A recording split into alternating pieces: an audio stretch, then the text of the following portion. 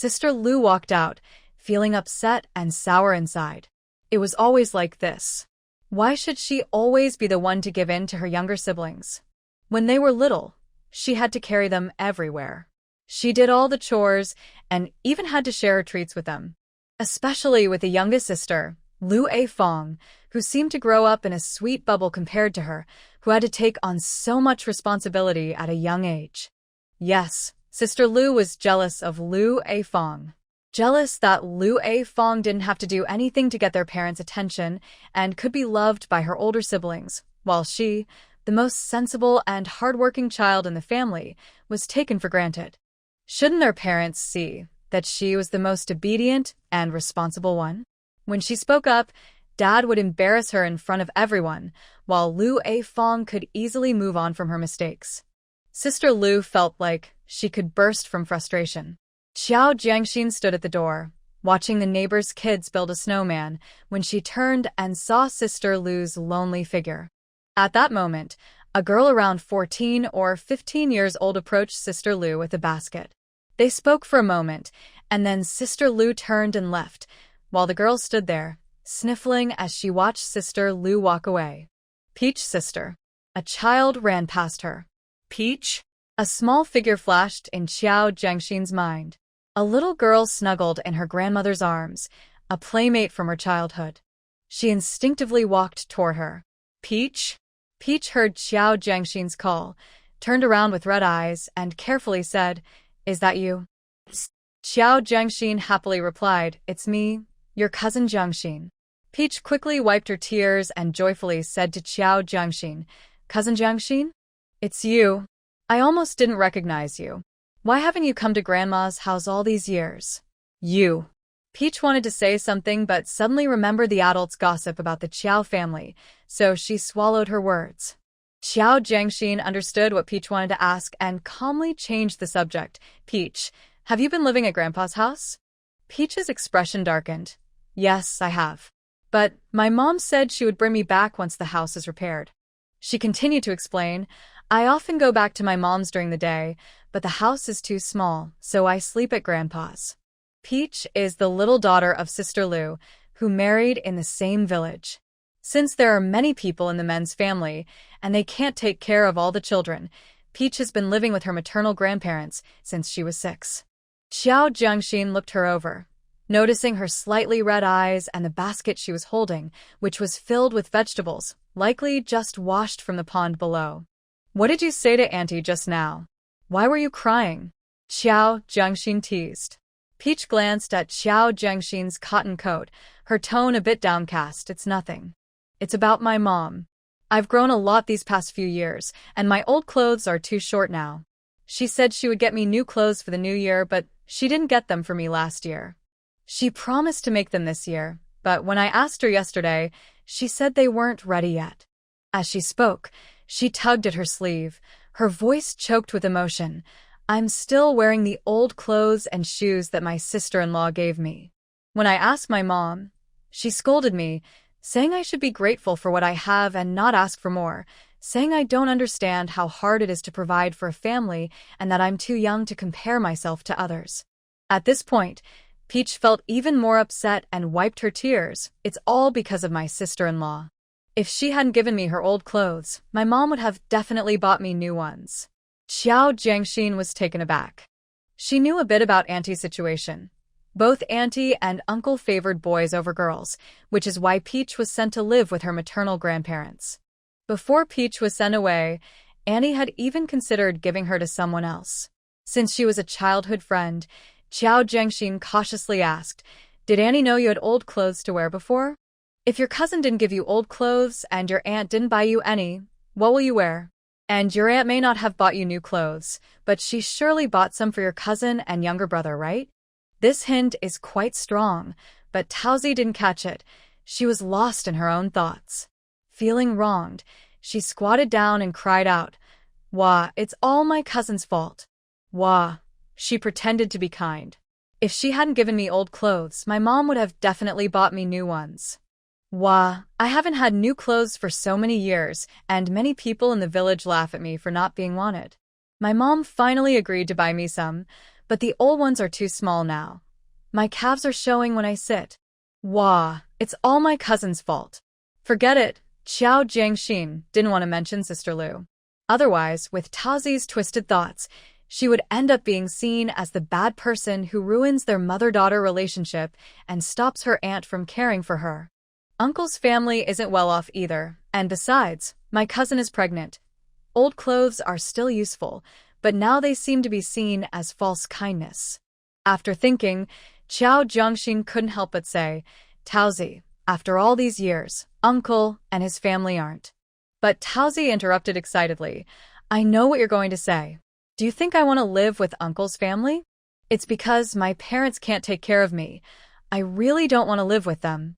You all aren't me. You don't understand. Everyone tells me to be grateful and repay Uncle and Aunt when I grow up. When I came here, I was already aware. I know this isn't my home. I know everything. Taozi was choking back tears. Others live with their parents, but she lives with Uncle and Aunt and her grandfather, while her brother and sister can stay at home. She really doesn't want to live with Uncle's family. Since childhood, she has known this isn't her home. Any hint of exclusion from anyone in this house has left a deep impression on her. Over the years, what has grown in her heart is not gratitude, but a deep-rooted sense of insecurity. After hearing this, Xiao Jiangxin reminded herself, no matter what, never help others raise their children. She wasn't sure about the future, but in the first 2 years, when Taozi was raised outside, her aunt never provided any support. After thinking, Xiao Jiangxin jokingly said to Taozi, but your situation was caused by your aunt and uncle, right? You don't blame them, but it sounds like you're blaming Uncle's family instead? Just like with the new clothes, you think the unfairness comes from your cousin, but actually, it's your aunt and uncle who are responsible for it. Peach wiped her tears and stood up, carrying her basket home. You don't understand anything. The joy of reuniting with childhood friends vanished, leaving Xiao Jiangxin a bit stunned. Whether Peach should be sent away was originally a matter between her aunt, uncle, and the child, but now it has shifted to her uncle's family. Peach wanted new clothes, and her aunt agreed to buy them. This was supposed to be between Peach and her aunt, but now it has involved her cousin. Jiangxin, come here. Luo Fong waved at Xiao Jiangxin from the door. Mom, what's wrong? Xiao Jiangxin asked. Luo Fong was in a good mood, smiling brightly. Sister Lu stood beside her and said to Xiao Jiangxin, your uncle and aunt are cooking. We're going to your second uncle's house for tea first, then we'll come back. As they spoke, Qiao Yukai came out carrying gifts for the new year, with Lu Tailon following behind him. Second uncle Lu Guohua lived at the end of the village. Lu Tailon talked about Lu Guohua's 2 little grandsons, saying they were mischievous and cute, like little monkeys. Xiao Jiangxin laughed. Isn't it tiring for second aunt to take care of so many children all by herself? Lu Tailon seemed surprised. Why would it be tiring? Don't kids take care of themselves? They all grow up on their own in this village. Just call them in for meals, and they know when to go to bed. At night, giving them some water and washing their faces and feet is easy. Xiao Jiangxin paused, realizing she had forgotten that it was the 1980s, not her previous life. In her later life, parents would do everything to care for their children, which made kids always want more. Parents, in trying to satisfy their children, ended up more exhausted. But back then, children were mostly raised freely. Parents from her grandfather's generation could only give a small portion of their energy to their children. They couldn't guarantee that kids wouldn't be cold or hungry, or even that they would survive. The older generation faced tough living conditions. It was normal for families to have 5 children and lose 2. Babies could starve without milk, and it was common for them to succumb to illness. As they grew older, it was also normal for them to drown or fall from heights. With many children, a few would survive against the odds. By the time Qiao Yukai became a parent, living conditions had improved. Parents could focus more on their children, ensuring they weren't hungry or cold. Adults kept an eye on them, with older siblings looking after younger ones, and most children survived. Education was left to chance. Then, in Xiao Jiangxin's generation, Parents could give about 60 to 70% of their attention to their children. They not only ensured their kids were fed, but also started to think about balanced nutrition. They paid attention to how their children looked and made schooling a standard expectation. Some even prepared for their children's college entrance exams as a family. In the next generation, with Qin Ji, Qiao Jiangxin's son, parents had to ensure their children's emotional well-being, interests, academics, companionship, mental health, physical health, nutrition, thoughts, environment, social skills, and various forms of safety. This is why many older people today say, "What's so hard about raising kids?" Back in my day, we managed with 3 or 4 children without it affecting our work. Why is it such a big deal for you now? In their time, being a parent meant providing food and keeping children alive. Nowadays, meals must not only please children but also be varied, nutritious, easy to digest, and good for their stomachs. Parents would go to great lengths to encourage their children to eat. At the same time, children today demand more, leading to a reversal of roles. Older generations waited for their children to say thank you, while many younger children expect their parents to apologize. Qiao Jiangxin felt a pang of sadness. In her past life, she had been too reliant on Qinji, resulting in raising a child who turned against her. Now, she understood that parents should not overly pamper their children. Balanced love would help them learn moderation. Luo Feng did not notice her daughter's low mood. She listened to her father talk about the children and exchanged glances with Qiao Yukai, who nodded in agreement. Before they even entered the house, they could hear Aunt Lu's frustrated complaints from inside. "It's my fault for being the oldest. I always get the bad end of things while the younger ones get the good. I started working at 5, went to gather firewood at 6, carried water and did laundry at 7, and by 8, I was home alone taking care of several kids and cooking. What have I said about it? Among us, who has suffered as much as I have I ever played around since childhood? And what about her? She deserves to be taken care of. If I say something, I get scolded." Then a man's voice spoke up. "Sister, we are all married now, and it's hard for us to gather like this. Let's not talk about unhappy things today. We all grew up under your care, and we know how much our parents did for you. Don't focus on just one thing. Isn't Xiao Feng also our sister? Do you really want Dad to throw her out?" Hearing this, Lu Erji quickly raised her voice. "Fourth, it's New Year's, hot." Luo Feng paused for a moment, pretending not to hear, and smiled as she walked into the room. "Second brother, Happy New Year." Her tone was a bit tense and anxious. Lu Guohua was taken aback, turned a look at Lu Tailon, and quickly stepped forward to take the items. "Why did you bring things?" "Dad, come in quickly. It's so cold outside. We were just saying we should go up." After saying this, Lu Guohua turned to his wife and called out, "Huizi, hurry, my sister is here. Pour some tea." A group of people followed inside, and Lu Dajia sat in the corner, feeling a bit awkward with her head down. It didn't feel good to be caught talking badly about someone behind their back. Qiao Yukai had been following Qiao Yufu around for several months, so he knew a thing or two. As soon as he entered, he started handing out red envelopes.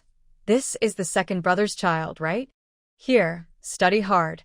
I'm your third uncle. And this one is also from the second brother, who is older."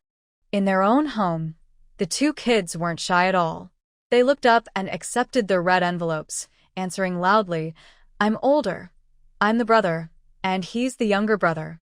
Lu Tailon looked at his 2 grandsons, smiling with affection. Xiao Yukai handed the kids red envelopes and then pulled out some candy to tease them. "Come on, call me third uncle. I'll give you candy." The atmosphere instantly became lively, and Lu Erji and Huizi encouraged the kids. "Hurry, call him. If you do, the candy is yours." Lu Guohua was a bit surprised as he looked at Luo Feng and her husband. They had changed so much in just a few years. When they last visited their family, they kept their heads down and spoke softly, but now they seemed like different people. Thinking about what the eldest sister said about the 5th brother coming back to show off, Lu Guohua discreetly observed the Qiao family. The eldest sister's gaze was still as critical as ever. Qiao Yukai finished playing with the children and gave red envelopes to 3 more kids, 2 from Lu Erji and 1 from Lu Dajia.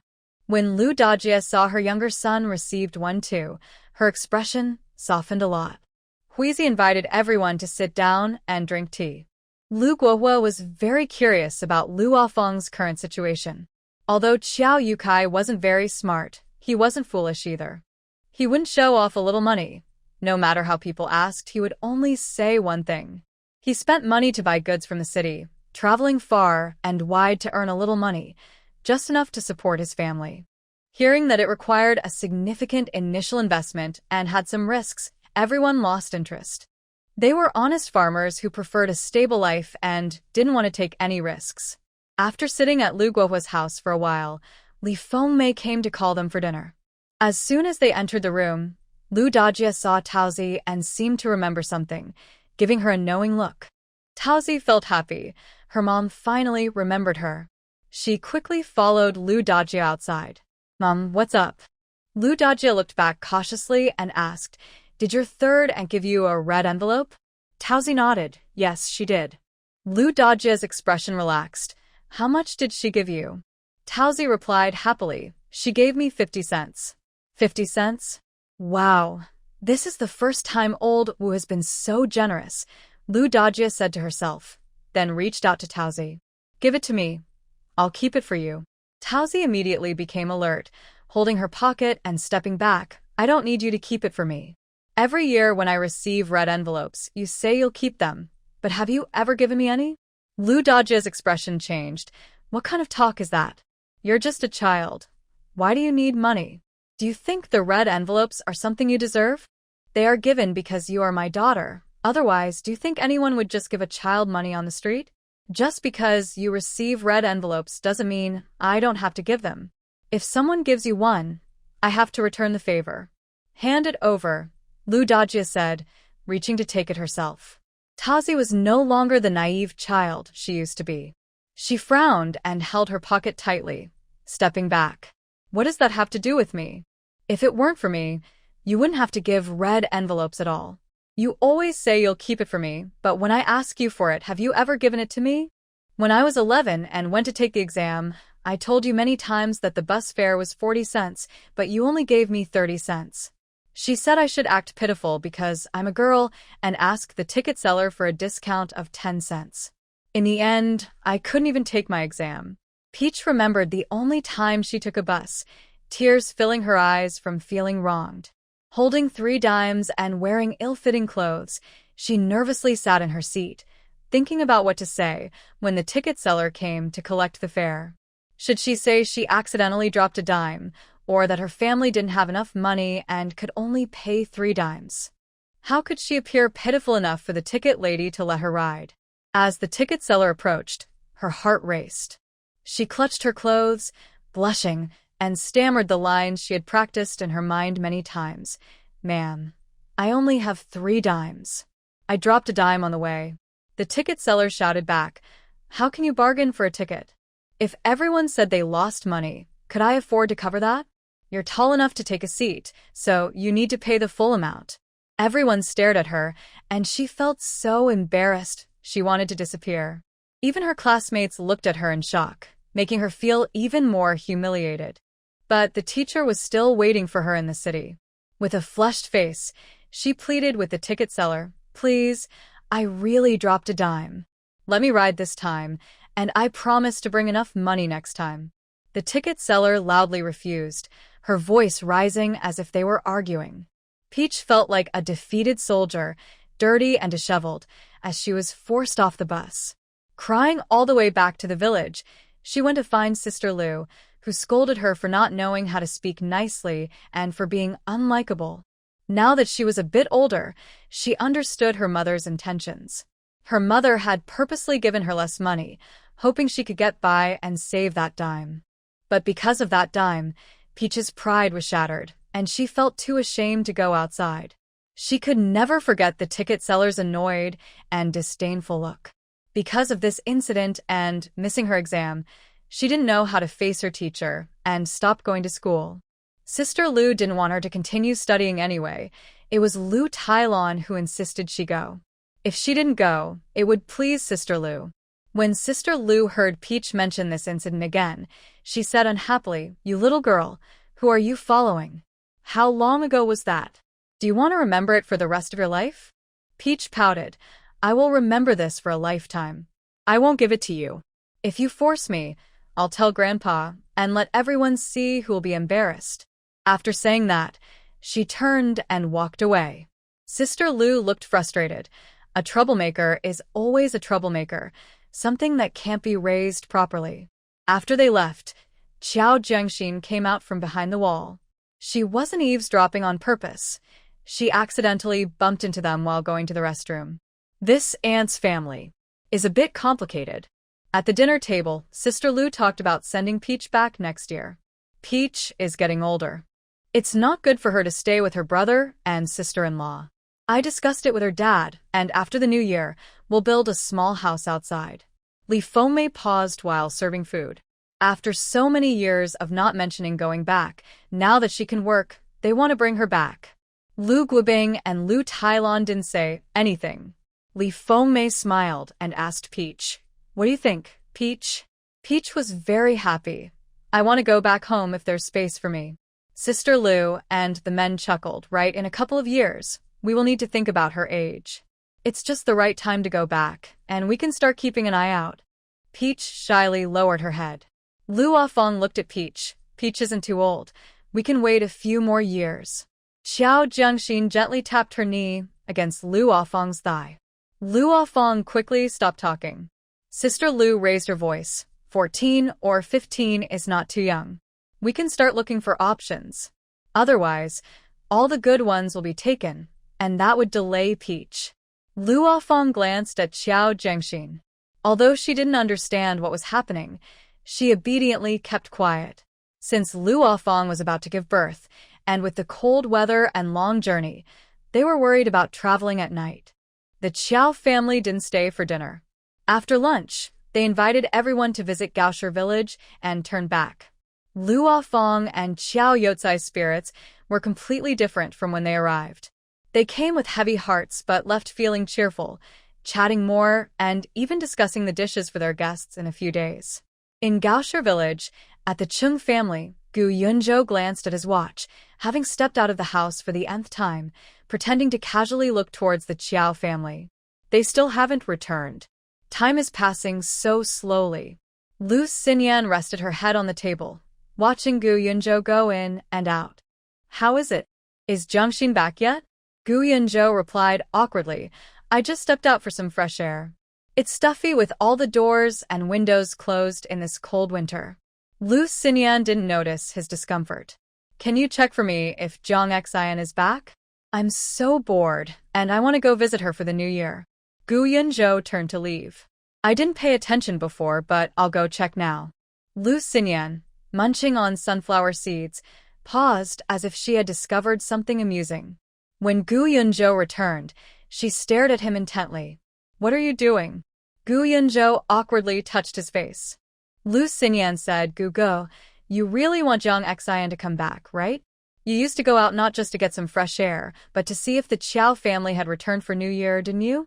Gu Yunzhou lowered his gaze and calmly replied, "Don't talk nonsense." Lu Xinyan had a knowing look, as if to say, "I see through your act. So, Gugo, you want to play cards with Jiang Xian to get back at her, right?" Gu Yunzhou paused and turned to look at Lu Xinyan. "Are you sure you really like Ouyang Ruofei? Or is it just because people called him your fiancé when you were young, making you think you like him?" Lu Xinyan immediately countered, "What do you mean subconscious feelings? He is my fiancé. I've been around him for so many years. How could I not know if I like him?" Gu Yunzhou replied, "Then why did you come here to Ning County on New Year's Eve without even saying hello to him?" Lu Xinyan lowered her gaze. "He's different from us. All he thinks about is work and saving lives. He probably wouldn't even notice if I were gone for days." "Then why him?" Gu Yunzhou asked, puzzled. "Because he's my fiancé, because my parents chose him for me, because he's outstanding, and that's just how he is. He actually takes care of me a lot," Lu Xinyan said with a smile, as if trying to convince Gu Yunzhou and comfort herself at the same time. The Qiao family hadn't returned yet, but the Qiao Youfu family had come back first. Lu Xinyan happily ran outside, then returned looking disappointed.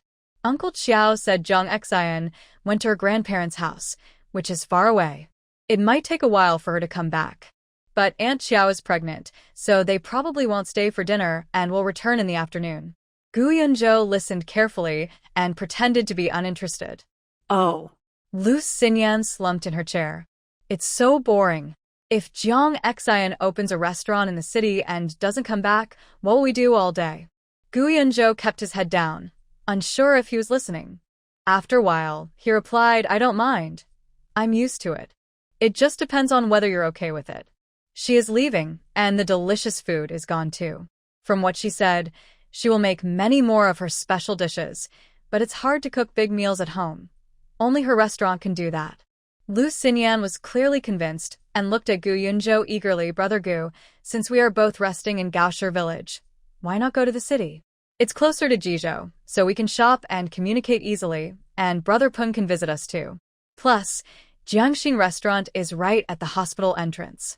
If you feel unwell, it's easy to find Vice Dean Li, and you can enjoy good food, which will help you recover.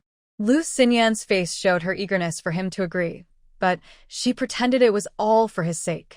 Gu Yunzhou slightly smiled. That does make some sense, but where will we stay? That's easy. Lu Xinyan replied happily, as long as you agree, we can rent a place nearby, and we can go to Jiangxin restaurant every day for food and drinks. Gu Yunzhou raised an eyebrow. But they might not be able to support you. Lu Xinyan paused. I will pay. I won't eat for free. When she's not busy, I can help her pick vegetables and stuff. Gu Yunzhou picked up a book to cover his expression. Do you think she will agree? She might find you annoying.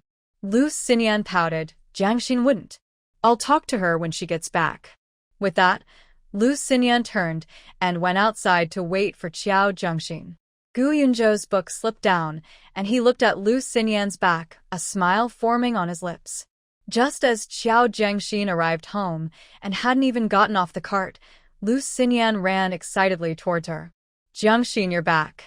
A day apart feels like 3 seasons. Where are you going for New Year next time? Take me with you. Lu Xinyan grabbed Qiao Jiangxin's arm and playfully leaned her head on her shoulder. Qiao Jiangxin felt goosebumps. What are you doing? Lu Xinyan greeted Qiao Yukai and his wife. Uncle Qiao, Annie, I'm taking Jiangxin to my house for tea. Do you want to come? Lu Afeng smiled. Go ahead, have fun. I'll call her for dinner later. Lu Xinyan said, let's eat at my house too. Brother Peng bought some groceries yesterday, and I don't know how to cook. I'm worried about wasting it, so it's perfect for Jiangxin to teach me. As they walked towards Cheng's house, Qiao Jiangxin asked, what good things did Brother Peng bring you? Didn't he go back yesterday? Donkey meat. He came again today and brought us a small piece of fresh donkey meat. It's still sitting on the snow outside, so it shouldn't be frozen yet. I don't know how to cook it. As she spoke, Lu Xinyan pointed to the snow pile in the yard. Look over there. Gu Yunzhou walked out of the house, smiling as he greeted Qiao Jiangxin. Comrade Qiao, I need your help again. Qiao Jiangxin shook her head. No need to be polite, it's a treat for me too. Sister Xinyan, please boil some water. Lu Xinyan pointed inside. There's a pot of boiling water on the stove. Is that enough? That's enough. Bring it out, Qiao Jiangxin said as she picked up the piece of donkey meat. Gu Yunzhou joined in. How should we cook this donkey meat? Should we stir-fry it? Qiao Jiangxin replied, do you want it stir-fried? If you do, we can do that. Gu Yunzhou quickly said, you're the expert in this. We'll eat however you like. Xinyan and I are not picky. Whatever you make will be the best. He turned his head, his gaze fixed on Qiao Jiangxin's profile. From the side, her long eyelashes looked very beautiful. Qiao Jiangxin turned her head and met his gaze, smiling. If you want me to make it, we can use this fresh donkey meat to make steamed dumplings. Lu Xinyan came out with a long spout kettle. Steamed dumplings? I love them. Let's have steamed dumplings today. I'll leave the donkey meat to you. I may not know how to make the dumpling wrappers, but I can prepare the dough. Qiao Jiangxin has always loved eating steamed dumplings. However, after Chen Wendy became successful, he preferred the fancy steamed dumplings from outside that looked exquisite. So, Qiao Zhengxin hardly made them anymore. The steamed dumplings from outside are indeed delicate, filled with all sorts of ingredients like sea cucumber, abalone, scallops, and bird's nest. They taste fresh and look beautiful, and eating them is quite elegant. The Qin family believes that these are the kind of dumplings that people of status should eat, but Qiao Zhengxin thinks they are not real dumplings at all. They're just a seafood mix covered with dough. She loves making her own steamed dumplings, which are not boiled but steamed, resulting in a firmer and drier skin. Wrapped around a generous filling of meat, once they are cooked and slightly cooled, she can pop one whole into her mouth. When she bites down, the juices burst out, filling her mouth completely, and that feeling is truly satisfying. As Qiao Zhengxin cleaned the donkey meat, she explained to Lu Xinyan and Gu Yunzhao, "I have a lot of knowledge about food. Donkey meat is almost perfect. It's tender, smooth, juicy, and flavorful. Look at this piece. It has fat and lean parts, skin and meat. Once I mix it with scallions and for the filling and steam it into dumplings, one bite will be better than any fancy dish." Hearing Qiao Zhengxin's description made Lu Xinyan swallow hard. "Zhengxin, you must not marry too far away. I want to be with you forever." Gu Yunzhao also got interested. "Is there anything I can help with?" Qiao Zhengxin glanced at him. "Can you chop the filling? It's a physical job and your body." Gu Yunzhao straightened up. "It's just swinging my arm. I can do it." "Then come over and I'll teach you." Qiao Zhengxin placed the meat on the cutting board and demonstrated for Gu Yunzhao. "First cut it into small cubes, then chop it into a paste." The kitchen counter wasn't very big, and since Gu Yunzhao was tall, he stood behind Qiao Zhengxin, leaning in to see the cutting board, feeling as if he was holding her close. Qiao Zhengxin worked quickly, talking as the donkey meat transformed into small cubes on the board. Gu Yunzhao slightly turned his head, shifting his gaze from the cutting board to her face. Being so close, he could see the fine hairs on her cheeks, and because it was cold, each word she spoke released a puff of mist. A smile slowly spread across Gu Yunzhao's face, starting from the corners of his lips, then his nose, his eyes, and finally lighting up his entire face, as if every cell was expressing joy. "Brother Gu, do you understand?" Qiao Zhengxin asked, holding the knife and turning to look at him. Gu Yunzhao quickly looked away, pretending to be casual. "Yes, I got it. First cut the meat into small cubes, then chop it up, right?" Qiao Zhengxin nodded and handed him the knife. "Yes, you start chopping. If you don't understand something, ask me. I'll go roll out the dumpling wrappers." Gu Yunzhao took the knife, still warm from her hand, and stepped aside to let Qiao Zhengxin pass. "Knock, knock, knock." Lu Xinyan turned to Gu Yunzhao. "Brother Gu, if you're tired, let us take over." Gu Yunzhao didn't need to. He had endless energy. After Qiao Zhengxin finished rolling out the dumpling wrappers, Gu Yunzhao had also chopped the filling. While she taught them how to wrap the dumplings, she added, "Besides donkey meat dumplings, there's another kind that's also delicious." When it comes to food, Lu Xinyan is the most excited. "You say it's delicious. It must be. What is it?" Qiao Zhengxin thinks, "Dumplings with 3 fresh fillings, using live shrimp that are 3 inches long.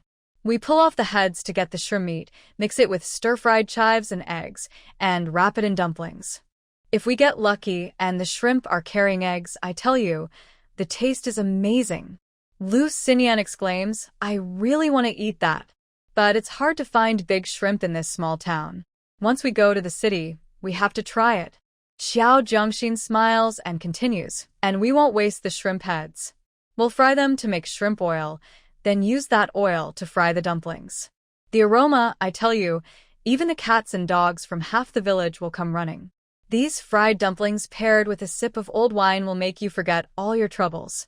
The 3 of them worked hard all afternoon, and a tray full of white dumplings was ready.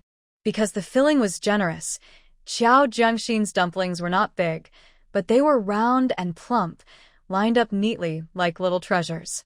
Lu Xinyan and Gu Yunzhao, however, had trouble with their dumplings. They used less filling, so their dumplings were oddly shaped and looked undernourished compared to Qiao Zhengxin's. Looking at her dumplings, Gu Yunzhao awkwardly said, "These few I made, I'll just eat them myself later." Lu Xinyan paused for a moment and quickly tossed aside the half-wrapped dumpling. I don't want to eat the ones I made. They look so bad. Gu Yunzhou glanced at the dumplings in front of Lu Xinyan. If you don't want to eat yours, we definitely won't want to eat them. We'll put them in a small steamer for you later. Lu Xinyan. The dumplings were steamed, and Xiao Zhengxin also prepared a big bowl of hot and sour soup. As soon as the food was on the table, Lu Xinyan and Gu Yunzhou each grabbed a bowl of soup and drank it down. After one bowl, their faces turned red, their foreheads started to sweat, and they felt warm all over. Then they leisurely picked up the fried dumplings and dipped them in soy sauce and vinegar. While eating, Gu Yunzhou glanced at Lu Xinyan, who was focused on her food, and guided the conversation. These steamed dumplings with donkey meat are delicious, even better than what the best cook in Jeju makes. Xinyan said this afternoon that she wanted to follow you. Lu Xinyan suddenly remembered this and quickly asked Xiao Zhengxin, when are you going to the city? Xiao Zhengxin replied, I plan to go tomorrow to take a look. It's just that there aren't many guests at home, and my grandpa said he won't come until the 5th day. Lu Xinyan quickly raised her hand. We'll go with you. Your shop is right in front of the traditional Chinese medicine hospital and the People's Hospital. For Brother Gu's sake, we plan to find a house in town so it will be easier for him to visit the hospital. On days when there's nothing to do, he can also come back to Gaoshi village for a visit. Gu Yunzhou took the opportunity to clench his fist and cleared his throat softly. Xiao Zhengxin looked at him with concern, but didn't think much of it. She knew that Gu Yunzhou had to go to the hospital for checkups regularly. That's great. We can keep each other company. After my restaurant closes tonight, I can continue to ask Brother Gu for help with my studies, Xiao Zhengxin said with a hint of flattery, smiling at Gu Yunzhou. Gu Yunzhou maintained a calm expression, but his emotions jumped from low to high in an instant. He cleared his throat and said calmly, Well, I have nothing to do anyway. If you have any questions, feel free to ask me. Are you all settled? I'm leaving now, Qiao Yukai asked the people on the ox cart. Lu Xinyan replied loudly, Uncle Qiao, we're ready. Let's go. Today, Xiao Zhengxin went to the city to clean the restaurant and check the furniture and tables she had arranged with Li Baishui before the new year. Lu Xinyan and Gu Yunzhou had nothing to do, so they decided to join her in looking for a house in the city. Qiao Yukai drove the ox cart to take the three of them to town. Lu Xinyan was excited. Zhengxin, the donkey meat dumplings last night were so delicious. We got up early to steam the leftovers. I must find a house close to you, so I can eat at your restaurant every meal. Don't worry, I won't eat for free. I'll pay. As a regular customer, you have to give me a discount. Xiao Zhengxin smiled. With your cheerful and friendly personality, if you have free time, you can help me serve customers at my restaurant, and I'll provide your meals. Lu Xinyan's eyes lit up. With our relationship, if you don't feed me, I can't just watch you work so hard, right? Brother Gu told me yesterday that you are in business, and I already knew that. The two chatted and laughed, and just as they left the village, they saw the Qin family stumbling along ahead. It had rained lightly last night, making the muddy road difficult to walk on. The Qin family looked like they had dressed up for the occasion, wearing their best clothes, but they were struggling with the mud, and their shoes were caked with dirt, making them look a bit disheveled. Chan Wendy walked at the front, carrying a tied-up fat duck on a pole and a basket. The duck swung in the air, making loud quacking sounds. Chan Wendy's shoes were almost covered in mud. He cared a lot about his appearance, and his face looked dark and anxious. Che Jinmei also carried a basket and shouted, I told you not to rush. It's only the 3rd day of the new year, the road is bad, and we couldn't borrow a bicycle. Everyone needs to visit during the holidays. I suggested borrowing from the Qiao family, but you insisted on stopping me. Chen's father, who is not well, leaned on a stick, trying to keep up with Chen Wendy and his mother. Each step had to be careful to avoid slipping and falling before the Lantern Festival. Hearing the sound of a cart behind them, Che Jinmei turned around and saw it was someone from their village. She quickly smiled and greeted them. Oh, it's Brother Qiao Yukai. Happy New Year. Where are you going to celebrate? Not wanting to refuse a friendly face, Qiao Yukai politely replied, I'm not going to celebrate. The kids are going to the city for some errands, and I'm taking them to the town. To the town? Che Jinmei's eyes lit up. Ignoring whether Chen Wendy was happy or not, she quickly asked Xiao Yukai for a favor. Brother Yukai, what a coincidence. We're also going to the town. My husband is not well, and during the holidays, everyone is busy, so we didn't want to borrow a cart or a bicycle. Since we met, could you give us a ride? Xiao Yukai felt a bit awkward. This cart isn't mine. You should ask Comrade Gu and the others behind us. My daughter and I are also hitching a ride with them. Che Jinmei quickly turned to ask Gu Yunzhou. Feeling the gazes from everyone, including one from Qiao Zhengxin, whom Chen Wendy looked down upon, he felt very uncomfortable. He had been to university and always thought he was better than those from the countryside. But now he had to humbly ask for a ride. Seeing that Chen's father was out of breath, Gu Yunzhou, noticing there was enough space on the cart, immediately offered them a ride. Come on, get on. Thank you so much. Che Jinmei helped Chen's father onto the cart and thanked Gu Yunzhou. Lu Xinyan, a kind-hearted girl, also stood up to help Chen's father. Xiao Jiangxin secretly disliked the Chen family. Originally, she and Lu Xinyan were sitting on one side, while Gu Yunzhou was on the other. Lu Xinyan brought Mr. Chen over, and he sat down right across from her, leaving her alone on her side. After Che Jinmei got into the car and helped Mr. Chen sit down, Xiao Jiangxin immediately stood up and took a seat at the front across from them, with Lu Xinyan sitting right behind her, effectively sandwiching Gu Yunzhou in the middle. Gu Yunzhou felt strangely that the Chen family was quite charming. Meanwhile, Chen Wendy, who was cleaning his shoes below, felt displeased at this scene. Remembering how Qiao Jiangxin had previously hurt him with her words, he thought she was doing this on purpose to get his attention. After all, if she hadn't been so nice to his mother before, his mother wouldn't have spoken well of her. Wendy, come sit here, just put your feet down like this so you don't dirty the car. Hurry up, don't delay others. Che Jinmei called to her slow son, trying to appear considerate and not a bother. Under Che Jinmei's urging, Chen Wendy awkwardly sat in the car. Big girl, what are you going to the city for? Che Jinmei noticed everyone was quiet and wanted to lighten the mood, but since she wasn't familiar with Gu Yunzhou and Lu Xinyan, she could only find a topic with Qiao Zhengxin. Qiao Zhengxin smiled without warmth. Going to the city, of course, we have things to do.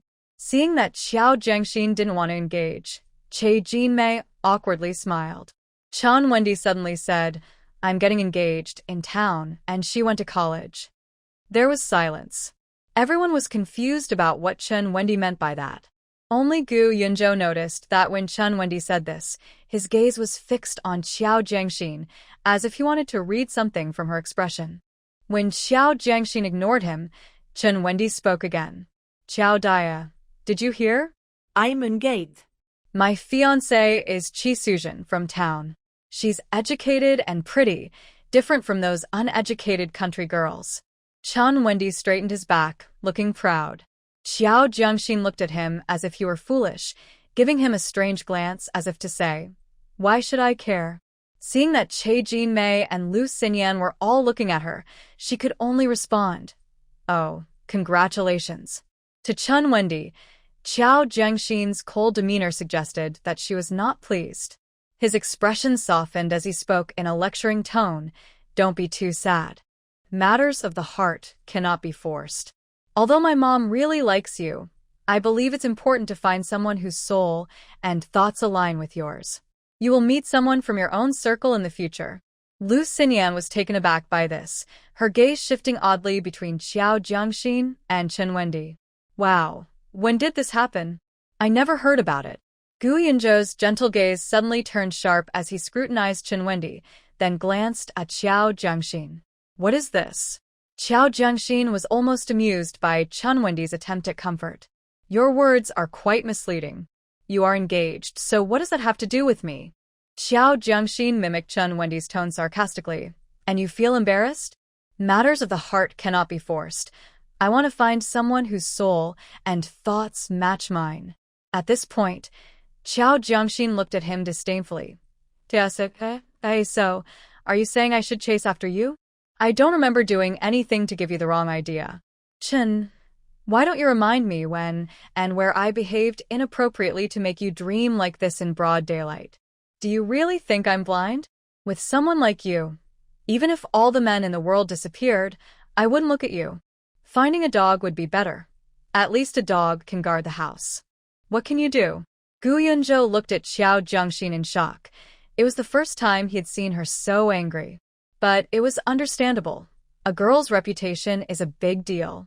He glared at Chen Wendy, thinking that someone educated should know better than to speak like that. Xiao Yukai, who was listening in front, also felt uncomfortable. Chen, you can ride in the car, but stop talking nonsense. You've read so many books. You should know what to say and what not to say. Chen Wendy's expression darkened. Xiao, can you not be so sharp-tongued? If you hadn't pushed, would my mom keep talking about this? We are from completely different worlds.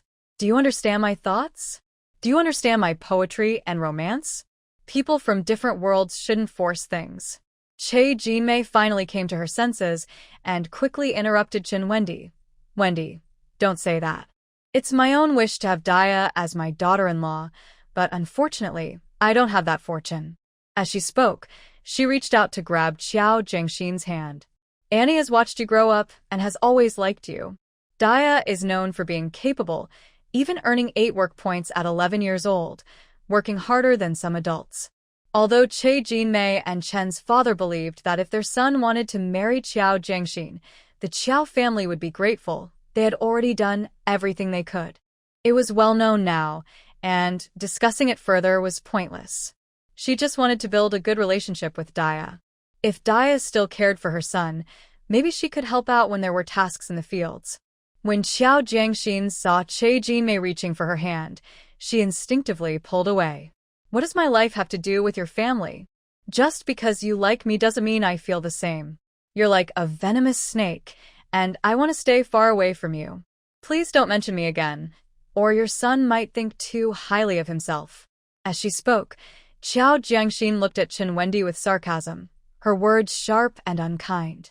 A person who can't even lift a finger, still living at home and doing nothing, yet looks down on farmers. You think you can treat me like a fool? You just want someone to do your dirty work for you. Do you really think you're something special? Spare me the act. As Xiao Jiangxin continued, she became more emotional, spitting her words towards Chen Wendy. Chen Wendy was furious. But he prided himself on being educated and couldn't bring himself to say anything rude, fearing it would tarnish his image. He could only glare at Xiao Jiangxin, repeating the same phrases over and over. You're just a shrew. The same words, the same tone, but different ages of Chen Wendy flashed in Xiao Jiangxin's mind. At 19, Xiao Jiangxin argued with someone from her village over 2 plots of land. Chen Wendy felt embarrassed by her actions and shouted, "You're so rude. You're just a loud woman." At 22, the village divided the mountain areas, and the village chief's nephew wanted Chen's piece of land because it had many large tea trees that produced a lot of tea oil each year. When they came to negotiate, Chen Wendy found it hard to refuse and agreed to the exchange. Che Jinmei and her husband were almost furious about this. When Xiao Jiangxin returned from work and learned what happened, she took her shoulder pole and went to reclaim the land. Chen Wendy felt humiliated and rushed over. Seeing him approach, while confronting the other family, Xiao Jiangxin thought he was there to support her. Instead, Chen Wendy pointed at her with disapproval, saying, "You're so rude. You're just a loud woman." Although they got the land back, Chen Wendy was upset with her for a long time because she had hurt his pride. He thought Xiao Jiangxin was petty, unreasonable, and overly concerned with small matters, arguing fiercely over a little money. The fact that she was his wife made it even more embarrassing for him. At 25, at 28, at 31, Che Jinmei listened as Xiao Jiangxin belittled her precious eldest son, and she couldn't hold back her frustration. "Big girl, even though you and my Wendy aren't meant to be, you shouldn't speak so harshly. Yes, I came to your house to talk to your mother, but who can predict fate? If I see potential in you, that's one thing, but if my Wendy isn't interested, there's nothing I can do. What you're saying sounds a bit like resentment born from love. Mom, why are you talking to her? She's just an uneducated loud woman. Xiao Jiangxin finally snapped back, I'll show you. Ah. Before she could finish, Gu Yunzu, standing nearby, steadied the cart and kicked Qin Wendy, sending him flying. He landed hard in a muddy puddle, rolling over and becoming covered in mud. Gu Yunzu, with a serious expression, said, Why waste time talking to him? Ah. Che Jinmei screamed. Bang. Che Jinmei was sent flying. Wow, what a surprise. As Gu Yunzhou finished speaking, he saw Xiao Jiangxin kick the cart, sending Jinmei tumbling down. Lu Xinyan was about to get up when she noticed Xiao Yukai, who was driving the cart, turn around and poke Mr. Chun with a stick. With a thud, the whole family was now present. Ugh. Jinmei spat out the muddy water from her mouth just as the old man fell down in front of them. Ah. Are you okay? Did you hurt him? Ha ha ha. Before the laughter faded, a duck with its legs tied flew over. Then came her basket, filled with the New Year gifts she had prepared. Woo woo woo, this is so unfair. Bullying us like this. Xiao Yukai, driven by the tense atmosphere, had just attacked Mr. Qin. Now that he was calm, he started to feel guilty. Chen Yiliang was already in poor health, and in this cold weather, he might get seriously sick. Jiangxin, do you think we went too far? Xiao Jiangxin scoffed. Too far? If it weren't for the law against killing, I'd want to bury Qin Wendy myself. Dad, I know what you're worried about. Are you afraid that Chen Yiliang might freeze to death? Let me tell you, don't be fooled by his sickly appearance. He's tougher than he looks and won't die easily. In his previous life, Chen Yiliang lived to 67, outlasting many healthier people. He was skilled at tormenting others, enjoying a life of comfort under the guise of being ill, and spent most of his life being taken care of. Gu Yunzhou wanted to say something, but held back. Lu Xinyan, however, had no such reservations and spoke her mind. Jiangxin, if I had known, I wouldn't have let them on the cart. Do you like that, pretty boy? Xiao Jiangxin quickly defended herself. Don't listen to their nonsense. That's not true. You saw that family. The guy is Chan Wendy, who went to college, but didn't study properly. He got caught at a dance, and almost got sent away to work in the fields. He didn't even graduate. His dad is sick, and he has younger siblings in school, all supported by his mom. He doesn't work, spends all day locked away writing his pretentious poetry and dreaming of being a writer. He relies on his family for everything and still looks down on us country folks, acting all high and mighty. He's getting older and soon won't be able to work anymore. Now he's looking for someone to marry off his son, who graduated from university, hoping to find a good match. And it seems he's set his sights on me. Xiao Jiangxin grew more upset as she spoke. They think I can be useful to them, trying to trick me into supporting their family. The worst part is they look down on me, thinking that just because their son is interested in a girl from the countryside, it's a huge blessing for us. Lu Xinyan frowned. How can there be such people? So shameless. Xiao Jiangxin replied sarcastically, Exactly. They have no shame. They came to my house to feel things out, and my mom rejected them. They thought we were just being modest, especially since their son is supposedly the best in the world. They act like they're doing us a favor while trying to take advantage of us. It's so irritating. Oh, I think I remember that woman. She was the one we met on the way to the well when we were washing things, right? Lu Xinyan turned to Gu Yunzhou with a gossiping look. She was praising Jiangxin, saying she's great at farming and can handle all kinds of crops. She said Jiangxin is small but hardworking, the best girl around, and that it would be great if Jiangxin were her daughter. I thought she was nice at first, but look at her intentions. If you can't do the work yourself, let your son do it. What's that about? Just because she's worried about her son doesn't mean my daughter should be treated like that. Luckily, Jiangxin didn't fall for it. That Chin guy looks decent, but if it were a naive girl from the countryside, she might have been fooled. Xiao Jiangxin lowered her eyelids and thought, Isn't that true? In my past life, I was naive and thought good things were coming my way, only to end up in a tough situation. Gu Yunzhou frowned. Since they're not good people, let's keep our distance. Xiao Jiangxin smiled. I don't even need to. You all went back to Jizhou last year and might not know, but he's already with someone else. Today, he probably came to discuss marriage. She glanced toward the village. I bet his mom isn't happy and is showing off in front of me about how he's getting engaged. Xiao Yotsai's face was serious. That Chen Yuliang's family isn't good either. His son already has a partner, yet they're trying to take advantage of our family. Meanwhile, the Chen family was thrown off their cart, looking quite disheveled. Amidst the scattered gifts and the duck tied by its legs, crying out in distress, the scene was both sad and chaotic. Hey, are you okay? Che Jinmei asked as she helped Chen Yuliang up from the ground, her voice filled with concern. Compared to Che Jinmei and Chen Wendy, Chen Yuliang looked much cleaner.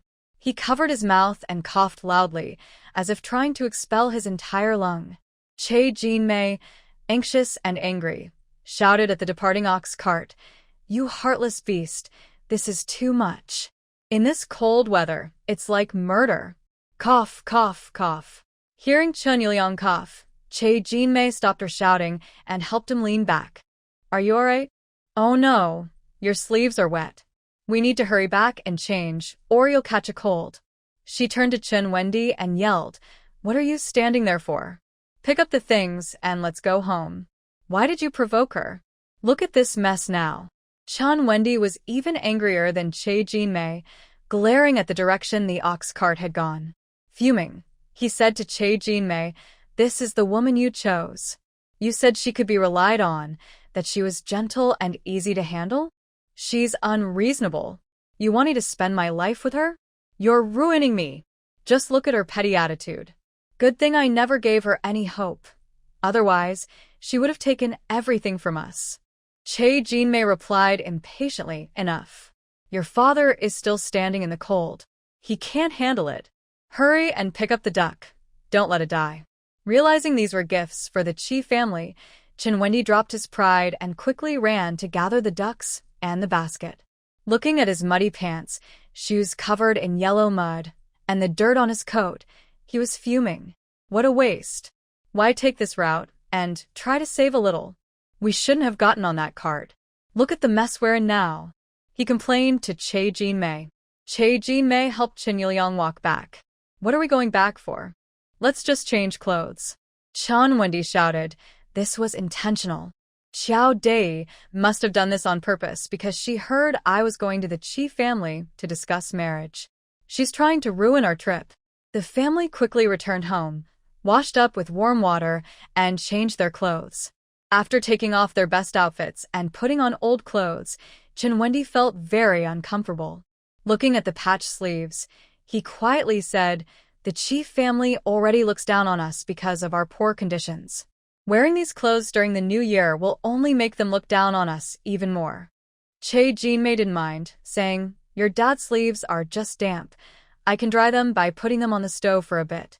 Yours are covered in mud and need to be washed. Even if they dry, it won't be quick. We can either skip today and go tomorrow, or you can wear your old clothes. It's not a big deal. They know our situation, and if they try to impose unfair conditions, they'll have to think twice. Chen Wendy replied, Mom, what are you talking about? I'm a student. Dignity isn't something others give you. It's something you create for yourself. Chen Wenxiu came in with soup, saying, Mom, I remember that second uncle's son, Erquin, has a military coat. Why don't you borrow it to help my brother make a better impression? Chen Wendy stayed silent, but turned to look at Che Jinmei. She hesitated, as the second uncle was her husband's brother, and she didn't get along with his wife. Their sons were in a silent competition, each looking down on the other, and she didn't want to feel inferior in front of her sister-in-law. It's the new year, and Erquin needs to wear it too. He might not lend it to us, and besides, your second aunt looks down on others. I really don't want to go and feel small in front of her. We're borrowing clothes to visit the girl's family to discuss marriage, not for a wedding. I don't want to be laughed at. Chen Wendy was used to waiting for others to make arrangements while he benefited from it. He had seen Erquin's military coat. It was very trendy and hard to come by. Erquin's older brother had managed to get it for him from the army, and he treasured it. Mom, what time is it? Are you only concerned about your pride? Is my marriage and happiness less important than your face? Chun Wendy's expression showed his frustration. What I dislike most is this mindset of yours. Why is your perspective so narrow? You can fiercely defend your interests over a small piece of land, but when it comes to dignity, you don't care? Now it concerns my happiness and my marriage. You want me to borrow a piece of clothing, and you're starting to feel embarrassed? Do you even know what is light and what is heavy? After all these years with me, your thoughts are still trapped in that barren world. Haven't you made any progress? Che Jinmei didn't understand what it meant to be influenced by someone or what a spiritual world was. But she understood the general meaning of Chun Wendy's words. He was angry. He wanted to go to his sister-in-law and borrow that military coat himself. He felt ashamed to argue with someone over a piece of land and make a scene. For a moment, Che Jinmei felt very upset, but she still managed to force a smile. Then I'll go borrow it from your third aunt now. Chun Yuliang cleared his throat a couple of times. He slept next to Che Jinmei and knew exactly what she was thinking. I'll go with you. The third sister-in-law isn't easy to talk to. Having me there might help a bit. However, Chun Wendy felt uncomfortable. His father coughed every few steps, and by the time they reached the third uncle's house, half the village would know. He gently reminded her, "We are poor. We don't even have a decent outfit to wear when visiting, and borrowing isn't something to be proud of." His words were polite, but Chun Yuliang understood. His son was embarrassed for them to borrow clothes. After a moment of silence, he said to Che Jinmei, "You go ahead. If the third family isn't willing, just tell them it's my idea." Che Jinmei left with her shoulders slumped. Chun Wendy felt better and turned to Chin Wenxiu to clean the mud off his shoes. Before long, Che Jinmei returned with a military coat, looking dejected. "I borrowed the coat. Be careful with it. Don't get it dirty or damaged." Chun Wendy thanked her gently. "Thank you, Mom. I remember everything you do for me. I was in a bad mood earlier and spoke too quickly. Please don't take it to heart." With just those words, all of Che Jinmei's grievances disappeared. "It's okay. It's just that your dad and I are not capable enough. Otherwise, you wouldn't have to borrow a coat." Chun Wendy reassured her, "Mom, don't worry. Our family won't always be like this. As long as I'm here, I will make sure you have a good life. Just bear with it a little longer." Aside from Che Jinmei, who was still worried, Chin Yuliang and Chin Wenxiu were all smiles. "Big brother, we're counting on you. You're the smartest person around. You'll surely succeed." "Yes, I believe in you too, big brother." Chun Wendy put on a military coat while receiving compliments from his younger siblings. He was already fair-skinned and refined, with a scholarly air, and the long coat added a touch of masculinity, making him look more spirited. "Big brother, that coat looks really good on you," Chin Wenxiu praised. Chun Wenfeng said enviously, "I want a military coat like that too." Chun Wendy smiled and patted his coat, saying, "When I earn money, I'll buy you not just one, but 10 of them." As he spoke, he noticed his simple, slightly dusty shoes, and his smile faded. Such a nice coat deserved a proper pair of shoes. "All right, let's go. If we delay any longer, we'll miss lunch," Che Jinmei said as she packed the cleaned bacon and the duck back into the basket. "I'll carry the things. You help your dad a bit. In this weather, the road is tough. If your dad doesn't go, I can go with you just the same. Your dad's health is something Sujin knows about too." Chun Wendy quietly replied, "Mom, this shows our family's respect for the bride's side." At the Chi family home, Chi Sujin knew that Chun Wendy would bring his parents to discuss marriage today, so she got up early to prepare. Even Shering was a bit surprised, as Sujin hadn't woken up early since returning. Chi father and Chi mother had no expressions on their faces, neither excited nor unhappy about marrying off their daughter, and they didn't even glance at Chi Sujin. Since they learned that their daughter was pursuing someone despite their disapproval, they had grown cold. The choice was hers, and they didn't want to be the bad guys who broke them apart. Time passed slowly, and after breakfast, Shering and her husband went to work. One worked at the supply and marketing cooperative, and the other at the postal service, both on duty. Chi Sujin watched her brother and sister-in-law leave, feeling a bit uncomfortable. She didn't dare complain to Shering, so she turned to her parents instead. Today is an important day for me. If the discussion goes well, my marriage could be settled today. Do my brother and sister-in-law really have to go to work? Chief Father took a sip of tea without looking up from his newspaper. If you want more excitement, should I have your mom invite your aunt and uncle over? Let the Chin family feel our enthusiasm for marrying off our daughter? Chi Sujin fell silent. When Chun Wendy first came to visit, my uncle and aunt were already there, stirring up trouble. If they all show up today, my marriage might really be ruined. I know Chun Wendy well. He values dignity and respect. I'm just saying, I said, feeling a bit unsure. With no one responding, I felt even more anxious. I stood up and looked outside. It's about time. Why haven't they arrived yet? My father was still reading the newspaper, calmly saying, it's still early. Maybe they don't want to come. After all, they're not the ones in a hurry. Who told us to have a daughter who is so eager to settle down? Now it's time for us to be humble. He acted indifferent, but his words were sharp and sarcastic. He had invested so much in raising me, and with so many good options available, I chose the worst. Chun Wendy from the countryside. No job, no money, just farming. I could imagine how my relatives and friends would laugh at him. The Chi family is well respected in town, with 2 stable jobs, and yet I ended up with a farmer as a match. Thinking about it made my father restless. Dad, can you stop being so sarcastic? I'm your daughter. If people hear you, they might think something's wrong with me. How can I face anyone? I had always spoken my mind, thanks to my parents' love, and couldn't see my father's frustration. Finally, my mother spoke up. You didn't care before. Why do you care now? I'll be honest, you chose your own path. So don't come crying to us later. Since New Year's Eve, after learning about that incident, she hadn't spoken to me for days. I shouted in response. I've said it many times. I'm not someone who cares about wealth or status. Wendy and I truly love each other. Just wait and see. We will be happy. My mother was so angry her face turned pale. My father spoke with a hint of reproach. Why say so much? She's old enough to make her own choices. Didn't you hear? She's not the one who cares about wealth, we are. She and Wendy have true love, and if you keep talking, you'll be seen as the one against their love.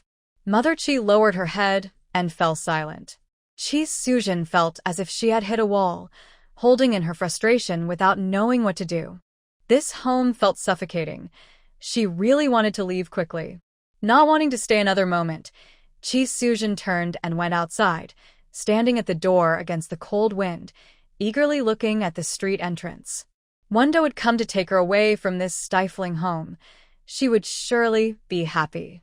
Inside, Father Chi saw her like this and angrily slammed the newspaper down on the coffee table. This is a disaster. I think Ingzi was right. She shouldn't have gone to that useless university. She should have found someone to marry early and avoided this situation. What kind of person could we find that would be better than that useless Chin family? Mother Chi sighed weakly. Sigh, it's too late to say these things now. This girl is so stubborn. Now that things have come to this point, what can we do? Many people don't know the details, but when that Chin boy brought her back the other day, quite a few people were watching. Everyone has been through things, and now there are many rumors outside. Not to mention, she insists on being with the Chin family. Even if we manage to separate them, what will Sujin do in the future? Does she not care about our family's reputation? Before, Ingzi was just being sarcastic, but now she's openly hostile. I'm really afraid she might shout it out one day, and then our family will be in trouble. Father Chi remained silent, his face downcast. After all, she was their daughter, whom they had raised since childhood. Even though she was rebellious, Mother Chi still had to think about her future. Don't look so gloomy. When the Chin family comes to discuss the marriage, as long as they are polite, don't make it hard for them. Like you said, the girl is the one in a hurry. Maybe your daughter is already expecting. The bride price cannot be low. They still have 2 children below them, and Sujin is still unproven. We won't take her money, but we can't just hand it to her either. Otherwise, with her mindset, she might be easily swayed. Let's keep it in our hands for now, and give it to her little by little when she needs it. The couple quietly discussed in a room. Outside, Chi Sujin stood for about 10 minutes before she could no longer bear it. It was just too cold. The wind felt like it was cutting through to her bones, and her feet were nearly numb. Looking at the street corner, she reluctantly turned and went back inside, lowering her head to the stove for warmth. Noticing the heavy atmosphere, Chi Sujin tried to break the silence. Mom, when the Chin family arrives later, are we having dinner at home? Should we take out the frozen vegetables to thaw them first? Mother Chi replied with a blank expression. What's the rush? If we take them out now, like your dad said, maybe they don't even want to come. Chi Sujin suddenly stood up. Why can't you all hope for my happiness? She turned and angrily walked toward the door. She was furious. This family was against her, and she couldn't stand it for another moment. Chi Sujin felt very wronged. Voices were heard at the end of the alley, and Chi Sujin quickly stretched her neck to look. It was guests from the neighboring house coming to pay New Year's greetings. At 9:30, the Chun family still hadn't arrived. Chi Sujin calculated the time in her mind. Even walking, it should take an hour to get here. If they left at 9, they should have arrived by 10. They should be here soon. At 10, the Chun family still hadn't arrived. At 10:30, the Chun family still hadn't arrived. As it approached 11, with no sign of the Chun family, Chi Sujin began to feel anxious. Her parents' earlier words echoed in Chi Sujin's mind. Right now, it's not them who are anxious. It's because we have a daughter who is too eager. What's the rush? We still don't know if they're coming. Maybe they don't want to. The ones who should be anxious are the girls. Chi Sujin's face turned pale, and she whispered, No, it can't be. Wanda said he would definitely come. He promised to face everything with me, to treat me well, to make me happy. Inside, her parents were also restless, glancing out the window from time to time. Dear, what does the Chun family mean? They said they would come to discuss the marriage on the 3rd day of the new year, and it's this late with no sign of them. What kind of attitude is that? Are we still going to have this marriage? I've never seen a family so unenthusiastic about discussing marriage. Look at them.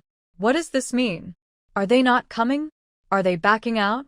Mother Chi, who had been calm, was now clearly agitated. Her daughter and Chinwunda had already been through so much together. In situations like this, the girl often suffers, while the boy faces no consequences. Father Chi could no longer hold back.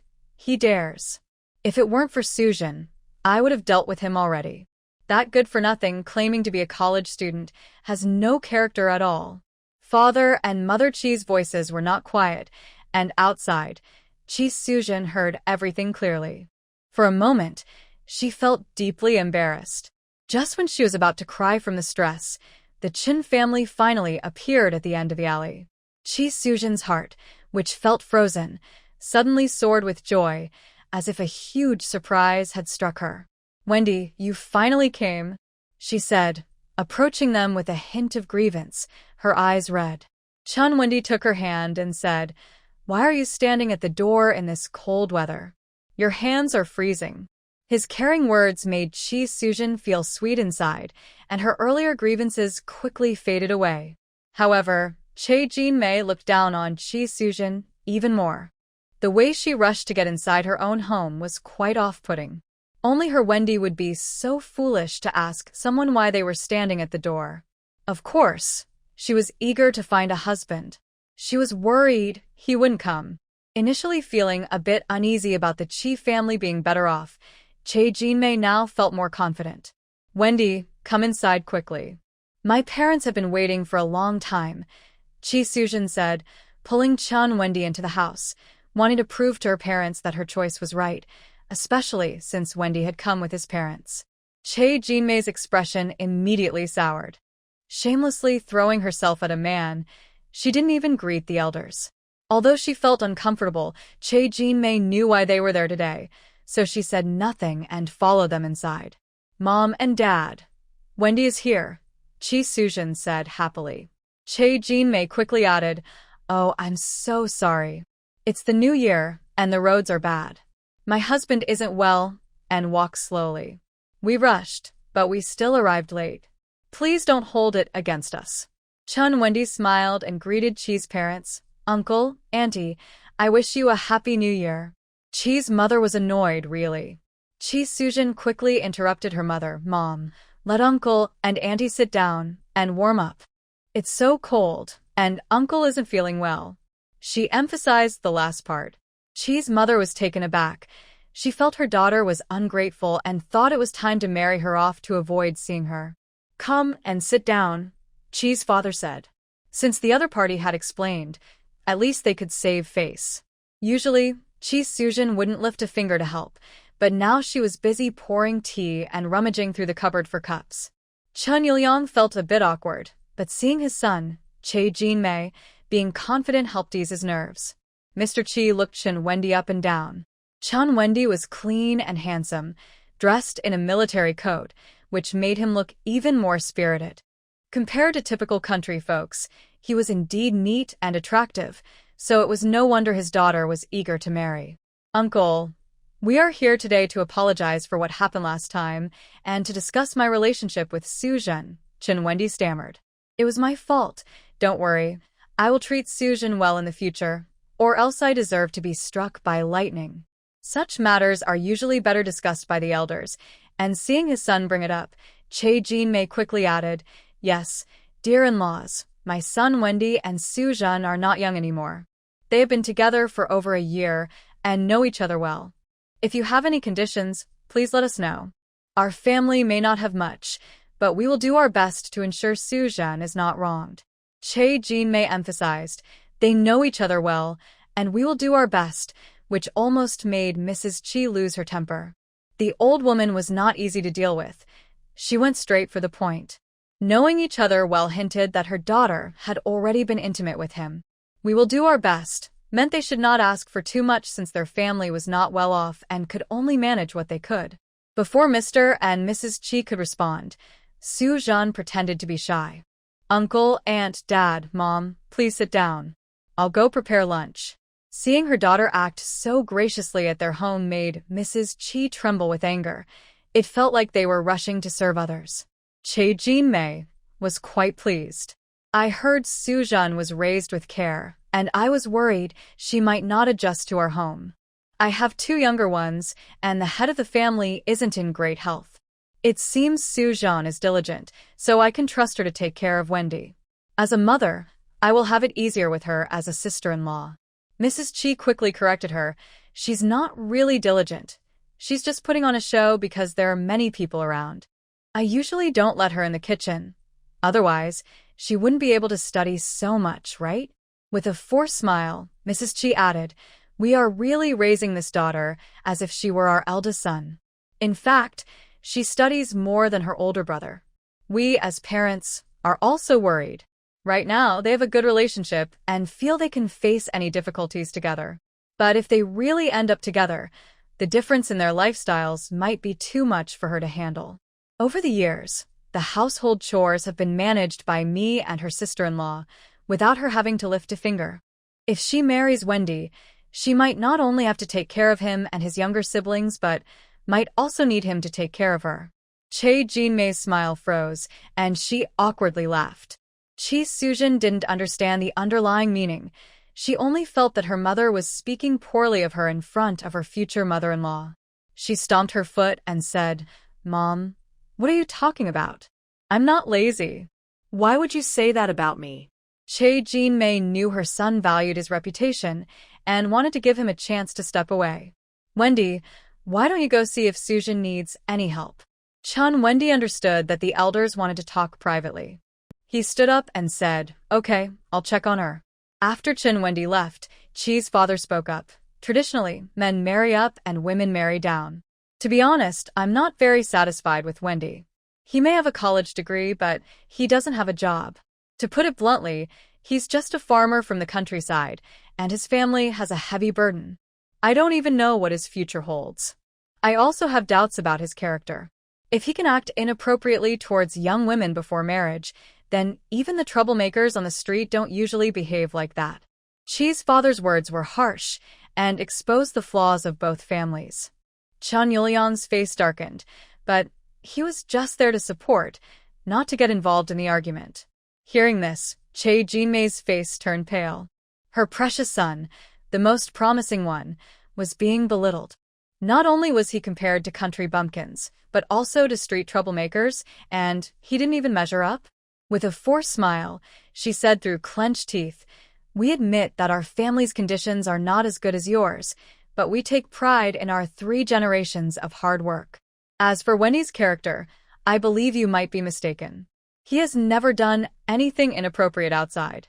In the nearby villages, everyone who sees Wendy praises him for being polite and well-mannered." After a moment of silence, Chae Jinmei continued, "Actually, I was at home that day. My son, Wen, was just fine, writing at home. Who would have thought that Sujin would come over with food and take the initiative to visit him?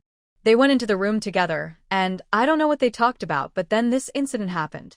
In my opinion, this was a mutual situation. After all, if Sujin really didn't want to, my son Wen wouldn't have gone to your house and brought her back, right?" Chae Jinmei emphasized her points and paused dramatically, making her tone quite sarcastic. Mother Chi felt embarrassed and uncomfortable, her face turning red. You. Chae Jinmei quickly interrupted her, speaking very fast. "Of course, I can't say that what my son did was right. He was wrong. I've been scolding him for days. Even if the girl was forward, he should have acted more like a gentleman, right? But he's young and inexperienced. So, in-laws, can we just not mention this matter? After all, this shame doesn't just fall on our Chin family. If it gets out, the boy might only get a reputation for being a flirt, but the girl's reputation would suffer much more." Father Chi slammed his teacup on the table. "Chun family mother, you spend all day working hard in the fields and might not realize that the current policies are different from before. Even if what you say is true, the girl is at a disadvantage. If my family really decided to take action, your family wouldn't come out unscathed." Father Chi had once followed the Red Guards in his youth, and even though he was older now, dealing with the Chin family was not difficult for him. He spoke ominously, "I would sacrifice my daughter's reputation. I can support her, and if she never marries, I will hold on to the fact that your son violated her will. Do you want to test if I can send your son to a shooting range?" Chae Jinmei immediately fell silent, realizing how serious the situation was. She had already inquired about it before and knew the severity. Her son's classmates had been sent to the border to work in the fields for minor offenses. She couldn't take that risk. She quickly put on a smile and softened her tone. "Hey, dear father-in-law, there's no need to be so angry. We never said we wouldn't take responsibility, right? Look, we came here to discuss this, didn't we? We are all parents, and we do everything for our children. There's no need for both families to get hurt, right? Besides, Wen and Sujin have a great relationship, and I really like Sujin. Once she becomes part of our family, I will treat her like my own daughter." Seeing Chae Jinmei smiling in a pleasing way, Father Chi felt much better. However, he still spoke condescendingly. "Given our family situation, we could easily find Sujin a formal job at the factory. Even the son of the city director is available for us to choose from. But my daughter has been spoiled and stubbornly insists on Wen. As you said, we can't break them apart at this point." Mother Chi added, "Yes, we don't ask for much, just that Wen treats our Sujin well." Father Chi's eyes sparkled as he began to lay the groundwork. "If Sujin is willing to listen to us, we could arrange a formal job for her in the city. But we know your family's situation can't compare to ours. It's one thing to have less, but respect is still important. Let's forget about the formal job for now." Just as Chae Jinmei sighed in relief, Father Chi continued, "But my daughter is not someone who can be compared to just any girl from the countryside. The bride price must be 500. Ah. Chae Jinmei and Chen Yuliang exclaimed in shock. 500? Mother Chi nodded. "Yes, 500. This is already the biggest concession from our family. Previously, her aunt introduced her to someone with a city household registration, and the bride price was 500 plus a formal job." Chae Jinmei, feeling defeated, slapped her thigh. "Oh dear, mother-in-law, we came here sincerely to discuss the marriage. You can't make it so difficult for us. You said it yourselves, we are just simple country folks, and being able to feed and clothe ourselves is already a lot. How can we come up with so much money? This is simply impossible. Chun Yilyang couldn't hold back either. Mother-in-law, 500 is not a small amount. Even if we try to borrow, we can't come up with that much money. Father Chi snorted. Your family may be poor, but my daughter is not worthless. If you can't show her the respect she deserves, why would your son pursue a girl who is out of his reach? You could just find someone from your own village, right? Even then, wouldn't there still be a bride price? If you really think 500 yuan is too much for us, let your son come to my house, and I will give you 500. Chun Yilyang was anxious. How can that be the same? Father Chi replied, why isn't it the same? Your son was carried for 10 months, and my daughter was born after 10 months too. You raised your son with daily meals. Isn't my daughter deserving of the same? Your son is in college? Does that mean my daughter hasn't studied? If we really calculate it, the time and money you invested in your son is less than half of what I invested in my daughter. In the kitchen, Chi Sujin was very worried and rushed out. Mom and Dad, didn't we agree before? Why are you changing your minds? I truly love Wendy. I don't care about anything else. I just want him. Seeing Chi Sujin rush out, Chun Wendy followed. He was a scholar and valued dignity over money. He didn't want to argue over such a small amount and make things awkward. 500 yuan wasn't much. He wasn't the kind of person to be petty. Moreover, this 500 represented how much he valued Sujin. Compared to that man from the Chiao family who was marrying a divorced woman with a child, he, a university student, shouldn't be looked down upon. Chun Wendy confidently said, 500 is fine, I agree. His tone suggested he had millions, casually spending 500 like it was nothing. Che Jinmei was nearly in shock. Wendy, that's 500. Where will we get that money? Even if it kills us, we can't come up with 500. Chun Wendy spoke with conviction. Just because we don't have it now doesn't mean we won't in the future. To me, Sujin is my lifelong partner, a priceless treasure that can't be measured by money. Not just 500. Even if I had to give everything I have, I wouldn't hesitate. Wendy. Chi Sujin was deeply moved, feeling that her efforts to stand up for their love were worth it, despite her family's disapproval. Chun Yilyang frowned, disapproving of his son spending so much to bring home a wife. At his age, with his poor health, he was careful even when buying supplements, yet his son easily agreed to 500. In the countryside, 100 yuan was already a respectable bride price. Many were even as low as 20 or 30. The key is that if Chun Wendy can make money, Chun Yilyang wouldn't say a word, but he can't, and the family has to pay. His tone became heavier. So where is this money coming from? You know your family's situation, and from what you said, it sounds like you already have a source for this money? Chun Wendy stiffened. A hint of embarrassment flashed in his eyes, but it quickly disappeared. He politely addressed Chi's parents, uncle, and aunt. My family can't come up with that much money right now, but I am willing to sign an IOU. Chi's parents initially felt good about Chun Wendy for agreeing so readily. At least, he truly valued their daughter. But then he wanted to write an IOU. Chi's father trembled. You really are educated, aren't you? Writing an IOU for marrying a wife? Then I should owe you for my daughter for 10 years, how about that? What's the difference between this and tricking someone? You all are quite strange. It seems you didn't come to discuss marriage. You came to annoy me. At that moment, Chi Sujin was feeling emotional and quickly grabbed her father's hand, pleading, Dad, please support us. We will take good care of you in the future. Mom, I won't marry anyone but Wendy. After some back and forth and Chun Wendy making various promises, they finally reached a compromise on the marriage. The bride price was set at 500, with 200 given up front and a 300 IOU written. It wasn't that Chi's parents were easy to negotiate with, they had completely given up on their daughter. Don't worry, our family isn't unreasonable. If we give the bride price, there will be a dowry. We will also prepare an additional 100 as a backup. Chi's mother was surprised by her husband's words, as they had agreed to keep the money themselves. Hearing this, the couple, Che Jinmei and her husband, relaxed a bit. After deducting the 100, they still needed 400, and with the 300 being an IOU, They could just have the fox spirit ask her parents for it later, effectively only spending 100. Still too much. She forced a smile. Since the marriage is settled, let's get the rest done quickly. After all, many people in our village know about what happened, and they're all talking. The sooner we finalize things, the better to avoid any gossip. Otherwise, if things progress, it won't look good for anyone. Chi's father waved his hand. You all prepare, and we'll come to pick her up on the 15th. Suddenly, Father Chi made a decision that left the Chin family a bit confused.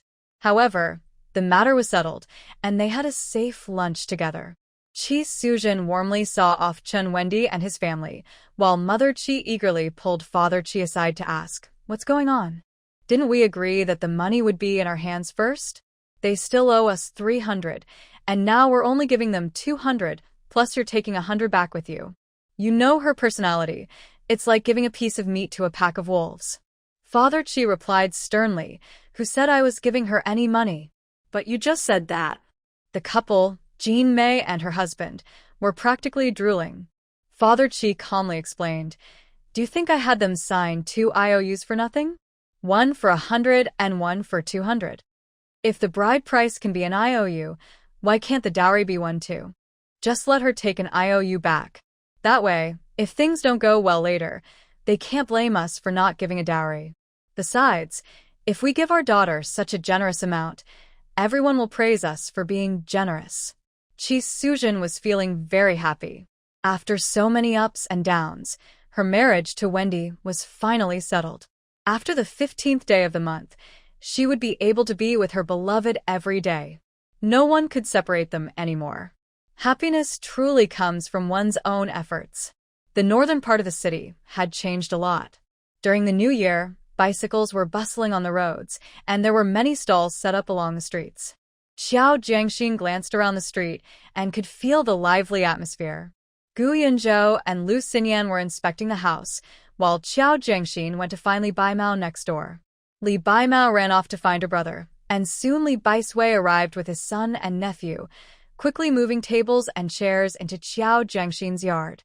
The tables and chairs were arranged neatly, made of unpainted wood but coated with tung oil, looking fresh and clean. Xiao Jiangxin patted the table and shook it a bit. The materials were solid. Li Baisui smiled. "Comrade Xiao, don't worry. We're not just business partners, we're neighbors too. I'm hoping to build a good reputation to attract more customers, so I'll make sure everything is perfect. If there's anything you're not satisfied with, I'll fix it." "Uncle Li, I'm very satisfied with your work," Xiao Jiangxin said, happily settling the remaining payment. Lu Xinyan pulled Li Baimao aside, calling her aunt, and asked if there were any houses for rent nearby. Li Bai shook his head and said, "There used to be quite a few options, but after the government announced last year that the traditional and general hospitals would move here, more people started renting nearby, and the prices went up quickly. You're the second person to ask me today, and I know a few places that have rooms available, but they only accept short-term rentals." He glanced at Xiao Jiangxin and added, "You know Xiao Qiao, right? You can ask her if she has any rentals. She has a 4-room house, and the backyard is quite spacious. At the end of last year, my brother even built an extra room for her. Since she runs a business here, she needs to stay, and living with her could be nice companionship." After Xiao Jiangxin settled the payment for Li Bai's goods, she picked up a bucket to clean all the tables and chairs, and then she planned to mop the floor. She turned to Lu Xinyan and Gu Yunzhao and said, "Brother Gu, Sister Xinyan, don't you have something to do? You can go ahead and come back around mealtime. I'll cook for you." Lu Xinyan wanted to say something, but Gu Yunzhao shook his head at her. "All right, then we'll go handle our business." Once outside, Lu Xinyan whispered, "Brother Gu, you heard what Aunt Li said earlier. Why didn't you ask Jiangxin about renting a place?" Gu Yunzhao walked ahead with his hands behind his back. "You haven't even looked for a place yet, so how do you know if there are any available? Besides, she's running a business. If she wanted to rent it out, there would be plenty of people interested. We have a good relationship with her, and if we suddenly ask to rent her place, it might put her in a difficult position if she doesn't want to. That wouldn't be fair to her." Lu Xinyan sounded disappointed. "So where do we go now?" Gu Yunzhao replied, "Let's go to the hospital and find Vice Principal Wang. He'll know what to do. Meanwhile, Xiao Jiangxin was busy cleaning when she heard a loud knock at the door. Is anyone home? Hu Chongli peeked inside and called out. He had received a call from his aunt saying the door was open, so he hurried over on his bicycle. Xiao Jiangxin stood up and asked, "Who is it?" Hearing her response, Hu Chongli walked in and was pleasantly surprised by the neatly arranged chairs. He glanced at the kitchen with its long cooking range. This place seemed perfect for him. He could start a food business and sell fruits and gifts without needing much renovation. "Hello, may I ask who you are looking for and what you need?" Xiao Jiangxin didn't have a good impression of the person who entered and looked around. However, since she planned to do business in the future, she patiently greeted him politely. Hu Chongliang had already inquired about her with Li Baimao. He knew the owner was a young girl who had just bought the house for 1,000 yuan last year. "Hello, you're the owner of this house, right? My name is Hu Chongliang, and my aunt is the department head at the hospital across the street." Xiao Jiangxin's smile faded significantly. As soon as he introduced himself, she recognized him as the person who had tricked someone into signing an unfair rental agreement in her past life, leading to that shopkeeper's demise. "Oh, do you need something?" Xiao Jiangxin's tone became cooler. Hu Chongliang, however, was very enthusiastic. "Young lady, where are your family members? Are your elders around? I would like to discuss a business deal with them." Xiao Jiangxin didn't beat around the bush. "If you want to talk about this house, I can make the decision." Hu Chongliang was delighted. "That's great. You're quite straightforward for someone your age. Since you're straightforward, I won't beat around the bush either. I want to buy your yard. I heard you bought it for 1,000 yuan last year. I'll give you 2,000. Hu Chongliang acted as if she was getting a great deal and held up. Xiao Jiangxin twitched her mouth and turned to go inside. "Sorry, I'm not prepared to sell." "Hey, don't go. Is it because you think the price is too low? 2,000 is already a lot. You just bought it and now you want to sell it for double. One shouldn't be too greedy." Seeing Xiao Jiangxin trying to leave, Hu Chongliang quickly stepped in front of her. Xiao Jiangxin replied, "Excuse me, I really don't plan to sell. I bought the house for 1,000, but it wasn't like this when I purchased it." Xiao Jiangxin glanced around the house. "I've replaced the tiles, repaired the doors and windows, the walls, the stove, and the backyard. The repairs alone cost more than 1,000. Besides, now that both the traditional Chinese medicine hospital and the People's Hospital have moved nearby, my location is right in front of the hospital entrance. You think I'm getting a great deal at 2,000? Do you think I'm foolish?" Hu Chongliang chuckled awkwardly. "If you're not satisfied with the price, how much do you want? We can negotiate." Xiao Jiangxin looked at him seriously. "I sincerely tell you, I don't plan to sell. I need it for myself, and no matter how much you offer, I won't sell. I have other matters to attend to, so I won't keep you." Xiao Jiangxin finished speaking and tried to walk into the house. Hu Chongliang stepped aside and blocked her way, saying, "Hey, why are you speaking so harshly? This isn't your home. You're in business too, and good business relies on negotiation. Otherwise, you won't last long in this field." The fake smile on Xiao Jiangxin's face faded, and she became cold. "So, are you threatening me?" Hu Chongliang didn't answer, but smiled instead. "If you think 2,000 is too low, I can raise it to 2,600. Of course, if you don't want to sell, you can rent it out. We can sign a 3 or 5-year contract, and I'll pay the rent on time every month. You can relax at home and still earn money. That's better than being out here trying to do business." He spoke quickly and continued, "Business doesn't always guarantee profit. You might even lose money. If you encounter difficult customers, you might not be able to continue. How about this? I'll pay you 15, no, 20. I'll give you 20 if you rent the place to me.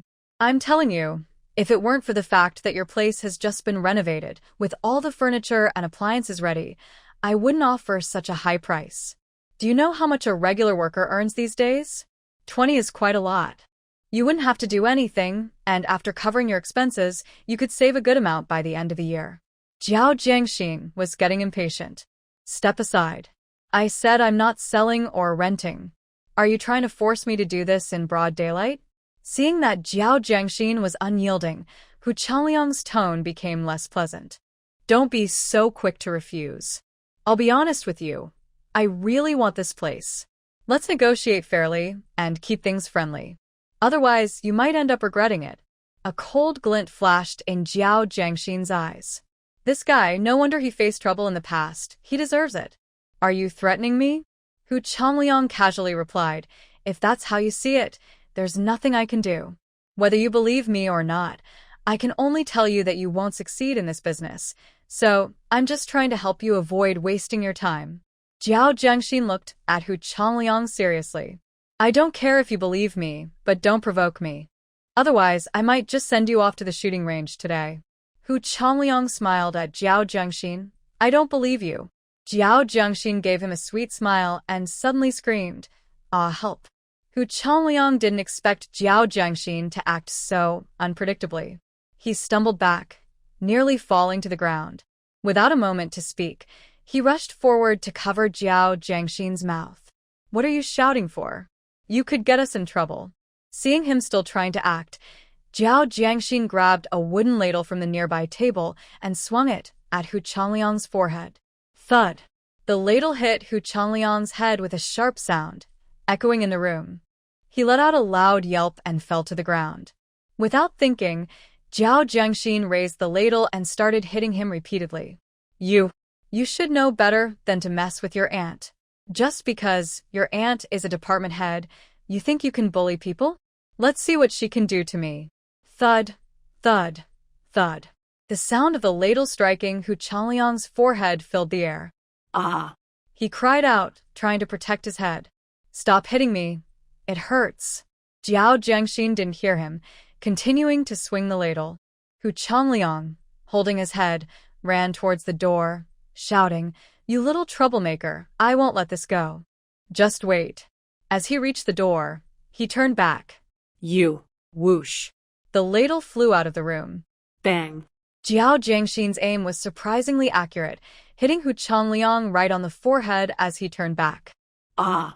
He screamed, covering his forehead and doing a split as he fell backward. Acting faster than he could think, Hu Changliang quickly got up, pressing on his swelling forehead, and hurried away. Jiao Jiangxin walked over slowly, picked up the ladle from the ground, and turned to leave. She muttered to herself, just because he's the nephew of a department head, he thinks he's so tough. I know Vice President Wang. Well, actually, it's Brother Gu and Sister Xinyan who know him. It doesn't matter. I'm not scared. If he comes back, I'll deal with him. After being hit by Jiao Jiangxin, Hu Changliang was dazed. Holding his throbbing head, he stumbled toward his aunt Hu Shuangxi's office. Aunt. Ouch! It hurts so much. Please check if I'm okay. Hu Changliang called out with a long tone before even reaching his aunt's door. Hearing her nephew's voice, Hu Shuangxi quickly stood up. Oh no, Changliang, what happened? Hu Changliang, looking like a big baby weighing 150 pounds, sadly followed his parent to complain. Hu Shuangxi pulled away his hands covering his head, revealing 2 symmetrical bumps on his forehead. Oh dear, what happened to you, you poor child? As soon as she spoke, Hu Shuangxi noticed that the hair on Hu Changliang's head was uneven, and when she touched it, she felt more bumps. Her voice trembled. Oh my, how did you end up with so many bumps on your head? Did something fall from the sky? Who did this to you? Are you feeling dizzy or nauseous? Come, sit down, let me check. Hu Changliang looked weak, sliding down the wall to sit on the stool, barely alive. I feel dizzy, everything is spinning. When it hit me, everything went dark. Aunt, am I okay? Hu Shuangxi raised her voice. Hit? Who hit you? Who else? You just told me that the door across from the hospital opened, so I rushed over, Hu Changliang replied weakly. Hu Shuangxi was nearly furious. What? The owner of that place did this? What did you do to provoke them? Do they just hit people? Is there no law anymore? Where did these ruffians come from? Can't they talk things out without resorting to violence? This is outrageous. Hu Changliang grimaced. They're not ruffians. They're just a rude woman, a real troublemaker. Hu Shuangxi paused. A woman? What exactly happened? Tell me clearly. Hu Changliang's eyes sparkled. Since his aunt was interested in investing in the shop, it would be best to use her influence to secure the place. And the location of that shop is great. Right across from the main entrance, it will definitely attract customers. Opening a fruit and gift shop there will surely make money. I already checked inside. There are tables, chairs, and a stove ready to use, so we can start selling food right away, saving a lot of trouble. But the owner isn't very easy to talk to. I tried to negotiate with her, but she doesn't want to rent or sell. It seems like she wants to run a small business herself. Hu Shuangxi sighed, knowing her nephew's character. Did you say something rude and offend her? This kind of thing should be mutual. Since she is unwilling, you can find someone else. Hu Changliang was reluctant. Aunt, where can we find another place as good as this one? It's just a young girl. If we want her to leave, it shouldn't be too hard. Don't you have a friend at the market management committee? Just give them a heads up to make sure her paperwork doesn't go through. If that doesn't work, we can do it this way. Hu Shuangxi hesitated. She wanted to help her nephew make some money, but she didn't want to complicate things too much. All right, after work, I'll go with you to meet her. If she knows what's good for her, it will be fine. Otherwise, it might take some effort. After Hu Changliang left, Qiao Jiangxin continued with her cleaning. Soon, Lu Xinyan returned. Jiangxin, Qiao Jiangxin responded and looked up to see Lu Xinyan holding a bag of fish, meat, and vegetables strung together with straw. Jiangxin, the housing issue is resolved. Brother Gu asked me to buy some ingredients because he wants Vice Dean Wang to join us for dinner. Qiao Jiangxin's eyes lit up. If she could get to know a leader while doing business here, it would only benefit her. At least someone like Hu Changliang would think twice before causing trouble for her. Okay, put the things in the kitchen. I'll be done here soon. Lu Xinyan walked to the kitchen. I'll wash and chop the vegetables first. You can stir-fry since you're good at it.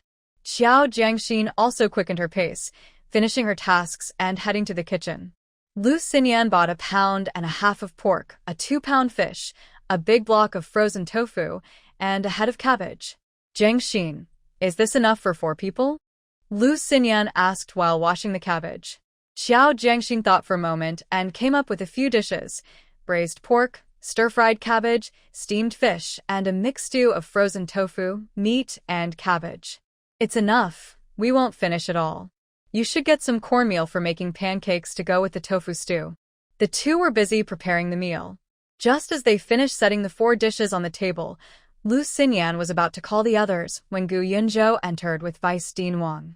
Vice Dean Wang, Brother Gu Qiao Jiangxin greeted them. She had accompanied Gu Yunzhou for a checkup once before, so she was somewhat familiar with Vice Dean Wang. Yes, I could smell the delicious food outside. No wonder Xiao Gu praises Comrade Xiao's cooking so much, Vice Dean Wang joked. Lu Xinyan greeted the two. The food is ready. I was just about to call you. We're all friends here, so don't be shy. Please sit down. As the 4 of them sat down and picked up their chopsticks, Hu Shuangxi and Hu Changliang stormed in angrily. Aunt, it's right here. I just saw her alone. Hu Changliang shouted as he entered. Hu Shuangxi had a cold expression. I want to see where this little. The 4 people eating inside turned to look at the entrance. When Hu Shuangxi saw Vice Dean Wang's face, her insults immediately caught in her throat.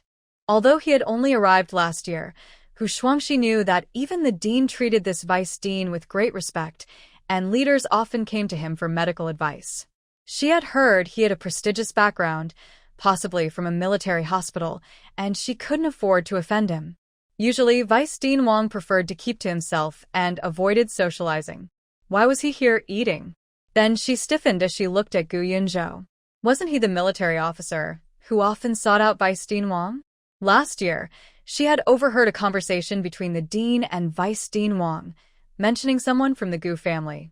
Could this place belong to the Gu family? In an instant, Hu Shuangxi's mind raced through several thoughts. As a woman who had risen to the position of department head at her age, she was no fool. Vice Dean Wang, what are you doing here? She asked, trying to flatter him while glancing at Gu Yunzhou. Vice Dean Wang replied coldly, Oh, it's Director Hu. What's going on? I thought I heard you shouting just now? Gu Yunzhou looked at Hu Changliang, noticing the 2 large bruises on his forehead. He frowned, concerned for Qiao Jiangxin. They couldn't have come here just to see him and Vice Dean Wang. Hu Shuangxi reacted quickly, pulling Hu Changliang forward. It's just my useless nephew. I'm here because of him, and I was just scolding him. With a stern face, she shot a glare at Hu Changliang, then forced a friendly smile and explained quickly, Hee, Vice Dean Wang, didn't that girl tell you? Oh, it's like this. My nephew saw that the hospital was moving and wanted to open a shop nearby. He looked around and thought this location was good. I don't know how he approached that girl, but it ended up with him getting hit on the head. How can you still cry? I mean, which girl would hit you? For no reason. This must be because my nephew said something rude or did something wrong that upset her. As soon as I finished work, I brought him here to apologize. I didn't expect it to be someone we know. With that, Hu Shuangxi gave Hu Changliang a light slap on the back of his head. What are you waiting for? Hurry up and apologize. When Hu Changliang heard his aunt mention Vice President Wang, he felt a jolt in his heart, realizing he had caused trouble. If his actions affected his aunt's work, not just his aunt and uncle, but even his dad and grandparents would be upset with him. Seeing his aunt smooth things over, he quickly bowed his head to apologize, hands pressed against his thighs, and bent at a 90-degree angle towards Qiao Jiangxin. I'm sorry for what happened this morning. It was my fault for not knowing how to speak properly. I apologize to you. His tone was as sincere as possible. Vice President Wang could see through this little act. He turned to Qiao Jiangxin and asked, What? Did this kid bully you? I didn't hear you mention it. Gao Yanzhao's expression also turned serious as he looked Qiao Jiangxin up and down, then turned to stare at Hu Changliang. Did he take advantage of us not being here to bully you? Hu Shuangxi felt a weight in her heart and quickly forced a smile as she turned to look at Qiao Jiangxin. Ha ha ha, it's a misunderstanding, just a misunderstanding. You know, sometimes you meet people through a little conflict. Seeing Hu Shuangxi's overly friendly smile, Qiao Jiangxin pretended to be shy and said, It's not a big deal. After all, the other person was the head of the hospital, and she figured they were being nice because of Vice President Wang. Since she hadn't lost anything, she decided to let it go. Besides, she had only met Vice President Wang a couple of times and didn't want to cause any trouble.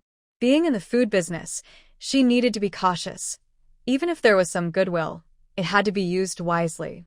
Hu Shuangxi slapped Hu Changliang on the back again. Look at you. Now look at that young lady. In the future, be more careful with your words and actions. This person is easy to talk to and generous, but if you meet someone who isn't, just wait and see what happens. Now hurry up and thank her. Hu Changliang awkwardly bowed again. Thank you for your generosity. Qiao Jiangxin looked at the bump on Hu Changliang's forehead and gently said, Since you've apologized, let's leave it at that. But I hope you mean it. Don't come back when my family isn't around and… Hu Shuangxi quickly interrupted, That won't happen, I promise. The two parties talked a lot, but didn't introduce themselves. Hu Shuangxi didn't know how to address Qiao Jiangxin. Among the four people, she only recognized Vice Dean Wang. We're all old friends. I work with Vice Dean Wang. Hey, Vice Dean Wang, who is this young person from your family? What a coincidence. Vice Dean Wang understood that Hu Shuangxi was trying to connect him with Qiao Jiangxin and wanted him to make an introduction. He glanced at Gu Yunzhou and smiled. Well, she's my niece. You can call her Xiao Qiao. Young people have many ideas. Since the hospital just moved, she's planning to open a small restaurant. In the future, Director Hu, you should help her with her business. Hu Shuangxi took the hint and gave Qiao Jiangxin a thumbs up.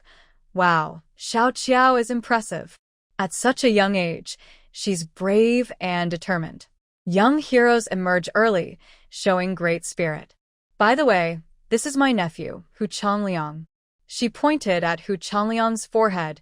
You little rascal, you should learn from her. Make more friends like Xiao Qiao, who are positive and ambitious. Stop being so immature at your age.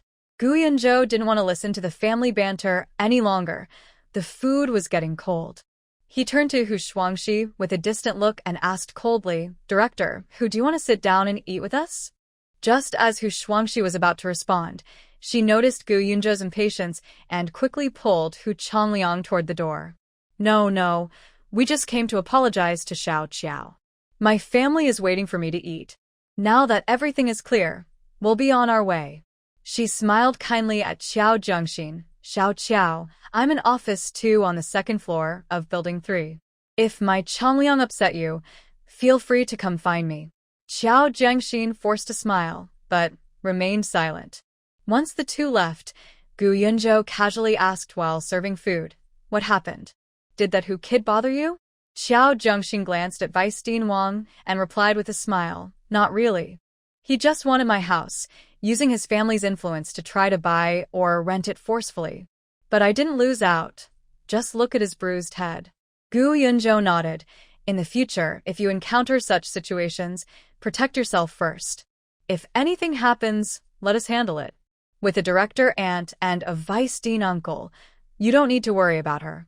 Vice Dean Wang was taken aback for a moment, but quickly understood. "Haha, right, you still have Uncle Wang." No one will bully you, he said. Turning to Gu Yunzhou, he added, "I was wondering why you invited me to dinner today. You were waiting for me here."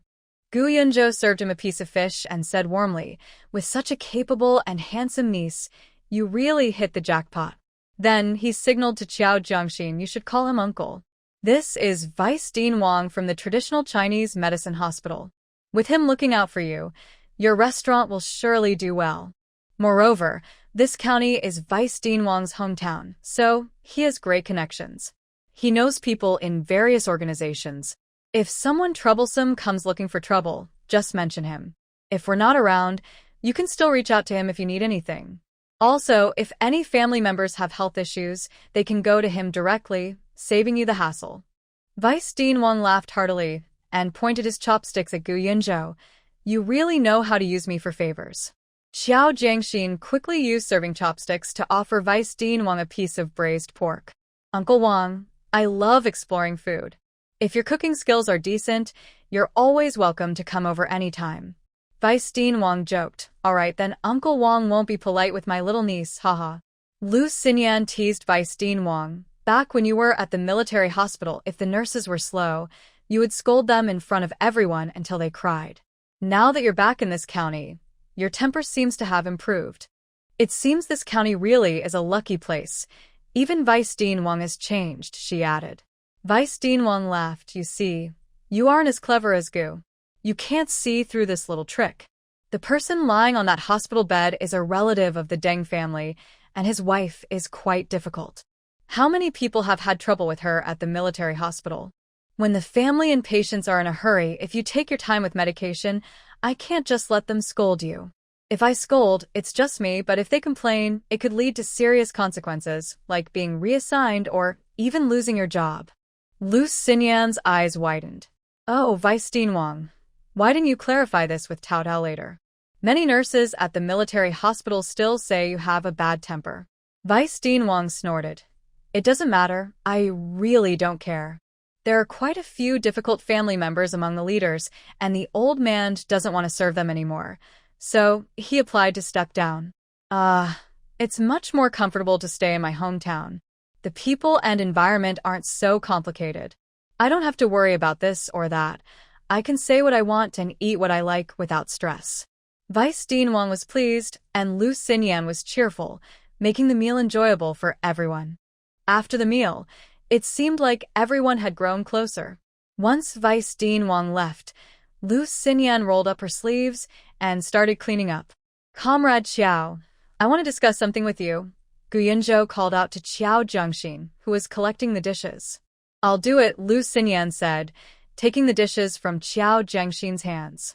Xiao Zhengxin smiled and said, "Brother Gu, just say what you need. We're close enough, no need to be polite." Gu Yunzhou smiled, his eyes sparkling. "Here's the thing, Vice Dean Wang has arranged a room for me. Although Xinyan is sent by the organization to take care of me, there is still a difference between men and women. Plus, she is engaged, so I want her to stay with you.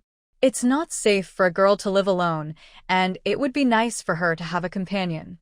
Of course, we won't stay for free. We'll pay rent," he added. "Hey, I thought it was something serious." Having Sister Xinyan as my company is a blessing. Forget about the rent. No need to be so formal, Qiao Jiangxin replied politely. Gu Yunzhou raised an eyebrow slightly. It's funding from the organization. We shouldn't pass it up. Qiao Jiangxin quickly changed her mind. Then I want it. However, Lu Xinyan seemed a bit unhappy.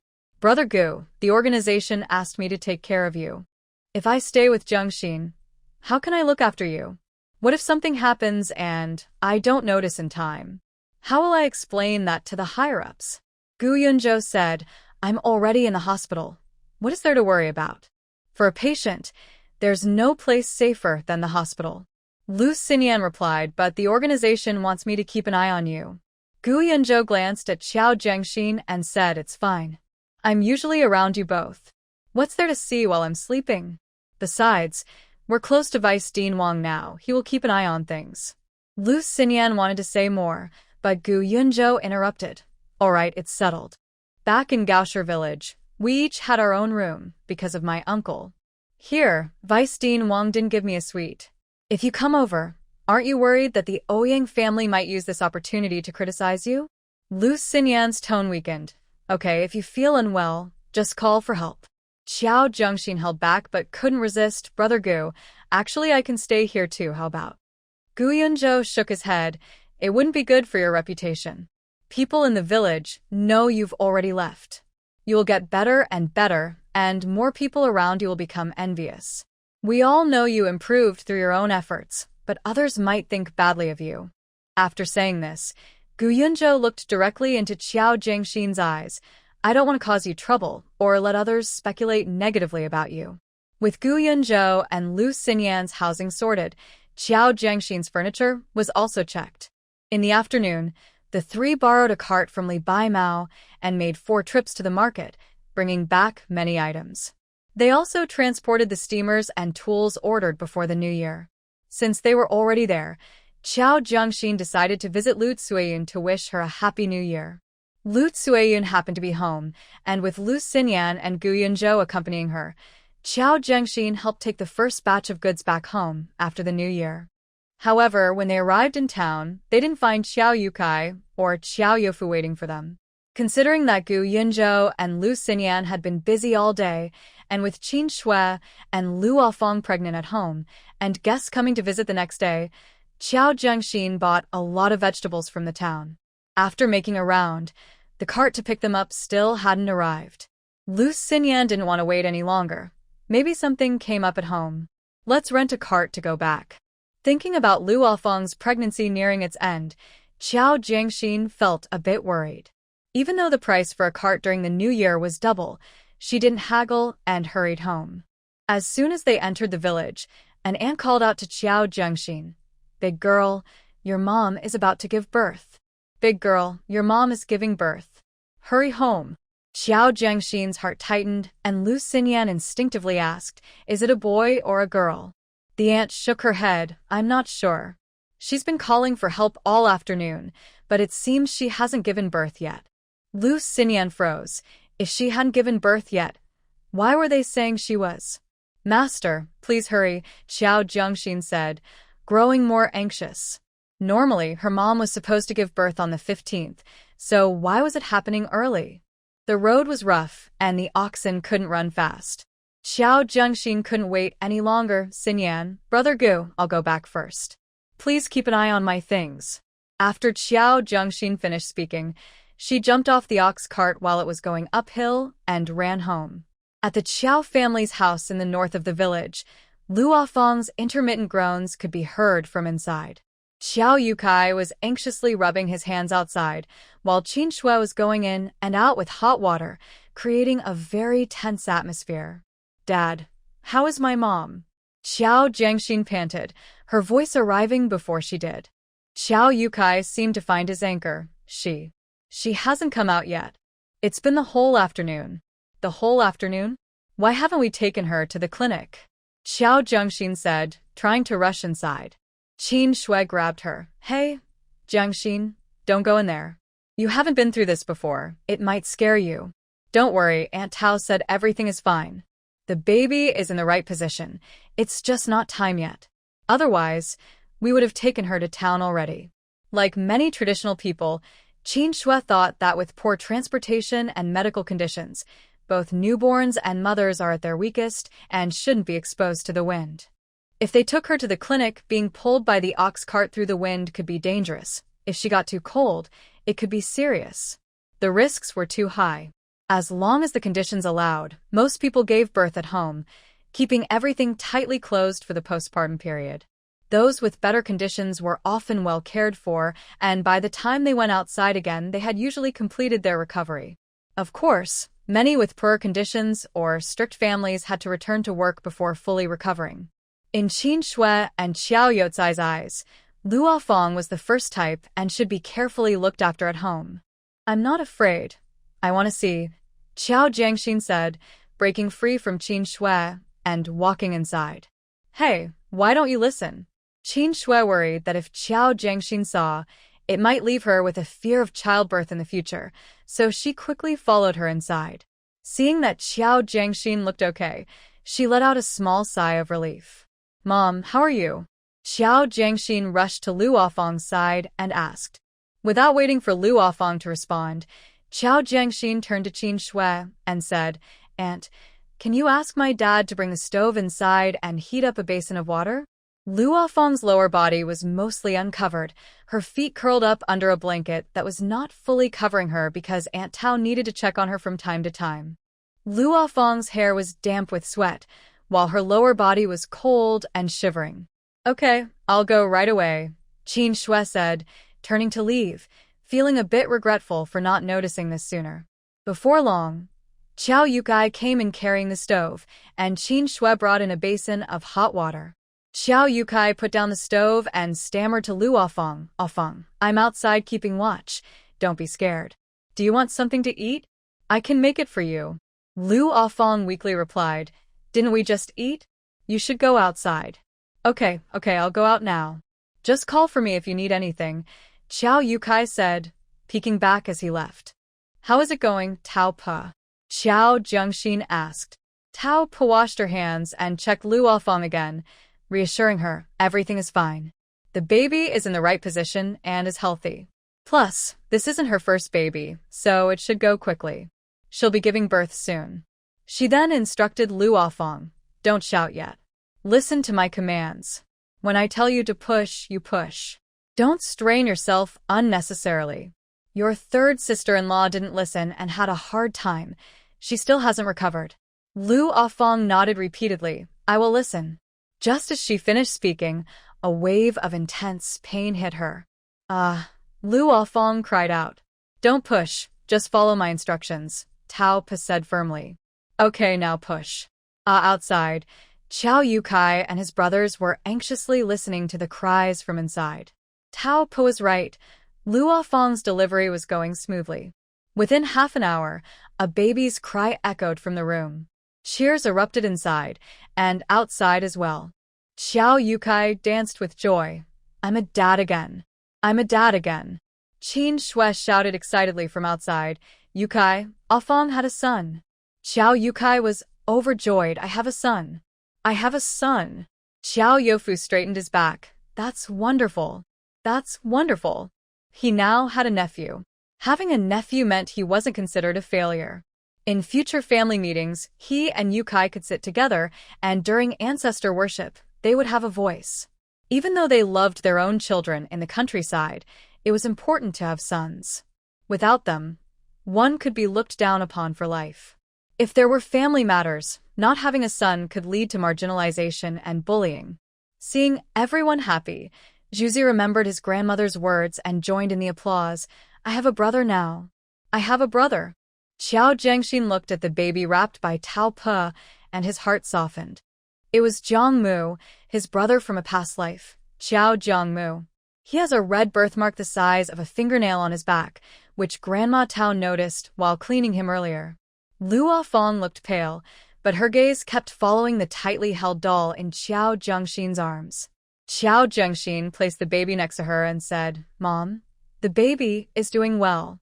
Despite the immense pain of childbirth, she hadn't cried until she looked at the child, and tears silently streamed down her face. After being suppressed for so many years, she felt insecure, dull, and timid. Only she knew the pressure she had endured all these years. Since losing that child 8 or 9 years ago, she had not been able to conceive again. Although Xiao Yukai had never blamed her and often comforted her, saying it was all fate and depended on destiny, this incident felt like a heavy mountain that kept her awake for many nights. Now that mountain had finally been lifted. Qin Shui and Grandma Tao helped change the soiled sheets and assisted Lu Fong in washing up and changing into clean clothes before stepping out. As soon as the door opened, Xiao Yukai hurried into the room. Seeing the bucket Qin Shui was carrying, he quickly said, "Sister-in-law, leave those things for now. I'll take them to the well to wash later." Qin Shui set down the bucket, turned to rush into the room, and hurriedly grabbed some money and a red envelope. As she ran outside, she stuffed 2 yuan into the envelope. Not even sealing the envelope properly, she quickly handed it to Grandma Tao, saying, "Grandma Tao, thank you for your hard work today, especially during the new year. I'm really sorry. Our house is such a mess, and there's so much to do. I'll invite you over for a meal later." As she spoke, Qin Shui turned to call out to Xiao Youfu, "Youfu, go cut a piece of cured meat, the big one, so Grandma Tao can take it home for Hao Hao, Grandma Tao's grandson." Xiao Youfu responded and quickly left. Grandma Tao accepted the red envelope, feeling grateful for their kindness and the invitation to dinner, especially since they remembered her little grandson. "Ha ha ha, congratulations. A new addition brings wealth and prosperity. You're too kind to think of my Hao Hao." Qin Shui replied politely, "It's the least I can do. I'll need your help again with this baby, haha." Just then, Xiao Youfu returned with a large piece of cured meat. Qin Shui took it and handed it to Grandma Tao, personally seeing her off with a smile before returning inside, supporting her aching back. Seeing his wife holding her waist, Xiao Youfu quickly stepped forward to help her. "You must be tired. Come, sit down and take a break. Leave the rest to me and Yukai. Just tell us what to do," said Qin Shui. Xiao Youfu laughed happily. "I'm so glad. My nephew is also like a son to me. When you have a child, I'll be even happier." Qin Shui sighed. "You and Yukai have a really good relationship." Xiao Youfu nodded, blushing as he explained, "Yes, he is my brother. My mom asked me to take care of him, and he treats me well. Jiang Xian is also nice. He took me to get treatment and encouraged me to find you at Shijia Cave. And you're also wonderful." After saying this, Xiao Youfu couldn't look directly at Qin Shui, his eyes darting around, occasionally sneaking glances at her. Qin Shui shot him a glare. "Stop it." Xiao Youfu chuckled. "Xiao Shui, you are really great." Juzi couldn't hold back and chimed in, looking up, "Mom and Dad, I will take care of my little brother too." Xiao Youfu hugged Juzi tightly. "Yes, Juzi will be a great big brother." Grandma Tao happily walked through the village with a large piece of cured meat. She had secretly opened the red envelope earlier and found 2 big pieces inside. Each piece could buy 3 pounds of meat, and this one must weigh about 2 pounds. Especially since Qin Shui knows how to treat people well. Both women helped deliver babies for the Qiao family, but why is there such a big difference? A woman saw Grandma Tao passing by her door and quickly called out, "Hey, Grandma Tao, did a Fong give birth? Wow, such a big piece of cured meat. Is it a boy?" Grandma Tao smiled. "Yes, not just the meat, but there was also a red envelope.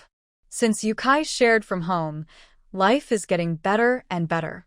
"Oh, they really had a boy. This must make Lei Honghua furious. She used to treat those brothers like servants, trying to cut them off from their family.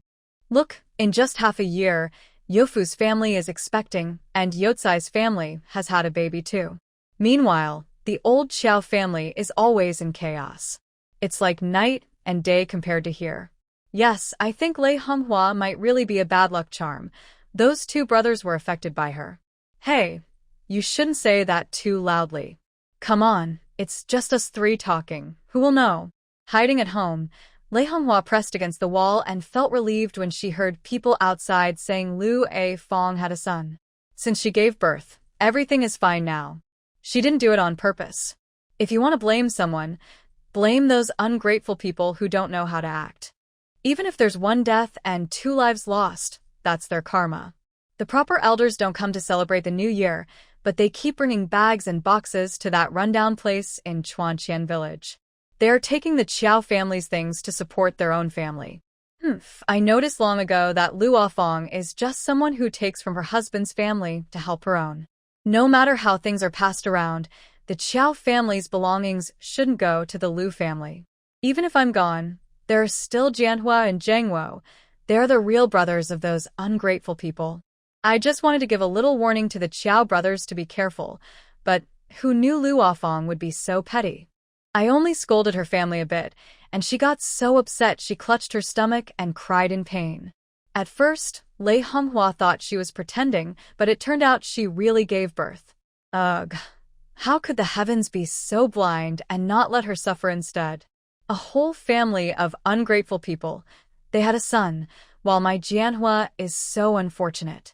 Li Xiaoping is useless, a disappointing person who, after all this time, only brought home a burden. And my poor Fong Fong. Thinking of her daughter Qiao Fong Fong made Lei Honghua's heart ache even more. Before the new year, because of that wicked girl Qiao Dai's marriage, she almost faced disaster. Now her daughter is still embarrassed at the Deng family. That old woman from the Deng family keeps bringing up this small matter every day, and their useless son bullies Fong Fong. Even Deng Ming has turned against Fong Fong. Now he has a grudge against her. When she returned home the other day, she came back all alone. Thinking of Qiao Fong Fong's haggard face, her chin so sharp from losing weight, Lei Honghua felt deep hatred for Qiao Jiang. A whole house of trouble. How could the heavens be so blind? They harmed my Fong Fong like this, and her own father and brothers don't care for her or help her, but they support that shameless Lu family instead. I've seen through Luo Fong. She's not a good person, always taking from her husband's family to help her own. Those ungrateful people will regret it one day. They don't know what's good for them and dare to blame me for being strict. If I hadn't been so careful all these years, Luo Fong would have emptied our house long ago. Today it's my aunt giving birth. Tomorrow it's my sister-in-law. The day after that it's my uncle dying, and then my mother too. All these gifts and delays at work, always finding excuses to call my daughter back. Who can keep up with such in-laws? How can you all sit there without understanding the struggles of daily life? Don't you eat, drink, or have any responsibilities? And now you blame me?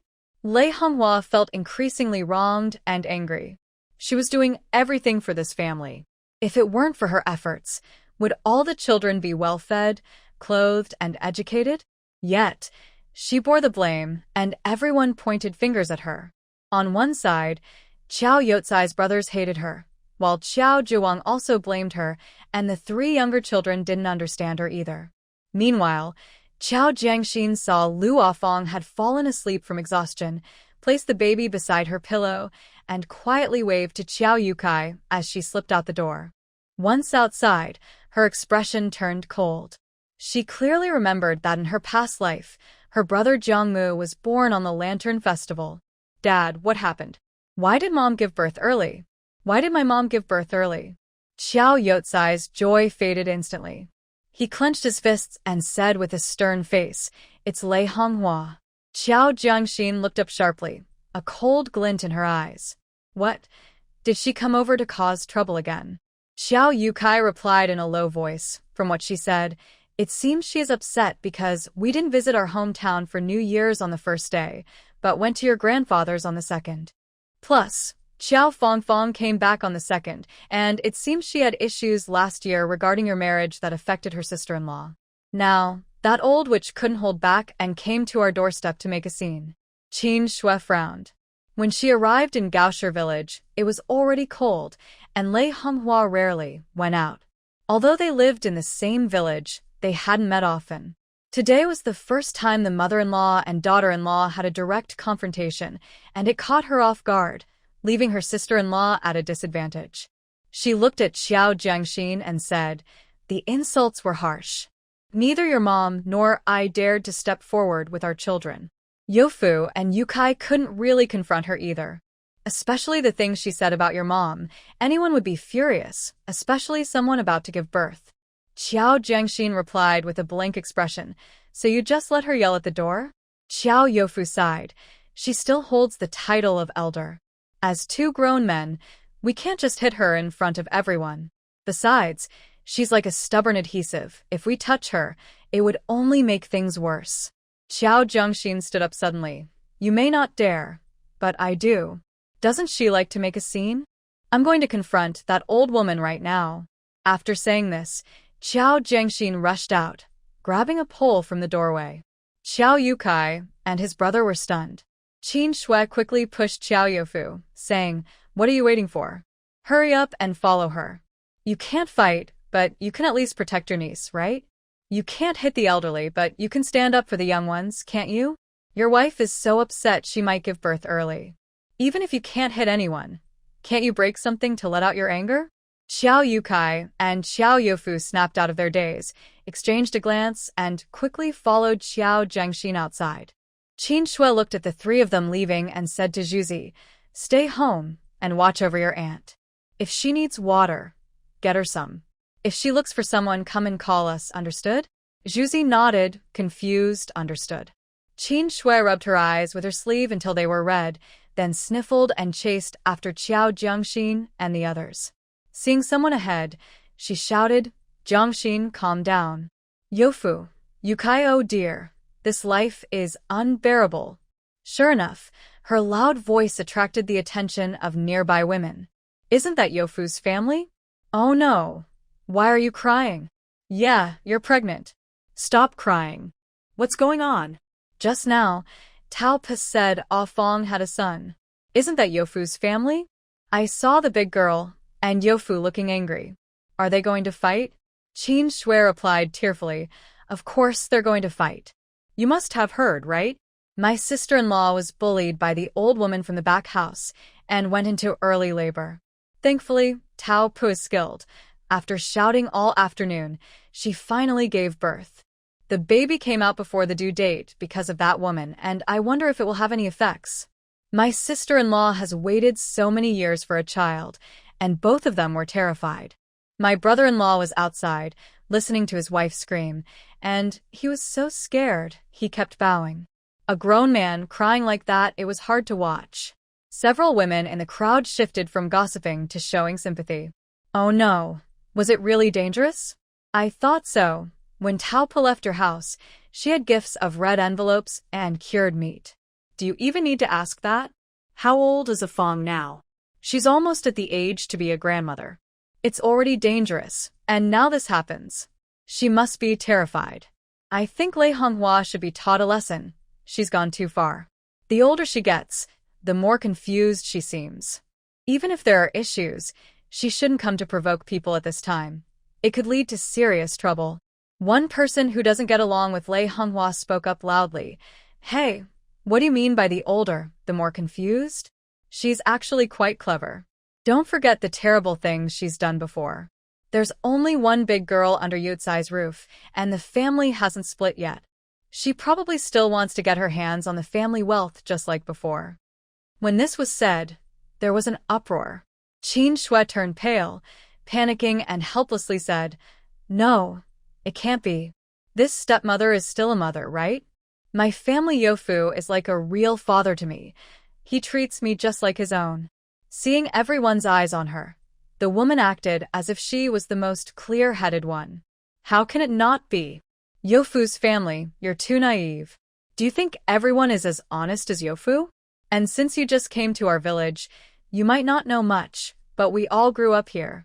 When Lei Honghua makes a move, we know whether she's up to something good or bad. She's done this kind of thing before. Otherwise, why do you think Yukai has only one big girl all these years? And why do you think Youfu insisted on splitting the family to start his own? It's all because they are calculating, and the benefits go to their own child. As Qin Shui spoke, she slowly led the group toward old Xiao's house. Before they even reached there, half the village knew that Lei Honghua had bullied Lu A Fong so badly that she had a premature birth. Thanks to Tao Pe's good skills, she managed to save a life. Now that the baby is born, The Chiao family finally has time to seek justice. No one was there to mediate or stop them. The crowd was just there to watch and condemn the Chiao family. Xiao Zhengwo was just about to go out to play cards when he saw Qiao Jiangxin coming toward him with a shoulder pole. Ah? His eyes widened in shock, and he let out a startled scream, then slammed the door shut and braced himself against it. He shouted, "Mom, what have you done now? That little troublemaker has come knocking. Oh my, how could I have been born to you?" Before Qiao Zhengwo could finish his shouting, the door was kicked open with a loud bang. He was pushed back against the door and fell face first to the ground. Ignoring the pain, he scrambled back into the house, shouting, "Don't hit me. It's not my fault. If there's a debt, it should be paid by the right person. After we split, I haven't bothered you at all. If you want to blame someone, blame my mom, not me." Just then, Lei Honghua, who had just come out of the room, saw Qiao Jiangxin at the door holding a stick, and she felt a chill run down her spine. Hearing Qiao Zhengwo's cries almost made her faint. She slammed the door shut, not caring about her son anymore. Ah! Qiao Zhengwo, seeing his mom shut the door, turned and rushed to his own room, slamming the door behind him. He sat on his bed, panting heavily, his heart racing. "Lei Honghua, you wicked woman. Come out. You old witch!" Qiao Jiangxin yelled while on the door. In the west room, Qiao Jianhua placed his daughter on the bed and stood up to check what was happening. Li Xiaoping, with a stern face, scolded him, "Sit down. Don't go out." Qiao Jianhua hesitated for a moment, saying, "It sounds like my sister and the others are in trouble. My mom and Zhengwo are still outside." Li Xiaoping replied sharply, "It's New Year's, and they've come to our door. It must be your mom or the fourth one causing trouble again. If you go out to protect them, what if they take their anger out on us? I'm still unable to get out of bed because of your mom and Zhengwo. Your daughter can't run. How many can you really protect?" Qiao Jianhua looked conflicted, standing still. Li Xiaoping sneered, "I should have realized that after everything I've been through, you haven't stood up for me. It shows that in your heart, I and our daughter are outsiders. Go ahead, protect your mom and your good brother. You'll spend your life cleaning up after them. They'll only become more reckless, and no one will have a peaceful life." After saying this, Li Xiaoping turned away, but tears started to fall. Qiao Jianhua had been married to Li Xiaoping for 2 years, and their relationship had always been good. He understood very well that she was angry. During this time, Li Xiaoping had clearly become much colder towards him. He knew the reason, but what could he do about it? After all, one was his mother and the other was his younger brother. He couldn't just hit someone to relieve his wife's anger, could he? Seeing Li Xiaoping turn away in anger, Qiao Jianhua quickly sat down on the edge of the bed and softly comforted her. "Xiaoping, I won't go. Please don't be mad. I'll listen to you. You're right, if I keep cleaning up after them every time there's a problem, they will have no worries in the future." In the yard, Qiao Jiangxin saw Lei Honghua pretending to be dead and said to Qiao Yukai, "Dad, you and Uncle kick the door down for me. If she dares to lay a hand on my mom today, she'll dare to hurt the kids tomorrow. My aunt is also pregnant, and for the safety of our family, we should take decisive action and send her away. We can't live in fear of her harming us." Qiao Yukai and Qiao Youfu, having been influenced by Qin Shui and hearing the public opinion around them, exchanged glances. 1, 2, 3, hey! After the count, they both charged forward and kicked the door with all their might. With a loud crash, the old wooden door and its frame flew off. Lei Honghua let out a terrified scream. Ah! Qiao Zhengwo, hiding in his room, shivered and nearly fell to the floor. Qiao Jianhua, who had just promised Li Xiaoping he wouldn't get involved, jumped up at the sound of Lei Honghua's piercing scream and ran outside without hesitation. Li Xiaoping quickly turned to look at him and saw him rushing out the door. Furious, she shouted, "Qiao Jianhua, your words mean nothing. You might as well get hurt too, boo-hoo." When Qiao Jianhua reached the east room, he saw Qiao Jiangxin striking Lei Honghua on the back with a stick. The sent Lei Honghua from the ground onto the bed, where she screamed in terror. "Help! Help! There's no law anymore. They're killing me. Without hesitation, Xiao Jiangxin swung the stick towards her mouth. I'll teach you to stop causing trouble with that foul mouth of yours. You like to insult people, right? Let's see how you like this. The stick hit Lei Honghua squarely in the mouth, and she fell back, eyes rolling as blood spilled from her lips. She was terrified, curled up in the corner, covering her mouth and trembling. When she saw Xiao Jianhua enter, she reached out her hand to him for help, as if she had seen a deity. Xiao Jianhua grabbed the pole that Xiao Jiangxin was holding and said, Xiao Dia, what are you doing? Even if my mom did something wrong, she is still your grandmother. How can you hurt her? Qin Shui, who was outside stirring up trouble, quickly shouted, Uncle is hitting his niece. Uncle is hitting his niece. You all just watched Jiangxin get bullied? Go after him. Why shouldn't we fight back? Even if it's a biological father, if he harms his own mother, he deserves to be hit, let alone this wicked fake grandmother. Hearing this, Qiao Youfu grabbed Xiao Jianhua's arm and twisted it back.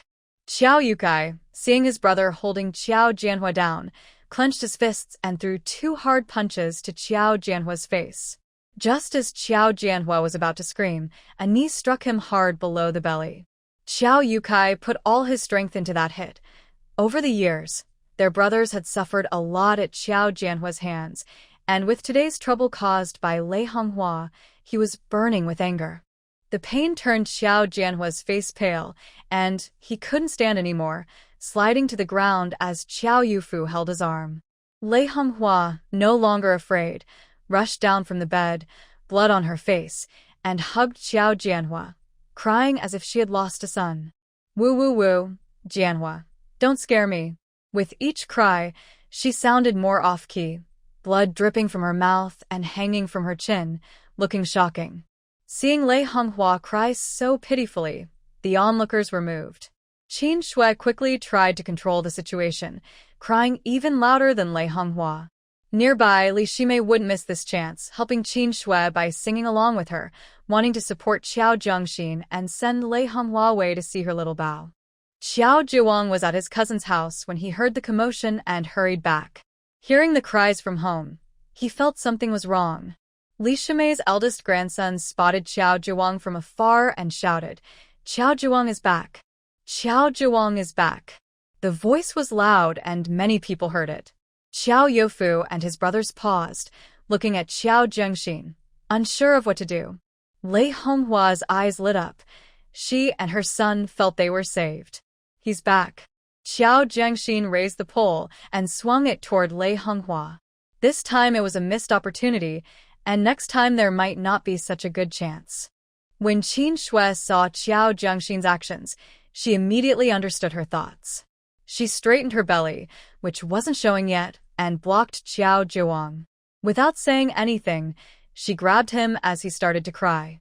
Woo woo woo, father-in-law, you have to stand up for us. Woo woo woo. Qin Shui held onto Xiao Zhiwang's sleeve and cried out, repeating, you have to stand up for us, but she didn't say what she wanted him to do. Inside the room, Lei Honghua protected Xiao Jianhua with her body, getting hit by Xiao Jiangxin's stick. Xiao Jianhua endured 2 blows and managed to grab the stick. Only then did Lei Honghua have the strength to call for help. Jianhua, woo woo woo. Old man, hurry up. Our mother and son are going to be beaten to death. Hearing the commotion inside, Xiao Zhiwang became even more anxious and tried to shake off Qin Shui. Let go, let go. Taking advantage of this, Qin Shui let out a yelp and pretended to stumble backward, accidentally falling into Aunt Nio's arms. Xiao Bao's mother, seeing this, became excited and shouted, be careful, you. Watch out for your biased father-in-law who might take advantage of the situation and hurt the baby in your belly. Li Shimei quickly added, yes, Lei Honghua has done this before. Maybe he encouraged it. Xiao Bao's mother clapped her hands. Oh no, that Lei woman didn't get to have a wealthy family, and now her father-in-law is attacking his pregnant daughter-in-law. How frightening. Aunt Nio quickly shielded Qin Shui behind her and shouted at Xiao Zhiwang. I spit on you, you shameless old man. My sister Yang Mei has had such bad luck marrying a beast like you. Having wealth and fortune isn't something my sister Youngmei stole. Why do you treat her so poorly? Even a tiger wouldn't harm its own cubs, but you are worse than a tiger. Earlier, when the wealthy family cried for an entire afternoon, you didn't show up, but now that the cruel woman has a little trouble, you rush back. This daughter-in-law is asking you for help, and you don't even listen before attacking her. I see you're not even human. As Aunt Neo finished speaking, the onlookers also condemned Xiao Jiwang from a moral high ground. Yes, Uncle Jiwang. Fingers are of different lengths. It's normal to feel pain at the back, but you can't harm those in front. Chunhua is right, Jiwang. Ah Fong is at this age and finally pregnant. How could you do such a thing? This woman giving birth is so dangerous. If things go wrong, it could mean the loss of both mother and child. How can you take advantage of her at such a time? Exactly. Don't blame Dia. Anyone in her position would be upset. This is clearly a blatant act of greed and harm. I think you shouldn't go in there. Jianhua's mom really needs to be dealt with. Otherwise, she will keep crossing the line. Li Sheju took the opportunity to chime in sarcastically. Hey, do you think he cares what you say? Either he, as the head of the family, is ignored, or does that fierce woman dare to act without his approval? If he didn't agree, how could she be so bold? After Li Shimei finished, another person added, Oh, Jiwang, what's going on? What do they say in the plays? Helping the wicked? Yes, you must be confused. How could you do something like this? Xiao Jiwang was surrounded by a group of concerned citizens, and everyone was talking at once, leaving him unable to speak. I didn't. I had no idea about this. Step aside. I told you I didn't do anything. Qin Shui hid behind Aunt Neo, sniffling while trying to peek inside the house. In that short time, Xiao Jianhua and Lei Honghua were being beaten and curled up on the floor, their cries weak. Seeing it was about time, Xiao Jiangxin rubbed her sore wrists and shouted at the person lying on the ground. You old fool, you should be grateful to the heavens, otherwise, you wouldn't be alive today. I'll let you go this time, but you better pray every day for my mom and brother to be healthy. If anything happens to them, it's your fault for causing her to give birth early. Lei Honghua groaned weakly, while Xiao Jianhua glared fiercely at Xiao Jiangxin. Xiao Jiangxin wasn't afraid of him. She glanced at the chicken coop in the yard and waved to Xiao Yukai and Xiao Youfu. Go catch the chickens and ducks from the coop to help my mom and brother recover. This wicked woman caused an early birth. I hope it doesn't affect my mom's milk supply. Xiao Yukai and Xiao Youfu were momentarily stunned. Qin Shui shouted from the crowd, Youfu, Yukai, what are you still standing there for? Xiao Youfu quickly turned and headed toward the chicken coop. On the ground, Lei Honghua heard that they were going to take her chickens and ducks, and her heart raced. No, you can't take my chickens, sob. She endured the pain and tried to get up from Xiao Jianhua, only to see Xiao Youfu and Xiao Yukai coming out of the chicken coop with the chickens and ducks. The hen that was laying eggs flapped its wings in Xiao Youfu's hands, and the only duck quacked loudly. In a panic, Lei Honghua straightened up, but suddenly felt dizzy and collapsed, landing on Xiao Jianhua. Mom, are you okay? Xiao Jianhua helped Lei Honghua sit up. Lei Honghua weakly leaned against Xiao Jianhua, trembling as she pointed outside and said, No, don't. Let them take my chickens. As soon as she finished speaking, her head tilted, and she fainted. Xiao Jiwang had just pushed through the concerned villagers trying to help when he ran into Xiao Youfu and Xiao Yukai, who were carrying the chickens and ducks.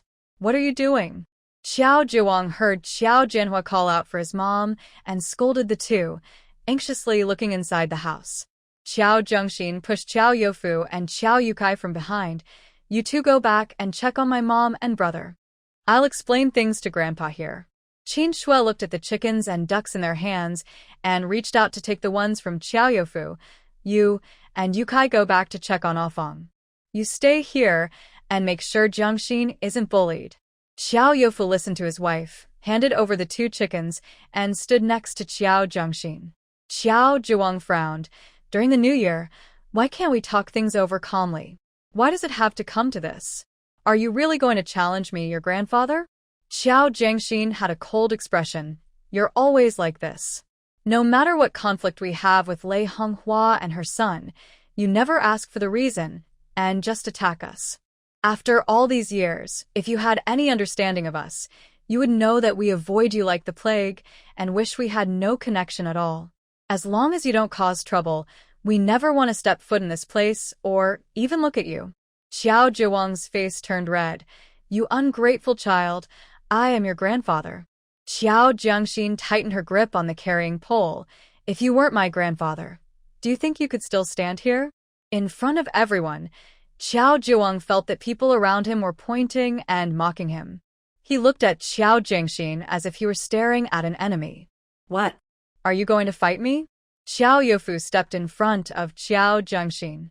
Dad, it's Lei Honghua who came here to bully us and the second families. Slap. Before Xiao Youfu could finish, the furious Xiao Zhiwang slapped him across the face. Am I not allowed to hit her? Can I not hit my own son? She's young and doesn't understand. But do you not understand either? You keep talking about Lei Honghua. Who is she? She is your mother. Do you even see me as your father anymore? Xiao Jiangxin's eyes flashed with anger, and without thinking, she raised a stick and swung it hard at Xiao Zhiwang's head. Jiangxin, stop. Xiao Youfu grabbed Xiao Zhiwang and pulled him aside. Ah! Because Xiao Youfu pulled him, the stick missed Xiao Zhiwang's head but struck his shoulder hard instead. Xiao Zhiwang felt like he was going to explode with fear. This crazy person was trying to hurt him. Big girl, put that down, shouted Anyo. Ignoring her, Xiao Jiangxin raised the stick again under Xiao Zhiwang's furious gaze. Xiao Dia, how dare you? Xiao Zhiwang's voice was almost a shriek. Aunt Nyo stepped forward to grab the stick, but her strength was halved. Then Aunt Nyo failed to take it away, and the stick hit Xiao Zhiwang on the forehead. For a moment, he felt like he saw his ex-wife waving at him. Ah, she's gone crazy. Someone stop her. Xiao Zhiwang covered his arm with a bump on his forehead and tried to push through the crowd. Xiao Jiangxin chased after him, stick in hand, shouting, "You old fool, stop right there.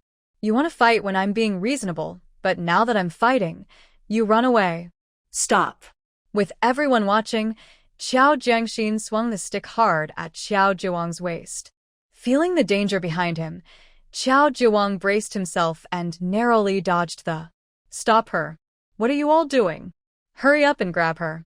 The stick was heavy, and Xiao Jiangxin had already used most of her energy dealing with Lei Honghua and her son, so she struggled to catch up with the fleeing Xiao Zhiwang. Seeing Xiao Jiangxin acting so wildly, the people around her stepped back, and no one dared to step forward. After all, she was hitting her own grandfather. Xiao Jiangxin saw her uncle get slapped while trying to protect her, and his eyes were already red. She noticed that it wasn't Xiao Zhiwang chasing after them, and she took a pole to hit the water tank in the yard. With a loud bang, the tank cracked, and water spilled out everywhere. Xiao Jiangxin, feeling frustrated, rushed into the kitchen and started smashing pots and pans, shouting, "Ah!" Xiao Youfu was startled and said, "Jiangxin, calm down." Qin Shui, who had just returned with the chicken, came back again, followed by Gu Yunzhao and Lu Xinyan, who had hurried over after hearing the news. Before they reached the door, one of the onlookers shouted to Qin Shui, Youfu's wife, "Your husband got hit by your father-in-law." Qin Shui's heart sank, and she squeezed into the crowd. Youfu? Not finding Youfu, she spotted Xiao Zhiwang hiding among the crowd. "He's over there," Aunt Nyo said, pointing to the kitchen when she saw Qin Shui was anxious. Only then did Qin Shui see Xiao Jiangxin smashing things in the kitchen and Xiao Youfu standing nearby. "Youfu, are you okay? Where did he hit you?" Qin Shui pulled Xiao Youfu and looked him over. "Oh no, it's all swollen. Why did he hit you so hard?" Seeing the handprint on Xiao Youfu's face, Qin Shui felt very sorry for him. "Isn't it the work of your cruel father-in-law?" Xiao Bao's mother chimed in. Gu Yunzhao noticed the old village chief and Xiao Jincheng approaching from a distance and quickly signaled Lu Xinyan, "Go in and talk to Jiangxin." Lu Xinyan understood and squeezed into the crowd. Gu Yunzhao stood at the entrance, and as the old village chief and Xiao Jincheng passed by, he said in a calm tone, They say poor mountains and bad waters give rise to bad people. Today, I've seen it firsthand. The grandmother's actions almost caused the daughter-in-law to suffer a terrible fate, and now the grandfather is not only silent, but also hitting people. TSK, TSK, TSK. The customs in Gaoshi village are not good. The old village chief paused, not daring to look at Gu Yunjiao, and walked ahead with a dark expression. He was not just a gossiping villager. He knew that this Changde was not an ordinary person, and his family was not ordinary either. During this time, military vehicles had come and gone many times. Moreover, Peng Zhihua always came in military uniform. Even Gu Yunjiao, when helping with the wedding, had heard Dia and Lu Xinyan mention that he seemed to be a leader recovering from an illness. That was a leader from the organization. Now, the higher-ups might have a bad impression of their village. The old village chief felt embarrassed. Inside the house, Qiao Jiangxin was working hard when someone suddenly grabbed her arm. She was about to struggle when she turned to see it was Lu Xinyan. Jiangxin, the old village leader, and that uncle from your family have come, Lu Xinyan whispered. Qiao Jiangxin dropped the carrying pole in her hand, pinched a bit of flesh at her waist, and with a determined expression, she twisted around painfully. Wow. She rushed out of the kitchen and sat down on the floor, tears streaming down her face. It hurt so much. She didn't even need to look to know her waist was definitely bruised. Woo woo woo, she cried, tears flowing freely. The old village leader pushed through the crowd, pointing at Xiao Zhuang. Why is it always your family causing trouble? Even after splitting up, you still can't have a peaceful year. If you don't want to live well, does the whole village have to suffer? During the new year, you can't even behave. Because of your family's issues, our village's reputation is ruined. When leaders outside mention our village, do you know what they say? Poor mountains and bad waters produce bad people. Do you understand? Because of your family's problems, our village is seen as bad. Xiao Zhuang was scolded in front of most of the village, losing all face. Old village leader, it's not. He was about to argue when he saw Qin Shui pulling out Xiao Youfu, who had a handprint on his face. This life is unbearable. It's driving us to the edge. Old village leader, you have to help us. Qin Shui pushed Xiao Youfu forward. Old village leader, look at my husband's face. He was hit by my father-in-law. The reason is that my mother-in-law came over today to bully us, causing my sister-in-law to give birth early. We came to ask for an explanation. My father-in-law didn't even ask what happened and just started hitting. He's protecting my mother-in-law. At this point, Qin Shui's eyes widened as if she thought of something. Someone told me my father-in-law wants to control the two older sons to please the younger daughter-in-law. He doesn't want my husband to marry or my brother-in-law to have children. This way, my husband and his brother will have to work for the younger siblings forever. Is this true? Did my mother-in-law come to cause trouble today because my father-in-law instructed her? No wonder he defended them without asking anything and hit my husband. Qin Shui looked devastated. Oh no, what kind of family did I marry into? Woo. Old party secretary, you can't just stand by and watch this happen. If it keeps happening, we won't survive their schemes. Xiao Zhuang's face turned red. Stop talking nonsense. Be quiet. Xiao Jincheng, with a stern face, pointed at Xiao Zhuang. I think you're the one who should be quiet. Xiao Zhuang wanted to say something, but she just started sobbing. Once she began crying, she couldn't stop. Seeing her cry so sadly, Xiao Jincheng softened his tone and comforted her. All right, don't cry anymore. Your uncle is here. No one will bully you. Xiao Zhuang was nearly overwhelmed with anger. He said, Uncle, who is bullying whom? They came to our door. Look at this bump on my head and the damage to my kitchen and water tank. My wife and Manhwa are affected too. Not just in Gaoshi village, but even throughout history, has anyone heard of a granddaughter hitting her grandparents with a stick?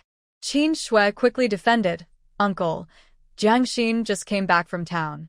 She saw a dangerous scene with my sister-in-law as soon as she got home. She's just a young girl and was scared. They came to our old house and harmed her mother and brother. How could she bear that? Besides, given my mother-in-law's reputation, Jiangxin must have suffered under her when she was working for her. Now her mother and brother were almost pushed to death. It's no wonder she was so frightened. Aunt Neo quickly chimed in, yes, she was scared. Look at how much she's crying.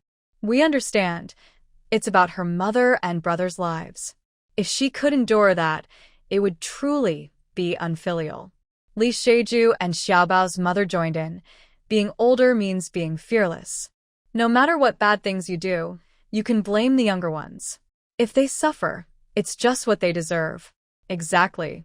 One mistake, and they label the younger ones as unfilial. They take advantage of their age, making excuses for their wrongdoings. They are endangering lives and still talk about filial piety.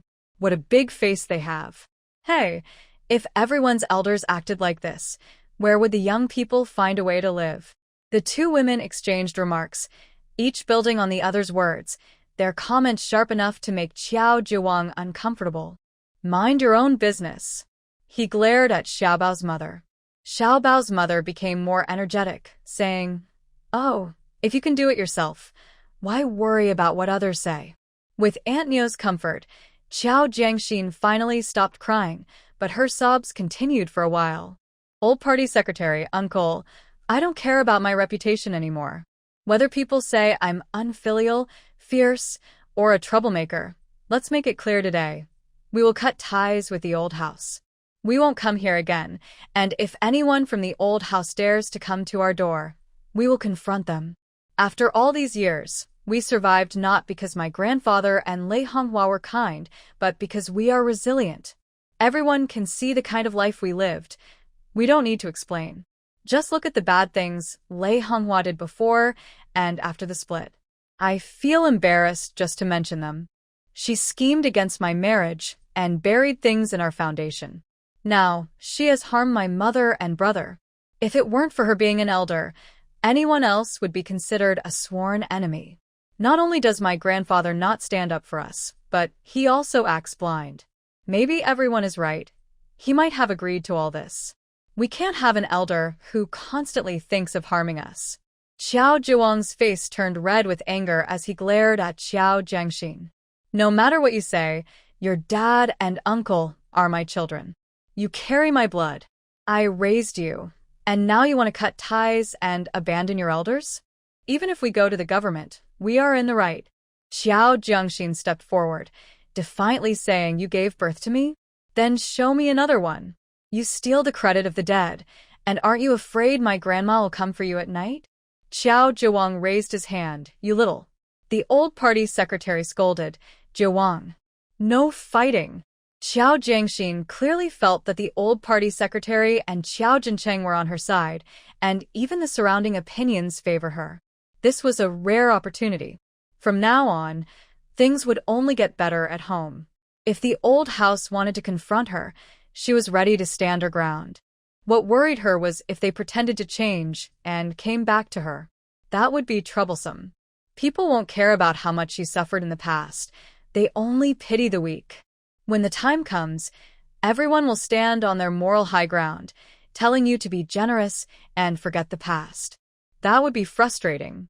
So this time, Qiao Jiangxin made a big scene, partly to vent her anger. On the other hand, I plan to use what Lei Honghua did today to completely cut ties with this side. Otherwise, if we keep thinking about it, that cruel woman, Lei Honghua, might even harm the children. The old village chief's reprimand made Qiao Zhiwang's raised arm freeze for a moment. He turned and pointed at Qiao Jiangxin, saying to the old village chief, Chief, listen to what this ungrateful child is saying. The old village chief sighed and said to Qiao Jiangxin, Dear, you shouldn't talk about cutting ties so casually. If there are misunderstandings in a family, it's better to clear them up. Sometimes, we all have our disagreements. If every family had a conflict and immediately shouted about cutting ties, there wouldn't be many families left connected in this world. Besides, you are younger. Your father and uncle haven't said anything yet, and you, as a granddaughter, jumping out to shout about cutting ties. Does that make sense? Hearing this, Qin Shui pushed Xiao Youfu forward. Go on, head of the family. Xiao Youfu stumbled forward, standing right in front of the old village chief. He stammered, old chief, I want to cut ties. Qin Shui timely shouted from behind, yes, this isn't Jiangxin's idea. It's our family's decision. We're scared of everything happening at the old house. We're worried that after working hard for a good life, they might try to harm our family. You Yofu, what nonsense are you talking? Qiao Jincheng said, sounding a bit angry. He is the highest-ranking elder in the Qiao family and doesn't want to admit that there could be such terrible people in their family. So Qin Shui's words not only criticized Qiao Zhuang but also seemed to tarnish the reputation of the Qiao family. If this got out, people would only say bad things about the Qiao family, affecting everyone with the surname Qiao. Qiao Jiangxin didn't care about that. Uncle, you might not know what happened today, so let me explain. Lei Manhwa came to our house and scolded my mother because of our visit to my grandfather's house. Before we separated, she wouldn't let my mother have contact with her family. Now that we've separated, she still doesn't allow us to have contact with our relatives, and because of this, she forced my mother into early labor, putting her life at risk to give birth to my brother. Qiao Jiangxin spoke quickly and with reason. Everyone in the village can see how difficult this pregnancy was for my mother. What do you think her purpose was? What are you thinking? She believes that my mom should only give gifts to the Qiao family, and everything in the Qiao family should belong to her son. We are still alive, yet in her eyes, everything we have is already her son's. How can we live without fear? Did my aunt say anything wrong? I think she was right. I didn't want to bring up the past, but everyone knows my mom hasn't been in touch with her family for many years. Today, I will reveal the truth. Why has my mom been unable to have children for so many years? What happened to the child she lost? This even involves my grandmother's life. When my mom lost that child, my grandmother traveled a long way to see her, but Lei Manhwa rudely sent her away. My grandmother was worried about my mom and fell into a ditch on her way home. She was bedridden for a year, and during that time, my mom wanted to visit, but she wasn't allowed to. The village sent at least 3 messages, but Lei Manhwa intercepted them and kept us in the dark. It wasn't until my grandmother passed away that my mom found out. She didn't even get to see her one last time. Our family worked hard to support them, and at my grandmother's funeral, the Qiao family didn't even provide a coffin. Today, counting my mom, my brother, and me, how many people's lives are stained by Lei Manhwa's actions? And all of this was allowed by my grandfather. When I said this, the crowd was in shock. Qiao Zhuang looked away, embarrassed to have his secrets exposed in public. He stammered in defense, "What do you mean I allowed it? I didn't know any of this. My grandmother runs the household, and I'm busy working in the fields all day. I don't have time for these matters." Qiao Jiangxin didn't care. She was determined. "Uncle, old party secretary, if this relationship doesn't change, neither we nor the Qiao family will have peaceful lives. If we do something outrageous that harms the village's reputation, don't blame us. Lei Manhwa thinks that a married daughter should cut ties with her family, right? If she dares to go back to her family, I will cause a scene in Lei village. If Qiao Fangfang dares to return, I will confront her too. Lei Manhwa must die before she can come back, and there will be no coffin. Anne Li Xiaoping, she married into the Qiao family. She is a Qiao in life and death.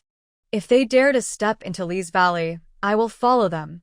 She can only go back when her mother has passed, and there will be no coffin. The rules of the Qiao family shouldn't only apply to my mother." The onlookers immediately reacted, "Oh no, Lei Manhwa is out of line. You can't bring trouble to us. If you keep this up, how will the young men in our village find wives?" Aunt from the Qiao family expressed her dissatisfaction. "Exactly. What do you mean by Qiao family rules? Our family is different from yours. You can't say it's a Qiao family rule. Sharing the same surname has brought me bad luck. My son Jianyong is at the age to find a wife.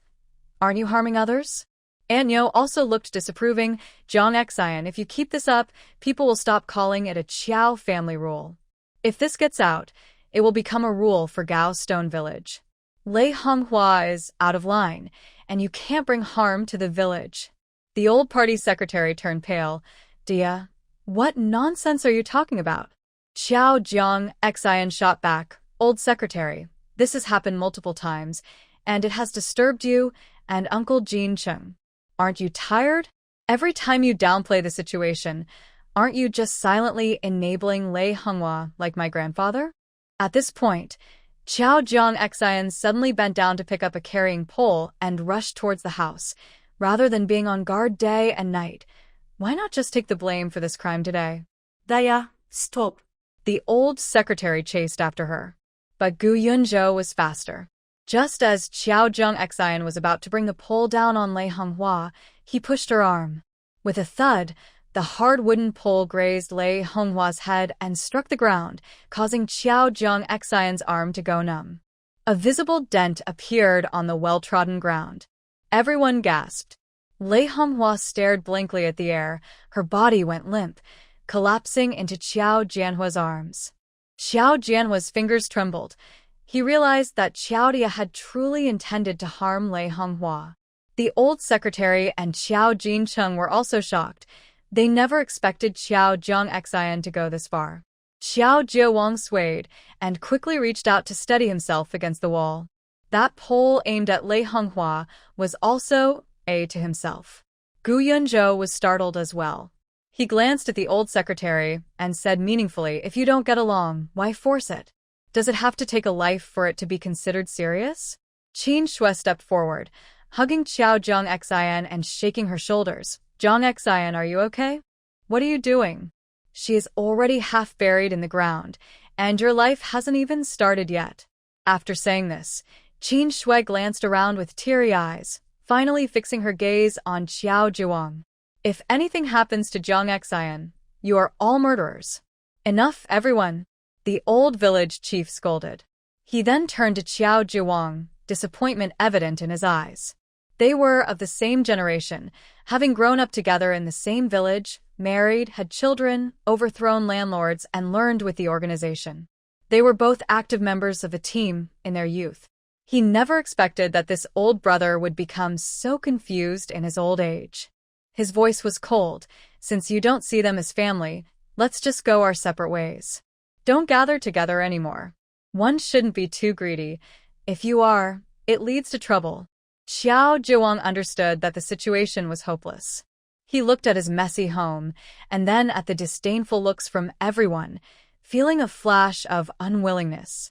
"I will listen to the village chief, but I have one condition."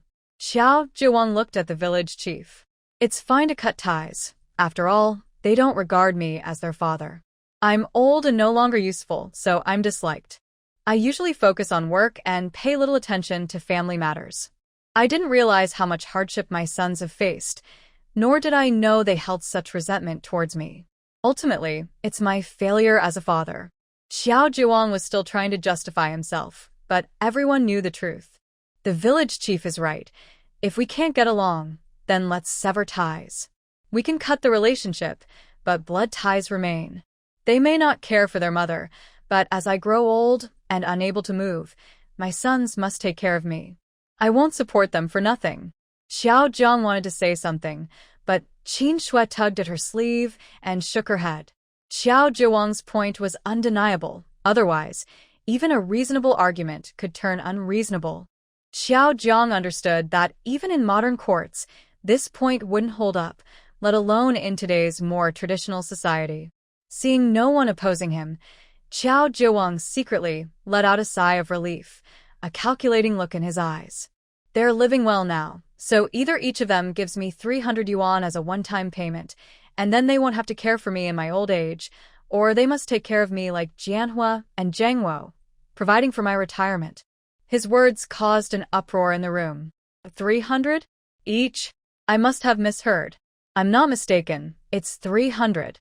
That old man Xiao is quite greedy. He knows that brother Qiao has some money and wants to take it from him. TSK, TSK, TSK. They just split up and are building houses and getting married. I heard from Qin Shui that the little money they earn from running around isn't even enough to pay off their debts. In our entire Gaoshi village, how many can actually come up with 300?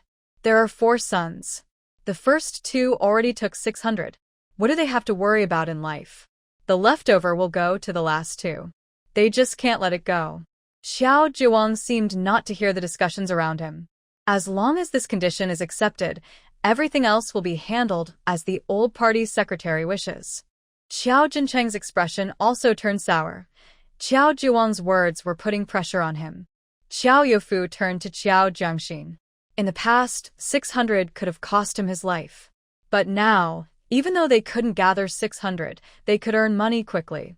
He thought it was worth it to get rid of this trouble and never deal with it again. Qin Shui whispered, "We can't agree. If we give him the money now, he will use it on his family. When he really needs money to save his life, can we just watch him die? Especially when our lives seem better than others. If we do that, it will break our backs." Xiao Youfu and Xiao Jiangxin understood this reasoning, but she was furious and jumped up to shout, 600. 600 could bury your whole family. Not a dime. You've drained us for half your life, and now it's time for Qiao Jianhua and his useless brothers to take their turn. If they can't support themselves, then they should just go meet my grandmother sooner. Daya, sipek properly.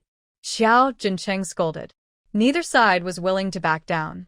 Xiao Jiangxin wanted to dig up the old house, and as for supporting them, why should they? The Qiao Jiangwo brothers were not completely gone. Xiao Zhiwang used moral pressure, and the old party secretary and Xiao Jincheng worked on both sides for a while until Qiao Youfu made a concession.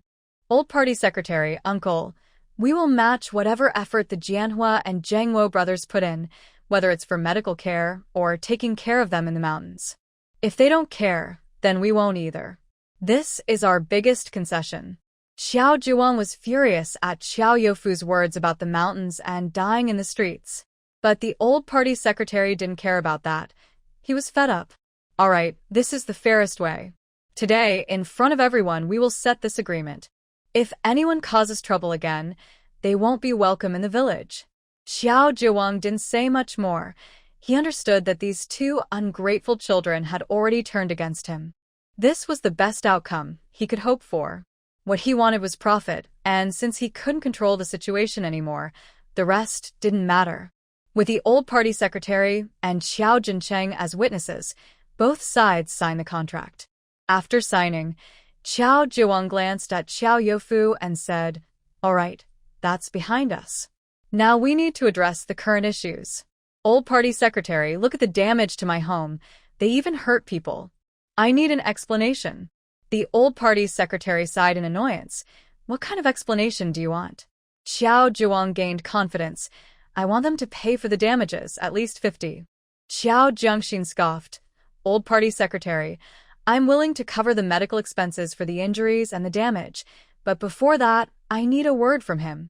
My brother was released early today, and he is definitely weaker than other kids. We also deserve compensation. Nothing can replace what he missed out on but since he's out now, we'll settle for some ginseng, deer antler, and bird's nest. We want 500. Xiao Zhiwang's face turned red with anger. "You're talking nonsense. This is outrageous." Xiao Jiangxin rolled his eyes at him. "If I were you, I wouldn't even have the face to speak. You're getting older, but your shamelessness is off the charts. If only you had been born decades earlier, your thick skin could serve as a shield in battle." With that, Xiao Jiangxin turned away, without looking back. Xiao Youfu quickly pulled Qin Shui to follow behind. Lu Xinyan and her friend, who had been watching from the sidelines, also left as there was no more excitement to see, and everyone dispersed. Xiao Zhiwang pointed at Xiao Jiangxin and the others, furious. "Uncle, old party secretary, look. Xiao Jincheng frowned. "What are you looking at?" "She's right. The older you get, the more shameless you become. You still have the nerve to ask for compensation? Have you forgotten why they came after you? A house full of nonsense. Don't forget you've severed ties. Stay away from them, or if they come knocking, you'll deserve whatever happens." After saying that, Qiao Jincheng left angrily. Xiao Bao's mom and Li Shimei leaned over the wall, laughing. Xiao Zhiwang glared at them. "What are you looking at?" Li Shimei, munching on seeds, replied. "What else? Just enjoying the show." Xiao Bao's mom chimed in, "Right? What a big joke. This must be the first of its kind in the area. It's true that not all families belong together. It's a mix of snakes and rats in one house." After speaking, Xiaobao's mother held onto Li Shimei's hand and said, "Mom, let's go back. Don't get involved with their bad luck." Xiao Zhuang's knuckles were turning white from clenching his fists.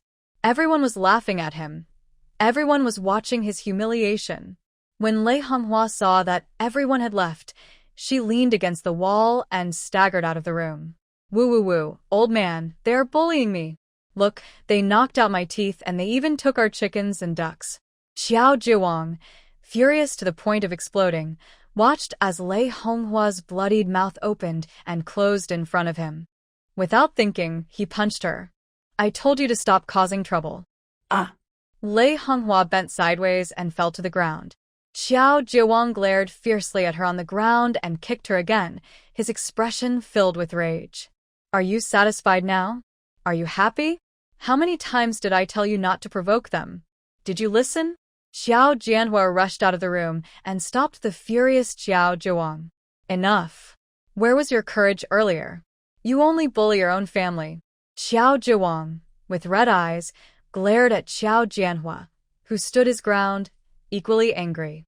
Xiao Zhengwo secretly opened a door to peek outside, and upon seeing only Xiao Jianhua and Lei Honghua, he sighed in relief and stepped out. "Mom, you brought this on yourself. I've told you so many times that those people are no longer the ones you could easily push around. They are fierce and dangerous. I warned you not to provoke them, but you wouldn't listen. How many times have you benefited from this? Now look, you've been beaten, our home has been destroyed, and even my brother and dad have been hurt. Luckily, I've been in enough fights to know how to escape quickly. Otherwise, I would have been in trouble too." Lei Honghua listened to her son's accusations, and her chest felt heavier. Tears and mucus mixed with blood on her lips looked frightening. Xiao Jianhua coldly told Xiao Zhengwo, "Shut up. If you don't speak, no one will think you're mute. If you can talk so much, why didn't we see you just now?" Xiao Zhengwo protested, "I'm not wrong. This isn't just Mom's fault. If you and Dad didn't spoil her, she wouldn't feel unbalanced and keep bothering them." Xiao Jianhua's face darkened. "Get lost. Don't make me hit you." Xiao Zhengwo stepped back and shouted, "Go ahead, hit me. If you do, I'll hit your wife. You're just like Dad, very sneaky. Whenever something happens, Mom takes the blame while you two enjoy the benefits. She only listens to you guys and ignores me. If you just told her to stop causing trouble, would she still act like this?" As he spoke, Xiao Zhengwo became more agitated, looking down at Lei Honghua on the ground. "Mom, you always say I'm not ambitious and don't listen to you. Let me tell you, if you keep causing chaos, you'll be the one to suffer." After venting, Xiao Zhengwo kicked a basket that had been thrown into the yard and swaggered out to play cards. He was so annoyed. They should have dealt with things instead of letting others take advantage. If he had known, he would have risked getting beaten just to sneak out and join his friends. He didn't want to stay in this house any more than Li Xiaoping did. Remembering how his friends were planning to go out yesterday and thinking about the situation at home, Xiao Zhengwo felt a bit tempted. At a rundown house at the west end of the village, when Xiao Zhengwo pushed the door open, Lai Go and Air Chong Pao were already gathered around the stove. "Zhengwo, why did you come so late? We've been waiting for you," Lai Go said, looking up. Xiao Zhengwo looked frustrated. "The family of that troublemaker came to my house and blocked me in. I just got out now. Our house was wrecked, and everyone except me and the new mother was beaten." Lai Go and Air Chong Pao widened their eyes. Since people in the village avoided them, they had missed such a big event while huddled by the stove. "Is it possible that your mom went to confront them again?" Xiao Zhengwo was furious. "If others say that, you do too. What do you mean for me? Did I ask her to go? I just need a meal. Why would I need her to confront anyone? My mom did that for Xiao Jianhua, so don't involve me. I didn't ask for anything." He said this with an angry tone, and both Air Chong Pao and Lai Go fell silent. After loudly arguing back, Xiao Zhengwo felt much better inside.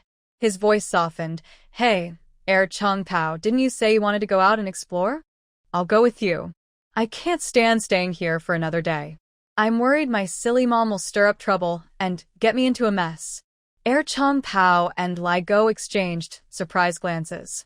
What made you change your mind? Lai Go was curious too. Yeah, you said there was food and drink at home, so why go anywhere? You convinced us to stay put, and now you want to leave? Xiao Zhengwo sighed. What's so great at home? I haven't done anything wrong, just been a bit lazy. I could handle the complaints before, but now it feels dangerous. Besides, don't we know how people see us? Just the three of us walking out and people spit at us and tell their kids not to be like us. They even say, if you misbehave, you'll end up like Xiao Zhengwo. After saying this, Xiao Zhengwo felt relieved. Do you want to be disliked forever? If we go out and use our smarts, who knows, we might get lucky and make some money. Then I can come back in style. Lai Go imagined himself in a suit, throwing candy on the ground while all the village kids bent down to pick it up. That would be amazing. Okay, I'll go with you. Chong Pao thought about his parents making noise every day and gritted his teeth. I'll go too. When are we leaving? And we need money to go out. Where will we get that? Ask at home. Where else? Will your family give you any? Don't you remember how your mom chased you for asking for 20 cents to play cards? Then I'll borrow from home and pay them back tenfold when I make money. The Qiao family was in chaos, but in the northern part of the village, the Qiao Zhengxin family was celebrating. Luo Fong had a baby and even went to the Qiao family to celebrate, causing quite a scene in front of half the village. From now on, except for matters of life and death regarding Qiao Zhuang, the two families wouldn't need to interact much.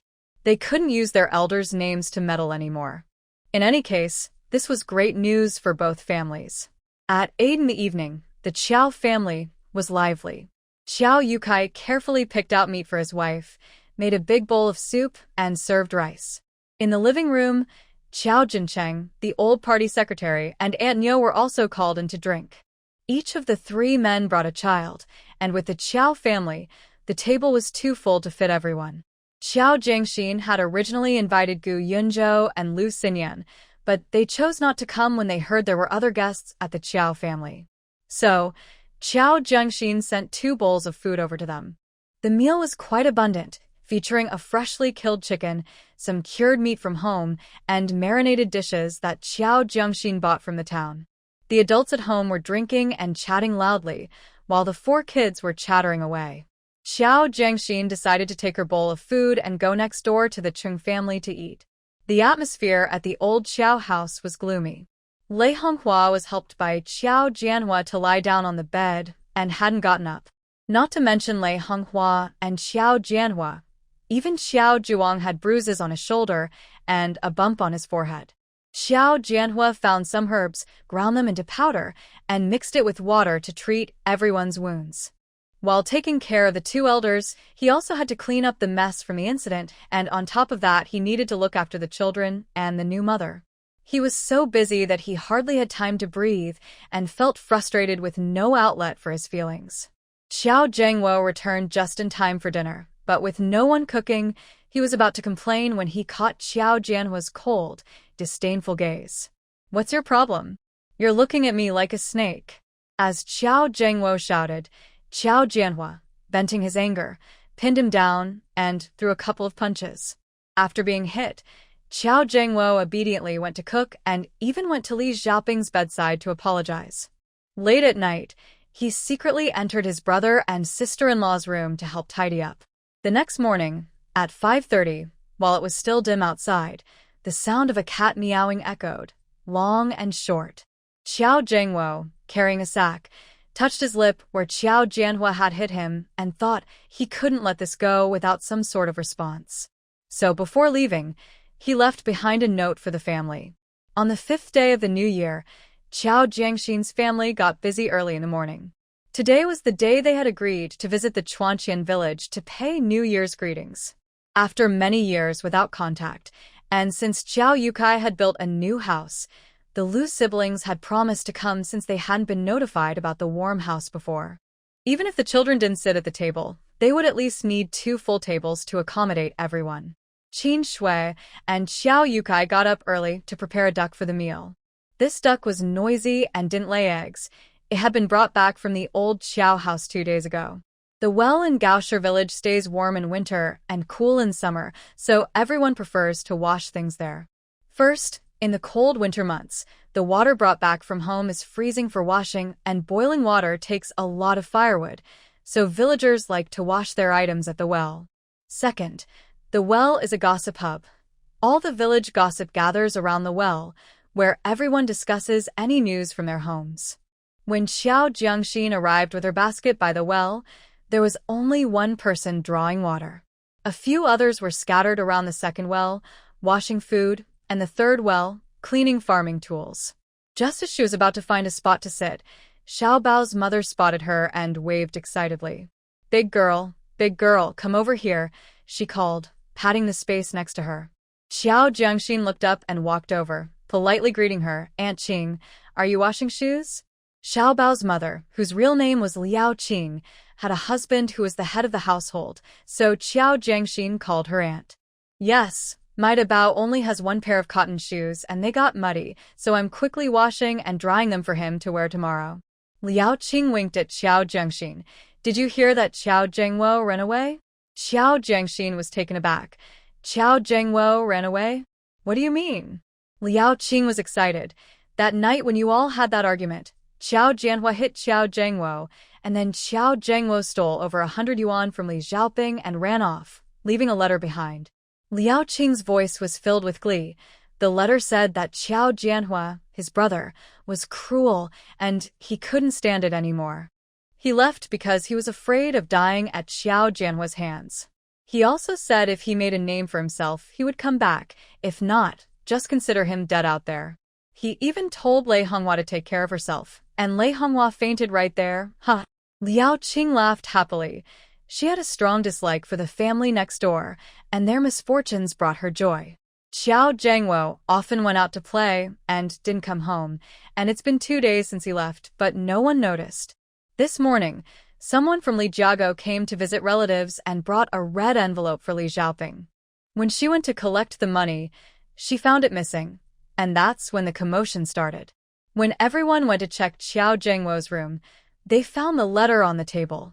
Xiao Jiangxin was shocked by Xiao Zhengwo's bold actions. She suddenly felt excited. Xiao Zhengwo is really something. He stole money and left a letter for his family. How did he even think of that? You'd expect Xiao Jianhua and his wife to be upset about the theft, but now with this, they probably blamed Xiao Jianhua instead. If Xiao Zhengwo doesn't come back or something happens to him, Xiao Jianhua will carry the blame for his brother's fate forever. What a character. Xiao Jiangxin was thrilled. The enemy of her enemy was her friend, and she found herself oddly approving of Xiao Zhengwo's reckless behavior. Liao Qing laughed. Isn't it true? Their house is quite lively right now. Lei Honghua is crying and yelling, and Li Xiaoping is demanding compensation. The Li family is also causing a fuss, upset about their daughter. Xiao Zhiwang and Xiao Jianhua are almost pulling their hair out. And before they could sort out their own family matters, the heir Chong Pao family and Grandma Lai Go came knocking. Xiao Jiangxin, curious, asked, "Do you think those two families were also robbed?" Liao Qing gave her an approving look. Those two troublemakers are missing too. They heard that Xiao Zhengwo ran away and realized they hadn't seen their own for 2 days. Xiao Jiangxin's eyes lit up. Grandma Lai Go is known to be very difficult to deal with. Lai Go's dad was the eldest in the family, but died in an accident while working on a reservoir when Lai Go was just 3. Lai Go's mom left him to remarry, so he grew up with his grandmother, who took care of him and relied on her 2 uncles for meals. Grandma Lai Go single-handedly managed her 2 sons' families and even dealt with nearby relatives, using her stubbornness to raise Lai Go. Despite the tough times when everyone struggled to get enough food, Lai Go, protected by his grandmother, lived better than most. He even developed some bad habits and, now in his 20s, still relies on his grandmother for support from his uncles and aunts. Xiao Jiangxin lowered her voice. "Oh my, Grandma Lai Go is back in action? This is so exciting." She didn't even want to wash her things anymore. Lai Go is the only heir left, and she must be more protective of him than anything else. Now that Lai Go is missing, she must be going crazy. Ha ha, 10 Lei Honghuas wouldn't stand a chance against Grandma Lai Go. Liao Qing's smile was wide, and then there's the heir Chong Pao family, who reported losing 30 yuan and left a letter saying they went out to seek adventure. They heard that Qiao Zhengwo was forced away by Qiao Jianhua, so they all came to demand an explanation, blaming Qiao Jianhua. They say if Qiao Jianhua hadn't fought with Qiao Zhengwo, he wouldn't have left, and if he hadn't left, neither would heir Chong Pao or Lai Go. Wow, I can only imagine how chaotic that scene must have been. No wonder there are so few people at the well today. They must have all gone over there to watch the drama. Qiao Zhengxin said, intrigued. Liao Qing quickly finished cleaning her shoes. Exactly. The talk of the table in Gaoshi village is all about them. All right, I'm done washing. I'm heading home to enjoy the show. You take your time.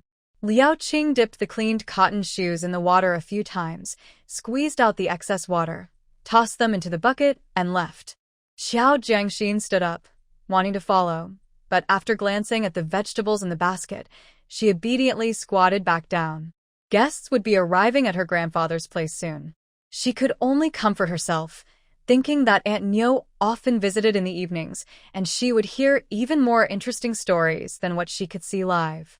Just as she pulled out some muddy green onions and garlic to wash, she saw Lu Haimao hurriedly carrying a box down the small path. Wow, Uncle Haimao is also involved. Chunya, can you watch my vegetables for me? Thank you. Qiao Zhengxin called to a girl nearby who was busy washing 2 large buckets of clothes, then quickly ran after Lu Haimao. Before reaching the old Qiao family home, she could already hear sharp, noisy shouting from a distance. And there was the roar of the old party secretary. Qiao Zhengxin's adrenaline surged. Even the usually calm secretary was shouting. The shouting was about the mischievous dog, proving that experience matters when dealing with tough situations. At that moment, she heard footsteps behind her. Turning around, she saw the mischievous dog's uncles rushing over. By the time Qiao Zhengxin arrived, a crowd had already gathered around the old Qiao family home. She stood on her tiptoes, stretching her neck to peek inside. Daya, overhead. Qiao Zhengxin looked up to see Liao Qing waving at her from inside the house they had bought from Qiao Youfu's brothers. She hurried inside and eagerly leaned against the wall to watch. Across the wall, the old party secretary was shouting at the mischievous dog's uncles, telling them to take the dog away. The 2 uncles, both big men, tried to grab the mischievous dog, but one of them got scratched, leaving a bloody mark from his face to his neck. The mischievous dog was thin and fiery, with wide, triangular eyes, barking at the people from Li's family like a machine gun. Both the Qiao and Li families looked wary. Qiao Zhengxin watched for a moment and then exclaimed, "Wow, who beat Qiao Jianhua? His hair looks like a bird's nest, and his sweater is all pulled apart? Ha ha ha. Oh my, isn't that from Li's family? Wait, did Li Xiaoping's mom join the fight too? And look at her droopy expression. Did they lose? Hey, where's one of her shoes?" Li Shimei excitedly responded to Qiao Zhengxin's amazement. Yes, that mother-in-law had a fight with Lai Go Nai and almost got hurt. Did you see her holding her hip? It was almost injured by Lai Go Nai. Qiao Zhengxin eagerly looked inside the house, whereas Lei Honghuas. Li Shimei calmly replied, "She is too weak. She only bullies someone like your mom, but when she faced Lai Go Nai, she couldn't last even 1 round. Now she's being taken inside. Lu Haimao just went in with a box. Why aren't you 2 hurrying to help her? What are you waiting for? Do you want someone to get seriously hurt?" The old village chief shouted at Lai Go's uncles. Lai Go's uncles were a bit afraid of the old lady and hesitated to step forward. Seeing this, the old village chief had to go pull her himself, but Lai Go Nai retaliated and hurt him. Lai Go Nai glared at the old village chief. "Come on. I've been alone for over 30 years. In the past, the government would have honored me for my loyalty. How dare you pull at me? I've lived a clean life, and you have such a cruel heart, trying to ruin my reputation." As she shouted, Lai Go Nai yelled, "The old village chief pulled my clothes. Everyone saw it. This old man is after my beauty." Ouch. The old village chief stepped back in pain, his face turning pale from her unreasonable accusations. Stop your nonsense. You're 60, and I'm only 50.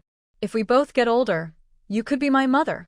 Taking advantage of the old lady's focus on the village chief, Li Go's uncle seized the opportunity to grab her arms and pull her away. As they dragged her out, she continued to shout, "Let me go. Lei Honghua, you old thing. I didn't even touch you, and you're already acting. You should be performing in a theater instead of here, causing trouble. You gave birth to 3 useless kids, and at your age, you're still jumping around, dragging my family down. If anything happens to my family, I won't let you off the hook." With Li Go Nai taken away, everyone in the yard sighed in relief. The old village chief touched his injury, feeling angry, and shouted at the parents of Heir Chong Pao. "What are you still doing here? Are you going to learn from that old troublemaker? Heir Chong Pao and Li Go are grown-ups. They can take care of themselves. If they don't want to leave, can someone carry them out?" Then the old village chief yelled at the people nearby, "What are you all doing here? Don't you have anything to do at home? If you're free, go up the mountain and help with the grass and compost." The villagers quickly dispersed. I'm late and missed the best part," Qiao Zhengxin thought, feeling a bit disappointed that it ended so quickly. Li Shimei, with a tone of schadenfreude, said, "What's there to regret? It's just that dog's nature. There will be more chaos in the future." After the excitement, Qiao Zhengxin happily ran back to the well to wash things. Many people began to gather by the well, discussing the news about Qiao Zhengwo leaving home after leaving a letter. Qiao Zhengxin listened intently, eager to hear more. Noticing it was getting late, he reluctantly carried the washed vegetables home. When he arrived, his aunt Lu Axia and her husband Qiu Chong had already come with their daughter. They lived in a village outside of Chuanqian village, which was closer to Gaostone village by about 3 miles. Lu Axia was inside talking to Lu Afong, while Qiu Chong stood at the door, inspecting the house and occasionally asking about material prices. His patched thin cotton coat hung loosely on his skinny frame, and despite his sallow complexion, he had thick black hair. Qiao Yukai had talked with Qiu Chong before, learning that Qiu Chong had an older brother and sister-in-law. Although they had separated their households, they still lived together. Now, the older brother's son was of marrying age, and their house was already too small. Moreover, the sister-in-law was quite talkative, implying that according to tradition, the ancestral home should go to the eldest son. Qiao Yukai thought for a moment, "Brother-in-law, if you want to build simply, relatives and friends can lend a little. If you push through, you can manage to build it, and later, when times are better, you can pay them back." After his mother-in-law passed away, he hadn't attended the funeral, and Qiu Chong and Lu Axia were among the few who spoke up for him. When he visited for New Year's, the couple helped ease the tension between him and Lu Afong. Qiao Yukai appreciated Qiu Chong and Lu Axia's kindness, and his words meant that if they truly needed money, he could lend them some. Qiu Chong understood this and awkwardly smiled while rubbing his nose. "There are still 2 younger ones in school, and we don't have much spare money. If I build a house, my brother and sister-in-law would get the old one. They might give me a little, but even if I gather enough, it won't be easy to pay back during the famine. No family is wealthy enough to delay others' needs." He meant that even if he borrowed money from relatives, it might not be repayable in the short term. Saying this, he also seemed to be testing the waters. Qiao Yukai chuckled softly and didn't respond. He has been weak all his life. Even now that the family is split, he still doesn't dare to make decisions on family matters. He needs to discuss things with Lu Afong and ask Jiang Xin for her opinion. Qin Shui filled 2 thermoses with hot water and added some tea leaves, inviting Qiu Chong to come in for tea. Just as she poured the tea, Aunt Niu arrived with Lu Tailon and a big group of people. "Yukai, you have guests." Qiao Yukai quickly went to the door. "Dad, big brother, you're here." Seeing that Qiao Yukai was not very talkative, Qin Shui quickly helped by saying, "Uncle, I'm Afong's sister-in-law. Come in and sit down. It's a long walk. You must be tired." Lu Tailon smiled politely. "Not at all." Li Fengmei chimed in as she followed them inside, joking, "Dad, you're not tired yet?" "I'm already tired, haha." "Oh, it's better to arrive early than late. just in time for tea. Lu Guobing greeted Xiao Chang. When did you arrive? I knew you would get here before us. Lu Aoxiao laughed. We were eager to come. We always arrive early, when visiting relatives. Lu Tailon looked around the room and asked, Jiangxin, where's your mom? Lu Afong gave birth the day before yesterday. Although guests from Chuanqian village were coming today, Qiao Yukai still followed tradition and sent red eggs to the maternal family yesterday. So, except for Lu Aoxia and her husband, who live in another village, everyone already knew that Lu Afong had given birth on the 3rd day of the lunar month. Inside, Lu Afong, dressed warmly, came out to greet them. Dad, you're here? Lu Tailon nodded. Good, very good. He was not only worried about his daughter, but also relieved now that she had given birth to a son. It's not that he looks down on daughters. Jiangxin is also great. However, due to the traditional systems, marriage customs, and survival models in China for thousands of years, daughters are often at a disadvantage. Aside from not having sons and brothers who can be easily bullied, daughters in rural areas like theirs usually have no inheritance rights. They must marry a man to share in the property he inherits, such as houses and land. Lu Tailon truly loves his daughter, Lu Afong. But he also understands clearly that everything he owns cannot be left to her. It must go to Lu Guobing and his brothers.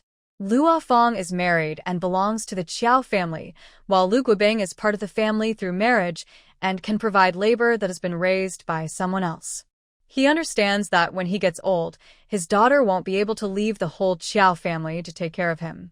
Even if she wants to, her in-laws and children might not agree. And even if they do for a day or two, what about after a week or a month? Of course, he can't leave his home to live in Gaoshi village and depend on others, just like he wouldn't want to have his daughter-in-law bring her family to take care of him.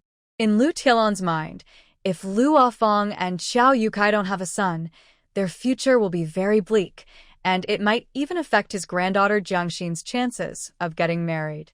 What good man would want to marry into a family like that? Who would want to take on extra responsibilities? Even if Jiangxin is obedient, moving to a new environment after marriage puts her at a disadvantage, especially with her parents' expectations weighing on her. Even if they find a less-than-ideal son-in-law, in their rural area, there are always concerns about relatives causing trouble. After all, if Jiangxin gets married, the house and land would likely go to her cousins or relatives. What if she never gets married? What will happen to her when she gets old? These reasons, along with the challenges women face in rural life, contribute to the belief that families must have sons. How is the baby? Lu Tailon asked. Lu Axia chimed in. He's doing well, soft and cute. Seeing the good atmosphere, Qiao Jiangxin brought little Jiangmu into the living room to show everyone. After a round of greetings, little Jiangmu received several red envelopes from not just his grandfather, but also from his uncles and aunts. Aunt Lu Ahua, who had been looking around since she arrived, seemed much friendlier than when they were in Chuanqian village. She gave little Jiangmu a red envelope and followed Lu Afong and Lu Axia into the room to chat. Qin Shui accompanied everyone with tea, while Qiao Yukai and his brothers busily prepared food. Jiangxin cooked again for lunch, and since there were many guests, she borrowed a set of tables and chairs from the Cheng family. Lu Tailon was very happy. He even had a couple of drinks at the table. Lu Afong had been married to Gaoshi village for nearly 20 years, and he had visited once when Jiangxin was born. At that time, Qiao Zhiwang and Lei Honghua openly showed their disdain for the Lu family as if they were begging for food. After that, he never returned. This time, his daughter and son-in-law warmly invited him, saying it was to celebrate their new house. He wasn't very eager to come, but now sitting in the honored seat, with his son-in-law welcoming him and everyone treating him well, his earlier discomfort faded away. All right, as long as life gets better, it will keep improving in the future. Lu Tailon took a sip of his drink and looked around the room. All 5 of his children were present, along with many younger relatives, and everyone was enjoying themselves. It would have been great if his wife were still here. The Qiao family's relatives were few, and by the 5th day, most had already left. However, several families from Gaoshi village came to visit, and Qin Shui gathered everyone for a meal. Starting on the 6th day, Qiao Yukai and his brother resumed their street vending business. With the addition of Qiao Jiangxin to the family, both brothers were full of energy, leaving early each day and returning home late at night. Although Lu Afong was resting after giving birth, Qin Shui managed the household, allowing Qiao Jiangxin some time to focus on her own things. At the Chung family, Qiao Jiangxin hesitated as she looked at the textbook in front of her. The pages were filled with dense writing, some of which had already been crossed out. She stared at the remaining names and whispered, "Which one is good? Food in the Village, Mountain Family, Fragrant Rice Restaurant, One Meal Place, or Little Food Journal?" Gu Yunzhou suggested, "How about Food in the Village? But wouldn't it be better to change village to fragrant?" Qiao Jiangxin replied, "I feel like Mountain Family sounds friendlier." Lu Xinyan rolled her eyes. "You're opening it right at the hospital entrance. You might as well call it Long Life or Get Well Soon." Qiao Jiangxin shot her a look. "Does that sound like a restaurant name to you?" Seeing her indecision, Gu Yunzhou quietly suggested, "With your cooking skills, you could name it something like Private Kitchen using your own name, like Little Qiao's Private Kitchen or Jiangxin's Private Kitchen." Qiao Jiangxin shook her head. "My customers will be everyday people passing by. A private kitchen isn't suitable at the hospital entrance." After thinking for a moment, Qiao Jiangxin decisively circled Food in the Village with her pen. "I'm done overthinking it. I think all of these are good." Listening to Brother Gu, "Fragrant food it is. It sounds like a place to eat. I'll get the sign ready tomorrow, and let's set the opening date for the 17th. Let's make it successful." Lu Xinyan leaned on the table and laughed. "17th it is. And remember, you promised to make us Tang Yuan on the 15th. Qiao Jiangxin smiled. "Sure, I'll make you black sesame filling. Tomorrow, I need to go to town to get the plaque and other things sorted out, and I also need to buy some quilts to set up the bed. What about you? Do you need anything?" Qiao Jiangxin asked Gu Yunzhou as she put away her notebook and pen. Gu Yunzhou replied without hesitation, "Let's go too. My uncle might come back to stay sometimes, so we won't bring everything. We can buy ready-made things up there. It won't cost much." As the opening day approached, Qiao Jiangxin was busy in town. Meanwhile, the gossip about the old Qiao family in Gao's Stone Village was overshadowed by another piece of news. Before Qiao Jiangxin even entered, she heard Aunt Nyo's strong voice. "It's true. It's settled. The date is set for the 15th. Chunmei just complained to me that Chun Yiliang came to borrow money from her family, and he started with 100. Chunmei said that with all the borrowing of clothes and money, one might think her family was getting married." Qiao Jiangxin paused, her tone excited. "Aunt Nyo, what did you say? Chun Wendy is getting married?" Maybe Qiao Jiangxin's excitement was too much. Lu Afong and Qin Shui turned to look at her at the same time. "What's wrong, Jiangxin? Are you not happy about Chun Wendy getting married?" Lu Afong asked cautiously. Qiao Jiangxin grinned and sat down at the table. "I'm happy. Why wouldn't I be? It's good he's getting married. It saves him from causing trouble for others. He and his partner are a perfect match." Lu Afong sighed in relief. Aunt Nyo said, "Perfect match? After what happened last year, how can they be a match? Would the girl's family agree otherwise? And Chun Wendy is happy, but Che Jinmei and Chun Yiliang are not very satisfied with this bride." Qiao Jiangxin's eyes sparkled with curiosity. "What happened? Did she say something outside?" Aunt Nyo exaggeratedly held up a hand. 500. The bride price is 500. Che Jinmei is almost sick over it. I heard it was Chun Wendy who agreed to it himself. My goodness, with that amount, you could marry 5 good brides in our village. If it were you, would you be happy? Aunt Nyo continued munching on seeds, her words flying. Just 500, and that doesn't even include the wedding expenses. This is just for the bride's family. After this bride price, the Chen family couldn't even afford the wedding feast and had to borrow money. Qiao Jiangxin's eyes flickered. She didn't know that Chen Wendy had even signed a promissory note for the bride price. The Chen family still has some assets if they can come up with 500 for the bride price. She remembered that in her past life, after giving her dowry, the Chen family was nearly broke. For the next 10 years, She was the one supporting the family, and now in this life, she could manage to give out around 500. In her past life, the rice jar was empty, and she never saw the Chin family contribute even a penny. Instead, they complained to her, constantly reminding her how much they spent to marry her and how much debt they had. Xiao Jiangxin worked hard like an old ox and even felt guilty towards the Chin family. It seemed that the more than 100 in dowry truly bankrupted the Chin family. Even when Chen Wenfeng and Chen Wenxiu needed to buy a notebook or a pen, they never spent their own money and always asked her, their sister-in-law, for help. Che Jinmei would only sigh and ask her what to do, expressing gratitude with heartfelt words. While Xiao Jiangxin was busy taking care of the elderly and raising the young, Che Jinmei would hold her hand and say, "Jiangxin, our Chen family is so lucky to have you as a good daughter-in-law. You are even closer to me than my own daughter. You have worked hard all these years, and I will always remember your kindness. If Wendai ever bullies you, I will stand up for you." Thinking of this, Xiao Jiangxin felt a shadow pass over her eyes. She didn't expect Che Jinmei's life to be so short. Just as things were getting better, her life came to an end. At that moment, the Chen family was holding a family meeting. Chen Wendy looked at the 20 yuan on the table. His expression was not good. Chen Yuliang sat next to him, rolling tobacco, while Che Jinmei wore a frown.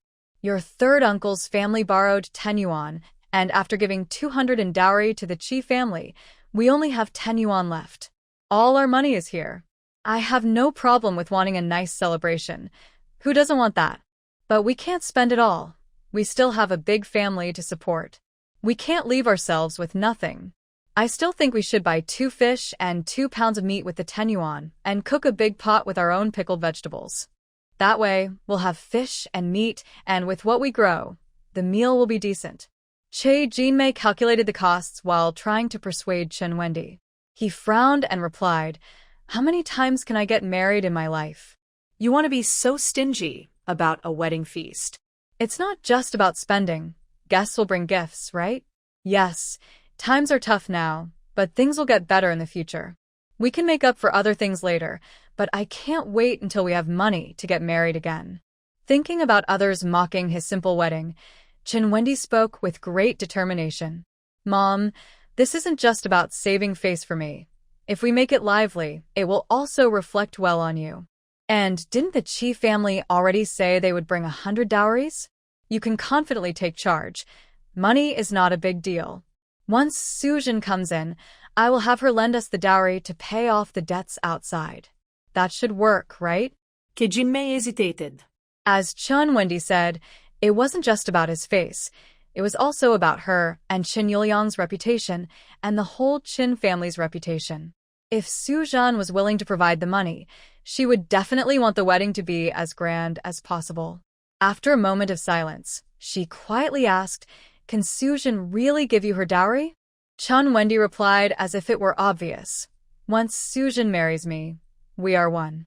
She is educated and cultured, not like those who are petty." Che Jinmei felt a pang in her heart. Her son seemed to be saying she was stingy while praising Su Zhan's generosity. She felt frustrated. Yes, Su Zhan is cultured and refined. Even before marrying, she had already captivated her son. What a shameless little. "Fine. If that's how you see it, I will handle things generously and ensure your wedding is splendid, bringing honor to our Qin family," Che Jinmei said.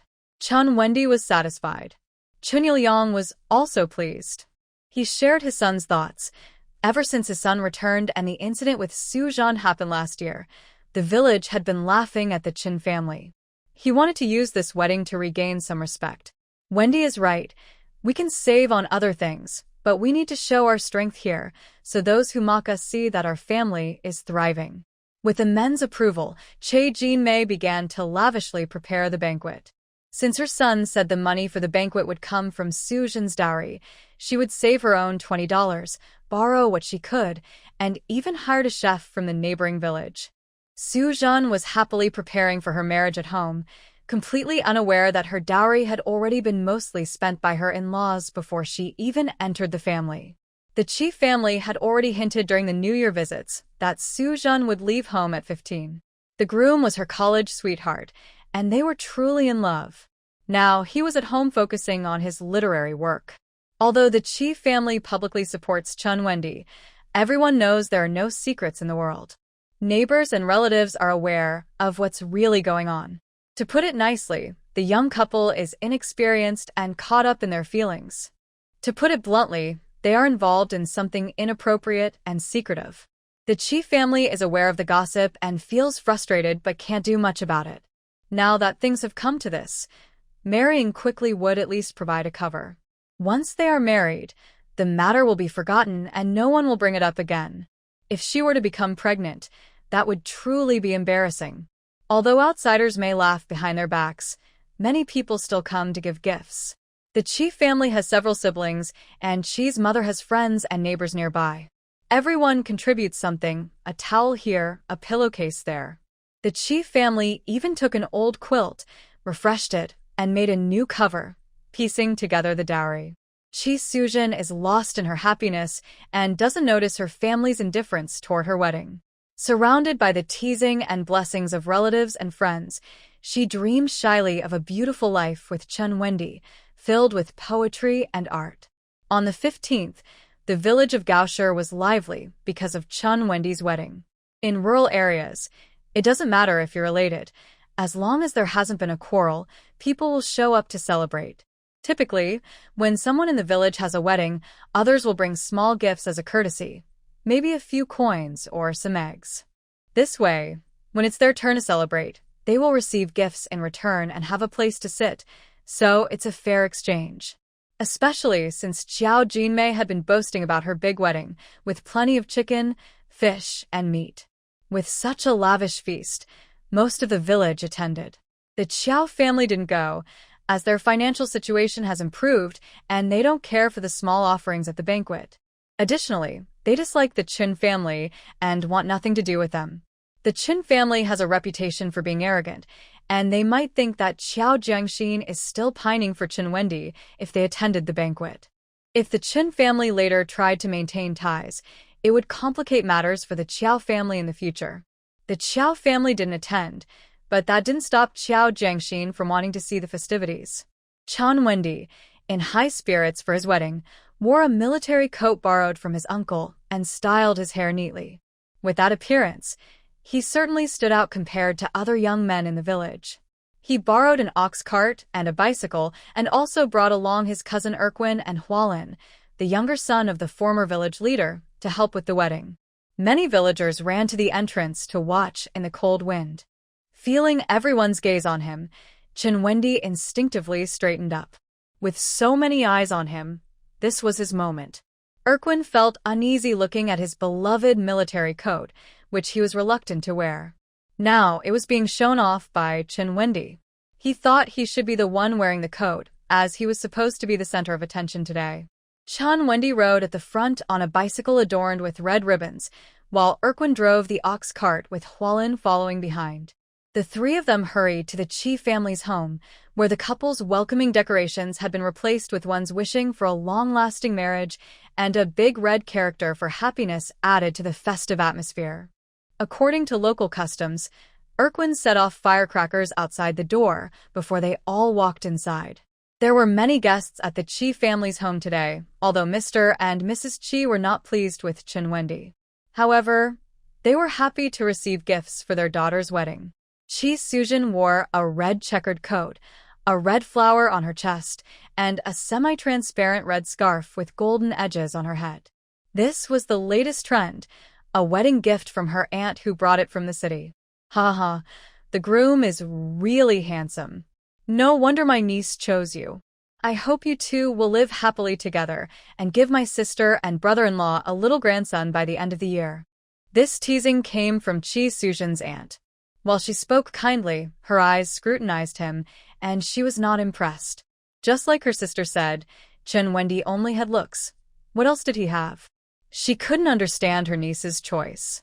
Their family had worked hard for 2 generations to move from the countryside to the town, giving her a better fate than many. Yet, she was turning down city suitors for someone from the countryside. Was she foolish from studying too much? Qin Wendy smiled politely and greeted everyone. Then, with some gentle pushing from the crowd, he and Chi Sujin knelt before Mr. and Mrs. Chi to serve tea. Mr. Chi loved to show off and enjoy the spotlight. With many relatives and friends around, he couldn't miss this opportunity. He slowly took the teacup from Chun Wendy, not drinking from it, and began to speak at length. Today is your big day. From now on, you two should live in harmony. Wendy, you are the man. After a long lecture, Father Chi shifted to talking about Chi Sujin's childhood. Our Sujin was spoiled since she was little. When she was 1 year old, and when she was 3, by the time she was in middle school. Chun Wendy, amidst everyone's laughter, held back his dissatisfaction, waiting for Father Chi to finally mention Chi Sujin in her 20s. Just when he thought he would be free, Father Chi changed the subject to the differences between their families. Our two families still have some differences. Sujin has never worked in the fields, so in the future you should. Chun Wendy forced a smile. Okay. Finally, Father Chi finished speaking and was about to drink tea. Just as Chun Wendy sighed in relief, Father Chi began to recount his glorious past. Chun Wendy looked around for help. No one from the bride's family spoke up. Everyone's attention was on Father Chi, occasionally laughing at his memories. Hualin jokingly said, Good. We young people should learn from Uncle. He quickly pushed Chun Wendy.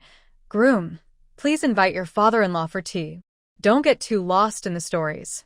Make sure to bring your bride home often, and then you can ask your father-in-law for advice. Today is your wedding day, so don't delay. The whole village is waiting at the entrance to see the bride. Hualin's words were quite clear, and Father Chi couldn't continue his lengthy speech in front of so many people. After taking a sip of the now cold tea, he let Chun Wendy off the hook. According to local customs, the groom must carry the bride out without her feet touching the ground. Chun Wendy picked up Chi Sujin and started to walk outside, but relatives from the Chi family tried to block them.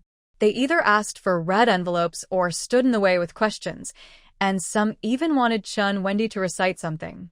This was also part of the local customs, symbolizing that the bride's family was reluctant to let her go, while the groom had to overcome obstacles for her. However, at the final hurdle of leaving, one of Chi's relatives became increasingly unreasonable, refusing to let them pass no matter how they tried to negotiate. 17 or 18 minutes quickly passed, and Chun Wendy's legs began to tremble as he carried Chi Sujin on his back, while she laughed joyfully. That's enough, right? If we delay any longer, we'll really be late. The whole village is waiting to welcome the bride, Erquin said with a forced smile. Biao Aunt, feeling pleased with herself for putting the groom in a tough spot, said, Oh, good things are worth waiting for. Just answer this question I asked earlier and I'll let you go. Quickly now, which came first, the chicken or the egg? You're educated, so if you can explain it to us, we'll let you off the hook, haha. Hualin looked at Chun Wendy helplessly, feeling there was no way out. Chun Wendy couldn't take it anymore. Since we haven't left yet, Sujin can get down. I'll explain to everyone. Biao Aunt disagreed. Oh no, that won't do. It's bad luck. Once the bride is on your back, she can't touch the ground until you reach your home. Quickly, tell us which came first, the chicken or the egg. A relative urged. The chicken came first. Why the chicken? Because the chicken lays eggs. Then where did that first chicken come from? Haha, right. Where did the chicken come from? Come on, college student, hurry up and answer. Chun Wendy frowned, struggling to keep his legs steady. No matter how he explained, everyone seemed unsatisfied. Finally, he really couldn't hold on any longer and stumbled to the side while carrying Chi Sujin. Erquin and Hualin quickly rushed to support him, helping to steady Chi Sujin, which allowed Chun Wendy to regain his balance.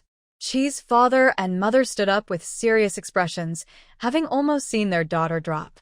It was considered very unlucky for the bride to touch the ground before leaving her family. Chi's father, voice filled with anger, said, What's going on? You can't even handle this? We haven't even left yet, and you can't carry your bride? How will you manage a family later? Uncle Chi added, Little Chin, you really need to build up your strength. You can't just focus on studying. You need to exercise too. Chun Wendy was already sweating, and Hwalin understood that the groom couldn't say certain things, as they would still have to interact in the future and couldn't afford to make things too awkward. But he could speak up. He was just there to help with the wedding and wouldn't have to deal with these people afterward, so he wasn't afraid of offending anyone. Seeing Chun Wendy trembling from exhaustion while the Chi family continued to make things difficult, Hwalin suppressed his displeasure and scanned the crowd, speaking sarcastically. Your family too, on this joyful day. If you want to make things difficult, it shouldn't be like this. Whether the chicken or the egg came first, you still need to convince us. No matter how you explain, you always find something to criticize. Come on, let's either not hold this wedding today, or everyone should sit down and think it through. It's already too late to go back, so we shouldn't worry about losing face. Don't worry, if word gets out, people won't say your daughter is hard to marry. They'll just say we lack ability. In my opinion, it's better if this wedding for Wendy doesn't happen. When Hwalin said this, everyone was unhappy. You know it's a great day. How can you speak like that? It's a tradition for the bride's family to greet the groom. This is a good thing, showing we value the bride. How did it turn into a burden in your words? Aunt Chi added, exactly. Go ask around. Which family doesn't do this when marrying off a daughter? Why are you getting upset about it? The bride hasn't even entered your door yet, and you're already acting like this. Hey, not only are you disrespecting my brother and sister-in-law, but you're also disrespecting the bride. I told my brother and sister-in-law that when finding a partner, it should be a good match. Our Sujin marrying into your village is a step down. Cousin immediately chimed in, yes, every family talks about marrying up or down. The groom should be humble. Why are you making a fuss? Mr. and Mrs. Chi felt embarrassed and agreed with Aunt Chi, sitting back down on the sofa. Chi Sujin pushed Wendy's shoulder. Wendy, today is our big day. Just lower your head and don't make it too awkward. Hwalin said with a serious face. Wendy, are we still going to have this wedding? The greeting is supposed to be a good thing. It's understandable to challenge the groom. But it's been almost half an hour, and everyone can see you can't bear it, and are at your limit. Look, no one from the bride's side has stepped up to say something fair. Erquin initially thought Hwalin was too harsh, especially on such a happy day, to say, should we still have this wedding? But hearing Hwalin's words felt like a bucket of cold water was poured over him. The Chi family will be his cousins-in-laws in the future. Every family has its ups and downs, and it's normal to have some trouble. Having difficult people around is not a big deal, because there are such people everywhere. It's important to note that there were troublemakers, and none of the women stood up to mediate. None at all. Everyone even thought it was right to make things difficult for the man. This is a bit scary. The attitude of the Chi family now seems to want the cousin to feel the pressure. If they can treat a wedding day like this, it doesn't seem like they want to have a good life together. Moreover, the bride, who was on his back, didn't say a word the entire time. This shows she was silently agreeing with her family's unreasonable behavior. Kwan quietly said to Chun Wendy, Brother Wendy, the in-laws are being unreasonable. This isn't how you start a proper life together. Also, it seems like your sister-in-law doesn't care about you. Chi Sujin heard this and turned nervously to look at her mother. Earlier that day, her mother told her to help establish authority over the Chin family so they would value her and realize she was not easy to marry. But now, she felt a bit guilty. She knew Chun Wendy's character. If he couldn't accept this and decided not to marry, what would she do? Chun Wendy tried to hold himself together. He knew the Chi family looked down on him, and he felt resentful. But if he couldn't take the bride home today, he would become a laughingstock in the whole town. Both sides were stuck in a stalemate. Hua Lin and Kwan had said what they needed to say, helping to support the bride while waiting for Chun Wendy to make a decision. Chi Sujin felt Chun Wendy trembling on her back and felt a bit of pity for him. Wendy, just lower your head and say something nice. They are elders, do it for my sake. Chi Sujin was completely at a loss, her tone turning pleading. After a moment of silence, Chun Wendy's eyes darkened. Mom and Dad, I know you care about Sujin. Don't worry, I will treat her well. Then he turned to his cousin blocking the door and said, Cousin, I truly love Sujin. Please trust me to take care of her. Although I've studied a bit, I'm still young. There are always people better than me and many things the elders understand better. I ask for your understanding. Chun Wendy had always looked down on uneducated people, feeling superior. Saying these words in front of everyone was already pushing his limits, making him feel embarrassed and angry. If it weren't for the whole village knowing he was getting married and his family waiting for him to bring the bride home, he wouldn't want to go through with this wedding at all. I have to say, at this moment, he was feeling uncertain again. If he had listened to his mother and married Xiao Zhengxin, the Qiao family would have surely treated him like royalty and would not have made things difficult for him on such a day. Qi Suzhen also knew this was Chun Wendy's limit. She turned to her mother and pleaded, "Mom, everyone can see Wendy's sincerity."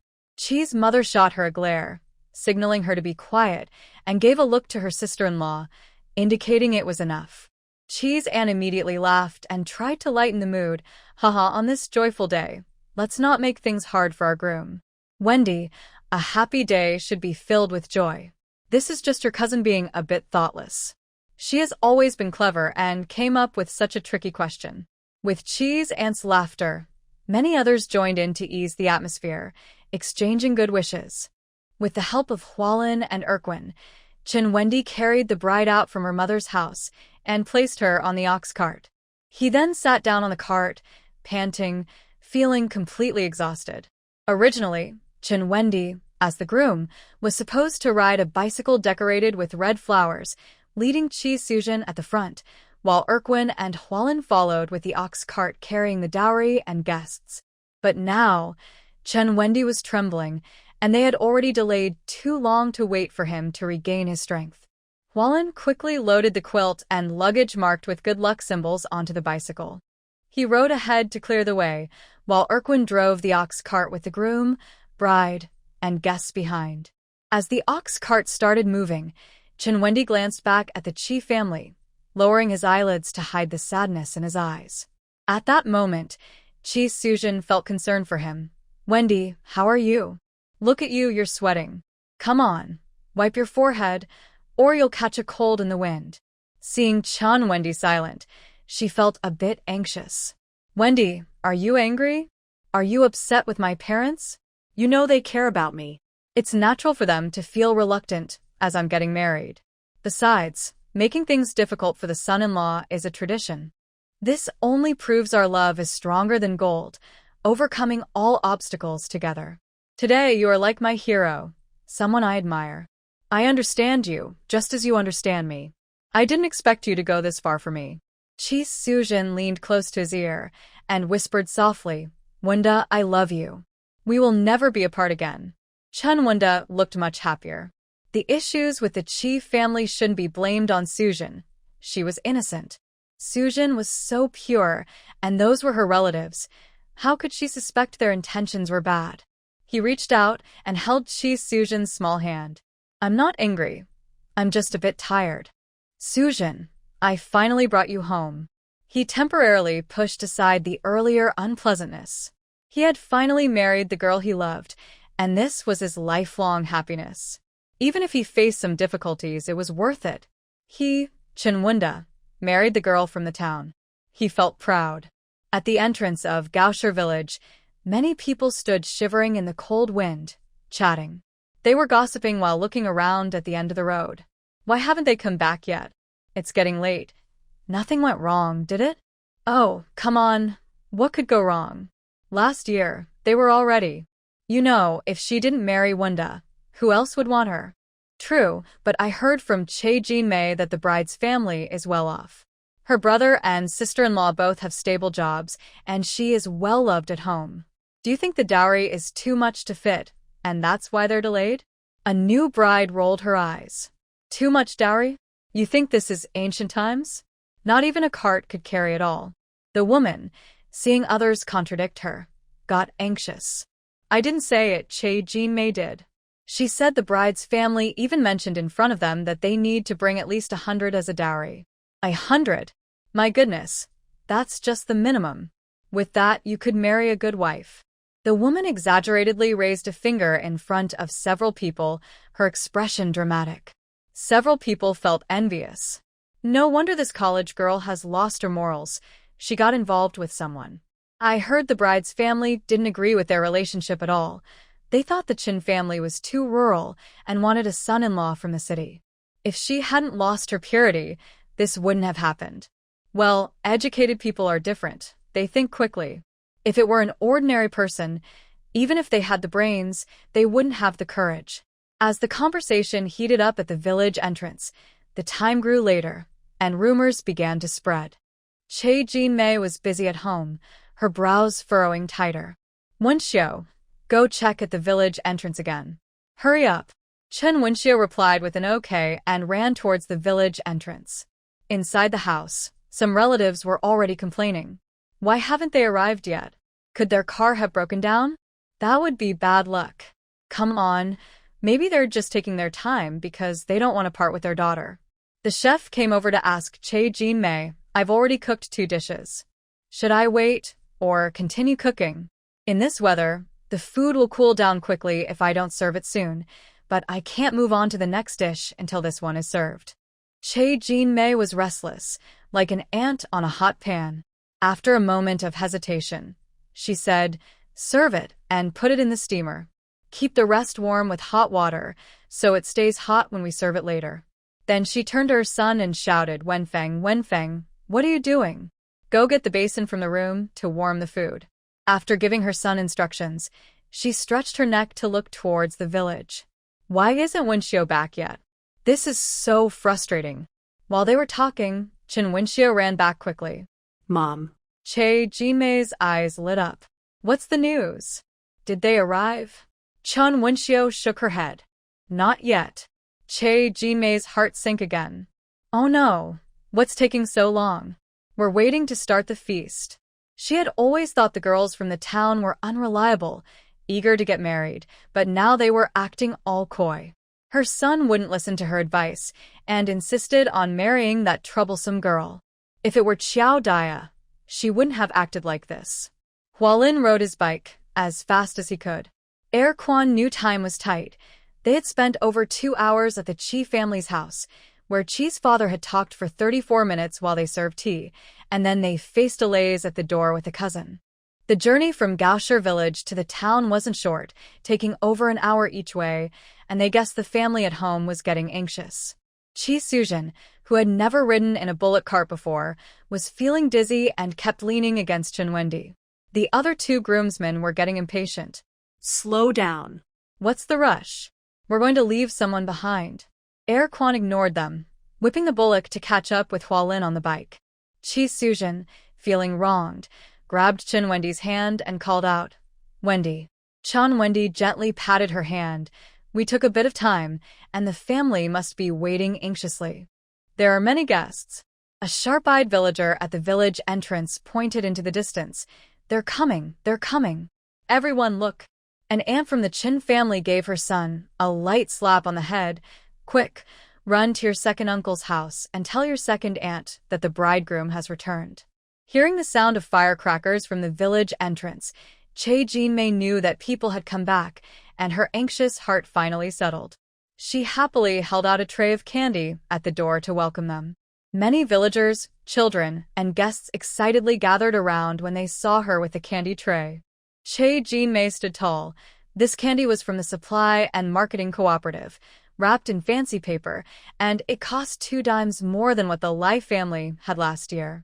A bicycle stopped at the entrance, and Che Jin-mei's expression changed. Why is it you?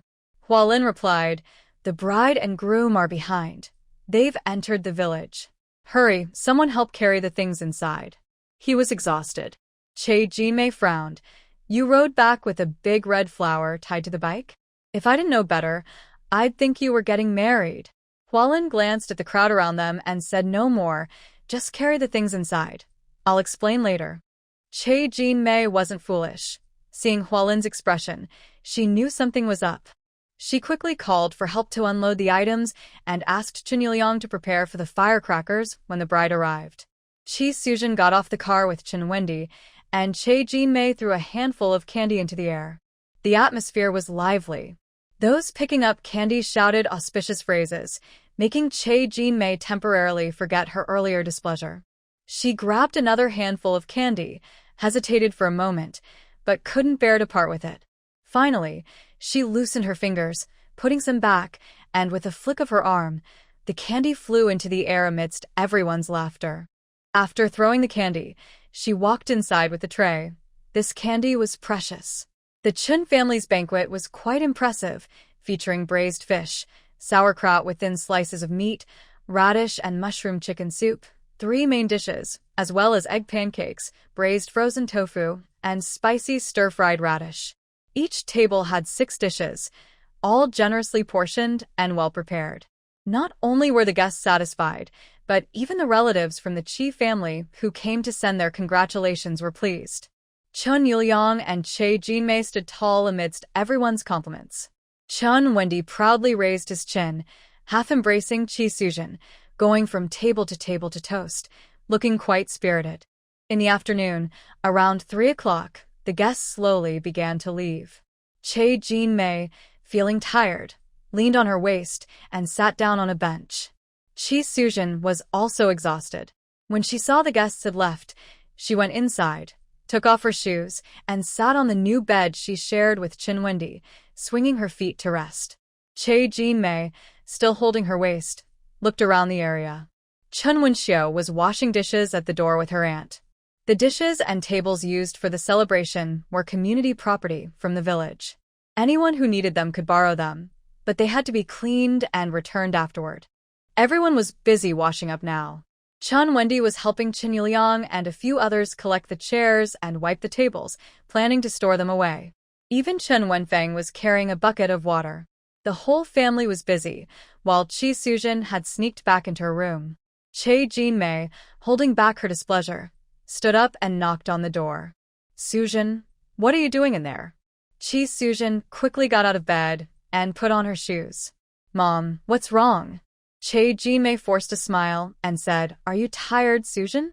Look at everyone working hard, and our relatives are helping too. You can't just hide away at home. It's only a little tiring now, just bear with it."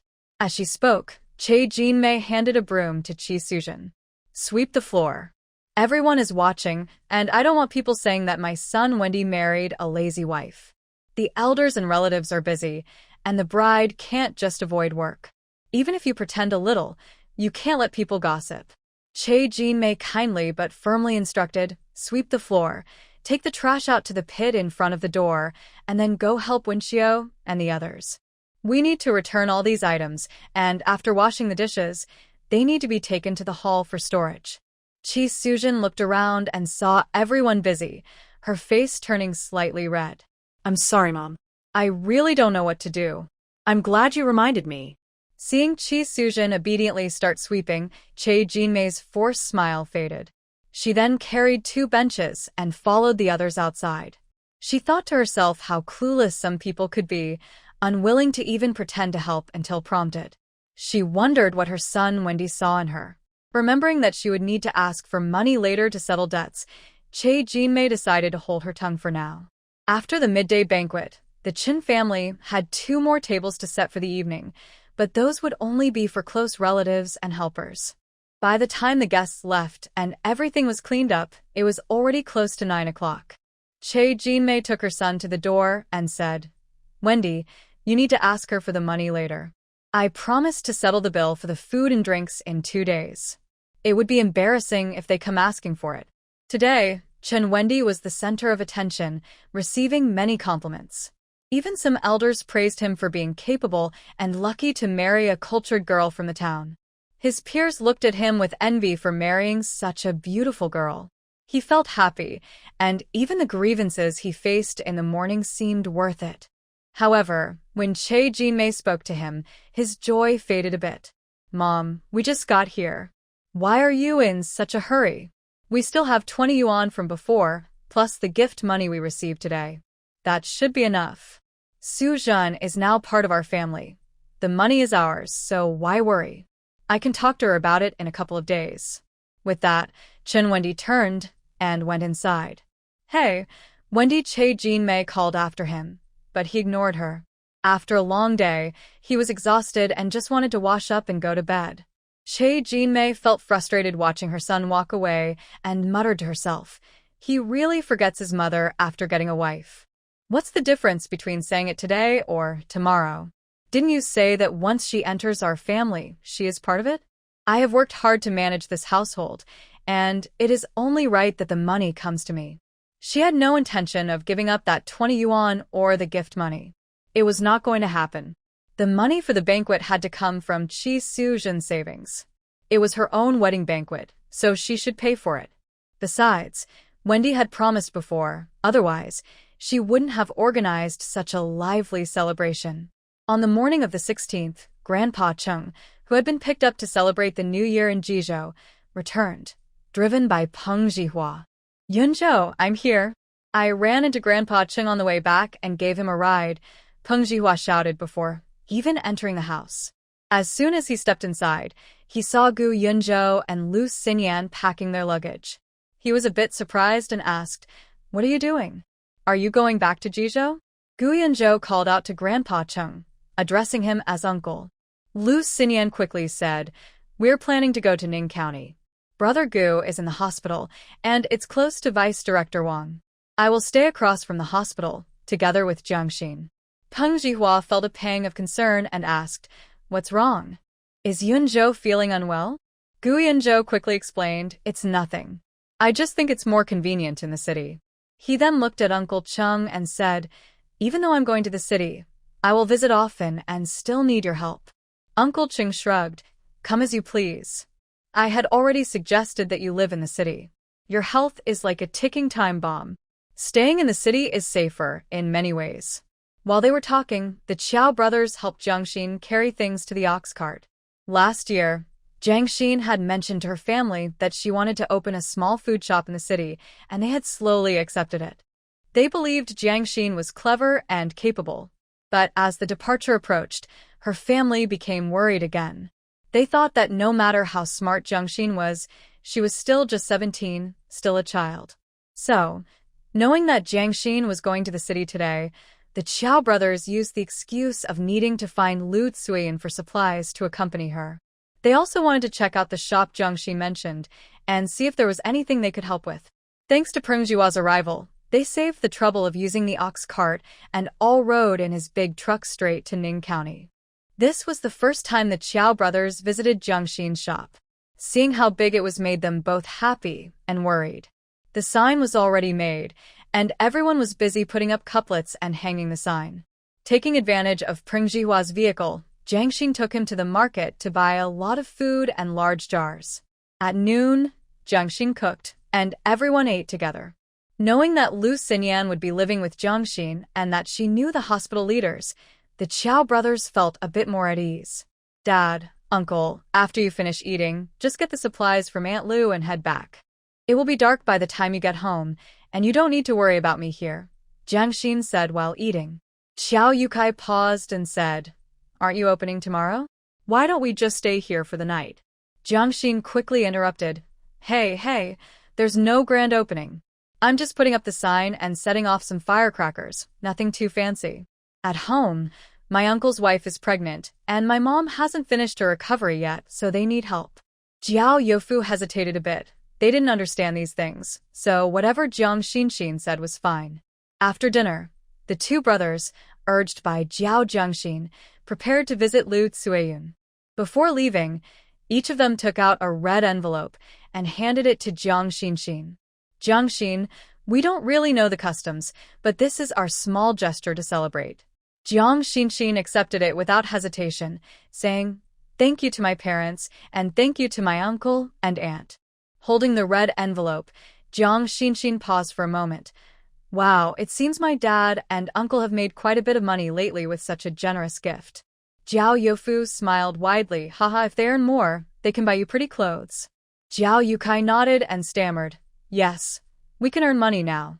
Don't feel pressured about your restaurant. If it makes money, great, and if not, it's okay. Dad is saving for your dowry." Jiao Youfu quickly added, "Your uncle is saving for you too." Jiang Xinxin smiled, "I appreciate your kindness. I'm grown up now and can handle many things on my own. I know you care about me." My younger brother is still small, so you don't need to worry about me for now. Tell Mom and Aunt to relax. I have company here. Sister Xinyan and Brother Gu are around, so no one will bully me. When I have time, I'll go home. If you come to the city for supplies, you can visit me. After the brothers left, Jiang Xinxin opened the red envelope to take a look. Wow, this is indeed generous. They must be worried that I won't have enough money for my restaurant and are intentionally supporting me. Jiang Xinxin pulled out the money and counted it. Each person's envelope contained 16 large bills and 6 smaller ones. That's a total of 166.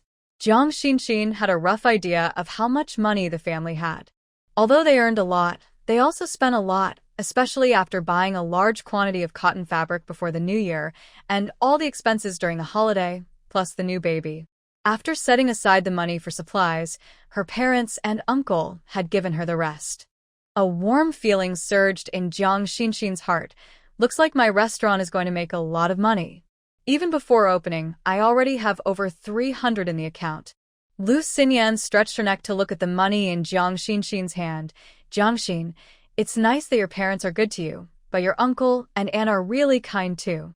On the morning of the 17th, before 5 o'clock, Jiang Xinxin got up. Today is the opening day of delicious food, and she needed to get up early to prepare the ingredients for the day. Zhou Jiangxin brought a large bag of very thin noodles into the kitchen, so thin that they looked like real dragon whiskers. Some time ago, when she was shopping in the southern part of the city, she passed by a yard filled with bamboo poles, where these noodles were drying. Feeling bold, Zhou Jiangxin walked in and admired the almost transparent noodles. That day, she met Aunt Shen and had a bowl of noodles cooked by her. She bought some noodles from her and promised to keep ordering more in the future. Today, Zhou Jiangxin prepared noodles, meat buns, and a stir-fry. Just as the buns finished steaming, Lu Xinyan woke up to the noise. Jiangxin, you're up so early? She yawned. Zhou Jiangxin glanced at the clock on the shelf. It's not too early. It's almost 6. Lu Xinyan peeked outside. But it's still dark. Zhou Jiangxin replied, the guests will be arriving once it gets light. She tossed a piece of wood into the stove and clapped her hands. Go wash up. I'll make breakfast. After we eat, more people will be up. At that moment, Gu Yunzhou walked in. Lu Xinyan was a bit surprised. Gugo, why are you up so early too? Gu Yunzhou entered, looking for Zhou Jiangxin. I guess I'm just not used to the bed. I'll get used to it in a couple of days. He then asked Zhou Jiangxin, is there anything I can help with?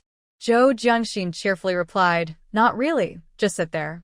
With your good looks, sit in a visible spot to attract customers, ha. Gu Yunzhou couldn't help but smile. All right, I'll sit in a visible spot. The noodles cooked very quickly. Just a quick dip in boiling water was enough, even faster than instant noodles. Zhou Jiangxin prepared a bowl of clear broth noodles, topped with a poached egg, a sprinkle of green onions, a bit of pork fat, and a few drops of sesame oil. When she served the noodles, Lu Xinyan couldn't help but drool. Zhou Jiangxin set down the bowl and got a small dish of pickled mustard greens and another with salted pork cracklings. Lu Xinyan moaned in satisfaction. She exclaimed dramatically, Jiangxin, this is definitely the best noodles I've had in over 20 years. I guarantee that out of 10 customers, 9 will come back. Hearing this, Gu Yunzhou picked up some noodles and slurped them. The noodles were smooth, refreshing, and salty.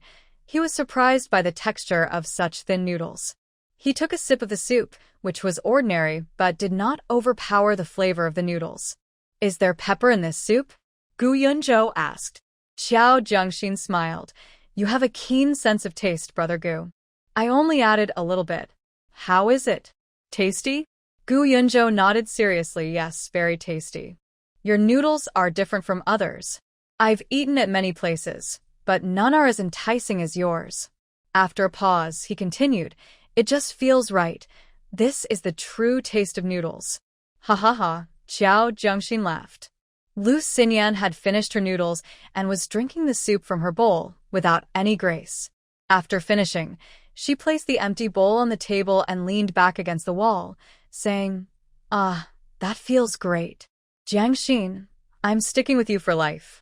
Gu Yunzhou also finished his soup and, after putting down his chopsticks, took out a red envelope from his pocket and handed it to Qiao Jiangxin. Wishing you prosperity and good fortune. Before Qiao Jiangxin could respond, Gu Yunzhou quickly added, just so you know, don't be polite. Otherwise, I might feel embarrassed to come eat for free in the future. Lu Xinyan also pulled out a small red envelope. Jiangxin, it's a small gift but carries my best wishes. I can't compete with Brother Gu, so don't think it's too little. Wishing you great success and wealth. Xiao Jiangxin laughed and accepted it. Who's being polite? Not accepting money would be foolish, hurrah. Thank you, my 2 lucky stars. I haven't even made a sale yet, and I've already made a big profit today. The steamed buns in the kitchen were ready, and the whole kitchen was filled with steam, making it hard to see. Soon, the steamer began to release a delicious aroma that wafted far outside. Not only passers-by, but even several neighbors opened their doors to find the source of the smell. A passerby on a bicycle stopped and looked up at the sign above the door in the dim light. Delicious food? It should be called 10 miles of fragrance. Were they cooking that smells so good? Hey, shopkeeper? Lu Xinyan ran out upon hearing the voice. What's up? Do you sell food? What are you cooking that smells so good? Lu Xinyan's eyes lit up. Yes, we're about to open.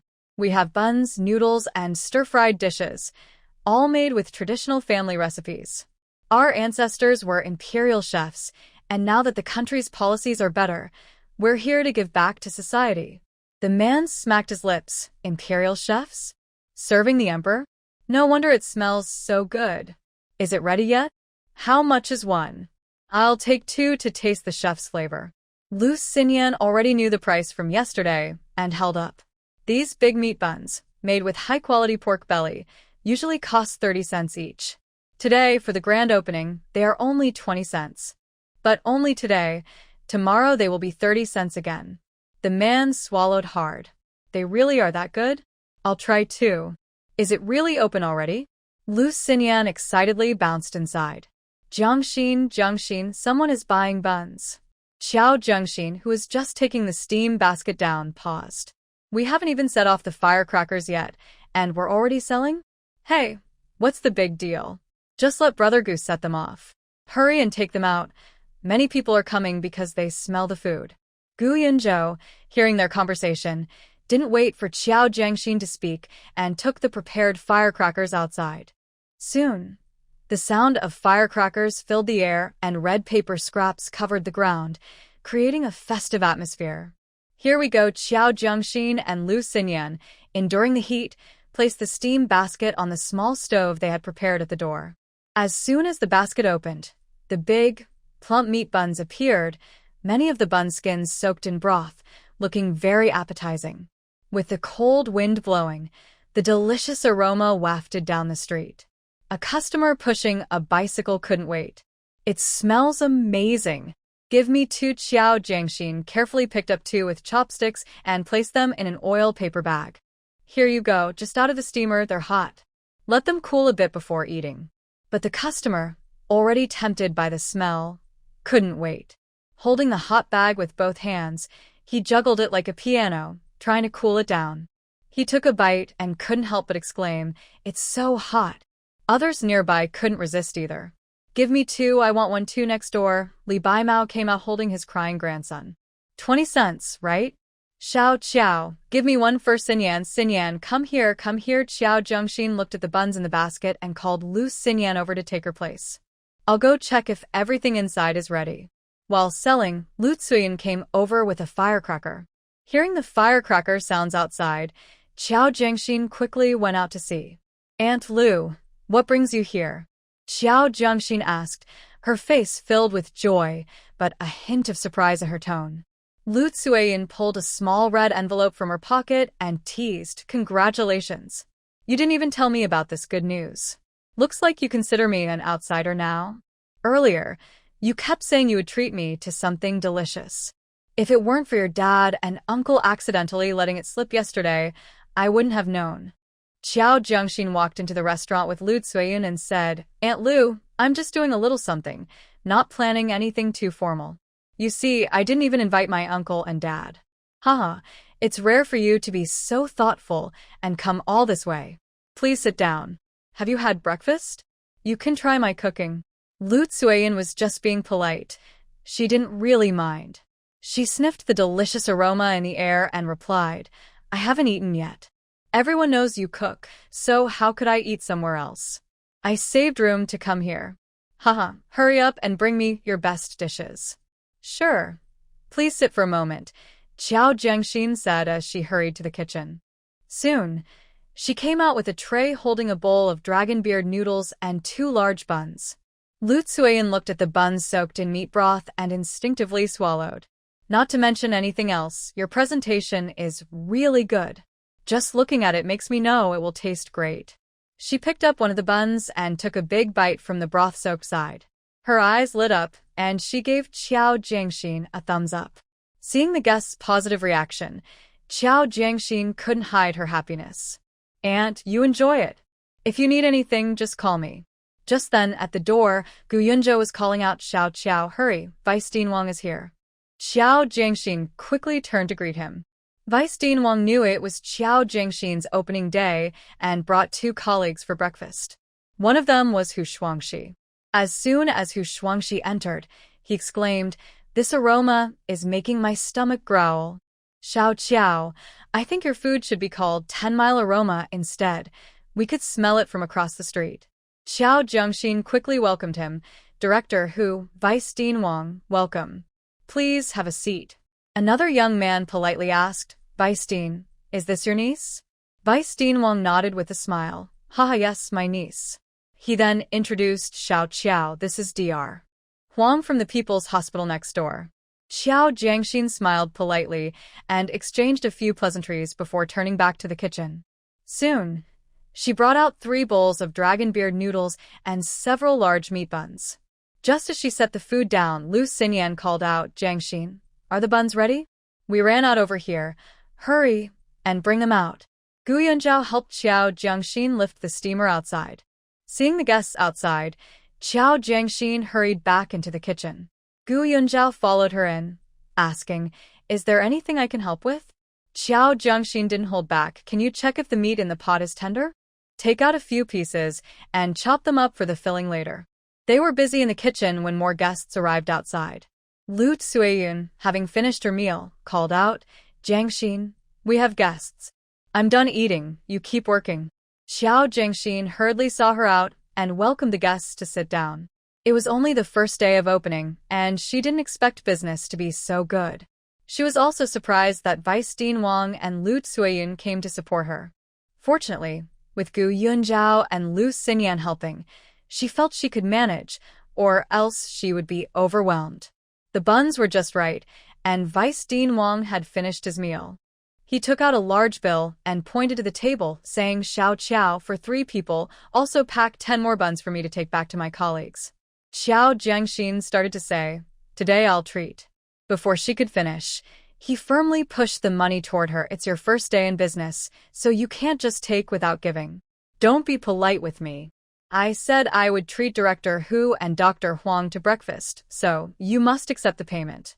Seeing the other 2, she finally accepted. All right, thank you for supporting my business, Uncle Wang.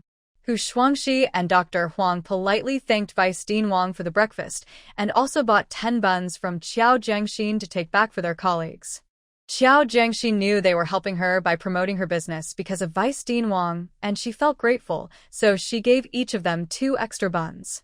They were busy until after 10:30 a.m., when the guests began to slow down.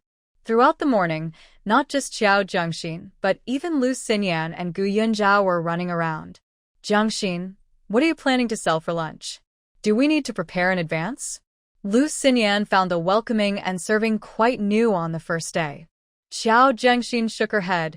No need to prepare much. Today we'll just sell noodles and buns. We can decide on other dishes later. The stir-fried dishes I prepared yesterday can be sold if someone orders them. If not, we won't push them. We can eat them ourselves tonight. This is just the beginning. I don't want to wear myself out. We can adjust the menu based on customer feedback later. Gu Yunzhao was very supportive of Xiao Jiangxin, saying, Just selling these 2 items will attract customers. They taste good and are affordable. Plus, buns and noodles are quick to serve and eat. Most customers coming this way are in a hurry, so ordering food takes too much time. After a break of 30 to 40 minutes, they started getting busy again, with even more customers at noon than in the morning. The prepared stir-fry was sold out, and Xiao Jiangxin spent the whole day making noodles and steaming buns. After sending off the lunchtime customers, it was already past 2:40 p.m. The ingredients prepared yesterday were all used up, so Xiao Jiangxin decided to close the shop. Lu Xinyan sat down in front of her and said, "Why are you closing? There aren't many customers right now. It's your first day open. Closing isn't a good idea." Xiao Jiangxin placed a plate of fried snacks on the table and replied, "Since there are no customers, we should take a break. If we keep this up all day, we won't be able to handle it." Gu Yunzhao agreed, "Yes, health is the most important thing.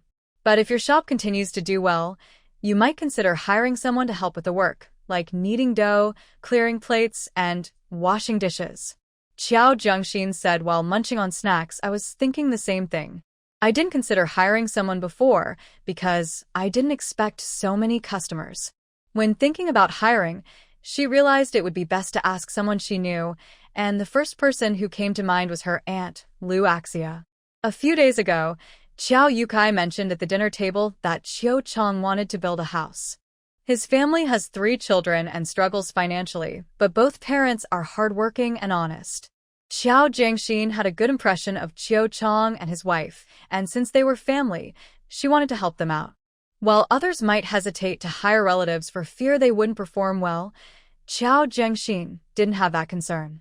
She was willing to support her relatives, but if they didn't pull their weight, she wouldn't hesitate to let them go. "Hey, you all stay here. I'm going to the post office to send a telegram," Xiao Jiangxin said.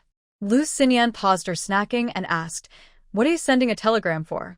Xiao Jiangxin replied, "Didn't we say we need someone to help? I'll have my dad ask my second aunt if she's willing to come." Xiao Jiangxin had made a good profit today, and time was of the essence. Sending a telegram wasn't cheap, but she wasn't being stingy, worried that her family might not understand. She directly asked Xiao Yukai to check with her second aunt if she would come to help at the shop for $25 a month, and after the trial period, it would be $28. She was in a hurry. The telegram was delivered to the village by a postman on a bicycle the next day at noon. Qin Shui had attended a literacy class in the production team before, so she could recognize these simple characters. Luo Fong was quite happy. She had a good relationship with her second sister since childhood. Even during the years when she lost contact with her family, Lu Axia had secretly visited her a couple of times. When they last met during the New Year, the 2 sisters shared a lot of heartfelt words. They both knew that the sister-in-law was not easy to get along with. Although she didn't directly chase them away, her attitude was often sarcastic, and the second sister wanted to build a house but lacked the ability.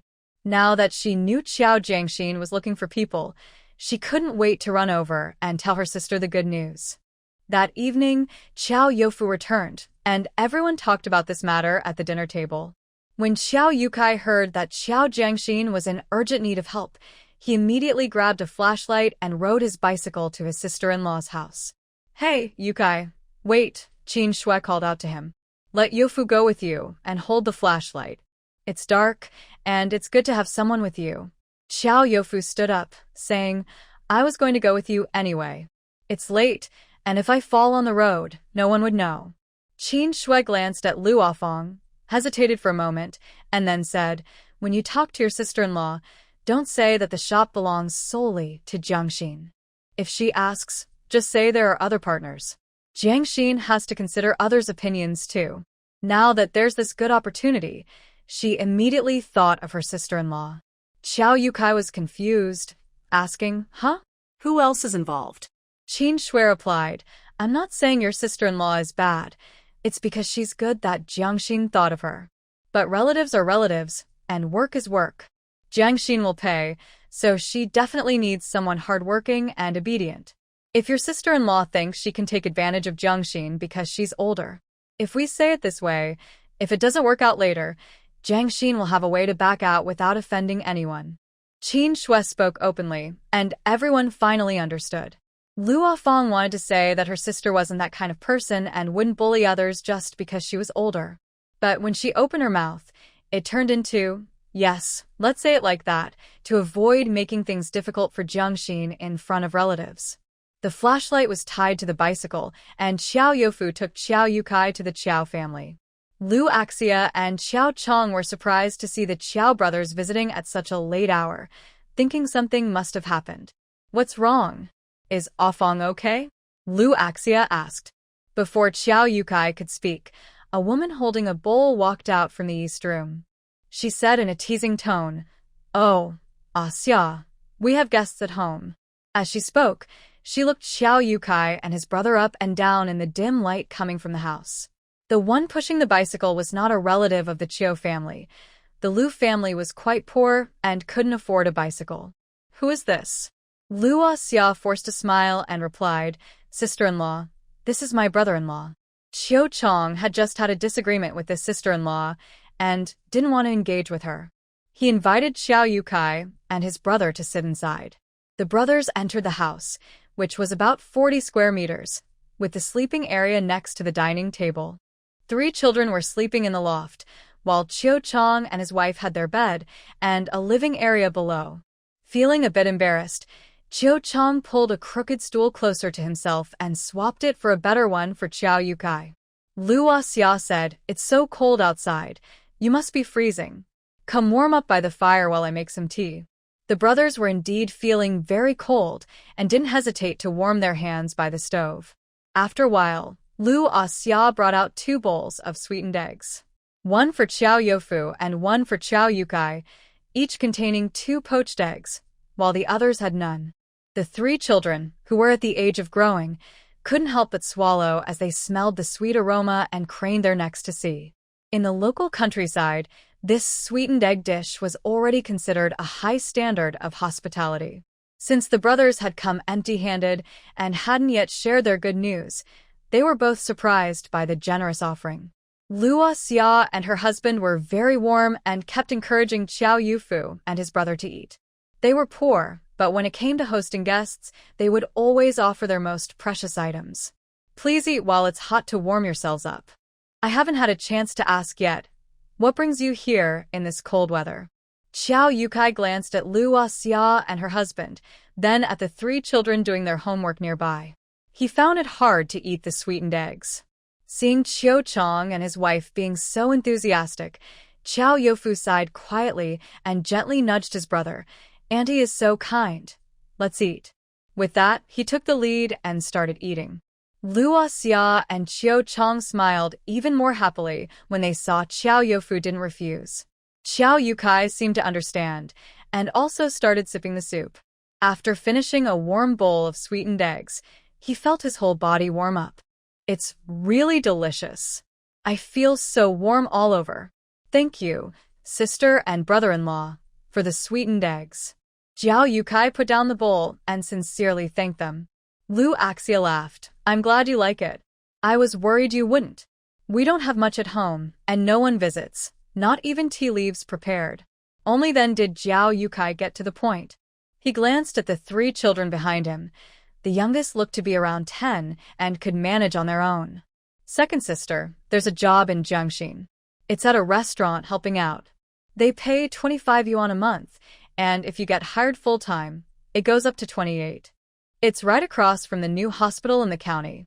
Would you like to go?" Lu Axia and Qiao Chong were both taken aback. They exchanged glances, confirming they hadn't misheard, and then asked in disbelief, "A job in the city?" It was no wonder they were shocked. In their minds, a job in the city meant becoming a proud worker. That was a stable job. Lu Axia spoke excitedly, her words a bit jumbled. "I didn't hear wrong, did I? A job? For me? A city job? You're not joking, are you? You're not joking, are you?" Lu Axia and her husband stared intently at Xiao Yukai. Seeing their excitement, Xiao Yukai smiled. "I'm not joking. Jiangxin sent a telegram saying so. The postman just delivered it to our house at noon. They might be in a hurry to find someone, so we rushed over." Qiao Chong took the telegram and looked it over, surprised. Jiang Xin opened a restaurant in the city. He knew that their relative's family was doing better, but he didn't expect they could open a restaurant in the city. This was more than just doing better. They had become big bosses. Jiang Xin is really capable. What an achievement, Lu Axia said, stretching her neck to see the paper in her husband's hand. Before Jiao Yufu and Jiao Yukai left, Qin Shui had already mentioned this to them, so upon hearing, they quickly followed her advice. No, this restaurant is also thanks to the support of influential people. We didn't help much. Jiang Xin has it tough too. Although she has some say in the shop, she can't make all the decisions.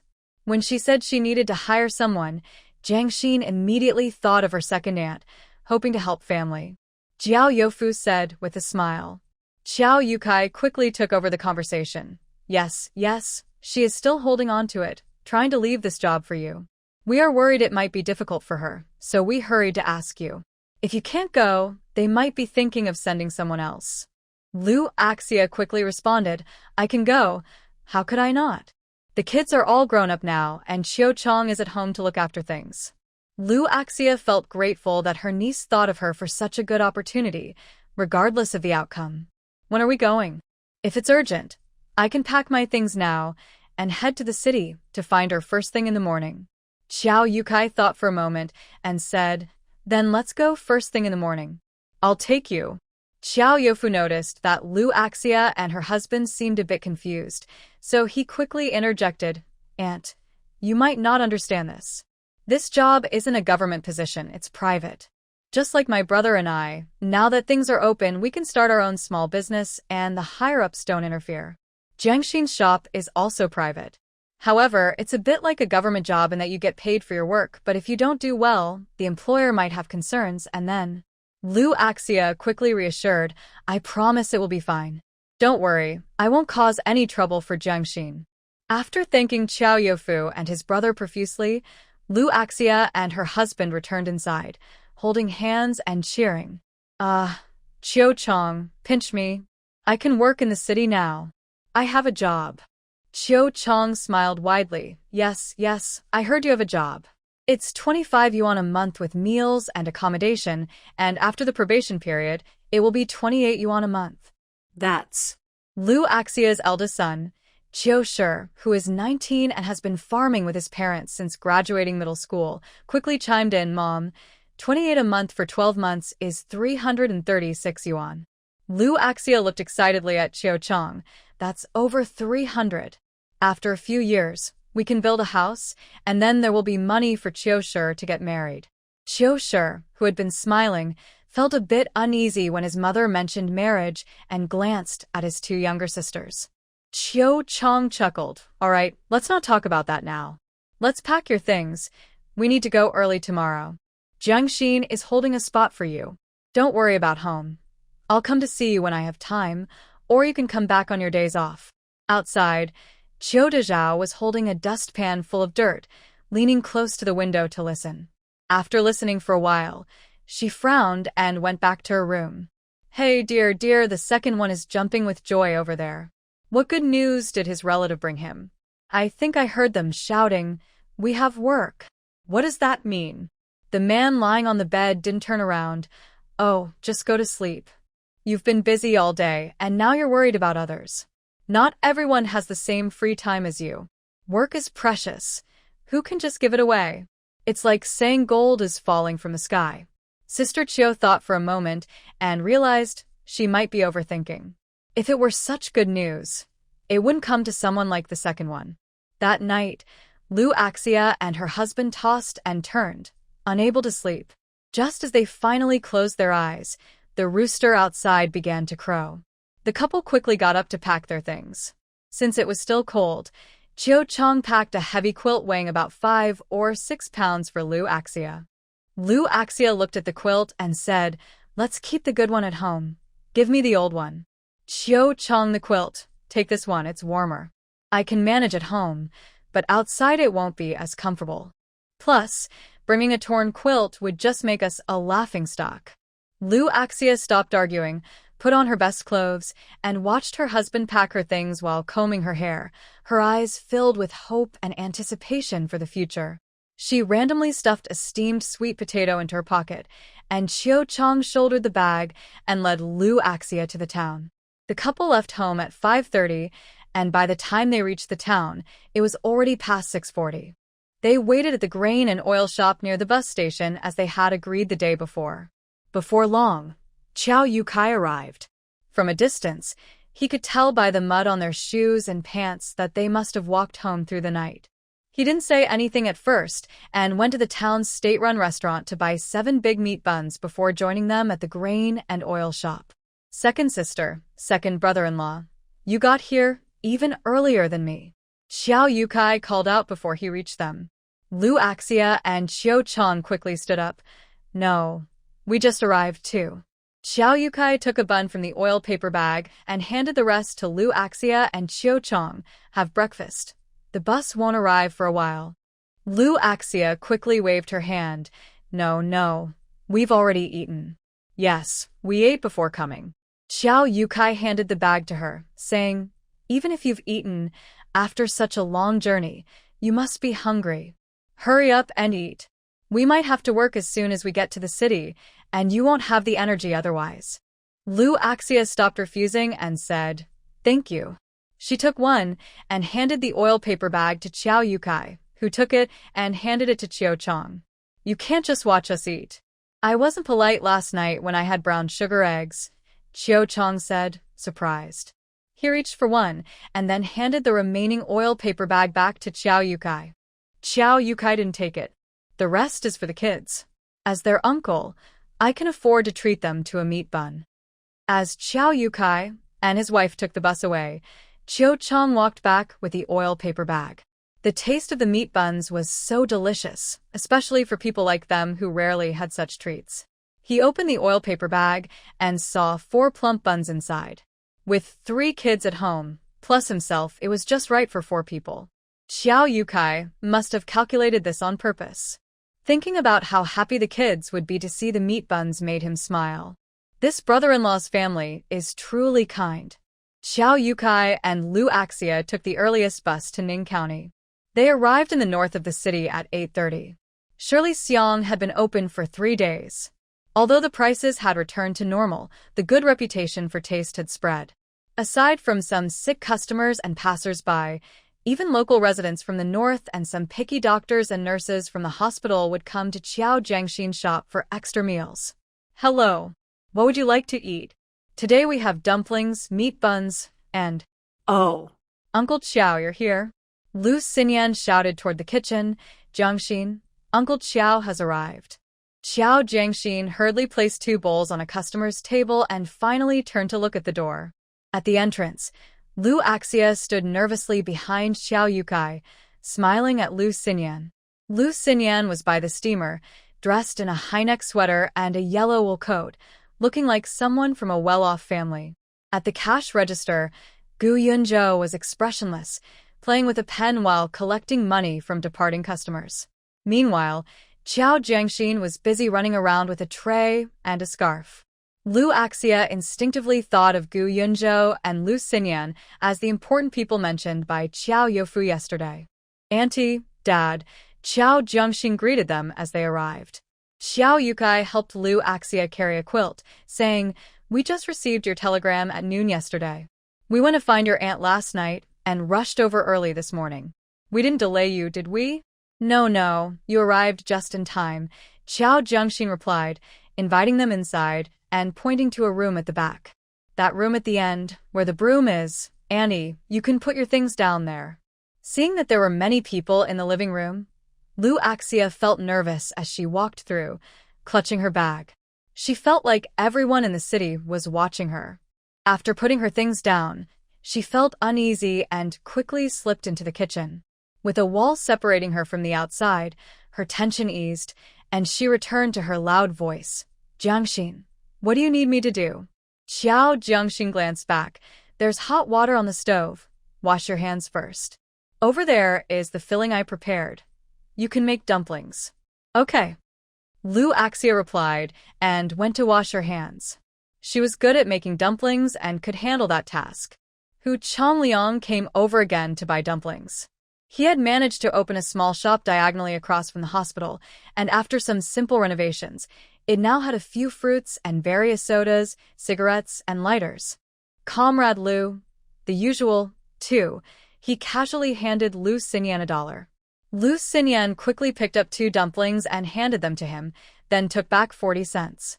Just like yesterday, Hu Changliang stood nearby eating dumplings and chatting casually with Lu Xinyan.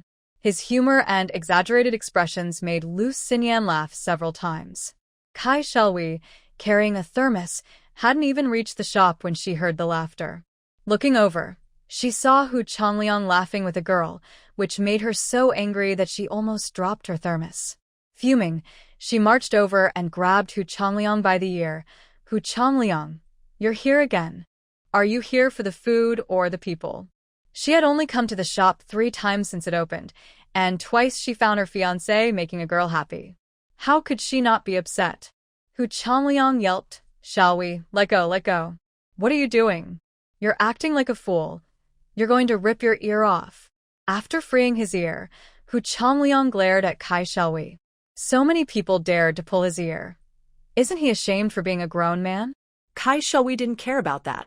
Just now, Hu Changliang was smiling happily at Lu Xinyan, but now he had this attitude towards her, which made her furious. She pointed at Lu Xinyan and was about to shout, "You're selling buns, but look at you dressed so fancy, trying to attract men." Hu Changliang quickly covered her mouth and pulled her towards a shop. Lu Xinyan was confused and took a while to realize what was happening. Did I just get insulted? Did she just say I was trying to attract men? She looked down at her fitted sweater and ankle-length winter skirt, and her anger began to rise. How ridiculous. Just because I dress nicely means I'm trying to attract men? Can't I just like what I wear? Kai Shelwy pulled Hu Changliang's hand away. I'm talking about you. Laughing and joking with a man on the street. You seem so unserious. Shall we stop talking nonsense? Lu, I'm sorry, Hu Changliang said, covering Kai Shelwy's mouth and continuously apologizing to Lu Xinyan while pulling Kai Shelwy away. Somehow, Hu Changliang managed to calm Kai Shelwy down, and after she was taken away, Lu Xinyan remembered this grudge. The next day, when Kai Shelwy passed by the entrance of delicious food, Lu Xinyan glanced at her and sarcastically said, "Oh, your hair looks so shiny and smooth. Is it to attract men?" You. Kai Shelwy was about to respond. Lu Xinyan quickly continued, "Oh, your eyes are clear. Did you wash your face this morning? Is it to attract men? Oh, and you're wearing a fake collar. Is that to attract men? Why else would you wear a fake collar? Oh, and your clothes have no patches at all. Why don't you wear a torn sack? Is it to attract men?" Kai Shelwy, being hot-tempered, got so angry that she started arguing with Lu Xinyan. Lu Xinyan couldn't win the argument. Kai Shelwy won the argument and ran into delicious food to find Xiao Jiangxin to complain about Lu Xinyan, saying her attitude was bad. After losing 2 battles, Lu Xinyan was so upset that she couldn't sleep at night, feeling she hadn't performed well. She thought about how she should have responded differently and spent the night arguing with herself in her mind. The next day, she went to Hu Changliang's shop to try to get information from him. "I think there is a small misunderstanding between me and Shelwy. I thought a lot about it last night. It's just our neighbors, and I don't think it needs to be like this." Hu Changliang believed him. He was already worried about the conflict between Shelwy and Lu Xinyan, which made him hesitant to visit. After learning about Kai Shelwy's workplace from Hu Changliang, Lu Xinyan happily headed back. "Hey, Kai, just wait. If you dare to complain about me, I will complain about you too." Kai Shelwy was scolded by her boss and walked home with a frown. Her family, noticing her mood, didn't dare to speak and exchanged glances instead. Kai's father looked at his wife, wondering who upset their daughter. Kai's mother shook her head, and both turned to their youngest son. Kai Xiaokong subtly shook his head, signaling that he didn't know either. Kai's grandmother looked at her granddaughter's expression and curiously asked, "What happened this time? Did you have another fight with someone?" Kai Shelwy threw her bag onto the sofa and plopped down angrily. "I'm so annoyed. Grandma, what do you think about me breaking off my engagement with Hu Changliang?" Kai's parents and others looked up at Kai Xiaowei in surprise. Kai's grandmother said, "Oh, have you thought it through?" Kai's mother replied, "Yes, breaking it off is good. I always felt that being so close in the same neighborhood was a bit too much." Kai's father added, "I agree. It's better to marry someone farther away. Isn't there a saying that distance creates beauty?" Kai Xiaokong chimed in, "Sister, do you really think so? We all support you." Kai Xiaowei was taken aback and felt a bit embarrassed. She playfully scolded her grandmother, "Grandma, look at them. They just want to bully me and want me to marry someone far away. Aren't you worried that if I marry far away, I might get bullied and have no one to support me?" Kai's grandmother replied calmly, "Marrying farther away has its benefits. It would make us feel more at ease. With your strong personality, you usually end up being the one who stands up to others.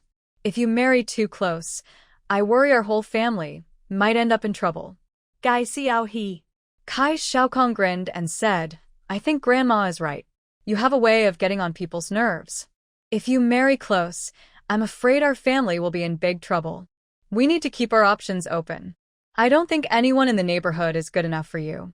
Kai Xiaowei, hearing her brother's teasing, stood up with her hands on her hips and said fiercely, "Kai Xiaokong, you're asking for it."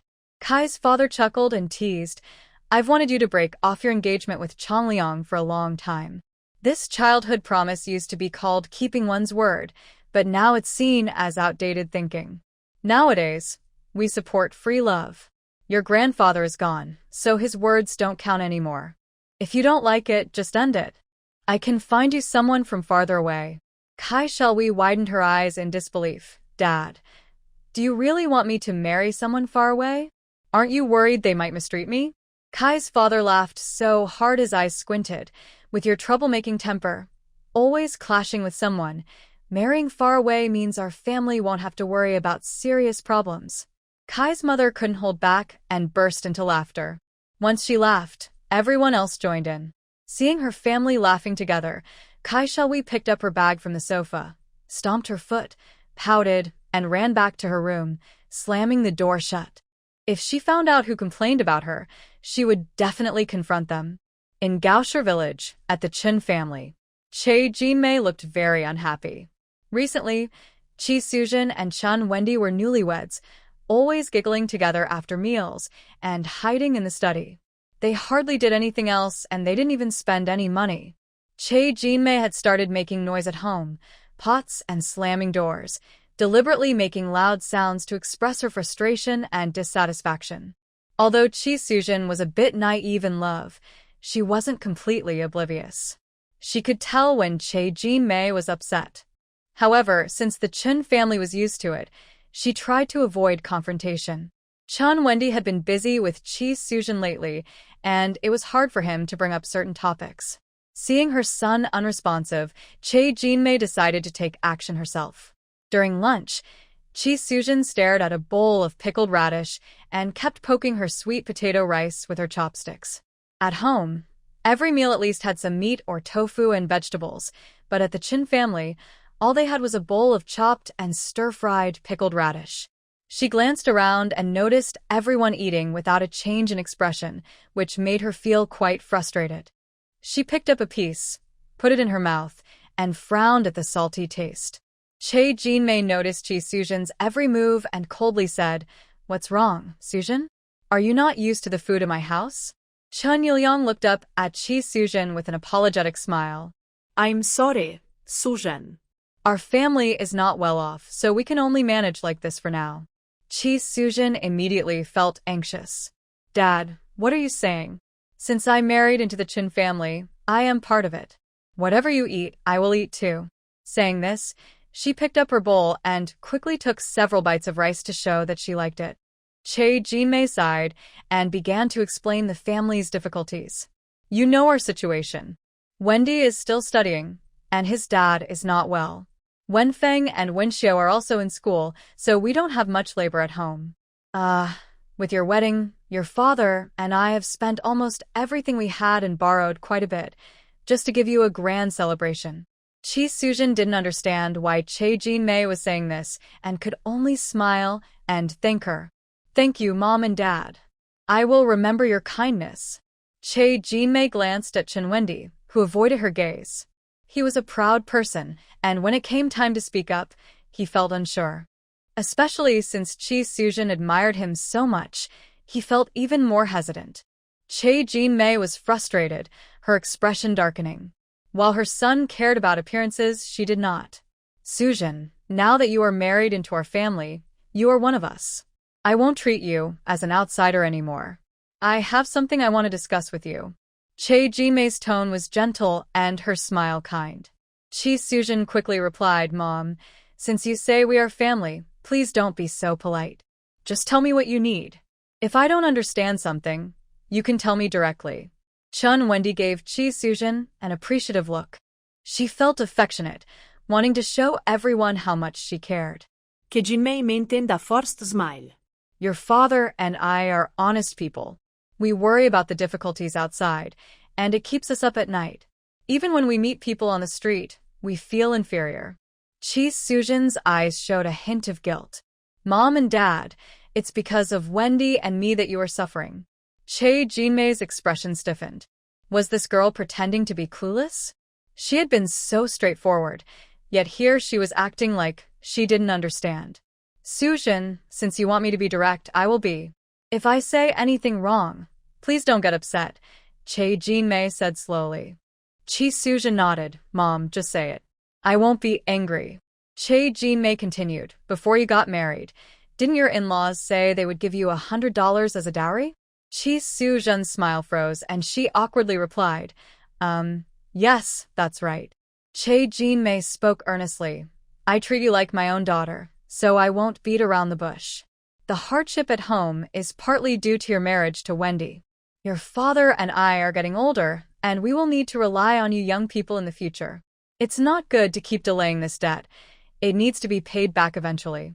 Since we are family, I won't sugarcoat it.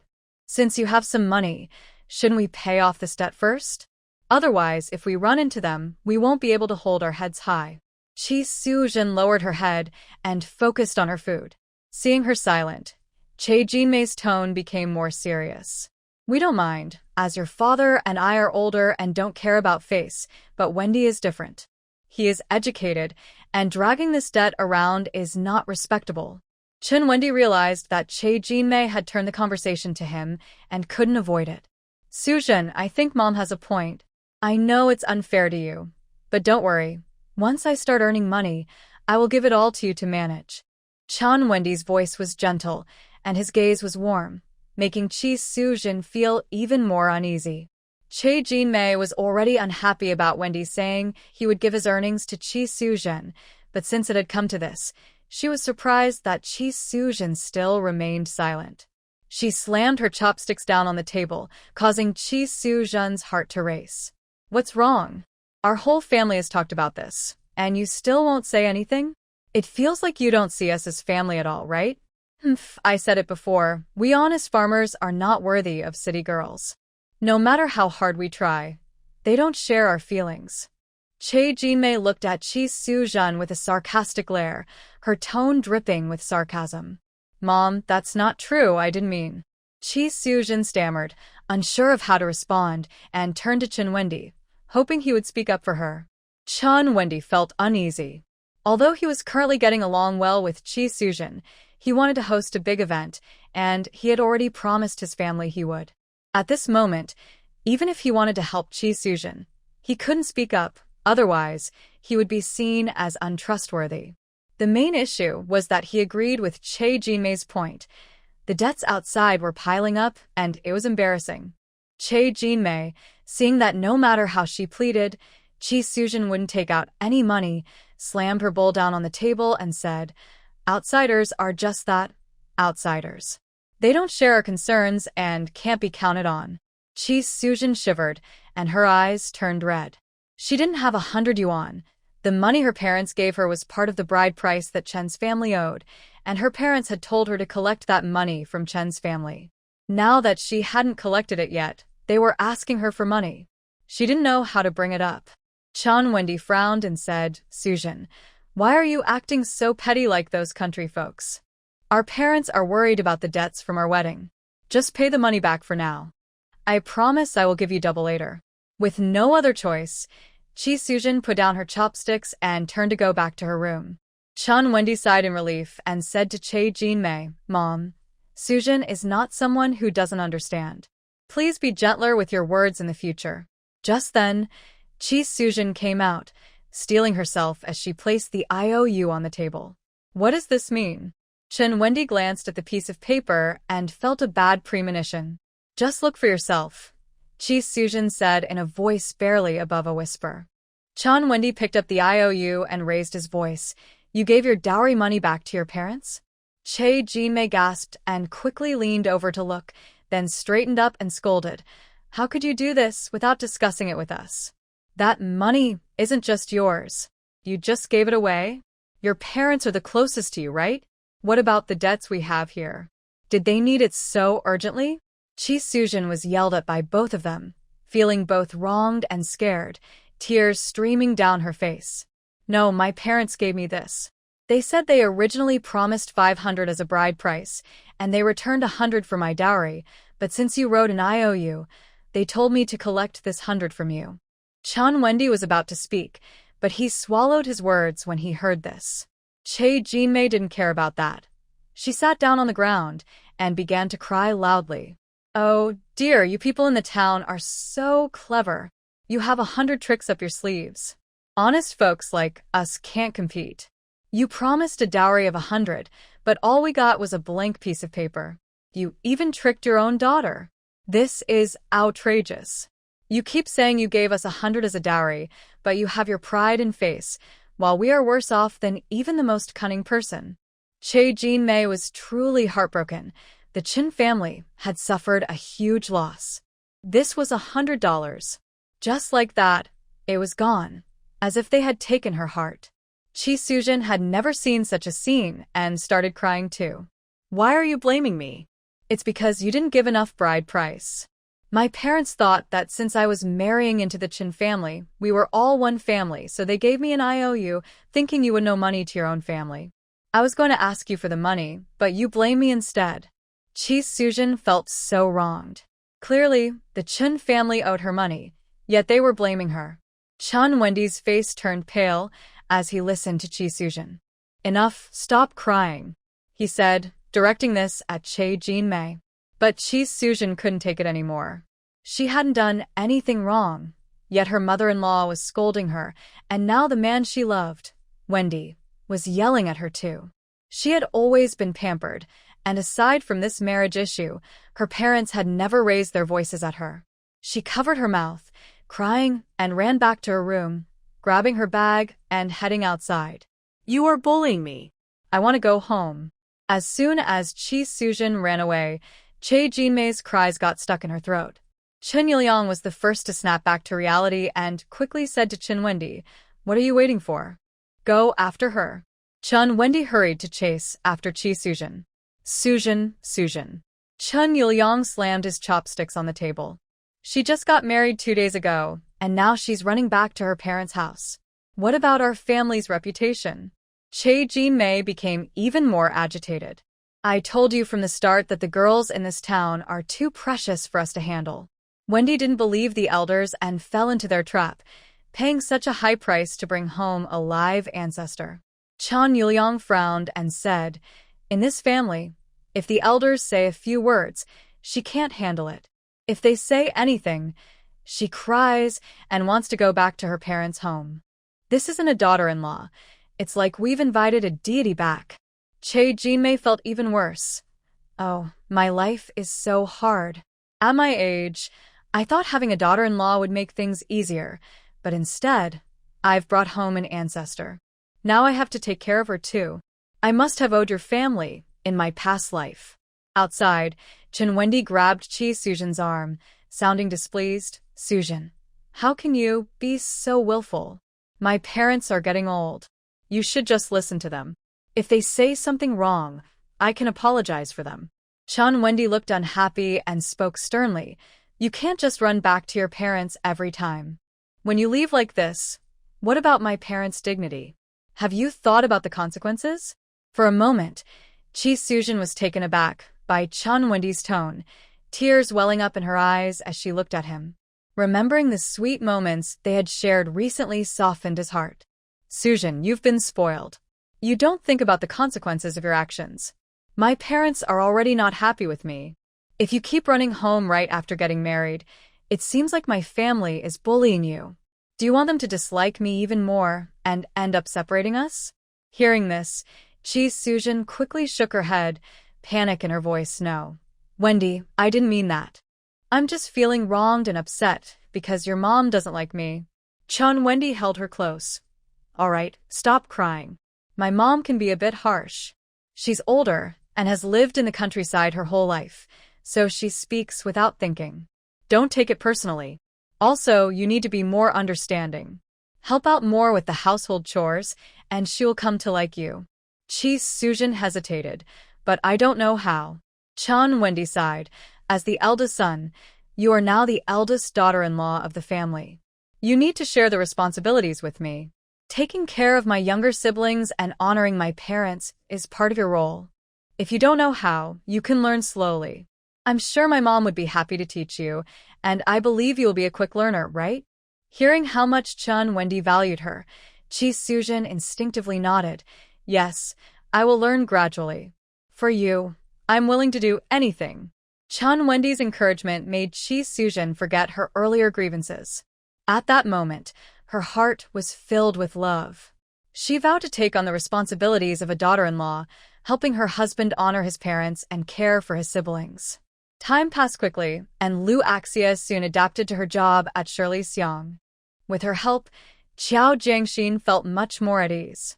Lu Xinyan and Gu Yunju also spent time at the restaurant, assisting whenever they could. Qiao Jiangxin felt guilty and wanted to pay them, but both refused.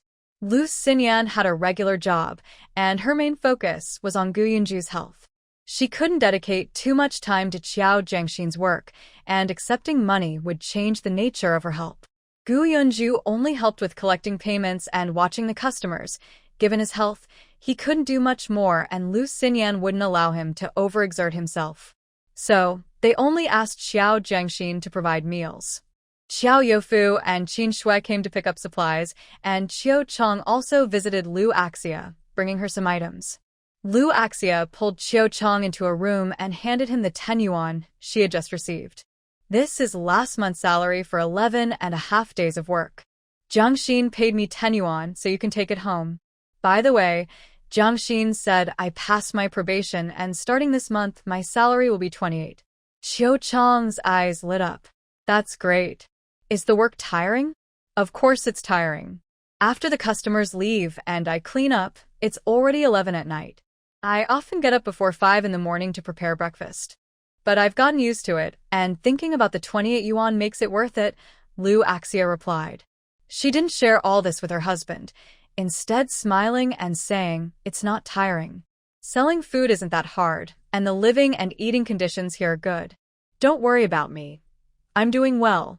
Just take care of yourself at home. When the kids come back on weekends, make sure to get some meat for them. They are growing. In the living room, Qin Shui asked Xiao Youfu to push the cart to find Lu Tsuyin for supplies, while she chatted with Qiao Jiangxin. Qiao Jiangxin glanced at her belly and said, Auntie, you're pregnant. Why are you still running around? Did you get a seat on the bus? Qin Shui laughed. I got a seat. The first bus was full, so my husband had me sit on the second one. We waited half an hour, but at least I didn't have to stand.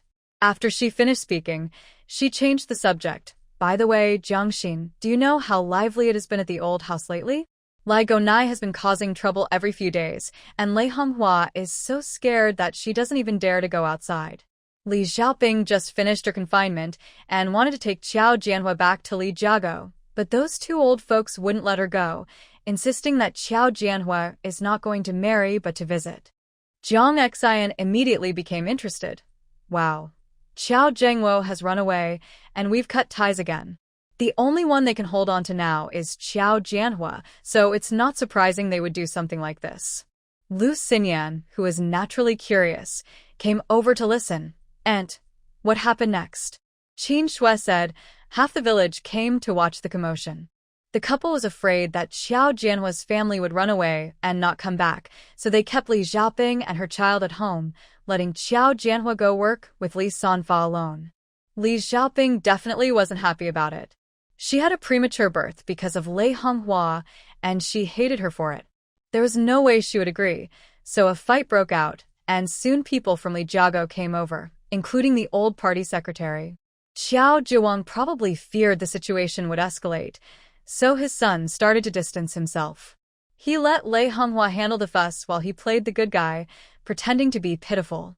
He said that they were getting old and couldn't be without children around, and that their granddaughter was still young and should stay home to take care of them.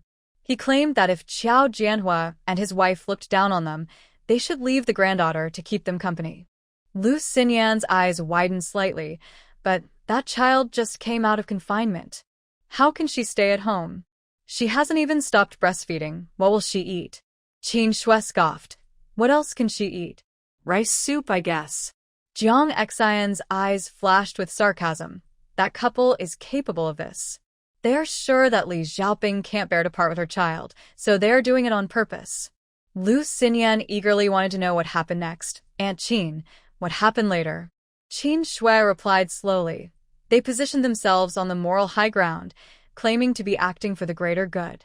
This time, most of the villagers sided with them, helping to condemn Xiao Jianhua and his wife, saying that his parents raised him and even helped him marry, but now he has driven away his brother and abandoned his parents. They also said that Li Xiaoping was cruel, encouraging her husband to side with her family, claiming that the Li family wouldn't teach their daughter well. They said that if she keeps running back to her family, what's the point of marrying? They might as well just take in a son-in-law directly. Jiang Xian twitched her lips. Li Sanfa must be feeling terrible. In his past life, Xiao Jianhua thrived alongside Li Sanfa, even being entrusted with Li Sanfa's engineering company, treated like a son. However, this was possible because Qiao Yukai and Qiao Youfu provided support, allowing Xiao Jianhua to rise without worries. Now, with Qiao Youcai's brothers emerging from difficulties and Qiao Zhengwo also leaving, Qiao Zhiwang and Lei Honghua have less and less to hold on to, making them anxious, which will surely drag Qiao Jianhua down. Qin Shui nodded. That's right. The Li family is furious, and things have escalated. Qiao Zhiwang proposed that Qiao Jianhua either send 10 yuan home each month and leave his granddaughter there, or that the whole family stay home. Li Xiaoping probably despises that couple, torn between not wanting to part with her daughter and not wanting them to take advantage, while also considering her family's reputation. In the end, she decided to stay in Gaoshi village with the child, leaving Qiao Jianhua to work with her father. Qiao Zhengxin scoffed. TSK, they just keep digging their own graves. Lei Honghua is so cruel and looks down on Li Xiaoping for having a daughter, resenting her for causing rifts between mother and child. Li Xiaoping likely despises them even more. There will be trouble ahead. After gossiping about the Qiao family, Qin Shui brought up the Chen family. Having been married into the Qiao family for a while, she noticed that Qiao Zhengxin seemed to dislike the Chens, and she felt this was worth sharing. She leaned in closer and whispered, "The Chen family is causing quite a stir too." Qiao Zhengxin's eyes lit up. What happened? Lu Xinyan leaned in as well, and Gu Yunju from the other side of the table perked up his ears. Qin Shui said, "The young lady from town is making her own life difficult by marrying into the Qin family. She can't carry water, twisted her ankle in the fields, and struggles to do any work. She complains of pain, and when she goes to gather firewood, she has to be carried back.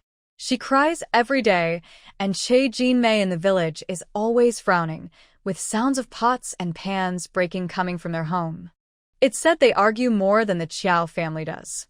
Just yesterday, she ran away after being slapped by Che Jinmei, crying as she went back to her mother's house." Qiao Zhengxin felt delighted hearing this. After a lifetime of unrequited love and separation, she was determined to live a lively life this time. The restaurant's business was thriving due to its good taste and fair prices. Every morning, as soon as the buns are ready, a line forms outside. Lu Xinyan, who is in charge of handing out buns at the entrance, has earned the nickname Bun Fairy. Kai Xiaohui learned from Hu Changliang that Lu Xinyan had asked about her workplace, which made her suspicious that Lu Xinyan had complained about her. However, she had no proof. Whenever they passed by the restaurant, the two often exchanged sharp words, and sometimes Hu Changliang has to step in to separate them. Because of the issues with Kai Xiaohui, Hu Changliang has apologized several times by bringing soft drinks to the restaurant. Even regular customers, upon seeing Kai Xiaohui approach, would rush to inform Lu Xinyan, eager to witness the drama. From 2 p.m. to 5 p.m., everyone is usually free. After the lunch crowd leaves and before the dinner guests arrive, people often sit together, pouring tea and chatting around the stove. They particularly enjoy listening to Gu Yunzhou talk about the military and national affairs. Qiao Jiangxin, who has had little education, always thought that after the founding of the country, the world was peaceful. Besides the Korean War, she believed that the country enjoyed a long period of peace. Gu Yunzhou explained, that's not true. In fact, since the founding of the country until recent years, we have always been in a state of readiness for war. Lu Axia asked curiously, what does state of readiness for war mean? Gu Yunzhou replied, it means being prepared to send troops to the battlefield at any time. Qiao Jiangxin turned to Lu Xinyan, who nodded in agreement. Seeing Qiao Jiangxin's curiosity, Gu Yunzhou spoke with a serious tone. Our country has been working hard, but many bad people bully us, and we are always ready to fight back. These years have been tough. We are really poor. We don't have advanced weapons, but our military and civilians are united, and our leaders and soldiers are very determined. Noticing that everyone was listening intently, Gu Yunzhou sighed and continued, in the first 30 years after the founding of the country, we had many local wars. Many people know about the Korean War, but few know about the Battle of Kinmen. There were also the Hainan Island Campaign and the Wanshan Islands Campaign, followed by the Battle of Chengdu and the Laoshan Battle in 1953. In 1960, we faced natural disasters and the United States violated our airspace hundreds of times, followed by the Sino-Indian War and the Kongjia War. Then there was the Soviet Union stationing 1 million troops at our border, attempting to strike us. Next came the Zhenbao Island incident. In many places unknown to our people, our fellow soldiers have been fighting hard, and there has never been a shortage of bloodshed. It can be said that to resist external enemies and wash away a century of shame, we have paid a great price. The life we live now has been earned with blood. Gu Yunzhou looked lost in thought, staring at the bustling street. Qiao Jiangxin observed his profile, feeling a heaviness in her heart. Gu Dage spoke with pride as a warrior, but he must be feeling very hurt inside given the current situation. She followed his gaze outside, and suddenly her pupils contracted, causing her to stand up. Although a figure passed quickly at the door, Qiao Jiangxin recognized her immediately. It was her best friend from her past life, Ollie. She didn't know Ollie's last name, only that everyone called her Ollie. She met Ollie while carrying bricks at a construction site. At that time, she was being harassed by a small foreman, and to keep her job, she had to deal with him. Eventually, he cornered her in a warehouse. In a moment of danger, Ollie, who was also carrying bricks, hit the foreman with a brick, took their wages, wrapped Qiao Jiangxin in her coat, and brought her back to her shabby rented room. Later, they set up stalls together and took on odd jobs, always informing each other about any work opportunities. They supported each other during tough times. During those difficult 7 or 8 years, Ollie provided Qiao Jiangxin with warmth she would cherish for a lifetime. But then, Ollie suddenly disappeared. Qiao Jiangxin couldn't reach her. She left a message for Ollie to contact her, but before she could hear back, she went to the provincial city with Chan Wendy's family. When she returned to Ning County, she tried to find Ollie. After some effort, she learned from a former coworker that Ollie had died. She had stabbed her aunt, who raised her 3 times, and was shot dead while attempting a 4th stab. Ollie was 27 when she died, never married, and left Qiao Jiangxin a silver bracelet. They had joked that girls who were loved would have silver bracelets, and they promised to give each other one when they made money. In her past life, until Qiao Jiangxin's death, she still owed Ollie 177 yuan and a silver bracelet that she never got to give. Jiangxin, what are you doing? Lu Xinyan asked as she saw Qiao Jiangxin suddenly stand up and run to the door, prompting her to stand up as well. Qiao Jiangxin stood at the door, looking at the figure ahead, and tentatively called out. Ali Qili paused for a moment, slowly turned to look back, his face showing no expression. A serious-looking man beside her noticed her stop and frowned as he looked back, then quietly asked, "What's wrong?" Qili shook her head and continued walking with the man. Just that one glance back, Qiao Jiangxin recognized that it was Ali. "I think I saw someone I know. I'm going to say hello," Qiao Jiangxin said to Lu Xinyan as she rushed forward. Ali didn't know her, but she still owed him a silver bracelet and 177 yuan. Qiao Jiangxin followed him for 3 streets, reaching the southern city, passing by Aunt Shin's house where she bought dragon beard noodles and then saw Ali, with a backpack, enter an alley. Soon, there were sounds of scolding and the clattering of a water scoop from inside. Qiao Jiangxin hesitated to approach, stood for a moment, then turned to find Aunt Shin. Aunt Shin lived on the street, so she wanted to ask her about it. "Aunt Shin," Qiao Jiangxin called as she entered the yard. Aunt Shin was drying noodles, and the yard was filled with thin bamboo poles, neatly hanging half-transparent noodles. "Is that you, Xiao Qiao? Did you come to get some noodles?" Aunt Shin said happily. She went inside and brought out a snakeskin bag with a thin lining. After chatting for a bit, Qiao Jiangxin shifted the topic to Ali. "Aunt Shin, is there a girl named Ali around here? What's going on with her family? I heard people talking about them when I came in from the street." Qiao Jiangxin pretended to be curious as she looked at Aunt Shin. Aunt Shin paused for a moment. "Are you talking about Qi Li from the Qi family?" Qili. "So her last name is Qi." Aunt Shin continued while sorting the noodles. "Poor widow Qi, losing her husband at a young age, raising a son and a daughter alone. Just when she should enjoy her old age, none of her children are obedient. Her son ignored advice, rejected city girls, and married a country girl. That country girl was also short-lived, falling seriously ill and leaving behind a daughter and a pile of debts when she died. As if that wasn't enough, her daughter also got divorced and came back home with a grandson. Her son hasn't returned for over 2 years to pay off debts, so now she's living with her daughter, taking care of a grandson and a granddaughter at home." Qiao Jiangxin calculated the ages and quietly asked, "So this Ali is the granddaughter?" Aunt Shin nodded. "Yes, the granddaughter." She continued to complain. "That widow's daughter from the Qi family has a bad temper, otherwise, she wouldn't have divorced and run back to her mother's house. She acts like the whole world owes her something, always wearing a sour face and not pleasant to be around. When her sister-in-law was alive, she looked down on her, complaining that she was just a country girl and blaming her for being a burden on the family. Even though her sister-in-law has been gone for years, she still brings it up, as if her own troubles are all because of her sister-in-law. Everyone knows the truth. It was just that she didn't want to move to the countryside and try to sell her brother's marriage, but her brother refused, so she ended up alone. Now neither of them is doing well. I wonder if there's something wrong with the Qi family's luck." Qiao Jiangxin asked, focusing on the main point. "Is Qi Li's father not at home?"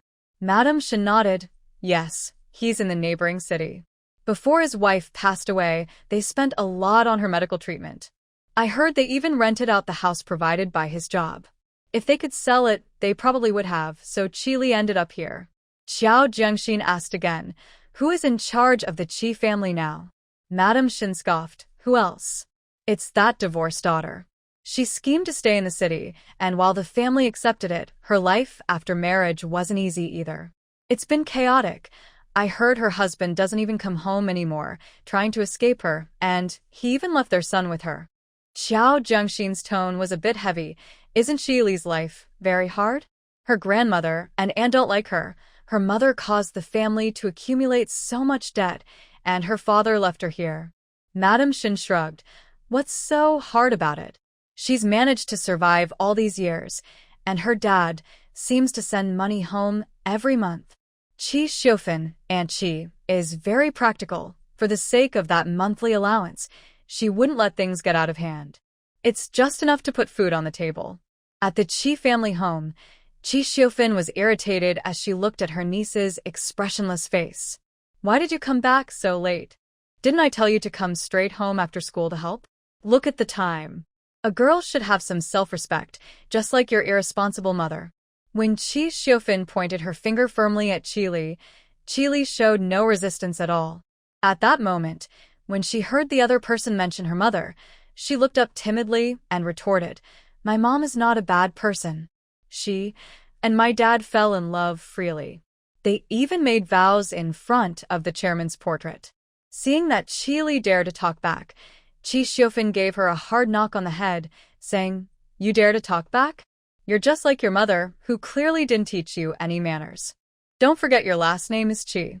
Qili immediately felt like a young lion ready to fight. She shouted at Chi Xiufan, "Don't talk about my mom. You have no right to say anything about her. She was harmed because of you. You're the bad one. You tried to drug someone and they didn't want you, so you came back here to cause trouble." Smack! A sharp and loud slap hit Qili's face.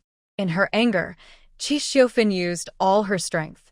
The thin Qili was knocked sideways until she hit the wall and stopped. Qili looked dazed and took a long time to get up.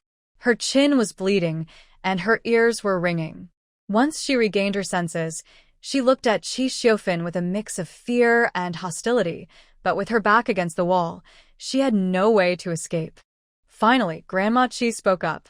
She walked over to help Qili up and scolded her daughter. "What are you doing?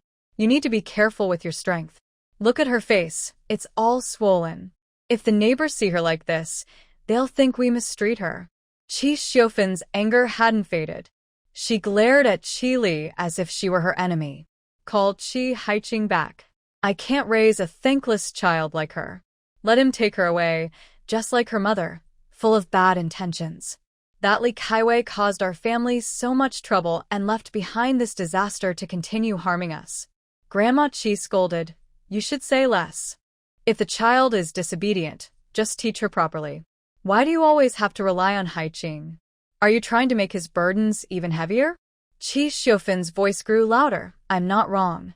If Chi Haiqing had listened to me and married the daughter of Director Liu, would I have had to marry that beast? All the debts Chi Haiqing has are his own fault. Who told him to marry that troublemaker, Li Kaiwei? You think she's a good person? While she was alive, she encouraged Haiqing to stay distant from us, and didn't even want to come here. And when she died, she still wanted to send her child over. If it weren't for her begging me to take care of this girl before she died, do you think I would bother with her?" Qili only felt a buzzing in her ears. She could hardly hear Chi Xiufan's sharp and cruel insults clearly. That night, she was punished again by not being allowed to eat dinner, a common punishment from Chi Xiufan. Late at night, she looked out the window at the sky, once again feeling a sense of despair. In the afternoon, her teacher took her to the hospital to bandage her injured arm, but the wound seemed to have reopened. She was only 14 and in the first year of middle school, but since her mother passed away when she was 10, she had already experienced this feeling of despair. She didn't cry because her mother had told her before, "Ollie, girls shouldn't cry all the time. If you cry, people will bully you." Yet that day, her mother had held her and cried all day long, as if there were endless tears. The next day, she saw her mother, who usually disliked her aunt, forcing a smile at her aunt, asking her to take care of little Ollie. Li Kaiwei knew the family was in deep debt, and her husband wouldn't have time to look after Ollie. He would likely send her to her mother-in-law's house. But her sister-in-law also lived there and had a lot of influence in the household. She had always been strong. Her mother-in-law didn't like her, and she had to go through childbirth alone. When her sister-in-law didn't like her, she moved out with her husband. During the toughest times, she never asked her family for help and even claimed she could live without them. But that day, she realized she was dying and understood her sister-in-law's dislike for her. She broke her own pride and carefully presented it to her sister-in-law, pretending to be pitiful to evoke a bit of sympathy, hoping that little Ollie's life would be a bit easier. Qili didn't understand the adult world, but she hated the way her mother smiled. It was an ugly smile that made her want to cry. She knew her mother didn't like Chi Xiufan and was even reluctant to go back to her grandmother's house because Chi Xiufan and her daughter had always disliked her mother. Chi Xiufan blamed all her misfortunes on Li Kaiwei. If Chi Haiqing had listened to her and married the daughter of Director Liu instead of Li Kaiwei, Chi Xiufan could have stayed in the city. But Chi Haiqing didn't want to, so she had to manage on her own. Before Li Kaiwei even entered the house, Chi Xiufan already hated her. Once inside, she would mock Li Kaiwei every time she saw her, no matter the occasion, trying to embarrass her publicly. Even if Chi Haiqing and Li Kaiwei had a small argument, she would jump in to stir things up, suggesting her brother divorce Li Kaiwei and marry a city girl who could help the family. Chi Haiqing was raised by his mother and sister, and their personalities are completely opposite. Chi Xiufan is extremely selfish, fierce, harsh, materialistic, and sharp-tongued. In contrast, Chi Haiqing is honest and kind-hearted, even somewhat timid. He has only been firm once in his life, regarding marriage, and he feels guilty about his sister's situation. However, he truly loves Li Kaiwei. Unable to protect her at home, he agrees to her suggestion to move out. Qi Li does not like her grandmother and aunt. When her mother passed away, she was only 10 years old and felt she was being sent to her grandmother's house, which made her feel overwhelmed. It wasn't that she disliked her grandmother's house. She was more afraid of her aunt.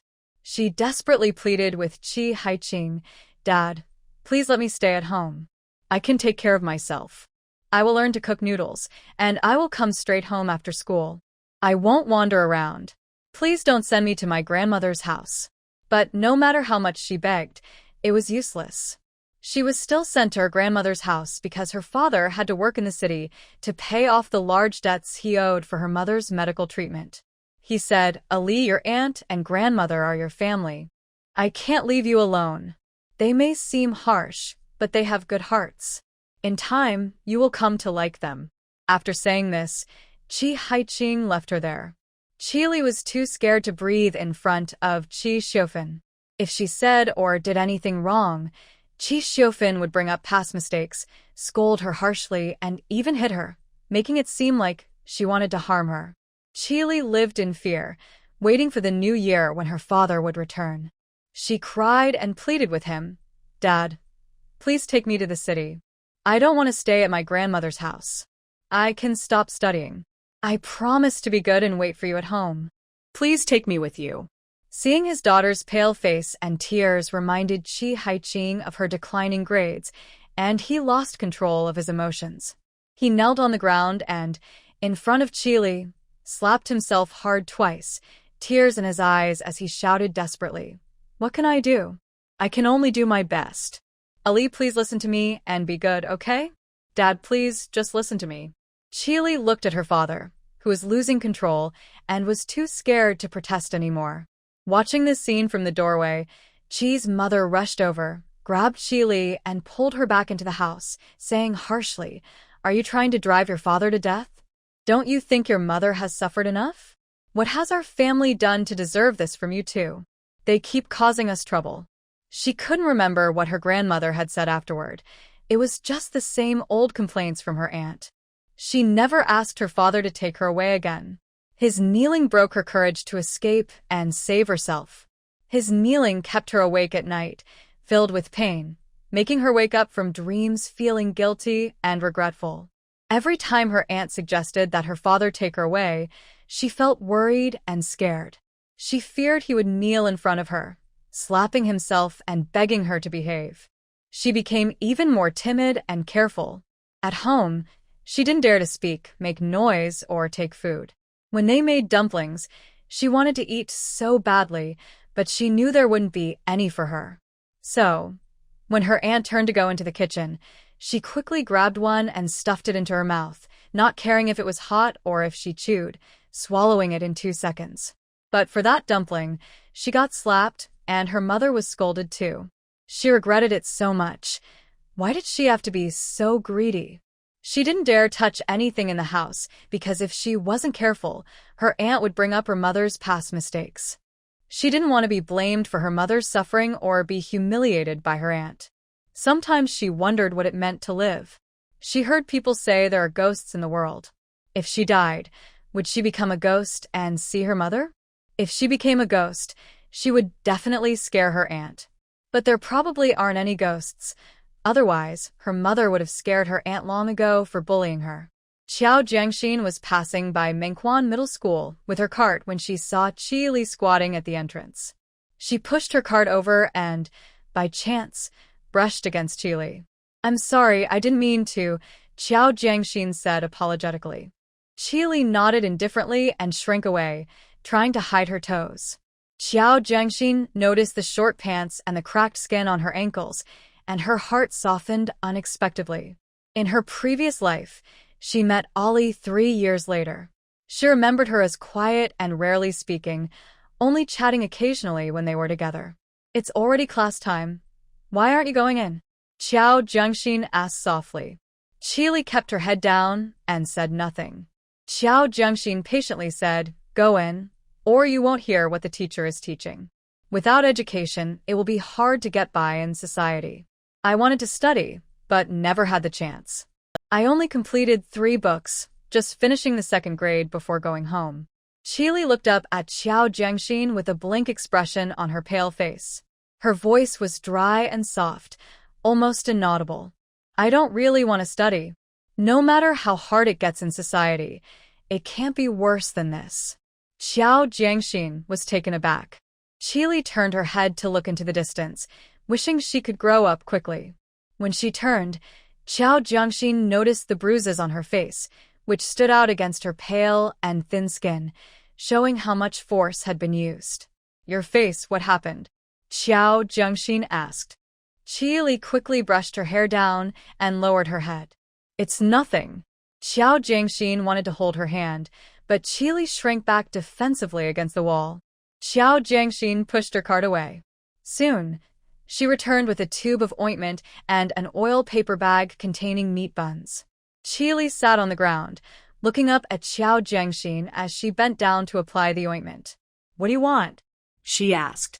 Xiao Jiangxin stuffed the oil paper bag into her arms. "I don't want anything. I work at Shirley Xiang restaurant across from the new hospital. My name is Xiao Jiangxin. If you ever need help, you can find me." Qi Li hugged the oil paper bag tightly. "Why are you being so nice to me?" Xiao Jiangxin gently touched her dry, yellowing short hair.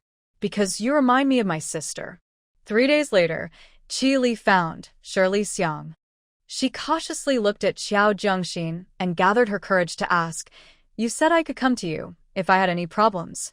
Is that true?" Xiao Jiangxin smiled. "What do you need?" "As long as I can help." Qi Li nervously asked, "Can you take me to Lin City? I want to find my dad." After saying this, she looked at Xiao Jiangxin anxiously, like a patient waiting for a diagnosis. Xiao Jiangxin nodded. "Sure, as long as you have an address." Kilikriya. That evening, Gu Yunzhou asked Xiao Jiangxin, "Are you really going to Lin City?" Without hesitation, she replied, "Yes." Lu Xinyan curiously asked, "Who is that girl?" Xiao Jiangxin smiled. "Someone very important to me." She didn't know what Qi Li had been through, or why she had chosen that path. Xiao Jiangxin and Ollie have known each other for many years, but Ollie has never mentioned her past, only saying that she has no family. Gu Yunzhou did not ask further and suggested, "Let Xinyan go with you. She has traveled before." Xiao Jiangxin refused. 3 days later, she took a 4-hour train ride with Qi Li and then transferred to 2 buses to find the place where Qi Li's father worked. It was lunchtime, and at the rundown construction site, a few dirty workers were sitting nearby playing cards. Qi Li mustered up the courage to approach them. "Hello, uncles. Is Qi Haiqing working here?" "Qi Haiqing? I don't know him. Do you guys know him?" One worker thought for a moment and asked the others. Another person replied, "Are you talking about old Qi from Ning County?" Qi Li nodded. "Yes, from Ning County." "Oh, he's a tough guy. He works here. Just go inside and look for the manager in the shed." Qi Li glanced in the direction the worker pointed, thanked him, and jogged back to Xiao Jiangxin. "I found them. They said my dad is inside." As they were about to go in, they overheard the workers discussing. "What do you mean by saying old Qi is a tough guy?" Chili instinctively stopped. One man, still holding his cards, said, "Isn't he just a tough guy? He stays at the site all year round, and you can't drive him away just for a 2 yuan attendance bonus at the end of the month." Last time, he was in so much pain from food poisoning that he rolled on the ground but didn't take a day off to go to the hospital. He waited until after work to buy medicine, just afraid of losing that 2 yuan bonus. You tell me, is that tough or not? Out of all of us, he's the only one who can maintain perfect attendance every year. The key is he doesn't smoke, drink, or play cards. He even saves leftovers from the cafeteria for the next meal, and he scrapes by every month. Oh, I remember now, you're talking about that worker, old Chi, right? Yes, that's him. He wears the same work clothes all year round, and when the new year comes, the only new clothes he has are the ones he hasn't worn yet. You could say he's a bit of a small leader. I've never seen such a frugal leader. Oh, I remember now. I heard someone say that he used to manage the mixing station, which was an easy and respectable job. I don't know what he was thinking, though, to move to this cold, remote place just for a little subsidy. A few days ago, while unloading materials, someone accidentally dropped something on his foot, and it even knocked off his toenail. He just wrapped it up and came back, afraid of losing his pay. He even pocketed the medical and nutrition expenses they offered him, not wanting to buy an extra tube of ointment. The other workers widened their eyes. Wow, is he crazy? He can't even get a hot meal here, and the mixing station is much more comfortable. When the material truck arrives, it's a mess with signing and quality checks, and it's exhausting. The responsibility is huge. Can it compare to the mixing station? Crazy? No, he's just doing it for the money. I heard his wife is sick and they owe a lot of debt. They've borrowed from all their relatives and friends back home. Don't be fooled by how tough he is. In these 4 years, he has paid off nearly 1,000 in debt, and he still supports his mother and kids. The kids need money for school. How many people around us are that tough? Wow, did he keep his wife? No, she couldn't be saved from her illness. Maybe they had a good relationship and he didn't want to let go. There were times at work when people saw him secretly wiping away tears. He's a leader but doesn't spend on himself, even staying at the site during the new year. It's really sad to see. Xiao Jiangxin felt a mix of emotions. Earlier, she had heard Anshin talk about Qi's family and had a very negative impression of Qi's father. But now, listening to this, she realized that people shouldn't be judged by one side. Qi's father seemed to be a typical figure of his generation. Xiao Yukai and Xiao Youfu were similar, hard workers who were not good with words. They just focused on their work, but because of their limited abilities, they fell short in many ways for their loved ones. Yet, despite their flaws, you could still sense their greatness. Do you want to go in? Xiao Jiangxin asked. Throughout the journey, Qili had opened up a bit to her, and Xiao Jiangxin understood why she was there. In her past life, Ollie had mentioned that Qili had no one at home, so Xiao Jiangxin wondered if something had happened to Qi's father in the last 3 years. In her past life, Qili had always stayed at her aunt's house and never sought out her father, possibly unaware of his situation. "No need to go in," Qili said, her gaze dimming. Her voice was barely audible. "I used to think that anyone who knelt down to ask me for something was my lifelong enemy, because they were forcing me to do things I didn't want to do. But now, I feel like I don't hate him anymore." Qili felt the lump in her throat. At least when Mom was sick, everyone advised him to give up, but he tried his best. Even though he was weak in front of Grandma and Aunt, not protecting me and Mom, he still. Xiao Jiangxin frowned slightly, worried that one day Qili's father might be gone, and Qili would regret it. "Since we're here, why not go inside and take a look? You say you don't hate him, but you still blame him, right? In life, no one knows what tomorrow will bring, so it's important to cherish the present." Qili turned to look at Xiao Jiangxin, who nodded. She lowered her head and thought for a while before walking inside. Inside the shed, Qi Haiqing limped awkwardly around a makeshift stove made of bricks, busy with his tasks. Under the stove, some scraps of paper and wood were burning, and on top was a blackened lunchbox filled with water. Qi Haiqing broke a hard steamed bun and tossed it into the box. That was his lunch for the day. He had brought the bun from the cafeteria at the mixing station, taking advantage of the monthly meal allowance, saving a lot by not wasting food. Chili watched her father, dressed in dirty work clothes, limping as he picked up scraps of wood to add to the stove, his face covered in dust. "Dad," she called, walking toward him in a daze. In the past 4 years, her father had only returned home twice. She had been too focused on her own troubles to notice the weariness and gray in his hair. Now, she realized how much older he had become in these 4 years. She also understood how heavy the burden of over $1,000 in debt was when his monthly salary was only $30 or $40. When Chi Haiqing heard her call, he paused, turning to look in her direction. Seeing Qi Li and Xiao Jiangxin, he was puzzled for a moment, but then his eyes widened with joy, which quickly faded into concern. He limped over, a mix of worry and reproach on his face. "Ollie, why are you here? It's Tuesday. Are you skipping school? You're such a disobedient child. I told you I can't take care of you here. You need to listen to me. I'll work harder, and once I pay off my debts, I'll come home and never leave you again." As he approached, he looked at his thin daughter, tears glistening in his eyes. Before his wife passed away, their daughter was bright and cheerful, but in just a few years, it felt like she had withered like a flower without water. He gently held Chili in his arms. For these years, it wasn't just him who was suffering, his daughter was too. The suffocating days they endured were the same for both of them. He had faced many hardships, and so had she. His voice was hoarse and trembling as he said, "Ollie, it will be over soon. I will work hard for another 2 years, and then I can pay off the debts. I know your grandmother and Anne are not kind to you, but Ollie, I really have no choice. You are still so young, and you see the environment here. I can't take care of you, and I worry about you being alone. Even if your aunt and grandmother are not good to you, they are still family. What if there are bad people who want to take advantage of you when there are no adults around?" He remembered the last time his daughter begged him to take her with him and the disappointment in her eyes when he refused. Kiheking's voice choked with emotion. "Your uncle Huang lent me all the money he had. Your brother Huang is waiting to get married, and if this goes on, it will delay him.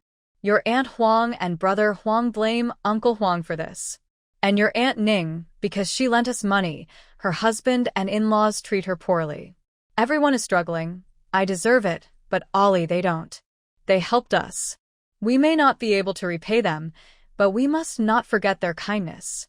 We owe them this, and no matter how hard it gets, we must repay it."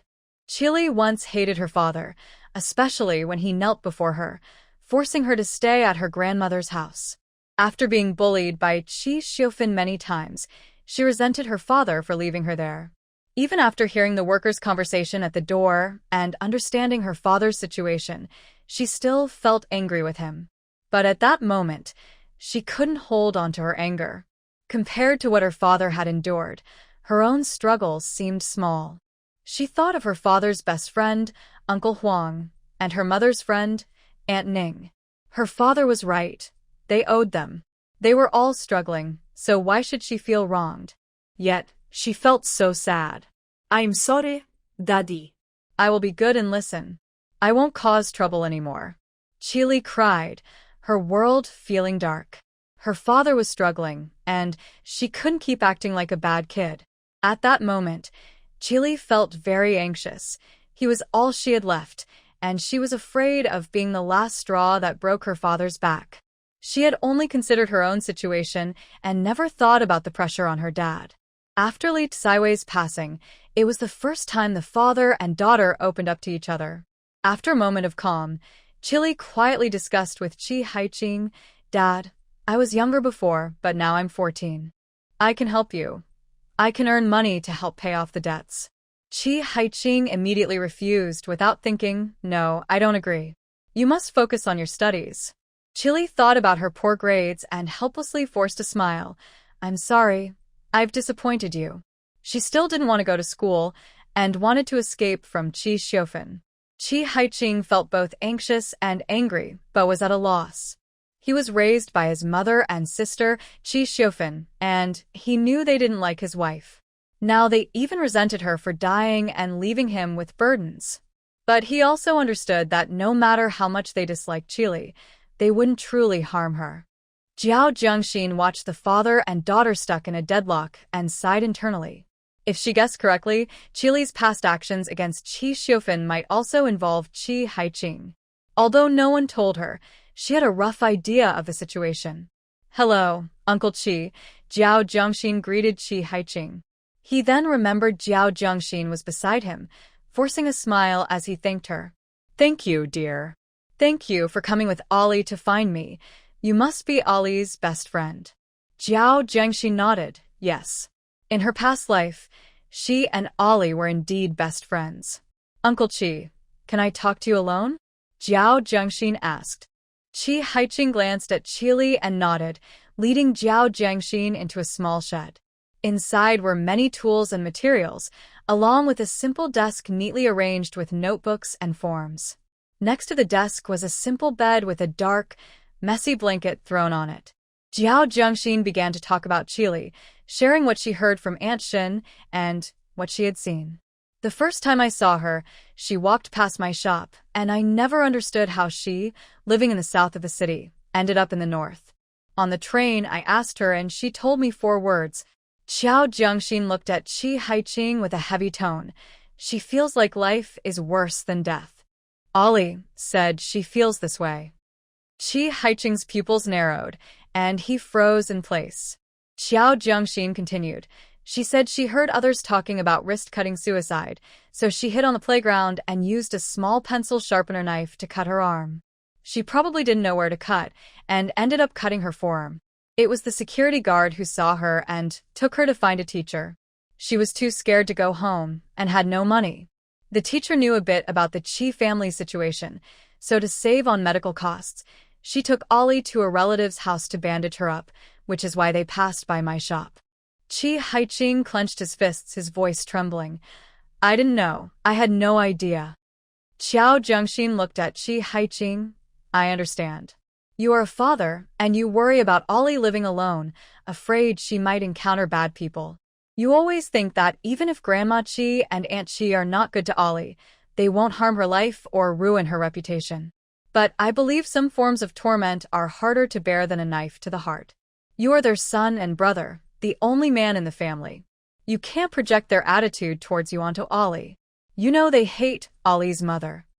Jiao Jiangxin remembered Ollie from her past life, often lost in thought and silent, and her tone turned sad.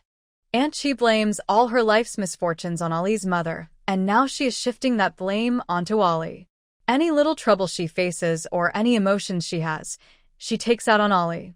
In the past 4 years, you've only been back twice for a few short hours. You think they treat Ollie well, but do you know how much she has suffered in your absence? How many tears she has shed?" Chili stood at the door, listening to the conversation inside, and suddenly felt overwhelmed, squatting down and hugging her knees as she cried. Qi Haiqing rushed out. Chili had already prepared herself mentally to be obedient and not cause trouble for her dad. But just the thought of facing Qi Xiufan again made her break down. "Wah, Dad, I'm grown up now, I'm not scared anymore. I can take care of myself. Please let me go back to my own home. I really don't want to go to Annie's house. Even if there are bad people who want to hurt me, it's okay. I can cook, I make all the meals at home. As long as I have food, I can live well. My aunt always scolds me, and even hits me. She has never hit my cousin. Every day, she insults my mom in front of me, saying that my mom and I are a burden. She tells me to die and to go find my mom, saying that my existence is a drag on her." Chili's voice trembled. "Grandma doesn't care about anything. She only wants me to obey. I try to be obedient, but she doesn't like me talking, so I stay quiet.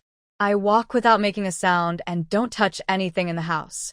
She makes me do chores after school, and I run home as fast as I can, but she still dislikes me. Dad, I want to be good and listen, but I can't take it anymore. I'm so sad, and I can't see you. I don't know what to do. I can't stand or sit right. If I don't talk, she says I'm mute and gives me a hard time. If I do talk, she says I'm too noisy and hits me with a chair." Chi Haiching's face grew darker. Until Chi Li said, "Last time, I cut my hand with a small knife and I wasn't scared at all.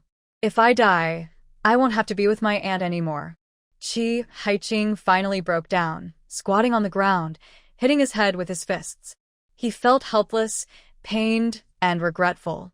That afternoon, when Chi Haiching asked for leave from his boss, the boss was shocked. Who is Chi Haiching? He is the person who has worked through 3 New Year's Eves for double pay, who wouldn't take a day off even with a stomach illness, and who rushed back to work even after losing a toenail. Now he wanted to take leave. Something serious must have happened at home.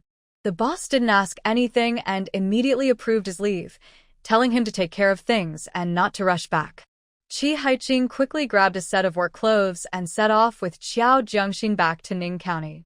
When Chi Li heard that her dad agreed to let her move out from her grandma and aunt's house, she felt rejuvenated.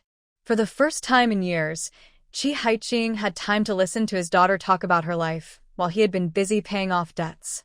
His weathered hands gently stroked her dry, short hair. Once they arrived in Ning County, Xiao Jiangxin parted ways with the Chi family, believing that Chi Haiching could handle the rest. Gu Yunzhou stared blankly at Xiao Jiangxin as she entered, looking her up and down before asking, "You're back. Was it smooth?" Xiao Jiangxin was in a great mood. Very smooth. Seeing her smile, Gu Yunzhou felt lighter and asked, "You're very happy." Xiao Jiangxin leaned on the cash register, smiling brightly. "Yes, I'm very happy." Vice President Wang entered and saw the scene. Gu Yunzhou was sitting at the cash register, smiling and looking up at Xiao Jiangxin. Xiao Jiangxin was leaning over the counter, looking down at Gu Yunzhou with a bright smile. He was momentarily taken aback, a complex expression flashing in his eyes. As he led Gu Yunzhou outside, Vice President Wang couldn't help but remind him about your marriage. Your grandfather might have other plans. If Gu Yunzhou interrupted, "I am no longer the puppet controlled by the Gu family. From now on, I will make my own decisions in life." Vice President Wang paused. "It's good that you've thought this through, but the Gu family won't let go easily." Gu Yunzhou turned to Vice President Wang. "They could control me before because I had things I cared about. Now, I don't care anymore. I admit that I got to this point with the Gu family's help, but I am not the only one in this generation. Yet, I am the only one who has reached this position. So, I must be capable, right? Otherwise, my grandfather wouldn't have chosen me." Vice President Wang didn't expect Gu Yunzhou to even consider separating from the Gu family in the future.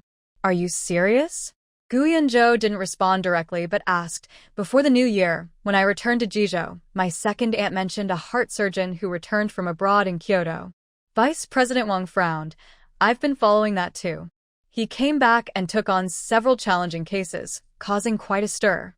He glanced at Gu Yunzhou. "I know what you're thinking, but you shouldn't rush into this. Don't worry, I've been keeping an eye on it and have been in contact. If it seems right, I will personally go to Kyoto. You're stable in many aspects now, and I wouldn't advise you to take this risk without full confidence." Gu Yunzhou's expression darkened, "But I don't want to be useless." After Qiao Zhengwo and the others left home, they took a bus to Ning County and then transferred to Jizhou. When they got off at the train station in Jizhou, the 3 young men looked bewildered, almost as if they were lost. Lai Go immediately wanted to go home to find his grandmother, while Chong Pao stared at the unfamiliar city in shock. Xiao Zhengwo was a bit sharper than the other 2, but it was still his first time out, and he had no idea what to do. The 3 of them could only wander around the station, trying to figure things out, but they didn't realize that the station was divided into territories. The next day, Lai Go accidentally entered someone else's territory and ended up surrounded and beaten by a group of people. The 3 of them could only move from inside the station to outside, relying on someone else's luggage bag to survive for now. At night, they huddled in a corner of the waiting room to rest. Chong Pao pulled out some clothes from the stolen luggage bag and spread them on the ground. They didn't have blankets, so they used clothes to lie on the floor, curling up back to sleep. He noticed Xiao Zhengwo writing something under the dim light and complained, "You're the one who wanted to come out here, saying you'd make money and bring us back home in style. Look at what's happening now."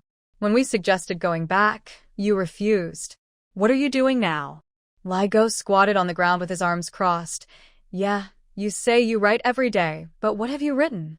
It's been less than 2 months, and you've already written 62 letters. Xiao Zhengwo didn't turn around and sniffled. It's none of your business. I miss my mom. She may be foolish, but she's always been good to me. This is the only way I can repay her. If I'm not around one day, I want to leave her something to remember me by. Ligo rolled his eyes. Right, leaving her hundreds of letters in half a year? That's not honoring her. It sounds like you want her to live forever. Chong Pao turned to Ligo. With no food, no place to stay, no fire to cook, no hot water, and no job, I really can't take it anymore. Ligo looked up at Chong Pao, and in that moment, they understood each other. How about we go back? Xiao Zhengwo jumped up immediately. No way. I can't go back without making something of myself. I left so confidently. I can't face them now. Besides, Ligo, you have your grandma to protect you, and Chong Pao, your parents will just scold you. What about me? I left a mess for Xiao Jianhua, and if I go back now, he'll definitely make my life miserable. Ligo and Chong Pao whispered. Then you keep wandering out here. We'll head back first. When you're doing well, we'll come find you. Xiao Zhengwo rushed over, grabbing both of their heads with a sad voice. Aren't we supposed to stick together through thick and thin? Are you really going to leave me behind? Big things are never easy. Only by enduring hardship can we rise above. We are working hard now for a better future. You both must hold on for me. I hope we can progress together, not just me alone on that great path. That would be too lonely. Ligo and Chong Pao were inspired by Xiao Zhengwo's words and became determined. They wanted to walk that great path together. The three encouraged each other, reigniting their fading spirit. Not far away, a plump woman rushed over with 2 uniformed men. That's them. They stole my bag. The one that was opened is mine. Xiao Zhengwo and the others froze, and in the next moment, they jumped up and covered their faces, running in 3 different directions. Don't run. Stop, shouted the uniformed men as they quickly chased after them. One pursued Xiao Zhengwo, another chased Chong Pao, while Ligo, seeing no one was after him, emerged from the crowd, picked up a bag from the ground, and ran away. Xiao Zhengwo was almost out of breath from running. He had heard that if he got caught, his goodbye letter would really come in handy. Ligo, clutching the bag, crouched nervously in a secluded, rundown alley behind the train station. This was their designated meeting spot. They had agreed to gather here, no matter what happened. Ligo, with his big, innocent eyes, anxiously looked around, huddled in the corner, his heart racing. He wanted to quit. Even if gold fell from the sky, he wouldn't stay. He wanted to go home, to find his grandma. When the 3 of them gathered, he would tell them he was going home. No matter what Xiao Zhengwo said, he couldn't stay any longer. But after waiting all day, he still hadn't seen anyone. Crouching in the corner, he felt completely numb from the cold. Yet, he didn't dare to leave, fearing that if he did, Chong Pao and Xiao Zhengwo wouldn't find him, and he would be lost. Just then, while Ligo was anxiously pecking the ground, Xiao Zhengwo limped back, his head bandaged. Ligo jumped in surprise and, seeing Xiao Zhengwo, his face lit up. Zhengwo, you're back. He tried to stand but felt a tingling in his legs, realizing they had gone numb from squatting too long. Xiao Zhengwo looked terrified, leaning against the wall and gasping for air. After a while, Ligo finally asked, "Where's Chong Pao?" Xiao Zhengwo lowered his head and remained silent. Ligo had a bad feeling in his heart. He nudged Xiao Zhengwo. What's going on? Where's Chong Pao? Xiao Zhengwo's voice was hoarse and disjointed. He got caught. Chong Pao was caught. I saw them holding him down, hitting his face hard, and there was blood everywhere. What should we do, Ligo? They said they would send him for target practice. They said they would execute him. Xiao Zhengwo's voice trembled as he recalled hearing that nearly 90,000 people were arrested last year and 20,000 were executed in just half a month. Ligo felt his mind go blank, and then he cried out, "How could this happen? He was the fastest runner. Where was he caught? We have to save him. We promised to share both good and bad times. We can't just leave him behind." Wu, Jangwo, I'm so scared. If Air Chong Pao doesn't come back, I can't go back to Gaosher village. Jiao Jangwo's shoulders shook. I want to save him too, but how? They have guns. I hid in the crowd all night and heard them say the jail couldn't hold everyone, and they would interrogate him overnight for a quick conviction. Air Chong Pao was indeed interrogated overnight. After being caught, he quickly calmed down.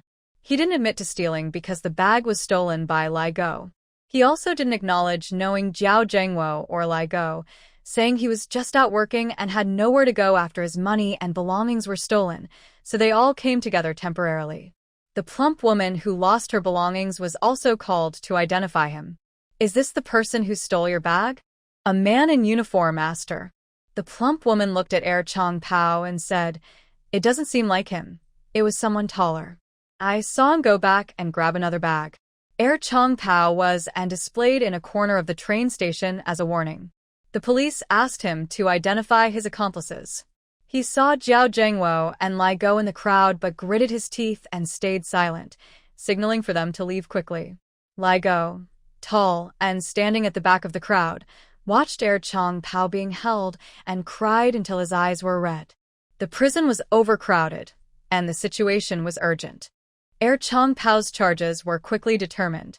Even though he denied stealing anything and the plump woman said it wasn't him, he was still labeled as an accomplice in theft. The bag the plump woman lost only contained some old clothes, and since the amount involved wasn't high, Air Chong Pao was sentenced to 11 years. When Jiao Zhengwo and Ligo found out, they didn't feel lucky at all. 11 years. After being and labeled, Air Chong Pao was taken away on a big truck, and Xiao Zhengwo collapsed. He had been chased that day, thrown out, and injured his head and leg. He hadn't been eating or sleeping well, feeling cold and hungry. If it weren't for the stress about Air Chong Pao, he would have collapsed much earlier. Ligo was also on the verge of breaking down, having no money at all. The three of them had set out together, and in such a short time, one was seriously ill, and another had been sentenced to 11 years. Qi Haiqing returned to the Qi family home after more than 2 years, bringing Qi Li with him. When Qi Xiufan saw Qi Li, she started shouting angrily, asking why she didn't die outside, and accusing her of learning bad behavior from her mother at such a young age. In the 2 days Qi Li was away, the teacher visited their home, and no one was doing the housework. Qi Xiufan wished she could get rid of her disobedient niece. She used the harshest words to attack her brother's daughter, only to see her brother standing there with a dark expression. Qi Haiqing said nothing and helped Qi Li pack her few belongings. During this time, Qi Xiufan and Qi Mu didn't dare to speak. As Qi Haiqing held Qi Li's hand and walked out of that home, Qi Mu called out to him. "Haiqing, are you blaming us?" Seeing her son silent, she began to cry. "Your sister is suffering, and her temper is understandably bad. She doesn't mean any harm. Look, Qi Li is doing just fine, right? Oh, I feel for you. You are my son. The way you are now is because of Li Kaiwei. How can I like the child she gave birth to?" Qi Haiqing paused for a moment, but still didn't speak, holding the frail Qi Li and walking forward. The man's hair was already graying at the temples, and his body was slightly hunched, but he walked firmly, with a worn-out sack on his back. The girl was thin and fragile, but she tried to hold her head high and walked closely behind the man.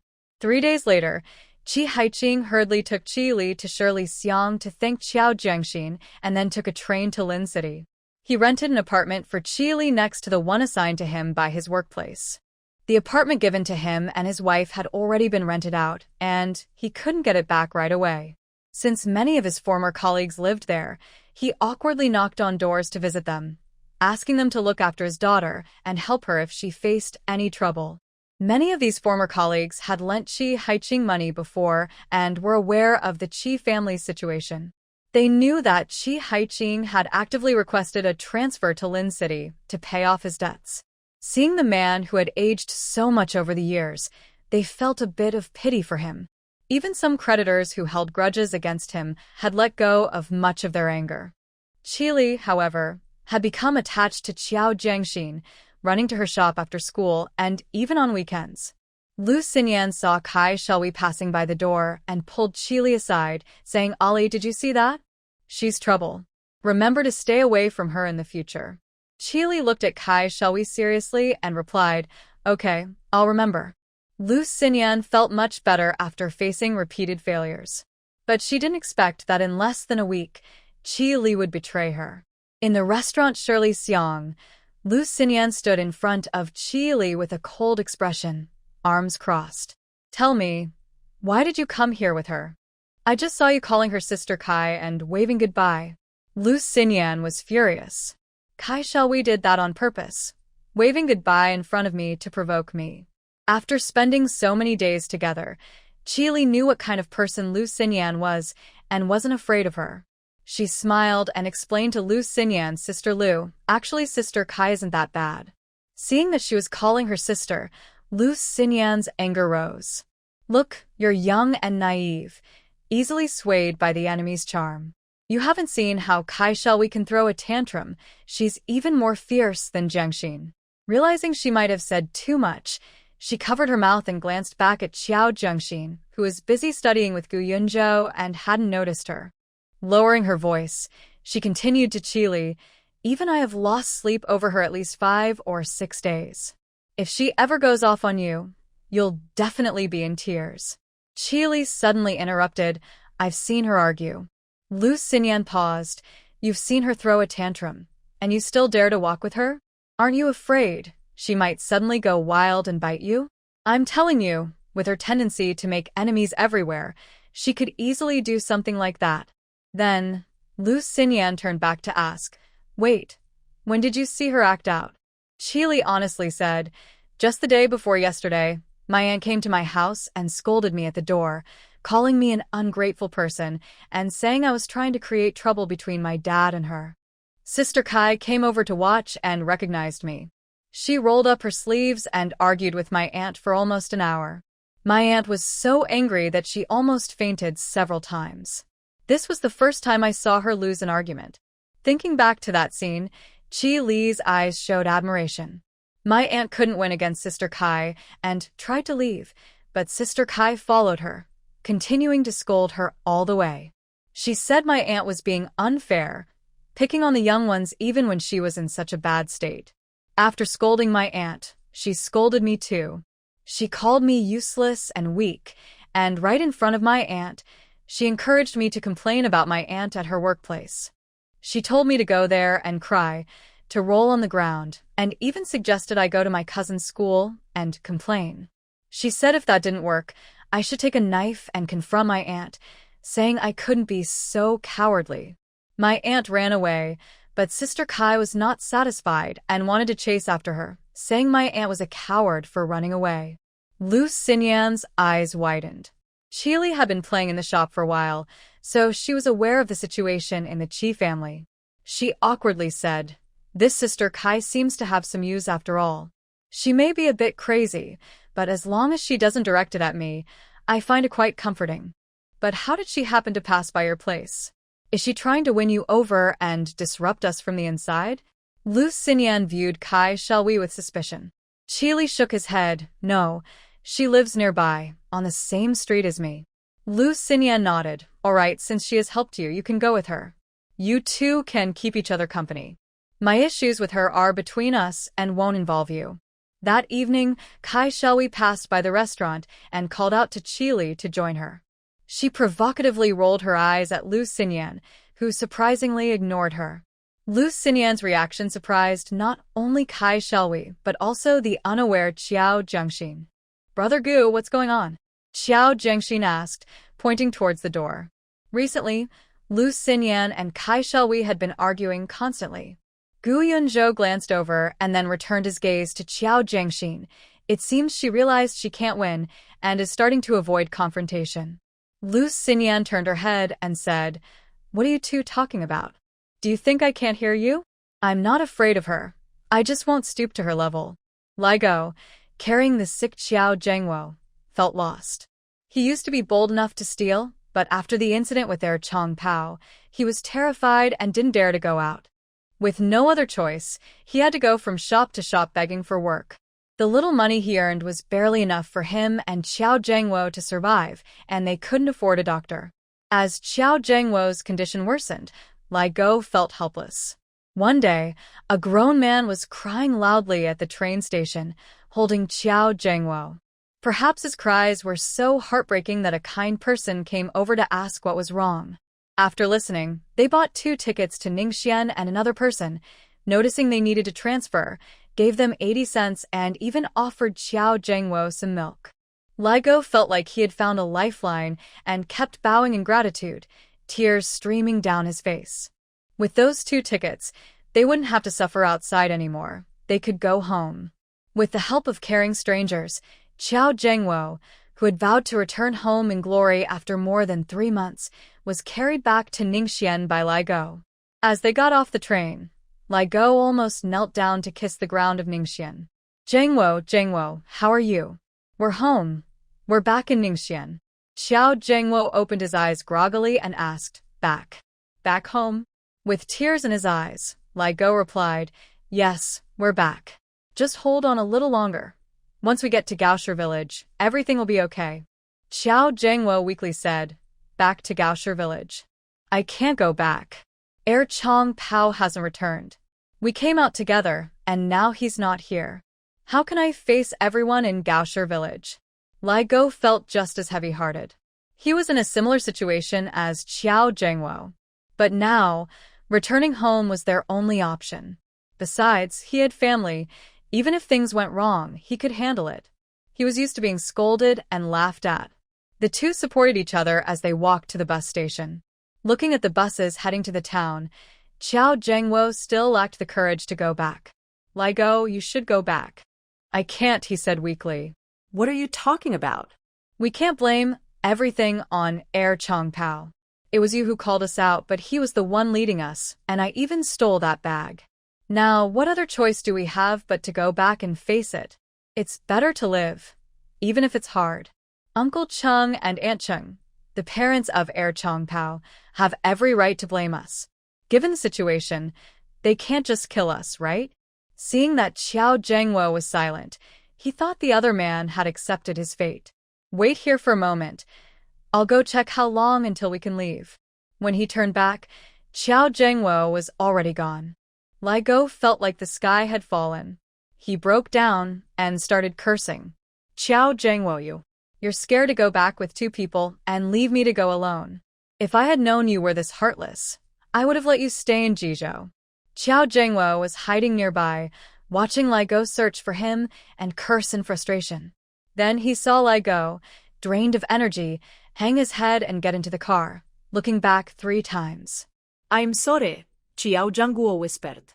He slid down the wall and sat on the ground, mumbling to himself, if Heir Chong Pao doesn't come back, I can't face Uncle Chung and Aunt Chung. Heir Chong Pao was only 22 years old. After 11 years, he would be 33, losing the most important years of his life. Who could guarantee that he would come out okay after 11 years? If something went wrong in between, Xiao Zhengwo felt he would never forgive himself. Ligo got into the car and stuck his head out the window, looking for Xiao Zhengwo, confused and lost. Xiao Zhengwo watched Ligo's bus leave before he dared to step out of the corner. He stood there, staring in the direction of home for a long time before slowly turning to leave. It was early April, and the weather was still quite cold. Xiao Zhengwo didn't know where to go. He had no money and no warm clothes. He hunched his shoulders, hugging his arms, wandering aimlessly. He asked many shops if they needed help. People chased him away, disgusted by his dirty appearance, but sometimes he received food from kind strangers. Excuse me, do you need someone to work? I don't want money, just food and a place to stay. Get out of here. You're filthy. After being chased away again, Xiao Zhengwo looked at his hands and found a water basin to wash his face and hands. He tried to gather his strength and, with determination, went from shop to shop asking for work. Even after cleaning his face, No one wanted him, and the kind people offering food had disappeared. As darkness fell, Qiao Zhengwo had nowhere to go. He squatted under the eaves of an alley, staring blankly into the distance.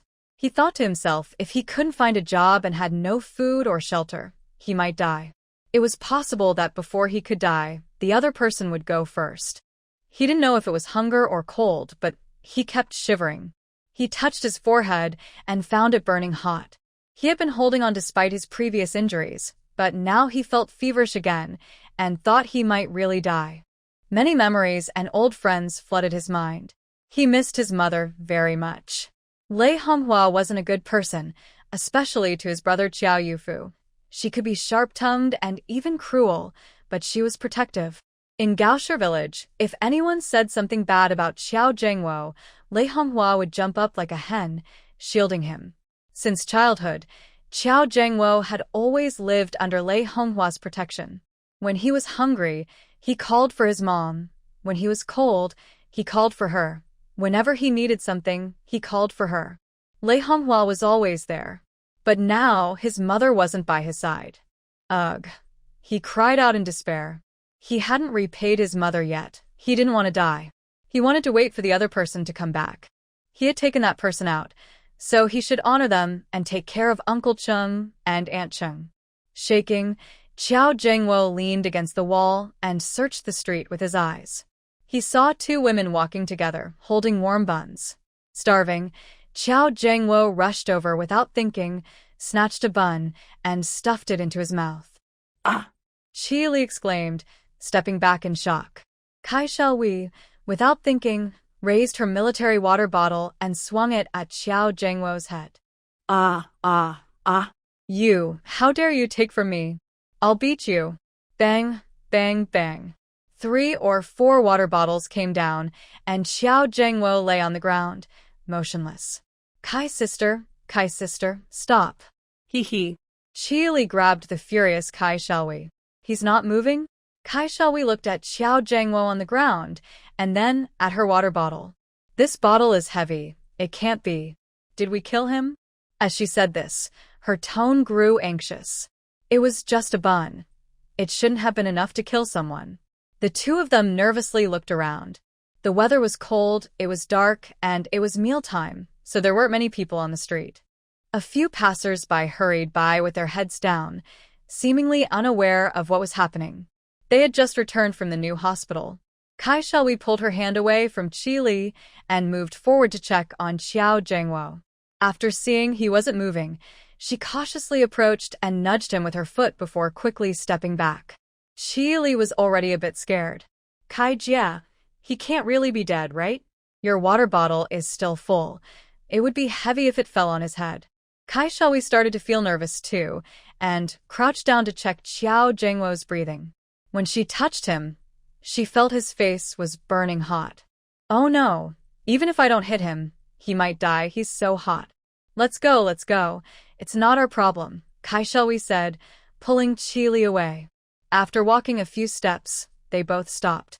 This is so annoying. Why did we have to run into this? Why am I so unlucky? Meanwhile, Lai Go returned home after being away for more than 3 months. After taking a bus to the town, he walked back to Gaoshi village and collapsed as soon as he entered the village. In no time, news spread throughout the village that Lai Go was back. Lai Go's grandmother ran quickly, and people from Heir Chongpao's family came too, while others went to find Lei Honghua. Lei Honghua was so anxious that she lost her shoes, and Lu Haimao was called back from the fields.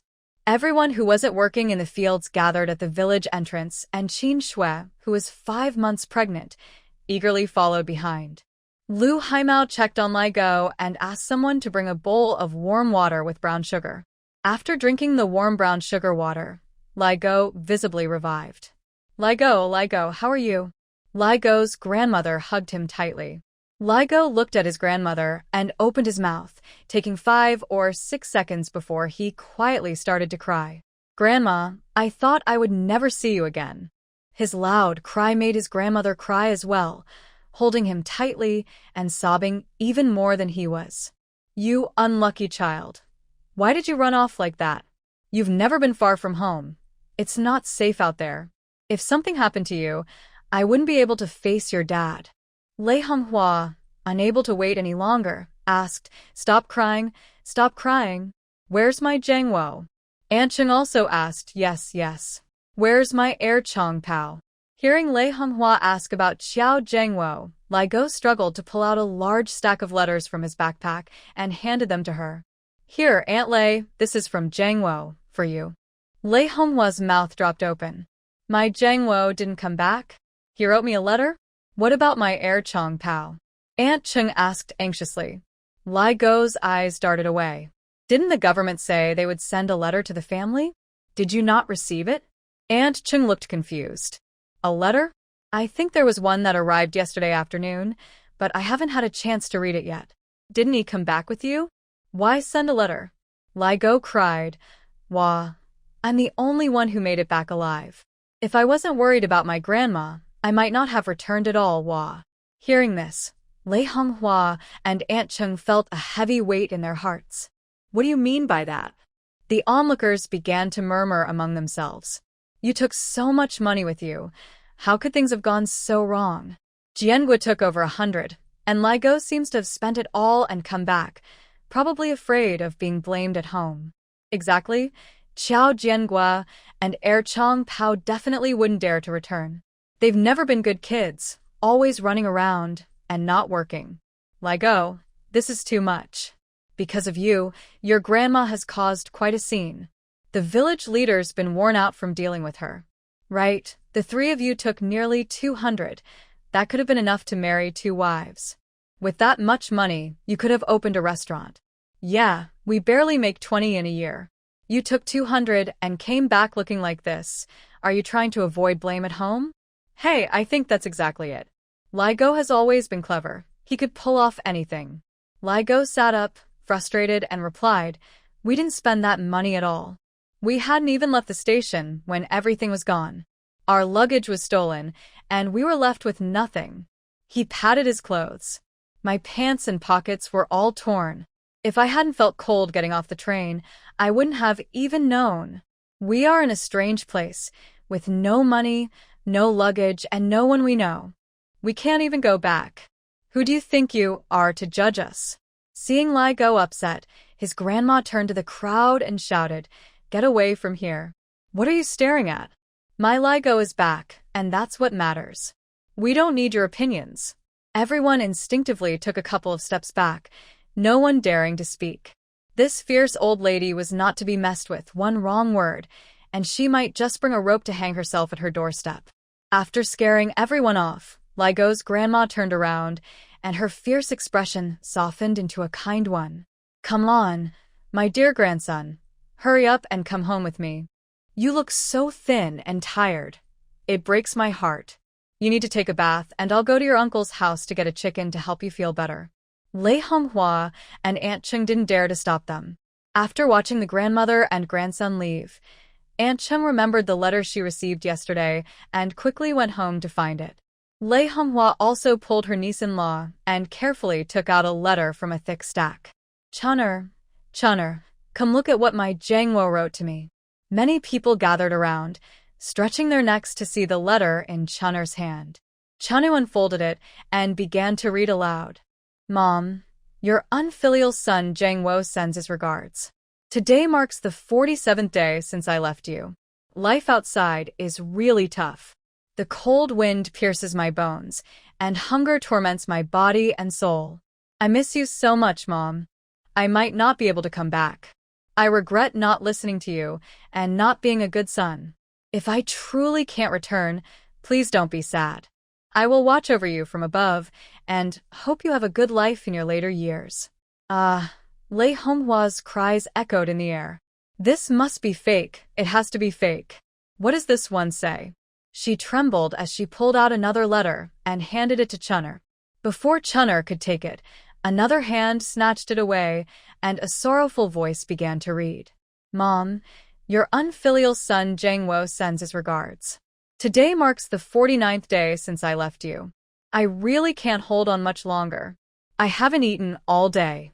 A man doesn't easily shed tears, but thinking of you makes my tears fall silently. I'm sorry, Mom. I wish I could see you again, but I might really not come back. Please take care of yourself. In my next life, I will still be your son, and I will be a good son then. Lei Honghua broke down, clutching the thick stack of letters and sitting on the ground, scattering the letters from her hands. Several people picked them up. Mom, today is the 17th day since I left you. I'm so ashamed. I was so hungry that I took someone else's lunchbox. Inside was cold rice, but I think of you so much that I can taste the fried rice you made for me. Mom, today. You must take care of yourself. Mom. I can't hold on any longer. Zhang Wo is writing his last words. Mom. I made it through another day. This time, it might really be my last words. Lei Honghua listened to everyone discussing the letter. Her mind went blank. She gasped and then suddenly collapsed with a thud. Lei, are you okay? Stop reading. Can't you see she's fainted? Quickly, help carry her back. Oh no. Is Jianguo really gone? This is serious. Such a young person. While the crowd around Lei Honghua was still gathered, a loud wailing came from the east side of the village. Hey, I think that sounds like Aunt Cheng. Everyone jolted to attention and rushed towards the sound, with Qin Shui following closely behind, full of energy. That day, the entire Gaoshi village was in an uproar. Several major events had occurred. Li Go had returned, barely hanging on. Xiao Zhengwo had died outside, and Lei Honghua had fainted. Heir Chong Pao was sentenced to 11 years for theft, and Aunt Cheng had also collapsed. Villagers were visiting each other, and every few steps, they would find small groups gossiping, joining in for a moment before moving on to the next house. Li Go took a bath, cooked half a chicken and a pot of soup, then fell asleep, completely unaware of the chaos outside. Li Go single-handedly stopped Heir Chong Pao's father and brother, making them wait until she woke up to discuss anything. Xiao Jiangxin was oblivious to the happenings in Gaoshi village. She was busy wrapping donkey meat dumplings. Gu Yunzhou and Lu Xinyan were heading back to Jizhou to celebrate Grandpa Gu's birthday. I'll be back in at most 10 days, maybe 5, Gu Yunzhou suddenly said to Xiao Jiangxin. Xiao Jiangxin responded with a soft "oh." Gu Yunzhou added, Is there anything you want me to bring back for you? I don't need anything. Xiao Jiangxin glanced up and met Gu Yunzhou's gentle, affectionate gaze. For some reason, she felt a bit shy. Jizhou, military hospital.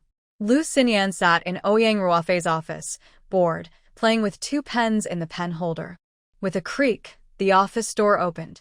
A tall man in a crisp white uniform walked in, his sharp features and high nose giving him a cool demeanor. Ruofei, Lu Xinyan exclaimed with joy, instinctively standing up from her chair. Ouyang Ruofei, seeing Lu Xinyan, showed a hint of warmth on his otherwise expressionless face. I thought you would be back these days. When did you arrive? Lu Xinyan didn't take her eyes off Ouyang Ruofei's face as she entered. I just got here this morning. I came to find you right away. It takes you so long to reply to my letters. Her tone carried a hint of complaint. Ouyang Ruofei smiled apologetically and neatly placed the documents in his hands on the shelf before explaining, I've been really busy lately. I have 2 surgeries today. By the way, have you been waiting long? Lu Xinyan pouted. I've been waiting for over half an hour. Ouyang Ruofei glanced at his watch and looked at Lu Xinyan gently. I'll take an hour at noon. Let's have lunch together. Lu Xinyan playfully tugged at Ouyang Ruofei's sleeve. I don't want to eat out. You can go to the cafeteria and bring food back. Let's eat in the office, just the 2 of us. It's been a long time since we had a meal alone together. As she spoke, she proudly took out a lunchbox from her bag. Look what I brought you. I especially got these donkey meat dumplings from Ning County. Remember the ones I mentioned in my letter? They are so delicious. I've been thinking about them since I had them last time and wanted you to try them too. I arranged for Jiang Xian to make them for me before I came back. Ouyang Ruofei was looking at the case files while responding, Okay, I'll definitely try them later. Seeing him busy, Lu Xinyan volunteered, It's about time. I'll go get the food from the cafeteria. You finish what you're doing and we'll eat together. Ouyang Ruofei nodded with a smile. All right, then we have our hardworking nurse Lu to thank. Lu Xinyan smiled and playfully glared at Ouyang Ruofei before happily heading downstairs to the cafeteria. At the nurse's station, Yu Honghong watched Lu Xinyan's back and said unhappily, "Why is she back?" A nearby nurse, Qin Xiaoyan, quickly replied, "I think she came back to celebrate old Master Gu's birthday." She ran to the hospital right after arriving, as if Dr. Ouyang has as much free time as she does. Tong Tong just mentioned that she brought back a box of steamed dumplings from Ning County to let Dr. Ouyang try them, and is borrowing a stove from Aunt Fatty in the cafeteria. Humph, she's getting more and more petty. What good things hasn't Dr. Ouyang seen? A few dumplings, and she's so eager to deliver them. Yu Hong let out a cold snort. If it weren't for delivering dumplings, how would I have the chance to get close to Dr. Ouyang? It's a different time now. Still clinging to childhood betrothal with Dr. Ouyang? Everyone in the military compound knows that Uncle Ouyang and Auntie are not happy about this match, but she shamelessly insists on it. Qin Xiaoyan replied with annoyance, "I think Dr. Ouyang is just too soft-hearted." Ouyang Ruofei was handsome and had already become the head doctor at a young age, with a bright future ahead. Plus, the Ouyang family had some standing in the military, making him a prince charming in the eyes of many young nurses. However, this widely recognized Prince Charming had already been claimed by Lu Xinyan. Yu Hong's eyes flashed as she asked Qin Xiaoyan, "Has the examination report for Deputy Commander Li's grandson come out yet?" It has. "Bring it here. I need Dr. Ouyang to sign it." Yu Hong hurriedly grabbed the examination report and knocked on Ouyang Ruofei's office door. Come in. As soon as Ouyang Ruofei finished speaking, Yu Hong strode in with the report. "Dr. Ouyang, the report for Li Jiejun is out. He has pain in the lower right abdomen, along with loss of appetite, chills, and high fever. The preliminary diagnosis is appendicitis. Please take a look." Ouyang Ruofei quickly set down his documents and took the report from Yu Hong's hands. Yu Hong looked anxious. The child is already upset, and now the parents are yelling too. "Please check how serious it is. Should we start in 4 or arrange for surgery right away?" As she spoke, Yu Hong accidentally knocked a lunchbox off the desk, causing dumplings to scatter everywhere. With an exaggerated gasp, Yu Hong exclaimed, "Oh no. Why are there dumplings on the desk? I was so worried I didn't notice." "I'm really sorry, Dr. Ouyang." Lu Xinyan opened the door and saw the dumplings she had carefully brought back from the market all over the floor. Seeing Yu Hong, she understood everything. Fuming, Lu Xinyan stepped forward and pushed Yu Hong's back. "Yu Hong, what are you doing?" Yu Hong let out a startled cry and stumbled forward, stepping right on a dumpling. Lu Xinyan's eyes turned red. "Yu Hong, you've gone too far." Ouyang Ruofei quickly stood up and grabbed Lu Xinyan. "Xinyan, don't make a scene." Yu Hong reached out to steady herself against the desk, pretending to regain her balance. Then, with a pale face, she apologized to Lu Xinyan. "Xinyan, I'm sorry, I didn't mean to. There was a patient downstairs in urgent need, and I rushed to find Dr. Ouyang for a signature. I didn't notice there was a lunchbox on the desk. I'll buy you a new one later." Lu Xinyan stepped forward. "Can you really afford it? This is my..." "Xinyan." Ouyang Ruofei raised his voice. "Apologize to the nurse." His tone was firm. Lu Xinyan looked at Ouyang Ruofei in disbelief. "You want me to apologize to her?" "Can't you see? She did it on purpose." Ouyang Ruofei replied firmly. "Do you think I don't know if she did it on purpose? It's just a few dumplings. Look at yourself." Yu Honghong had tears in her eyes and looked at Ouyang Ruofei with a pitiful expression. "I really didn't mean to. I was just too anxious. The patient was causing a scene." Lu Xinyan trembled, her eyes red as she tried to explain to Ouyang Ruofei. "You saw where I placed my lunchbox. If it wasn't on purpose, it wouldn't have ended up on the floor." Ouyang Ruofei glanced at the people peeking in from the doorway, wanting to end this scene quickly. "Xinyan, this is a hospital. Stop causing a scene."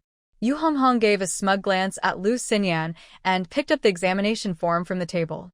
"Dr. Ouyang, do you want to go communicate with the patient's family?" Ouyang Ruofei grabbed his white coat from the hook and turned to leave. When Lu Xinyan saw him leaving with a cold expression, she couldn't hold back her tears any longer. Ouyang Ruofei sighed and said softly, "Xinyan, this is a hospital. Some matters have priorities. I need to go downstairs for a bit, and later I'll take you out for dumplings, okay? He was usually reserved, and this was his way of comforting Lu Xinyan. Without waiting for Lu Xinyan to respond, he followed Yu Honghong out. Amidst the pointing and whispering from others, Lu Xinyan slowly bent down to pick up the lunchbox, gathering the dumplings that hadn't been crushed one by one. Her tears fell onto her hands. These weren't just any dumplings, they were handmade by Jiang Xin. She had helped chop the meat and knead the dough, carefully bringing them back after a 4-hour bus ride from Ning County. She had even borrowed a steamer from the cafeteria, unable to resist the temptation to eat them, wanting to save them for him to try. When Ouyang Ruofei returned, Lu Xinyan was already gone. The dumplings on the ground were gone. Even the ones that had been stepped on were cleaned up. Thinking about how Lu Xinyan looked with red eyes earlier, he felt a bit soft-hearted and regretted speaking too harshly. Peng Zhihua had just gotten out of the car when he saw Lu Xinyan sitting on the steps of the basketball court in the family compound, facing away from him. Lu Xinyan, what are you doing sitting here? He asked as he walked over, bending down to see her expression. Seeing her red eyes, Peng Zhihua quickly jumped down the steps and faced her with concern. What's wrong? Did you argue with your aunt? Or is that old beggar from the Ouyang family bothering you again? Lu Xinyan's nose tinged, and tears started to fall. Brother Peng, the donkey meat steamed dumplings from Jiangxin are really delicious, so I wanted to bring some back for him to try. Peng Zhihua panicked, rummaging through his pockets for something to wipe her tears. Hey, don't cry. If something's wrong, just tell me. Did Ouyang Ruofei bully you? I can take care of him for you. While Lu Xinyan cried out, Jiangxin's dumplings really are so good. Not finding anything to wipe her tears, Peng Zhihua used his sleeve to dab at her face. I know, the donkey meat dumplings made by Xiao Qiao are really tasty. You've told me many times, but I've never had the chance to try them. He glanced at the lunchbox Lu Xinyan was holding and asked, You didn't bring them back from Ning County, did you? Lu Xinyan nodded through her sniffles. Peng Zhihua said, That's not fair. We're such good friends, and you didn't think to share some with me? Lu Xinyan sobbed. They were dropped on the ground. Peng Zhihua grabbed the lunchbox. So, what if they fell? We tough guys aren't that picky. He opened the lunchbox, picked up a dumpling, and tossed it into his mouth, chewing with an exaggerated expression and giving Lu Xinyan a thumbs up. No wonder you always talk about how good they are. As he spoke, another dumpling went into his mouth. Lu Xinyan's dull eyes slowly brightened, and she wiped her face with her sleeve. I wasn't lying, right? They really are delicious. She reached for the dumplings in the lunchbox. Peng Zhihua stepped back with the lunchbox. Don't try to take them from me. After all these years of caring for you, you're trying to steal my dumplings? Lu Xinyan stood up and leaned forward, quickly grabbing a dumpling from the lunchbox. You always bully me. I brought this back from Ning County, and it took 4 hours. When she bit into the dumpling, she was momentarily stunned. The dumplings, which had been tossed around all morning, were now cold, and even the thin dumpling skin had become hard. She looked down at the half-dumpling in her palm, noticing the dust that had rolled onto it, which stood out against the white skin. Peng Zhihua snatched the dumpling from Lu Xinyan's hand. Don't eat that. Young girls have delicate stomachs, unlike us tough guys.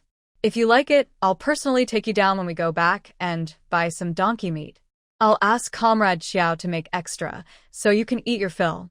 Peng Zhihua handed the empty lunchbox to Lu Xinyan. You probably haven't eaten yet, right? Come on, I'll take you to get some sauce-flavored pancakes. You haven't been back much since you went to Ning County last year. Did you know that a new place opened on Xingye Street that makes delicious sauce-flavored pancakes? Since Gu Yunzhou left on New Year's Eve, the Gu family had been the center of gossip in the family compound for quite a while. Because of this, old Master Gu was very angry. Not only did Gu Hongbin and Wang Luo face the brunt of it, but even the new favorite, Gu Yunhai, and his wife, Lu Xinyue, were embarrassed for a long time. Wang Luo was already not close to Gu Yunzhou, and this incident made her resent him even more. She had been holding in her frustration, and now, more than 4 months after the new year, not a single letter had been sent home. This time, Old Master Gu had warned that if any more trouble arose, Wang Luo could retire, and all holiday gatherings would be left to Aunt Gu heir. Knock, knock, knock. Gu Yunzhou heard the knocking and turned to see Wang Luo standing at the door. Mom, is there something you need? His tone was as distant as that of a stranger. Wang Luo suppressed her displeasure and asked, Is there anything you want to eat? Or do you have a favorite dish? Tonight, Old Master Gu would also be home for dinner, and she was worried that her son might cause another scene like last time, making her feel embarrassed. Gu Yunzhou replied coldly, I'm not picky. It doesn't matter to me. Wang Luo frowned slightly. Can you please speak nicely? What do you mean by not picky? When we sit down to eat, don't make a sad face again. Gu Yunzhou chuckled lightly. Why don't you ask Gu Yunhai what he likes to eat? After all these years, you don't even know what I like. Shouldn't I feel wronged? Seeing Gu Yunzhou's attitude, Wang Luo's anger flared up instantly. Why do you always compare yourself to your brother? How would I know if you don't tell me? Do you have any idea what a mess it was at home during the New Year because of you? The whole family is gossiping. Not only about your brother and sister-in-law, but even your dad, and I feel embarrassed. Thinking about the strange looks and the gossip during that time, Wang Luo was so angry that she forgot the old man's instructions. I know you might be upset about how things turned out, but just because you're unhappy doesn't mean everyone else should suffer, right? Your brother doesn't owe you anything. The marriage with the Liu family didn't work out because they weren't willing. If it weren't for your brother, Gu Yunzhou didn't want to argue. He stood up, grabbed his bag, and started packing. Wang Luo was startled. What are you doing? Gu Yunzhou didn't look up. I'm going back to Ning County. Wang Luo was stunned. What do you want to do? Your grandfather's birthday is tomorrow. If you leave today, are you trying to make me miserable? Gu Yunzhou ignored Wang Luo's pleas and quickly stuffed his things into his bag. Wang Luo rushed over to grab his bag. Yunzhou, why are you doing this? Do you really have to make it hard for me? I'm your mother. Just then, Gu Hongbin came in and heard the commotion upstairs. He hurried up to check. What's going on? Seeing the mother and son tangled up, he frowned and asked. Wang Luo looked at him like he was her savior. Hongbin, you have to talk to him. He wants to leave again. What will I tell Dad? He's doing this on purpose to embarrass me. Gu Hongbin felt like his heart might jump out of his throat. What does it mean to embarrass Wang Luo? Isn't he embarrassed too? Last New Year's Eve, he was scolded by the old man and many people in the family were pointing fingers at him.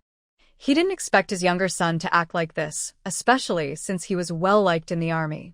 Even his superior had defended him, and now Yunhai was being treated poorly because of it. Now that the storm had just passed and things were settling down, another incident would be disastrous. Thinking about what might happen next, Gu Hongbin turned pale. His tone softened as he approached Gu Yunzhou and gently said, Yunzhou, what are you doing? Is something bothering you at home? We're family. If you have something to say, just say it. We're all adults here. Why do you keep threatening to run away? Gu Yunzhou replied coldly, You're asking the wrong person. You should ask my mom. Gu Hongbin quickly turned to Wang Luo and said anxiously, What did you do to provoke him? Wang Luo pouted in grievance. I don't even know what I did. I barely said a few words, and he stood up to pack his things and leave, like someone who has lost their mind. Wang Luo was almost furious. The issue was serious, not something trivial. Why did he suddenly change his behavior? Their obedient son, who used to listen and never worried them, had now become rebellious. He was sarcastic and would pack his bag to leave at any moment. He didn't care at all about the consequences of his actions on the family. Gu Hongbin listened to his wife and quickly turned to Gu Yunzhou.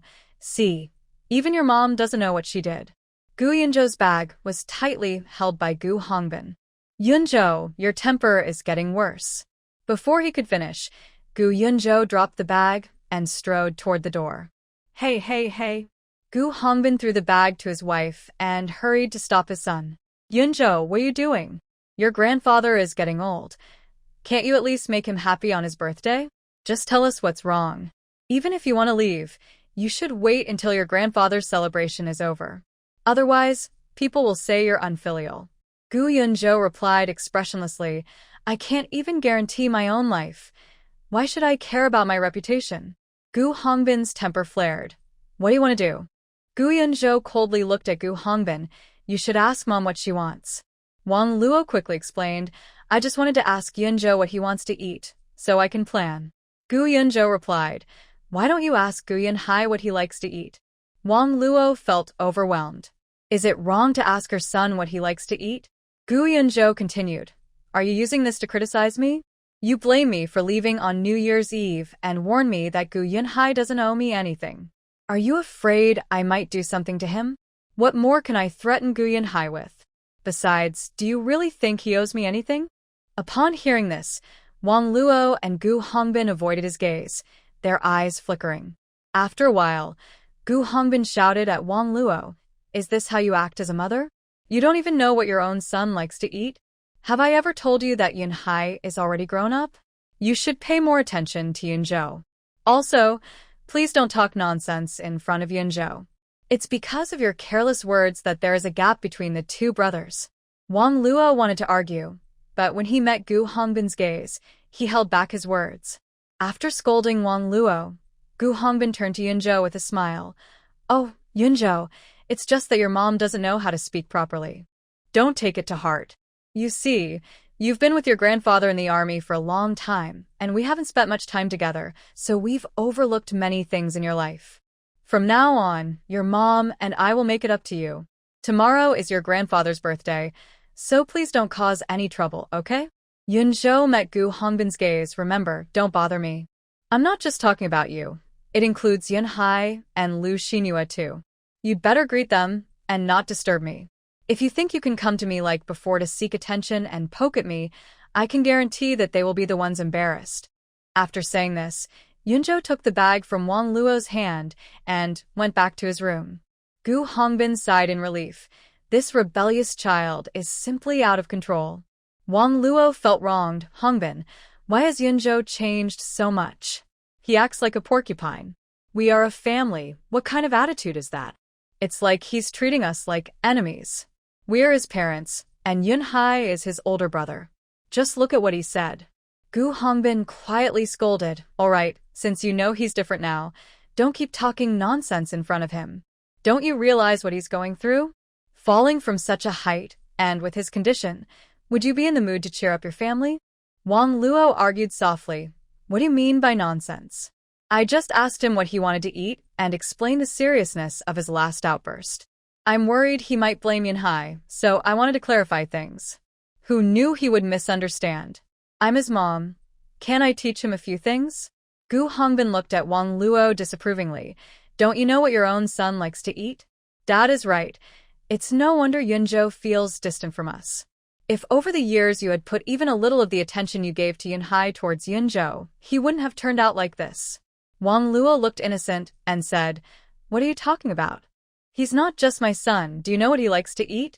Don't forget, when Dad chose him, you were so happy. I said he was still young and to wait 2 more years, but you insisted he go. Now he's not close to us and you blame me? Gu Hongbin replied impatiently, all right. You always have something to say. Men work outside, and women manage the home. Do you think I'm just sitting around? Don't I have to take care of things in the military? Seeing her husband's anger, Wang Luo softened her tone. He wasn't raised by us, so he's different from Yunhai. Last time, I didn't consider his preferences, and now I'm asking what he likes to eat. I hope nothing goes wrong at the dinner table. Remembering the last time when Grandpa scolded her, Wang Luo frowned and said, I think he's doing this on purpose to annoy me. Gu Hongbin frowned at her. If you can't handle this small matter, then let the second family take care of it while there's still time. With that, he turned and left. Wang Luo watched her husband walk away, feeling frustrated as she prepared the ingredients for dinner. Gu Yunzhou was back, and Grandpa would also be home for dinner. With Grandpa returning, the second and third families would come too. She felt increasingly confused about her son. Given the current situation, Wang Luo worried he might find an excuse to cause trouble. Remembering she had seen Peng Zhihua and Lu Xinyan in the courtyard that afternoon, she decided to head to the Peng family. Peng Zhihua was close to Yunzhou. He should know what Yunzhou likes to eat, right? And Lu Xinyan took care of Yunzhou. If she didn't know this small detail, then she wasn't doing her job properly. Initially, Peng Jihua was polite to Wang Luo, but when he heard she was asking what Gu Yunzhou liked to eat, his expression turned cold.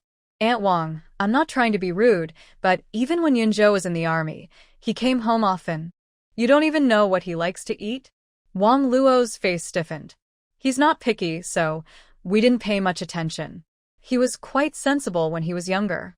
Peng Jihua sneered. So you're saying he's not sensible now? Aunt Wang, it's a bit disheartening how things are handled in your family. For Gu Yunhai's wedding, you pushed him out to the countryside. Even if you did that, did you ever send a letter or make a call? There is no verbal concern, let alone sending clothes or supplies. When Gu Yunhai has a task, you prepare everything, food and clothes. Yunzhou has been gone for over half a year, and you haven't even spoken a word to him? You worry about Gu Yunhai when he goes out, whether he eats well or stays warm, but when Yunzhou had a task, you didn't prepare anything for him. How can you blame Yunzhou for not being close to you? If it were you, could you be close to him? Peng Jihua feels it's unfair for his brother. Wang Luo couldn't hold back anymore. Before, everything was managed by his grandfather, so he felt more at ease. He has always made things easy for us, and Gu Yunhai is not as independent as Yunzhou. I know I've neglected him over the years, and I want to make up for it now. Peng Jihua almost laughed in anger. Make up for it? Look at what you've done and ask about his preferences? If you really cared, you should have gone to the military hospital to ask the doctors how to take care of him in his current condition, what would be beneficial for him, instead of pretending to ask about his likes. If it were Gu Yunhai who is injured, would you just casually ask about his preferences? Then put a dish he likes on the table and think that shows you care? It doesn't matter if he can eat it, right? Seeing Wang Luo silent, Peng Jihua continued, a normal parent should first understand what he can and cannot eat, and what is good for his health. In the more than a year since he got hurt, do you know what medicine he takes? Do you know when he has checkups? Have you ever made him soup? Have you prepared clothes or supplements for him? Have you written him a letter or called him to comfort him? Wang Luo was left speechless by Peng Jihua's questions.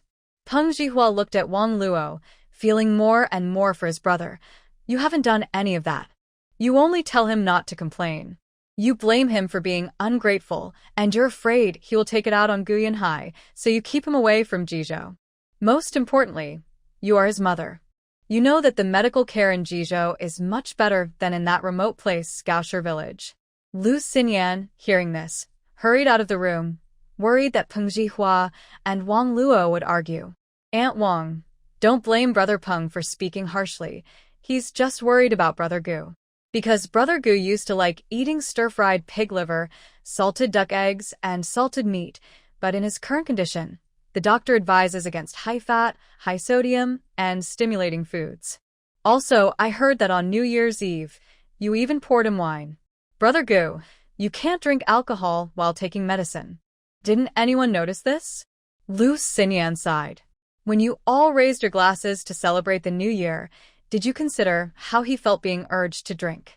After returning home, Wang Luo sat on the sofa for a long time, reflecting on the words of Peng Jihua and Lu Xinyan, which filled her with guilt.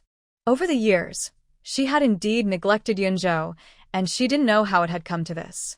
He was her own child, born after 10 months of pregnancy, a piece of her heart. How could she not love him? Yunzhou had once been her pride, making her stand tall and confident. But it wasn't entirely her fault. Her younger son had not been around much while growing up. Now that he was back for the holidays, he felt distant, behaving like a little adult. Unlike Yunhai, who would come to her for comfort, make her happy, and seek her out when he was upset. Yunzhou had hardly ever caused her worry, and even if she wanted to, she couldn't be involved in his life. He lacked nothing and had the old man to guide him. His future seemed bright.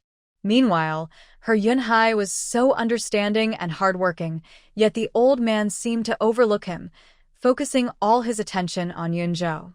As a parent, it was natural to support the weaker child. Shouldn't she consider Yunhai more? Wang Luo felt the love for her younger son, which had faded over the years, resurface after the conversation with Peng Jihua and Lu Xinyan. She realized that much of her attention had shifted to Gu Yunhai. At dinner, there was a bowl of walnut pigeon soup on the table. Wang Luo served a bowl to the old man and then another to Gu Yunzhou. Yunzhou, I specifically asked about this soup. It's good for your health and easy to absorb, promoting better sleep. I made it just for you. Gu Yunzhou looked at the pigeon soup with a hint of sarcasm in his eyes. Earlier, Peng Zhihua had told him about Wang Luo's visit, expressing sympathy for him. He understood that this soup was not made specifically for him. Sure enough, the next moment, Wang Luo was scooping more soup, serving Gu Yunhai a generous portion along with plenty of pigeon meat. Here, Yunhai, you've been training hard lately. This will help strengthen your kidneys and boost your energy. Drink up. You and Xinhua have been married for almost a year. Don't just focus on training. It's time to think about having children. While your mom is still young, she can help take care of the kids without affecting your careers. Lu Xinhua took the soup from Wang Luo and blushed as she softly said, "Thank you, Mom." Aunt Gu teased with a smile. "Oh, look at you getting shy. There's nothing to be shy about. We've all been through it, haha." Gu Yunzhou sat quietly, drinking his soup, appearing as an outsider. Grandpa Gu Qingyong put down his spoon and looked at Gu Yunzhou. "It's been long enough. You should have had your fun. This time just stay here." His tone was not a question but a command. When he said this, everyone fell silent and instinctively looked at Gu Yunzhou. Gu Yunzhou remained calm and replied gently, "Jizhou's environment is not as good as Ningxian's." This was something Wang Luo had said at the dinner table on New Year's Eve. Gu Qingyong did not expect Gu Yunzhou to refuse. No matter how good the outside world is, it's not as good as home. Gu Hongbin quickly added, "Yunzhou, your grandfather is right. Nothing is better than home. Plus, your uncle's place was once a relocation site, lacking in resources. The medical and transportation facilities are outdated. I heard from Zhihua that it takes a long walk just to buy something in town. It's not as convenient as Jizhou." Seeing that both her father-in-law and husband had spoken, Wang Luo quickly expressed her concern. "Yunzhou, you should listen to us. It's far from home, and it's not easy for us to see you. It's better to stay here. It will be easier for your mom to take care of you." Gu Yunzhou replied coolly, "If you really care, you can write me letters or send telegrams. By the way, do you not have my address? I'll give it to you later. Also, I moved out from my uncle's place at the beginning of the year." Wang Luo was left speechless.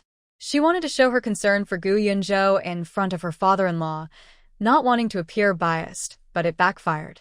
Gu Qingyong looked at Wang Luo and her husband. "You don't have Yunzhou's address? Have you never contacted him before?" Gu Hongbin forced a smile, "Dad." Gu Yunzhou shrugged it off. "Maybe the family has been busy. I don't want to be a burden. After Grandpa's birthday tomorrow, I'll go back to Ningxian. My mom is right. The environment there is indeed better for me. I feel much better leaving Jizhou for Ningxian." Gu Qingyong pursed his lips and remained silent, clearly displeased.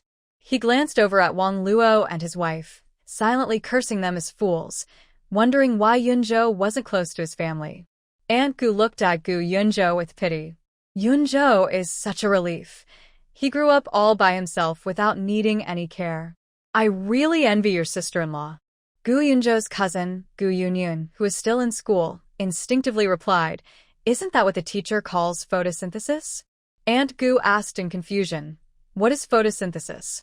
Seeing her chance to shine, Gu Yunyun exclaimed, "It means you don't need to do anything. Just let the sun shine on you, and you'll grow." After saying this, she laughed heartily at Gu Yunzhou. Halfway through her laughter, she noticed no one else was laughing, and her smile froze on her face. Realizing she might have said something wrong, she quickly lowered her head to eat. She was startled. Her aunt's gaze seemed threatening. Gu Yunzhou put down his chopsticks. "Everyone, please eat slowly, I'm full." Aunt Gu hurried to lighten the mood. "Yunzhou, you should eat more. The walnut pigeon soup your mom made is perfect for helping you recover. Drink a couple more bowls." As she spoke, she reached for Gu Yunzhou's bowl to serve him soup. When she scooped, she realized the soup pot was empty. Aunt Gu's arm froze, and her eyes instinctively darted to the large bowl of pigeon meat in front of Gu Yunhai and Lu Xinhua. "Oh, it's gone. Haha, you drank it pretty quickly. I thought it was really made for Yunzhou." Our family of four didn't take any, thinking Yunzhou should have more. I didn't expect it was for Gu Yunhai and his wife. Sister-in-law, I'm not saying this to be harsh, but Gu Yunhai is here every day, eating your cooking and getting strong. He doesn't need this bowl. Look at Yunzhou, he only comes home once in a while. You could at least pretend to care. After saying this, she earnestly advised Gu Yunhai, Yunhai, as the older brother, you should let your younger brother have some, especially since he's not well. With your parents around, he can't take from you. While saying this, Aunt Gu deliberately glanced at Grandpa Gu and Lu Xinhua, her expression dripping with sarcasm. As long as she could annoy Wang Luo, she was happy. Gu Yunhai felt his nerves twitching. He had just entered the house and was already scolded by Gu Hongbin for not provoking Gu Yunzhou. Now, at the table, he hadn't said much, and somehow, the focus was back on him. What had he done? He hadn't done anything wrong. As Grandpa's gaze turned towards him, Gu Yunhai wished he could magically make the bowl of soup in front of him disappear. Wang Luo felt awkward and didn't know what to say. After a long pause, she stammered, Yunhai's been working hard in the army. I didn't think too much about it. By the way, there are 2 pigeons left. Yunzhou needs to eat smaller meals more often. Yes, smaller meals more often. I'll make a special soup for him later. Hee Yunzhou, don't listen to your second aunt's nonsense. I'll bring it to your room later. Aunt Gu rolled her eyes and said, Sister-in-law, you're being too stingy. There are so many people here. Since it's not just for Yunzhou, why not make enough for everyone to try? It's not fair that one person takes most of it. Is this a special kitchen just for your family? Then she turned to Gu Yunzhou and said, By the way, Yunzhou, if you like this soup, come to my place later, and I'll make some for you. Gu Yunzhou ignored the tension at the table and nodded at Aunt Gu, saying, Thank you, Aunt.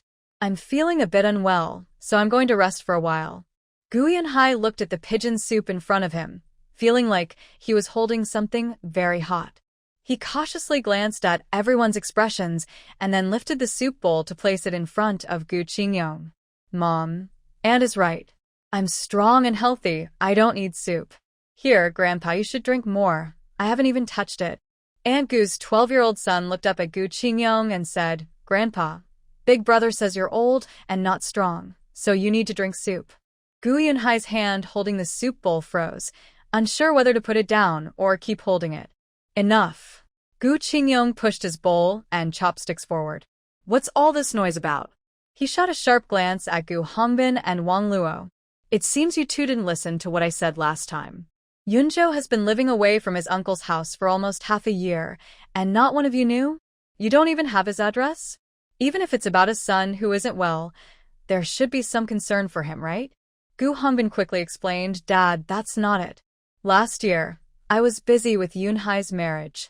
These past few months, we've had a new batch of recruits in the army, and I've been swamped. Gu Hongbin wasn't doing well in the army, so he switched to a civilian job focusing on legal policies and now works in the recruitment office at the military district. He glanced at his wife, wanting to say that she was in charge of these matters, but he hesitated to speak up. As a couple, if his wife didn't handle things well, it was his fault too. Gu Qingyong stood up with the help of a guard.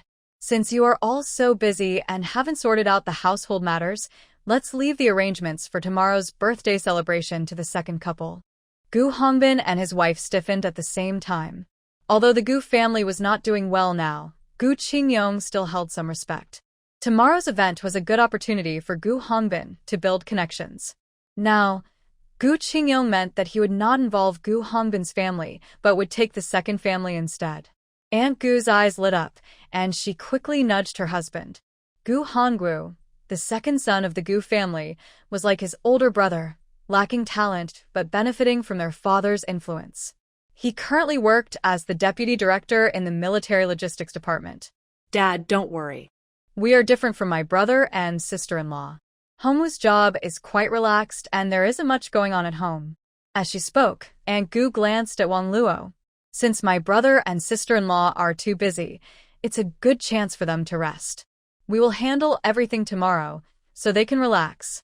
Gu Hongwu also realized what was happening. Seeing Gu Qingyong heading out, he quickly stood up to follow him. Dad, I've finished eating too. I have some questions for you. Let me walk you out. Gu Qingyong left with the second family. The third family, consisting of 3 members, felt ignored and quickly got up to leave as well, leaving Gu Hongbin's family of 4 facing a messy table. Gu Yanhai could no longer hold back his anger and said to Wang Luo, "Mom, what are you doing? Grandpa already has some issues with me, and look at what you've done. I'm an adult now. I can serve myself. With so many people here, it's so embarrassing for me. Do you know what people are saying about me outside? They say I'm still dependent on you. I don't think this is love. It feels more like control." Wang Luo opened her mouth. "Yanhai, how can you say that to your mom? Is it wrong for me to care about you?" Gu Hongbin slammed his hand on the table. "Enough. What did I tell you before? During the new year, didn't I ask you to pay more attention to Yunzhou? You're always visiting others and don't even have time to send a message to Ning County? And look at what you did tonight." Gu Hongbin remembered the sarcastic comments from Aunt Gu and Gu Yunyun, and he felt overwhelmed with frustration. Photosynthesis allows plants to grow by soaking up sunlight. It's no wonder Yunzhou isn't close to us, and Dad feels unhappy. It's your fault as a mother. Even if you didn't raise him yourself, he is still your biological child, not someone I brought from outside. How much thought have you given him over the years? If only you had put some of the care you gave to Yunhai. Gu Hongbin didn't want to say too much in front of Gu Yunhai, but everyone understood his meaning. Gu Yunhai felt very awkward but pretended not to understand and tried to mediate. Dad, please stop arguing. Mom didn't mean it. Yunzhou isn't like me. He has never caused Mom any worry. She might have gotten used to it and forgotten that he is a patient who needs family care. Gu Hongbin blamed Wang Luo for the old man wanting to keep the second son close tomorrow. Wang Luo felt that Gu Yunzhou was intentionally putting him in a difficult position, making it hard for him to save face, whether it was New Year's Eve or today. In another room, Gu Yunhai and Lu Xinyue couldn't sleep either. This is a case of breaking the pot and smashing it. If he is unhappy, he wants the whole family to be unhappy too. Grandpa still wants him to stay in Jizhou, but look at what he has done to the family after just 2 visits. Listening to her husband's complaints, Lu Xinyue's mind was filled with thoughts of Gu Yunzhou.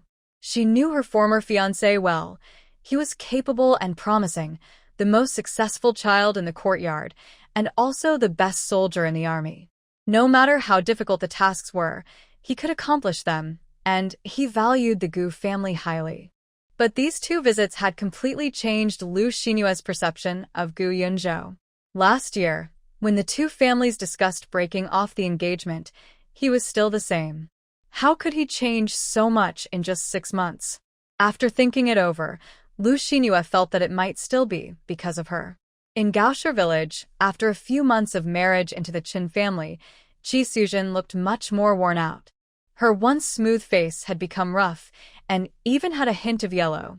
With no time to take care of herself, her once neat bangs were now messy, lacking the previous elegance but more down-to-earth, fully blending into village life. She squatted at the entrance of the Qin family home, sleeves rolled up, vigorously scrubbing dirty clothes in a basin. Her small hands, soaked in water, had lost their previous softness, and her face showed signs of frustration. Che Jinmei passed by with chicken feed in one hand and shot her a disapproving glance. Doing chores slowly, taking all morning for a few pieces of clothing. If you don't want to wash, then don't. I'll do it. I'm the one who has to work hard. I owe you all nothing. Qi Suzhen froze. Here it goes again, always finding something to complain about, even more annoying than her sister-in-law. Hearing those hurtful words, she couldn't hold back any longer. She stood up, forcefully flipped the basin over, and then, in a frenzy, started picking up the clothes from the floor, throwing them everywhere. I owe you all nothing, I owe you nothing. Qi Suzhen was at her breaking point. She couldn't take this life any longer. Now she understood why her parents opposed her marrying into the Qin family. Having a matching background really matters. Every day there were endless chores, fields to tend, wood to chop, and clothes and dishes to wash. They even expected her to fetch water. She was going crazy. Before marriage, her mother often washed her clothes. They used coal for cooking, and had tap water. Most days they ate fine grains, and she could enjoy meat every few days. Even snacks were common. But coming into the Chin family felt like falling from heaven too. A pot of sweet potatoes could be the whole day's meal, and a bowl of moldy tofu could last a week. Even cooking porridge required so many sweet potato chunks, and meat was a rare sight. She hardly ever saw plain rice or white flour. Finally managing to make a bowl of dumplings with cabbage filling was considered a feast for the Chin family. After 4 months of marriage, she had only seen meat twice, once at the wedding banquet and once when they steamed an egg, which she didn't even get to eat. Chun Il-yang was in poor health, Chun Wendy was always busy, and the younger ones were growing. Even Chae Jin-mei could get a few spoonfuls, thanks to the elders. As for her, she had to respect the elders, yield to the younger ones, and take care of someone who is not mentally capable. Ah, ah, ah. Chi Sujin screamed while stomping on the clothes, venting her frustration. What are you going crazy about? Chae Jin-mei was startled by Chi Sujin's wild behavior. Yes, I'm going crazy. Marrying into your Chin family has driven me mad. With wide eyes, Chi Sujin kicked the clothes into the ditch. Chae Jin-mei was the one in charge of the household. She had never been challenged like this before. She rushed forward and slapped Chi Sujin. Smack. With a slap, Chae Jin-mei's arm went numb. Chi Sujin was also stunned by the hit. Are you awake now? Chae Jin-mei glared at Chi Sujin, her voice cold and harsh. This question seemed to flip a switch. Chi Sujin turned her head with a fierce expression and reached out to grab Chae Jin-mei's hair. You old witch, I'm going to fight you. In no time, screams and cries echoed far and wide. Several neighbors heard the commotion and came out to see what was happening. Chun Wendy, who had been pretending to be asleep inside, could no longer sit still as the noise escalated. Before he even stepped outside, he knew his family had become the talk of the town again. Hey, stop fighting. We're family, can't we talk this out? People urged, but their eyes were filled with curiosity and excitement. As soon as Chun Wendy came out, he was grabbed by the neighbor.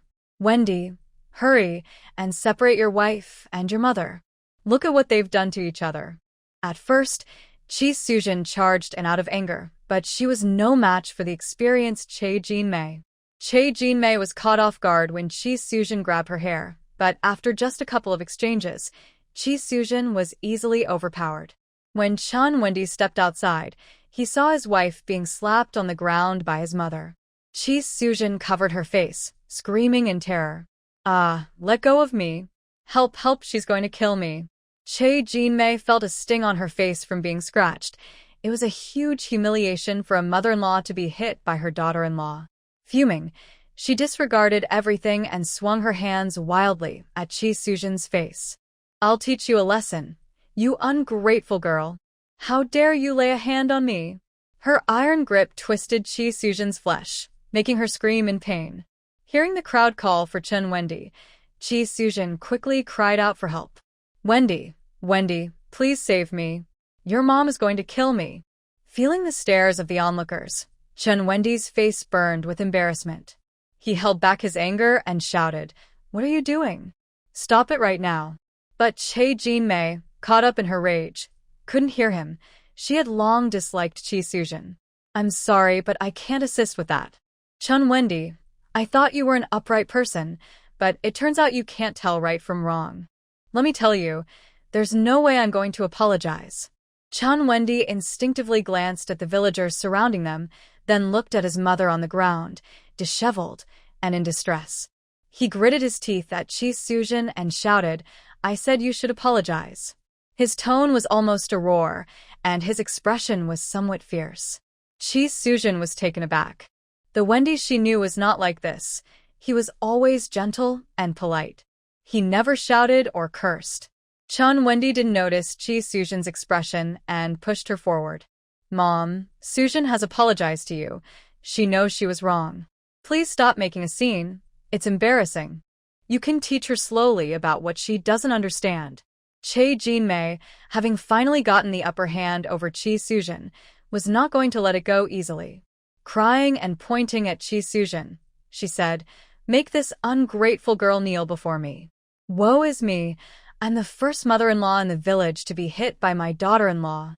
I raised you, paid for your education, and now you bring home a wife who treats me like this? Woe is me. I can't go on like this. Let everyone judge which daughter-in-law acts like her. She can't do anything right, neither in the fields nor at home. She claims she's not used to working, but really, she just wants me to serve her. Che Jinmei's lament made Chen Wendy feel like he was being roasted over a fire.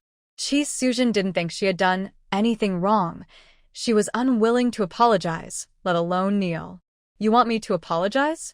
No way. This is a new society, and we don't treat daughters-in-law like that anymore. Don't act like you're some kind of elder. No family treats their elders like you do. Chen Wendy shouted loudly, shut up. Chi Sujin, with tears in her eyes, shouted back, I'm not wrong. She is. Woe is me, you've changed. You weren't like this before. You promised to protect me and treat me well. You're a liar. The promises you made to my parents mean nothing. Your mother has always bullied me. Can't you see that? And now you're siding with her against me. My parents were right. Your family is a den of wolves.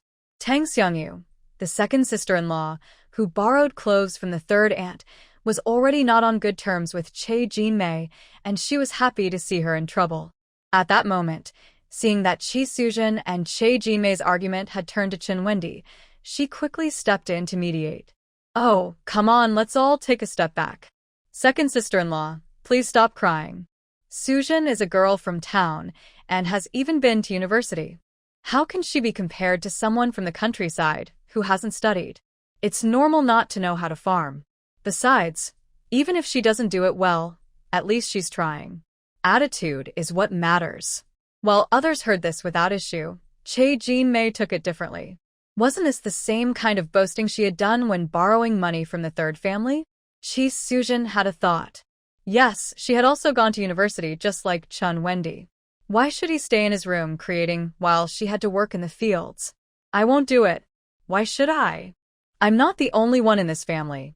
Chen Wenfeng and Chen Wenxiu aren't working either, and Wendy isn't doing anything. Why do you keep picking on me? You're biased. You only care about your own children and let me suffer. Chi Sujin shouted at Che Jinmei, who was rolling on the ground. Chen Wendy was surprised that the argument had turned to him.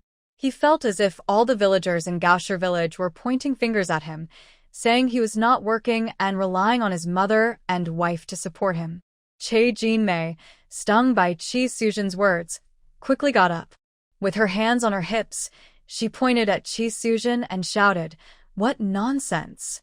Go ask around town whose daughter-in-law acts like you. You can't even wash clothes without making a fuss. I simply said if you don't want to wash, leave it for me and you go crazy." Chi Sujin turned to Chen Wendy, wanting to reason with him. Your mother didn't say it like that. I was washing clothes when she came to pick a fight. She accused me of not wanting to wash and wanting her to serve me, saying all sorts of hurtful things. First, I was indeed washing, that's a fact. Second, her claim that I didn't want to wash is just her opinion. How can she insult me based on her unfounded judgment? Even if I really didn't want to wash, I was doing it at that moment. She dismissed my efforts and used this to speak harshly to me. Chi Sujin had participated in a debate competition at school, and now every word she spoke was logical and increasingly filled with emotion. You actually want me to apologize to her? Chi Sujin broke down in tears. Seeing this, Che Jinmei sat down on the ground and started to cry.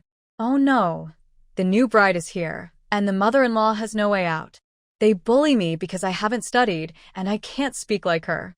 How will I live from now on? I might as well just give up. That would please you all. Chen Wendy was filled with anger.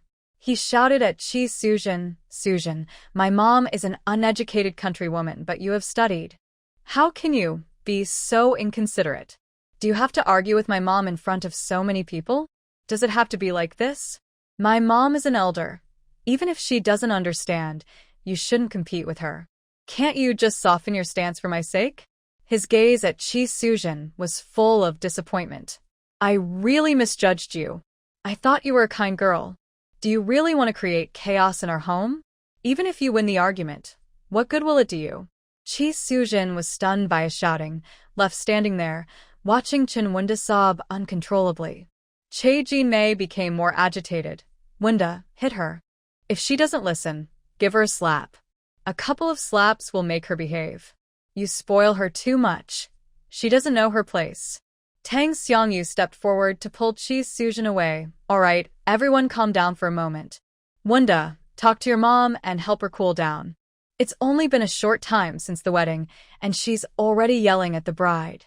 If someone didn't know better, they might think our family is just like her.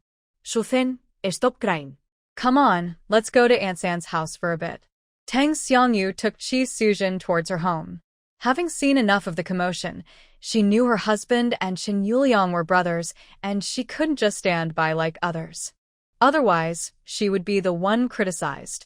As the crowd dispersed, Chen Wunda slumped against the wall, exhausted. He couldn't take these situations anymore.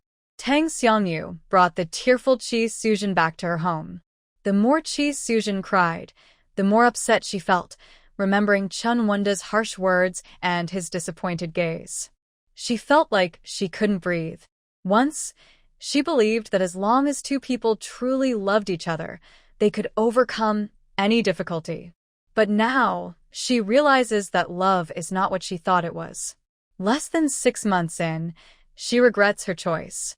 She should have listened to her parents and found a man with a job in the city. What good is a talented literature major? He can't help her with work, can't support her, and can't provide for the family. She once admired Chen Wendy's literary talent, but now she sees it as meaningless. Tang Xiangyu wrung out a towel to wipe Chi Sujin's face. She wasn't a cruel person. Remembering her own struggles as a wife, she kindly advised Sujin, don't argue with your mother-in-law. She talks a lot and can be harsh. As a younger person, you are at a disadvantage. If you argue with her, you're just making things harder for yourself. Don't blame Wendy. If you fight with him, it will only push him closer to his mother. In the future, when something happens, he might side with her, and then you'll really suffer. Meanwhile, Che Jinmei was also upset, throwing pots and pans. Today, she had a small victory thanks to her seniority, but it didn't bring her much satisfaction. Luckily, her son stood by her in the end.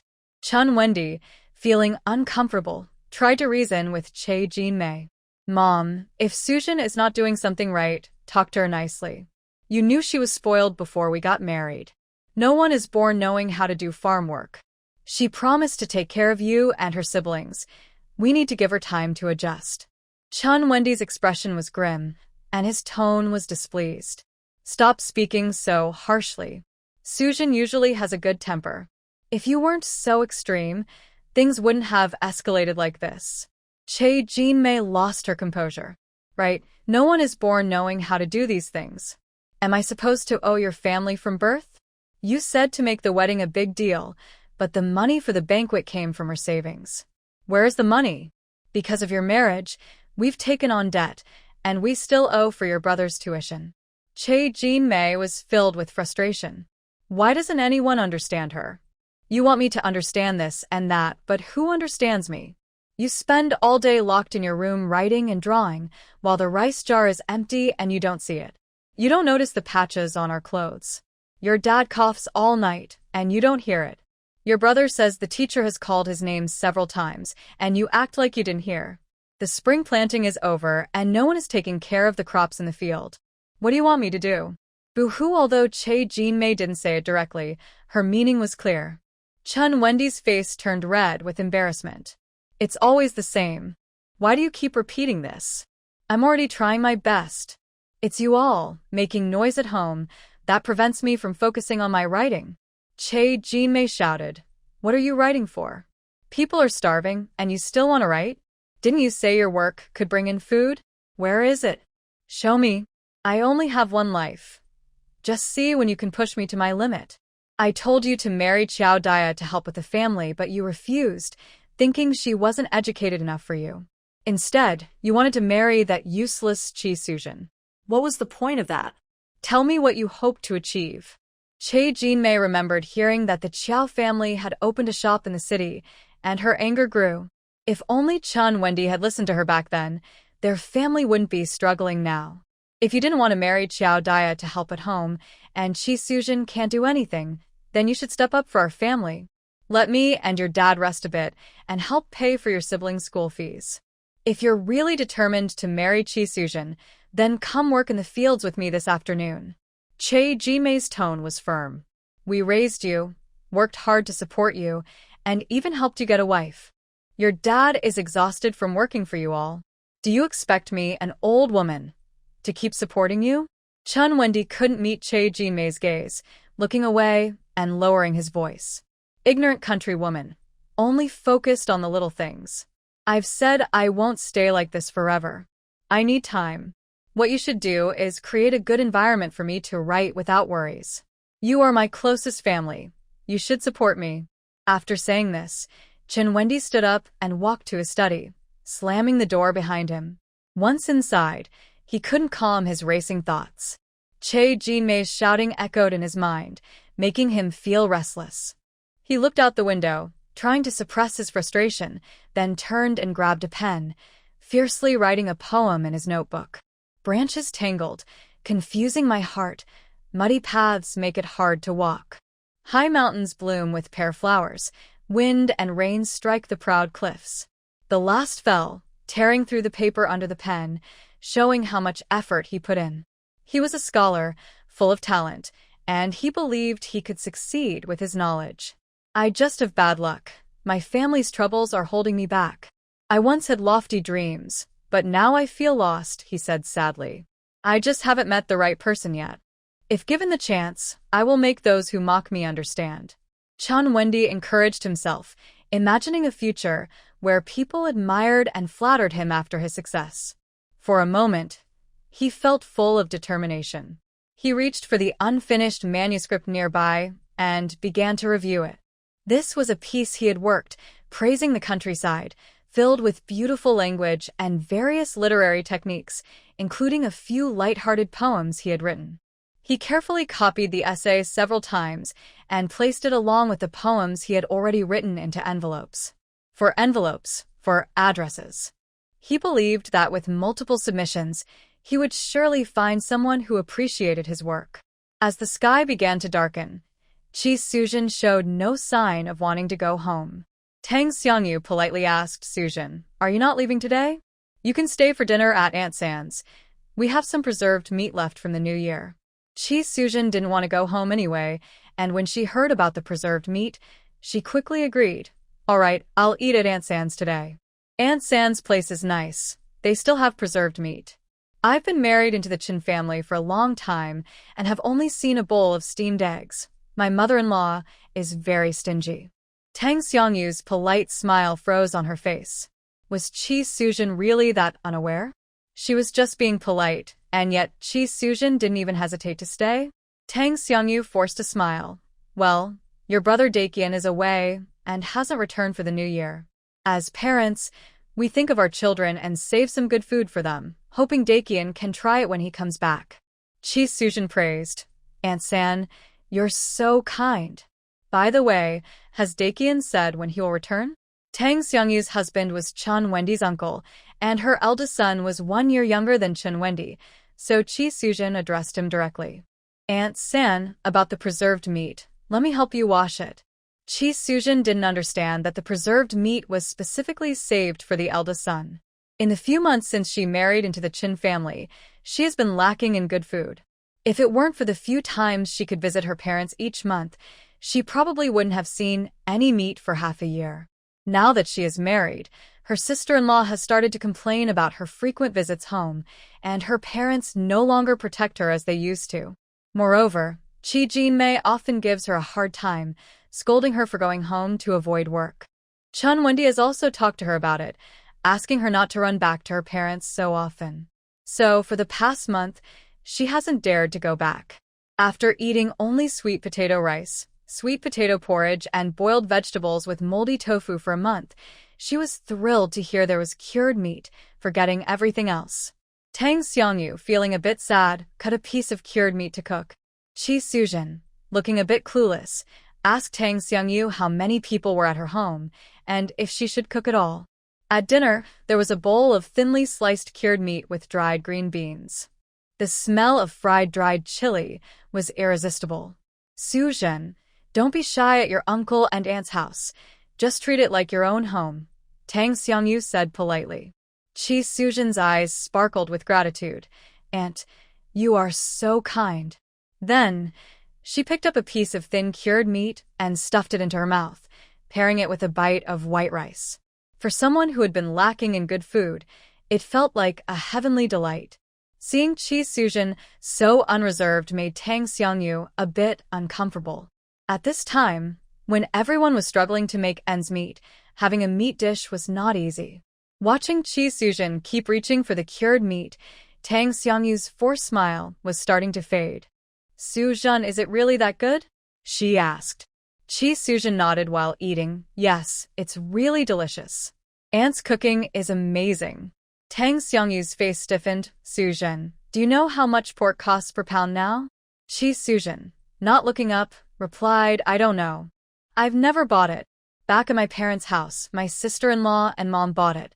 Since marrying into the Qin family, I haven't bought any. Tang Xiangyu felt a pang in her heart. It should be cheaper now. It was 80 cents before the new year.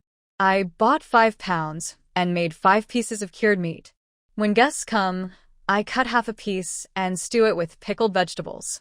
This piece is specially saved for Daquan. He has been asking me about it several times, but I haven't been able to cut even a little bit. By the way, you should eat some dried green beans too. They were cooked with the cured meat, so they have a lot of flavor. At first, Chi Sujin didn't catch the hint that this is saved for Daquan. I don't want to cook it, and now she also missed the point that Erquan has been craving it for a long time, so eat less. Tang Xiangyu quickly served some for her husband and Erquan, and also gave Chi Sujin a couple of servings of dried green beans. At dinner, Chi Sujin ate 2 big bowls, and even mixed the last bit of dried vegetable soup with her rice, feeling very satisfied. Uncle and Aunt, your food is really delicious, Chi Sujin said, patting her belly. Tang Xiangyu had no expression on her face. How could it not be good? There was half a piece of cured meat, and her husband and son had eaten the 2 bites she helped serve. She didn't eat any herself. It all went into Chi Sujin's mouth. No wonder Che Jinmei didn't like this daughter-in-law. She must have lost her mind from studying. She calls herself cultured? She has no manners and is so shameless. Chen Yugang chuckled. If you like it, come over to eat more often. Tang Xiangyu silently protested, thinking, don't do that. She's so shameless. But Chi Sujin took it seriously and smiled. Okay, I will come often. Sujin, it's getting late. Shouldn't you head back? Your mom should be less angry now. If not, you should apologize to her. Otherwise, Wendy might start worrying and come looking for you. Tang Xiangyu began to urge her to leave. Chi Sujin felt a bit reluctant. After the meal, she felt that her uncle and aunt's home was better than her own. After sending Chi Sujin off, Tang Xiangyu started to complain. I was just being polite, asking her to stay for dinner, and she really did. I shouldn't have mentioned the cured meat. She doesn't understand basic manners. She must have lost her mind from studying. I said it was specially saved for Daquan. Did you see how she ate? It was like she had never had cured meat before. There were 4 of us at the table, and she only cared about herself. Which family has it easy? We can barely eat meat once a month, and she has no idea. And you still want her to come again? Erquin kept his head down and said nothing. Chen Yugang said, forget it, she's family. It's just a meal. Thinking about Chi Sujin saying she wanted to come often made Tang Xiangyu restless. What if she really came tomorrow? As an elder, could she really send her away? No, I need to go out for a bit. Tang Xiangyu stood up and walked outside. She chatted a bit here and there, and soon half the village knew that Chi Sujin had dinner at her house and even cooked a piece of cured meat for Daquan. They said Chen Yuliang's family was too poor and Che Jinmei was too stingy. The new daughter-in-law had been married for over 4 months and hadn't bought any meat. The greedy new daughter-in-law ate so much cured meat as if she had never had any before. As words passed from one person to another, they always added a little more. I'm sorry, but I can't assist with that. Chi Sujin was rolling on the ground, trying to escape from Che Jinmei's harmful grip. The sounds of crying and shouting drew out several neighbors. Chun Wunda hurried outside and saw his wife and mother fighting fiercely. Chi Sujin, losing her composure, picked up a sickle from the ground and swung it at Che Jinmei. Ah!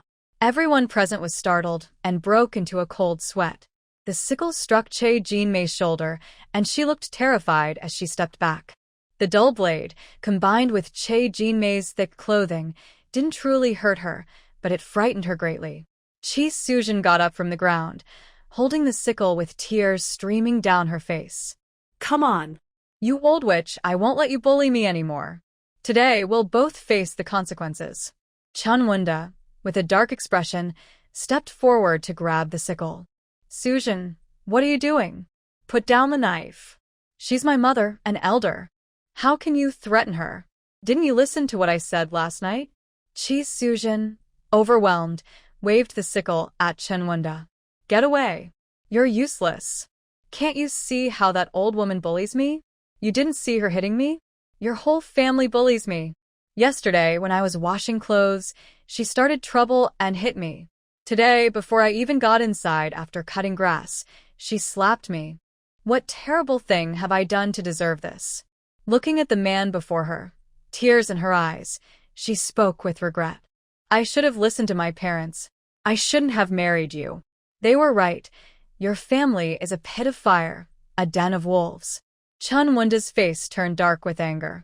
He valued his reputation greatly and believed in keeping family matters private. Sujin's words made him lose face. However, he considered himself educated and couldn't respond like Che Jinmei or Chi Sujin. Feeling embarrassed and angry, he could only say, Sujin, calm down. Don't say such things. I know you're upset. My mother was wrong, and I apologize for her. Chi Sujin, in despair, replied, You always do this. You never protect me. You know it's her fault, but you always make me back down. I was blind to choose a useless person like you. Chun Wunda felt extremely embarrassed, his eyes filled with disappointment. Sujin, I thought you were different from others, but look at yourself now. You no longer have that calm and intelligent demeanor you used to have. You are being petty and unreasonable. What's the difference between you and a rude person from the countryside? Why can't we talk things over? Why must it always end in shouting and fighting? Sujin, you have changed. This argument eventually escalated to the point where the village leader had to intervene. Chi Sujin ran back to her parents' home and declared that she would never return. She cried to her parents, saying she couldn't continue living this way and wanted a divorce from Chun Wunda. That old woman just doesn't like me. She does this on purpose. No matter what I do, she finds a reason to bully me. For over 20 years, you and Dad never laid a finger on me. So why does she have the right to hit me? Chi's father silently read the newspaper, but his brows were clearly furrowed. Chi's mother, though disappointed in her daughter, still felt a pang of sympathy. With a stern face, she said, Wasn't it you who insisted on marrying him? Didn't you threaten to starve yourself, and even go so far as to do something drastic just to marry him? We warned you so many times, but you didn't listen and even blamed us. Now that you realize your mistake, what good does it do? Do you think marriage is a game? You can't just say you want a divorce and expect it to happen. Even if you want to leave, does the Chin family agree to let you go? And what will you do if you actually get divorced? People are already talking about you, and if you divorce, it won't just be you facing judgment. Your father and I will also lose face. Chi Sujin understood that she had hurt her parents before, and she was no longer as reckless. If her mother had said something like this before, she would have jumped up, claiming her parents only cared about their pride and not about her feelings. But now, she simply held on to her mother and cried, Mom, I really can't go on like this. I know I was wrong, and I promise to listen to you from now on. I don't want to go back. You were right. The Chin family is a den of wolves. Chun Wunda spends all day locked in his room working on his writing, but I haven't seen him create anything worthwhile. The two younger ones only go out to gather firewood during breaks and still ask for money and food from home. Chun Yuliang is always sick, and that wicked woman, Chae Jin-mei, is counting on me to support their family so she can step back. Chi's parents couldn't ignore their daughter, so the couple decided to talk to Chen Wendy the next day. At noon, during lunch, Chi Sujin smelled the fish soup and vomited. After a checkup at the clinic, she found out she was already 2 months pregnant. In Gaoshir village, Chen Wenda sat helplessly in his study, feeling lost. He believed things shouldn't be this way. His wife should help him take care of his parents and siblings, manage their household, and ensure he could focus on his writing without worries. But Chi Sujin couldn't do anything right. She always messed up even the simplest tasks. He even began to doubt whether marrying Chi Sujin was the right choice. If he had listened to Chae Jin-mei and married Xiaodia instead, would things be different now? The Chi family was in chaos because of Chi Sujin's situation. Shering was overwhelmed and had quarreled with her husband several times, so she took their son back to her parents' home. Her sister-in-law returned after a divorce, and Shering strongly opposed it. It was her sister-in-law who insisted on marrying, and now she was back causing trouble. That was unacceptable. The atmosphere in the Chen family was also tense. Chae Jin-mei felt hopeless and exhausted, and her son didn't understand her at all. She even thought about drastic measures. Chun Yuliang sighed all day, lamenting his bad luck. Chun Wenda was already feeling heavy-hearted, and with such parents, he felt even more restless. So, aside from meals, he locked himself in his study, lost in thought. Chi Sujin had initially wanted a divorce, but after discovering her pregnancy, she hesitated. She wondered if her mother-in-law would change her attitude now that she was pregnant. At the very least, Chen Wenda would have to protect her, right? Chi's parents were not supportive of her divorce and saw this as an opportunity to encourage her to settle down. Getting divorced just a few months after marriage was shameful. Even though the Chi family loved their daughter, divorce at this time would be too embarrassing. They would rather endure hardships than choose divorce. It was better to stay married, especially now that there was a child involved and the situation was more complicated. Considering all these factors, the Chi family called Chun Wenda over to give him a stern talk and insisted he bring Chi Sujin back home. In Jizhou, the birthday party for old Master Gu was lively. Although the new generation of the Gu family was not influential in the military, old Master Gu still held some respect due to his long-standing connections with higher-ups. He had built relationships through many hardships. Especially for someone like Elder Gu, who was among the first leaders to form the team, there are only a few of them left after a long time of war. The higher-ups still have a sense of nostalgia for them. Their attitude makes others act accordingly. Even if they don't like the Gu family's way of doing things, they still give Gu Qingyong some respect in situations like this. The restaurant's menu and various arrangements were all planned by Wang Luo in advance, so Aunt Gu didn't have to put in much effort and took all the credit for herself. Wang Luo watched as Gu Laodi and his wife chatted with leaders from various units behind Elder Gu, feeling frustrated to the point of almost grinding her teeth. Turning to look at her two sons made her even angrier. Many of the new generation from the military camps had gone over to chat with Gu Yunzhou, filling the table with laughter and excitement. However, her eldest son, Gu Yunhai, was only chatting with two familiar faces from the courtyard, making it seem a bit lonely compared to the lively group around Gu Yunzhou. This situation was all caused by Gu Yunzhou. Wang Luo's gaze toward him was filled with resentment. Seeing his old comrades again made Gu Yunzhou feel good, and he now had his own plans. The connections he previously avoided were starting to seem different to him. But when he accidentally met Wang Luo's gaze, it still affected his mood. "Come here, Yunzhou," Gu Qingyong called out from a short distance. Gu Yunzhou looked up and saw several old leaders sitting at Gu Qingyong's table, all familiar faces. One elderly man shouted, "Yunzhou, come say hello to Grandpa Huang and Uncle Wei." Gu Yunzhou quickly stood up, greeted the people at his table, and moved to the next one. "Grandpa Huang, Uncle Wei, Uncle Chong, Elder Yu," he said with a polite smile, greeting everyone one by one. The old acquaintances asked with concern, "How have you been lately? Is your health good?"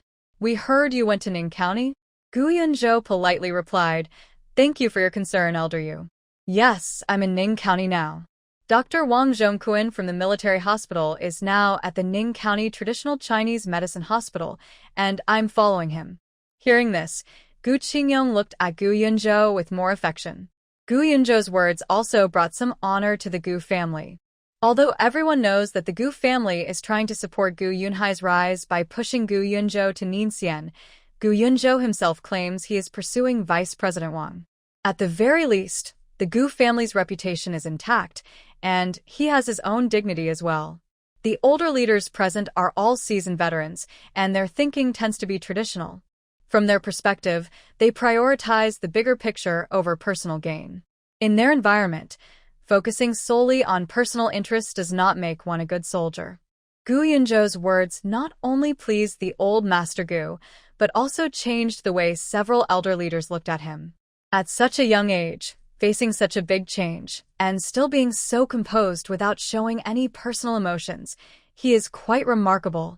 "Young man, take care of your health. The country still needs you," said Commissioner Wei, patting Gu Yunzhou on the shoulder. After greeting everyone, Gu Yunzhou returned to his seat. Some sharp-eyed individuals began to murmur among themselves. Old Gu is getting on in years. He's been a bit hasty with some matters. Another person glanced at Lu Jianbing nearby. It's not just old Gu who is anxious. The Lu family is too. Ever since Lu Jianyong, Lu Xinyan's father, passed away, the Lu family has been struggling more and more. Lu Jianbing, Lu Xinyan's uncle, and his wife still have the same narrow vision as before. They haven't changed in all these years. Yes, everyone knows about the situation with Xinhua. Even though no one speaks up, everyone is aware. And as for Xinyan, if Lu Jianbing had done a proper job on the surface, he wouldn't have had to apply for a transfer multiple times without success. With what they are doing, as long as Zhou Hong is in charge, Lu Jianbing's situation will remain the same. Zhou Hong was brought up by Lu Jianyong. Not seeking revenge on the Lu family is already showing them some respect, considering this is a family matter for them. The Lu family had a good opportunity before, but let it slip away. With such behavior, who would want to work with them? Moreover, as long as Zhou Hong is unhappy, it will be difficult for them to make any progress.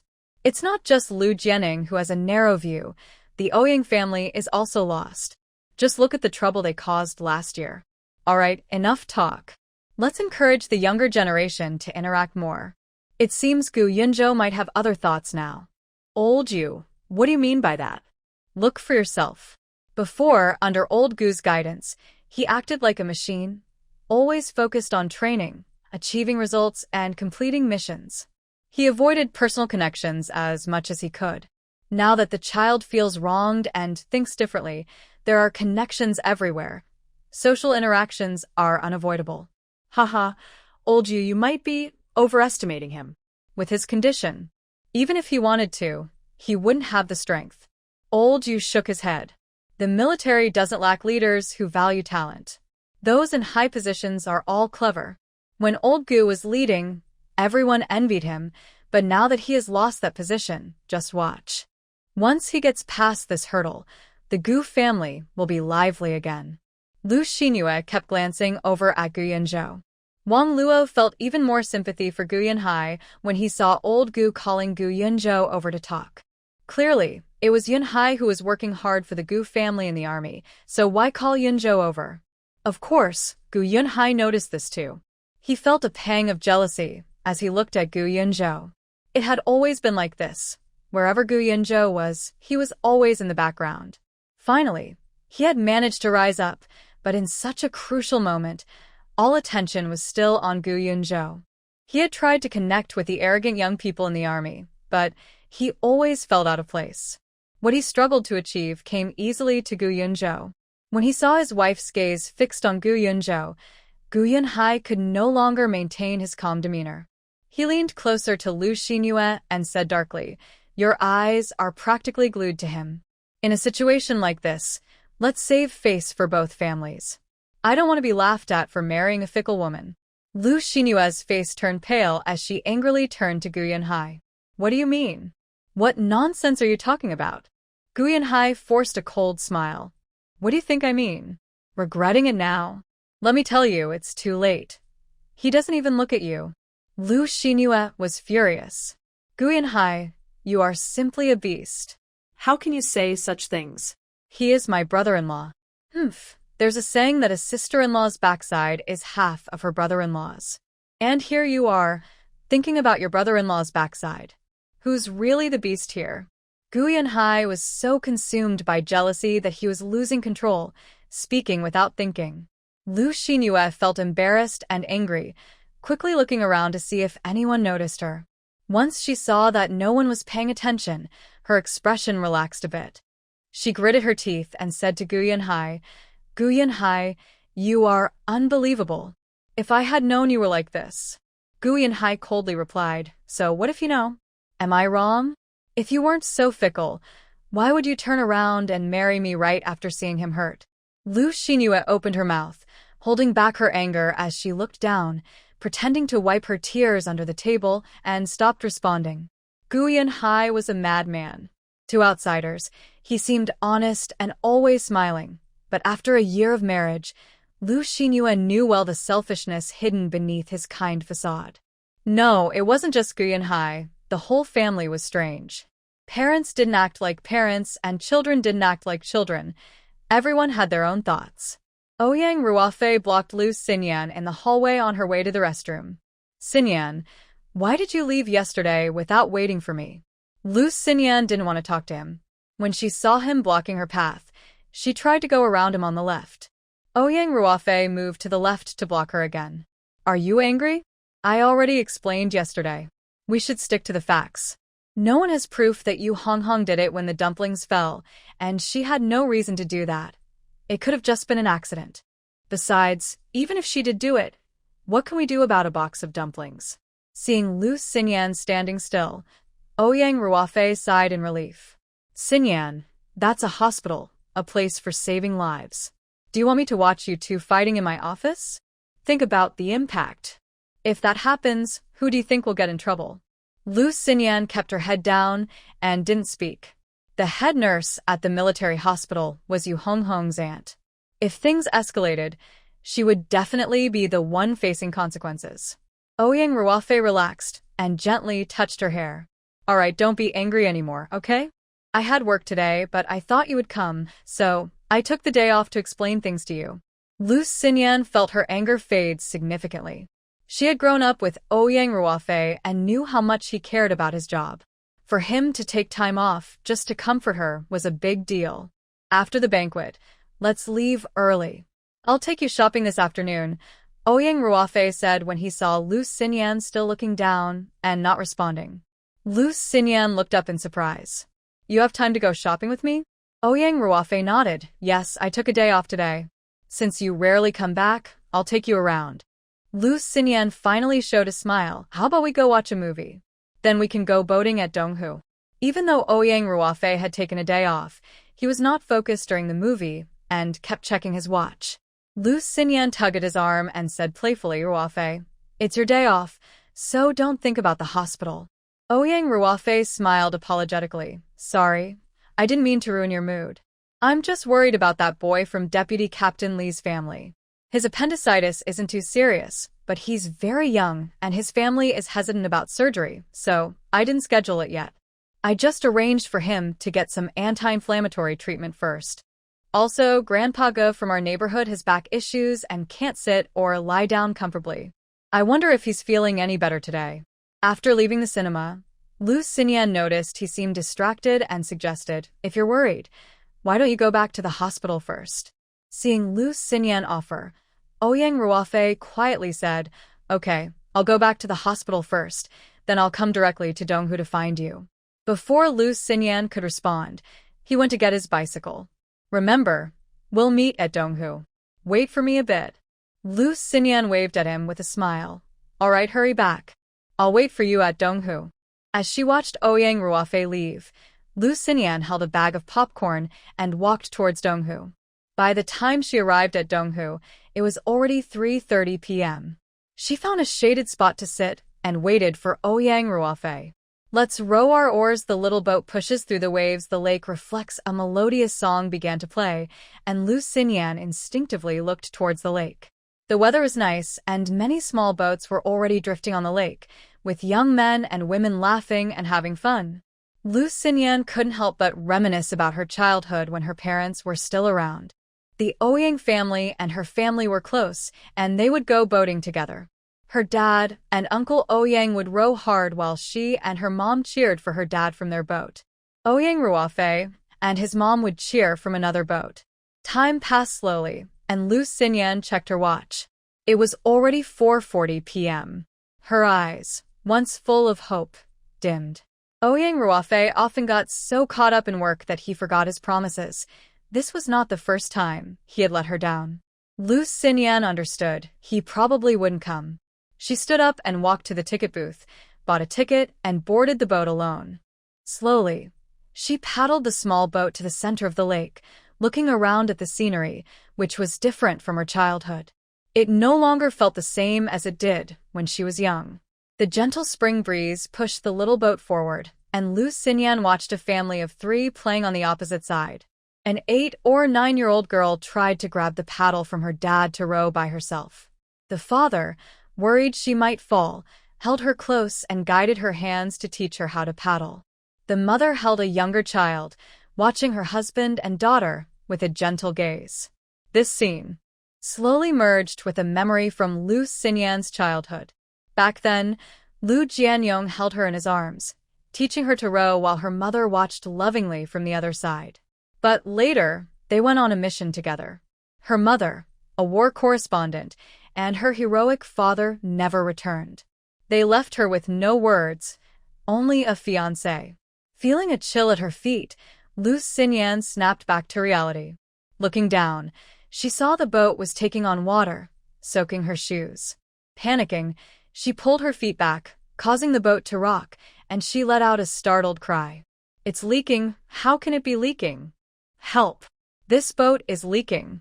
Lu Xinyan shouted towards the shore, but her boat had drifted to the center of the lake, and the wind and laughter around her drowned out her cries. No one noticed her. Lu Xinyan couldn't swim, and fear gripped her. What if the boat sank? Would she drown? Help! Someone please! The boat is taking on water. She pressed her feet down, gripping the paddles. It's okay, it's just a little leak, I can paddle fast." In her panic, she kept spinning in place, and the water inside the boat was nearly covering her feet. Lu Xinyan grew more anxious. She took off the red scarf around her neck, waving her arms at the front of the boat. "Can anyone hear me? The boat is leaking." 2 safety officers chatting on the shore finally noticed. "What's going on, miss?" When they saw the large number 11 painted in white on the boat, one of them rushed to the edge to help. "Who let the 11th boat down?" "It's leaking, and Engineer Lu hasn't had a chance to fix it yet," someone exclaimed. Another safety officer was stunned. "Leaking? No one told me." She insisted on using it, saying it was clean, and asked me to push it down. When Lu Xinyan was brought back to shore by the safety officers, her legs felt weak. The 2 safety officers kept apologizing. "Comrade, we are really sorry. This was our mistake." Yes, it was our mistake. "I didn't do my job properly," one admitted. Staff from the ticket office also came out. After understanding the situation, they criticized the 2 safety officers in front of Lu Xinyan. After sincerely apologizing to Lu Xinyan, they refunded her rowing fee and sent her home on a bicycle. In the courtyard, a few people chatting noticed Lu Xinyan returning on a stranger's bike and curiously leaned in to see. "Isn't that Lu Jianbing's niece?" "I think her name is Xinyan," one said. "Who is that man?" Another asked. "I haven't seen him before." "Isn't this girl engaged to someone from the Ouyang family?" "He doesn't look like one of them." After Lu Xinyan went upstairs, the elderly lady downstairs surrounded the safety officer who had brought her back. Lu Xinyan changed into clean socks and shoes and drank a cup of hot water, feeling a bit better. She fixed her hair in front of the mirror and turned to head to the military hospital. As soon as she opened the door, she ran into her aunt. "Aunt," Lu Xinyan greeted politely. Zhu Dan responded with a neutral HM, and as Lu Xinyan prepared to leave, she heard a cold voice from behind. You're a grown woman now. You should be more careful in your behavior. The Ouyang family already looks down on you. Don't give them more reasons to criticize. Lu Xinyan turned to Zhu Dan, and if you have something to say, just say it. Zhu Dan met Lu Xinyan's gaze. Isn't it clear enough? You've just returned, and already there are unpleasant rumors. If you don't take care of yourself, you might drag your sister and brother down with you. Lu Xinyan's face flushed. What have I done to deserve your sarcasm? If you dislike me, just say it. I have other places to go. The military hospital has assigned me a dormitory. Zhu Dan's expression darkened. Lu Xinyan was the child of a martyr, and she received special care from the authorities. The military hospital had even given her a private room. Currently, that room was occupied by Zhu Dan's daughter-in-law, Ding Yanhong. Zhu Dan's son has been in the army for a long time, and his daughter-in-law does not get along with Zhu Dan and Lu Xinyue, causing a lot of trouble. At that time, Gu Yunzhou was forced out by the Gu family, and Zhu Dan, considering various reasons, used connections to get Lu Xinyan a transfer. She immediately let her daughter-in-law move into the newly assigned apartment. What do you mean I can't stand you? I see you as an ungrateful person who has grown up and become independent, no longer in the age of asking me for food and drink. As an elder, I tell you something and you talk back. The whole neighborhood knows you came back in a stranger's car. Did I say anything wrong about you needing to be careful with your actions? You chase after men all day and casually ride back in their cars. It's no wonder the Ouyang family looks down on you, Zhu Dan said angrily to Lu Xinyan. Lu Xinyan was furious. What's wrong with coming back in someone else's car? Is it wrong to ride back in someone else's car? Haven't you ever done that? Hasn't Sister Xinyue? Remembering what Peng Zhihua had said before, she gathered her courage and said, Who are you talking about? Name names. Also, it wasn't me asking you for food and drink, it was you who insisted on taking me back to raise me. My parents' compensation was enough to support me several times over. I don't owe you anything. If it weren't for my dad's connections, could my cousin have reached his current position? Who's the ungrateful one? It's your family. Zhu Dan pointed at Lu Xinyan. Lu Xinyan swatted her hand away. What do you mean? Do you really think I'm afraid of you? If it weren't for our blood relation, would you have been able to take me back and raise me? If it weren't for me, could Uncle live so comfortably on his small salary? Let me tell you, it's you who eats well and then complains. Fueled by anger, Lu Xinyan shouted and turned to leave. Zhu Dan yelled after her, Ungrateful creature, if you have the ability, don't come back. Lu Xinyan turned back to grab her bag. Don't worry, I'm going to the hospital right now to reclaim my apartment, and I won't come back again. As Lu Xinyan came down from upstairs with her luggage, the neighbors gathered around her. Seeing the bag in her hand, Aunt Mu, who lived downstairs, asked Xinyan, Are you okay? Lu Xinyan suppressed her anger and looked at Aunt Mu in surprise.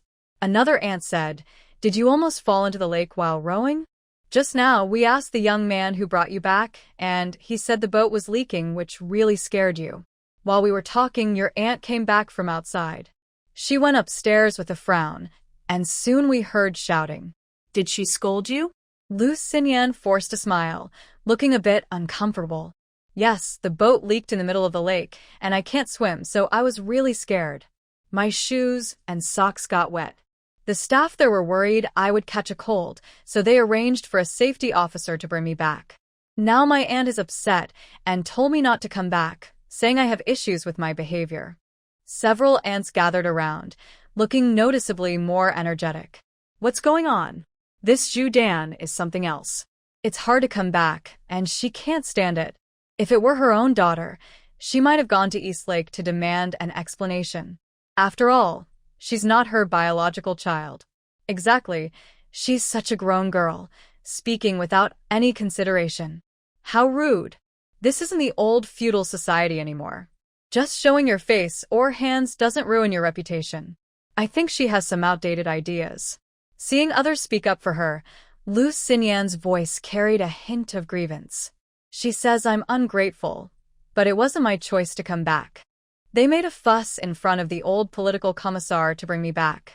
Over the years, I've been supported by my parents' benefits. I didn't choose to come back here. When I reached the right age, the organization arranged a job and dormitory for me. My dormitory is still occupied by my sister-in-law. Since my aunt doesn't like me, I can only ask my sister-in-law to give me back my room. I've been a bother for so long, I won't be in the way anymore. Feeling upset, Lu Xinyan finished speaking, grabbed her bag, and left, not caring if anyone thought she was ungrateful. She decided to go to the military hospital to find Ouyang Ruofei and ask him to accompany her to the logistics department about her housing issue. At that moment, Ouyang Ruofei was busy in his office comforting Yu Honghong. Comrade Yu, it's not a big deal. Just stay calm, and you'll get used to it. Everyone is scared the first time, but if you want to develop into a medical assistant, you have to get through this. His tone was gentle, with a reassuring quality. Yu Honghong nodded, Dr. Ouyang, but I'm still scared. I'm afraid I won't do well.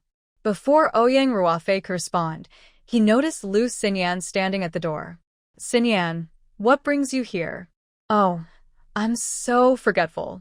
I got caught up in urgent matters at the hospital. Have you been waiting long? Ouyang Ruofei stood up and apologized to Lu Xinyan. Lu Xinyan remained silent, quietly watching Ouyang Ruofei and Yu Honghong. Yu Honghong quickly stood up to explain, Xinyan, don't misunderstand. I'm currently with Ouyang. Ouyang Ruofei waved his hand at Yu Honghong. All right, you go prepare first. Yu Honghong's expression stiffened. Okay, I'll go prepare. After Yu Honghong left, Ouyang Ruofei turned to Lu Xinyan and said, she is training to be a medical assistant. The director asked me to help her because Vice Captain Li's son has been receiving treatment for 2 days without improvement. Just as I got back, the family approached me and agreed to let the child have surgery. I got so busy that I forgot about our rowing plans. We have to schedule the surgery and complete a series of checks.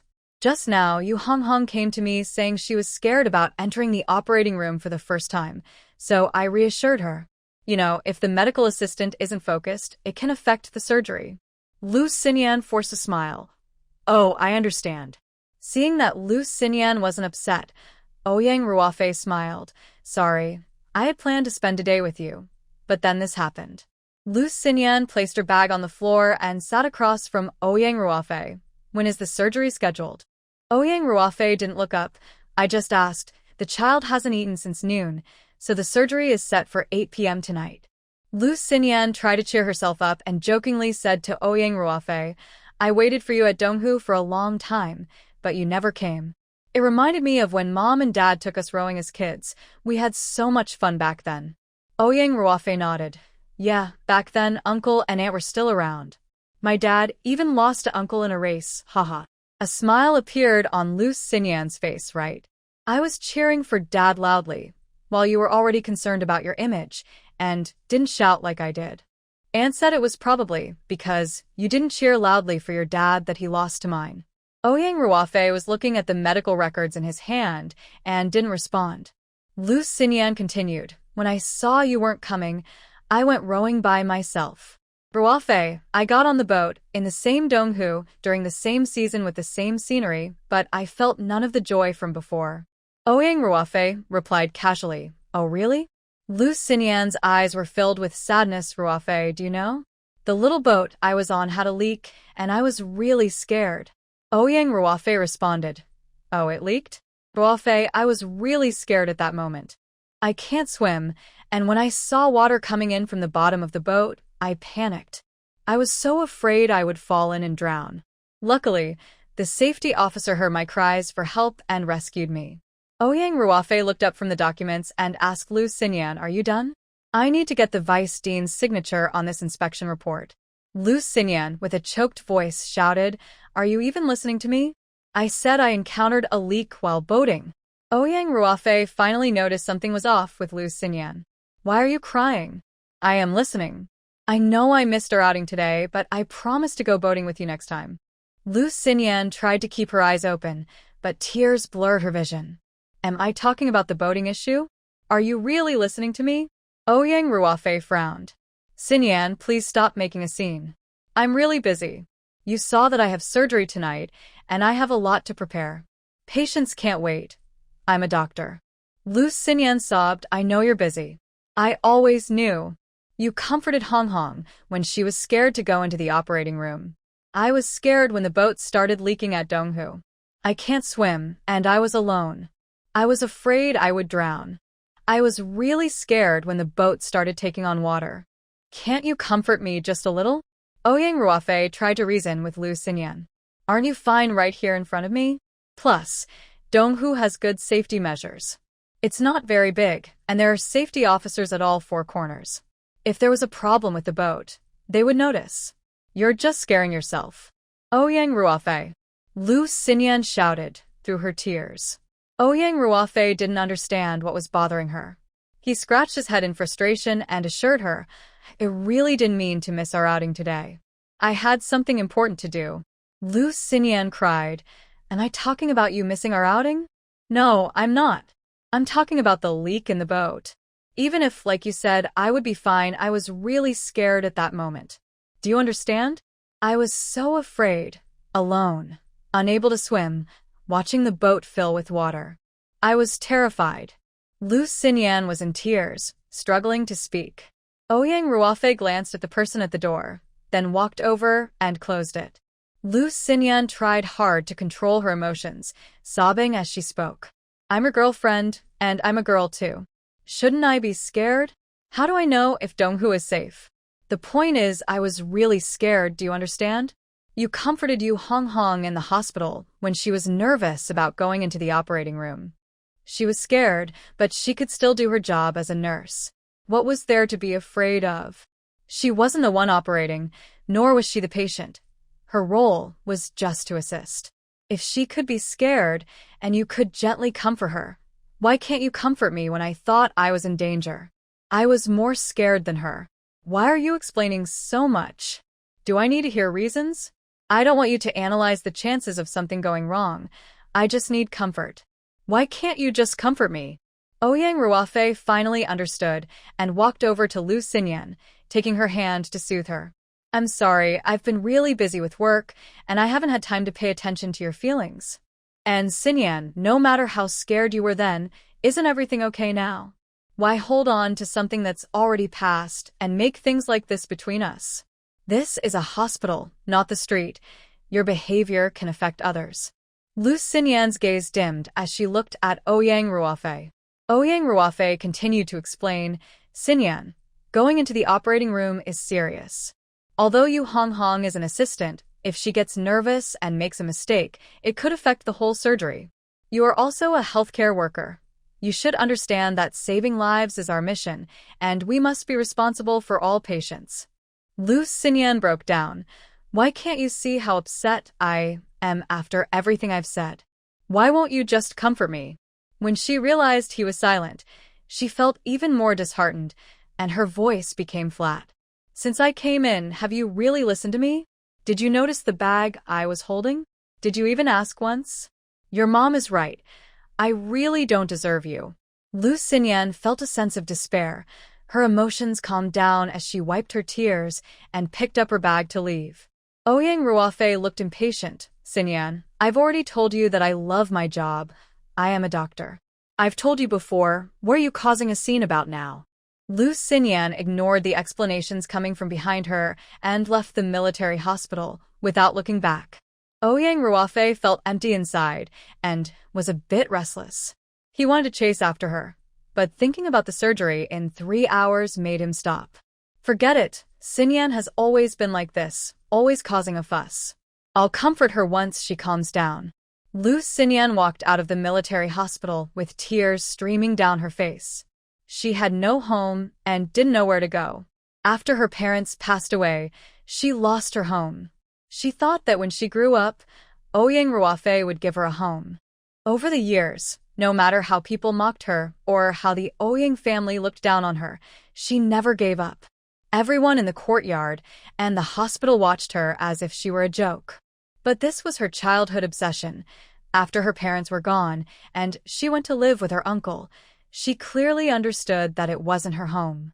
She wanted a place to call her own and kept telling herself that once she grew up, Brother Ruofei would marry her and give her a home. So, she followed him and became a nurse. When her parents left, they didn't leave her with any words, and as she grew older, everything in the house was gone, except for the engagement they arranged for her.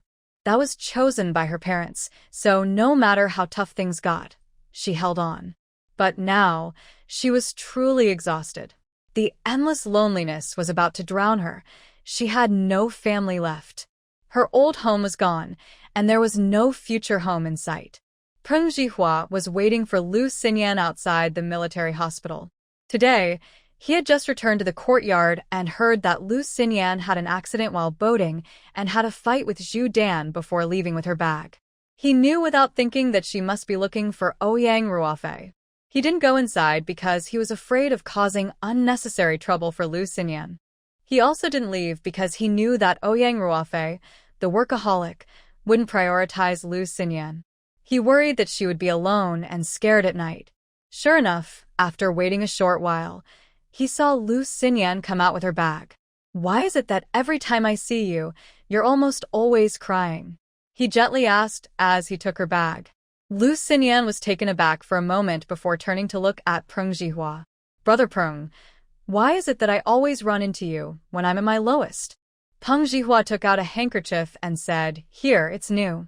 Lu Xinyan accepted the handkerchief and asked, "Why would a grown man buy a handkerchief?"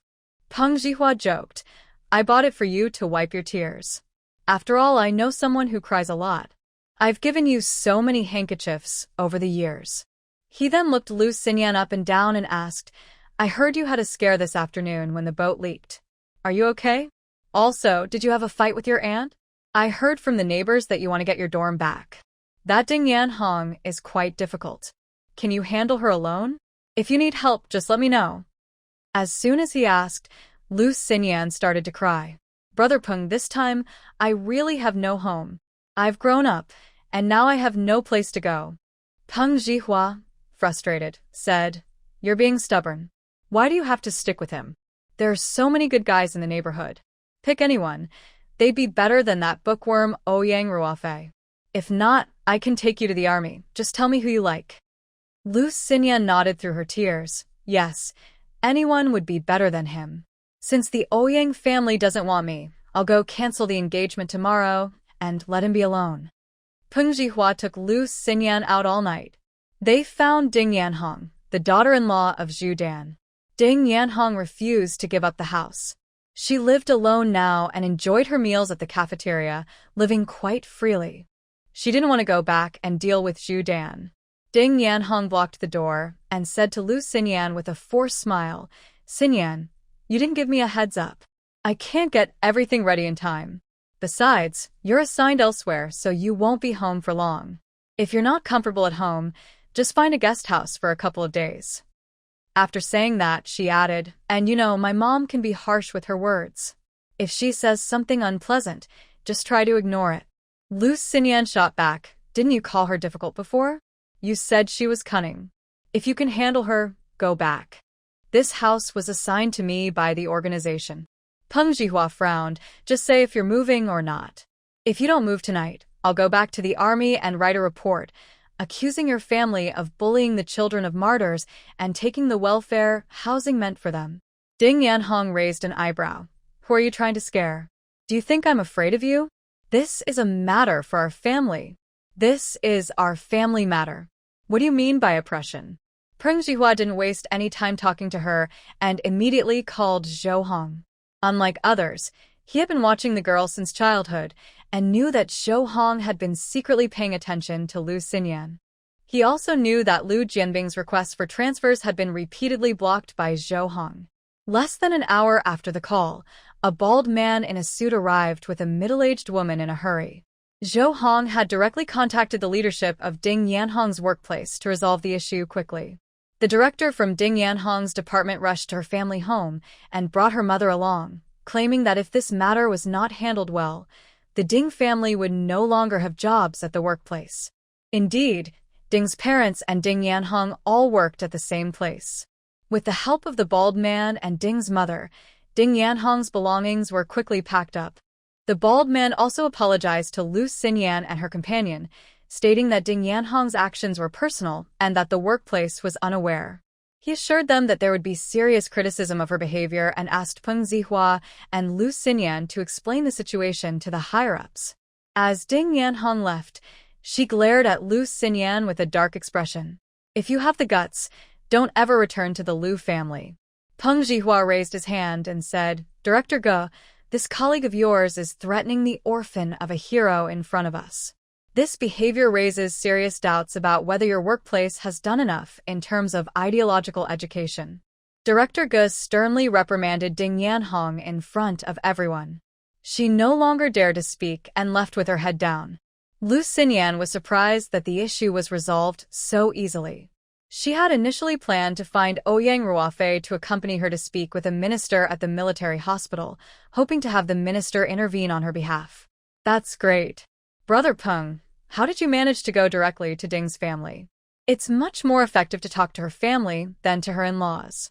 If she has issues with Zhu Dan and wants to cause trouble, she might ignore us completely. I was even thinking of trying to reach out to the military hospital's leadership for help. Peng Zihua clicked his tongue and said, This is a personal matter. After all, Ding Yanhong is your sister-in-law, so it is indeed a family issue. Involving the military hospital's leadership wouldn't help. Even if someone really can't stand it, would they offend your uncle's family for you?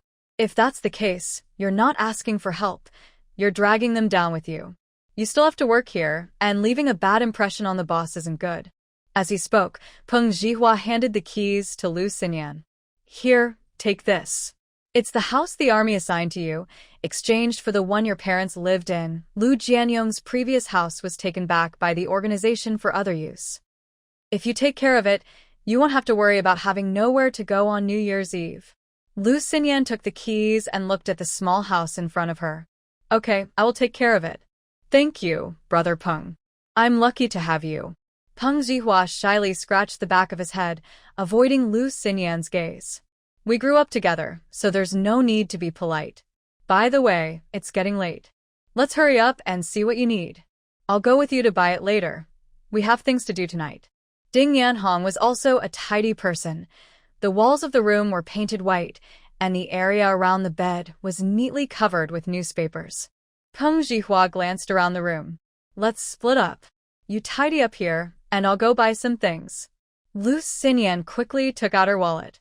Brother Peng, let me give you 100 first. Please buy me a set of bedding, a kettle, and a basin.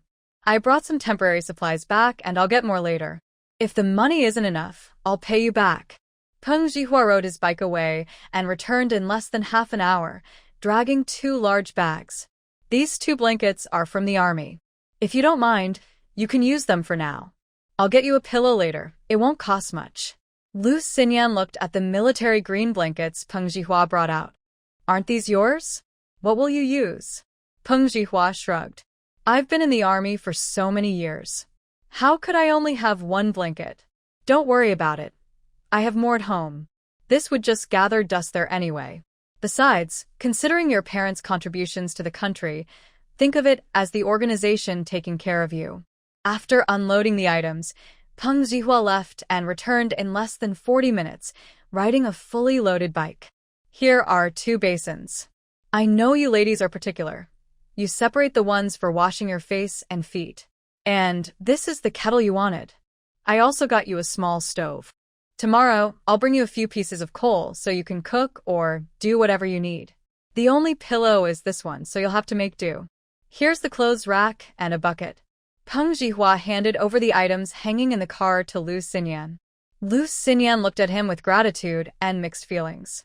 I won't say thank you, but I'll remember it in my heart. Later, I'll treat you to something delicious.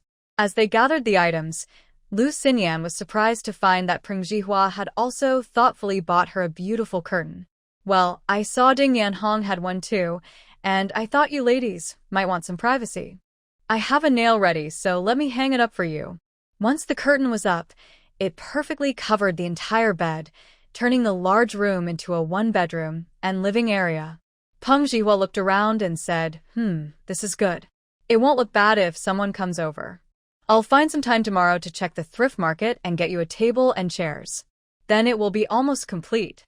As he spoke, he playfully tapped Lu Xinyan on the back of her head. Come on, little crybaby.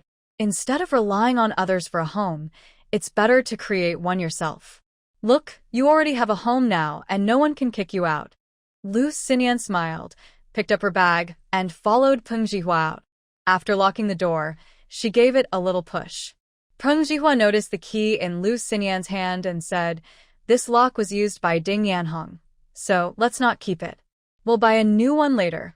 New locks come with several keys. Lu Xinyan understood his point. Ding Yanhong likely still had a key, and she might return to stay after Lu Xinyan went back to Ningxian. Okay, let's get a new one later. What do you want to eat, Brother Peng? Peng Jihua replied, I know a great place for meat sandwiches over on Longxing Street, and we'll be passing by the family quarters. Lu Xinyan waved her hand.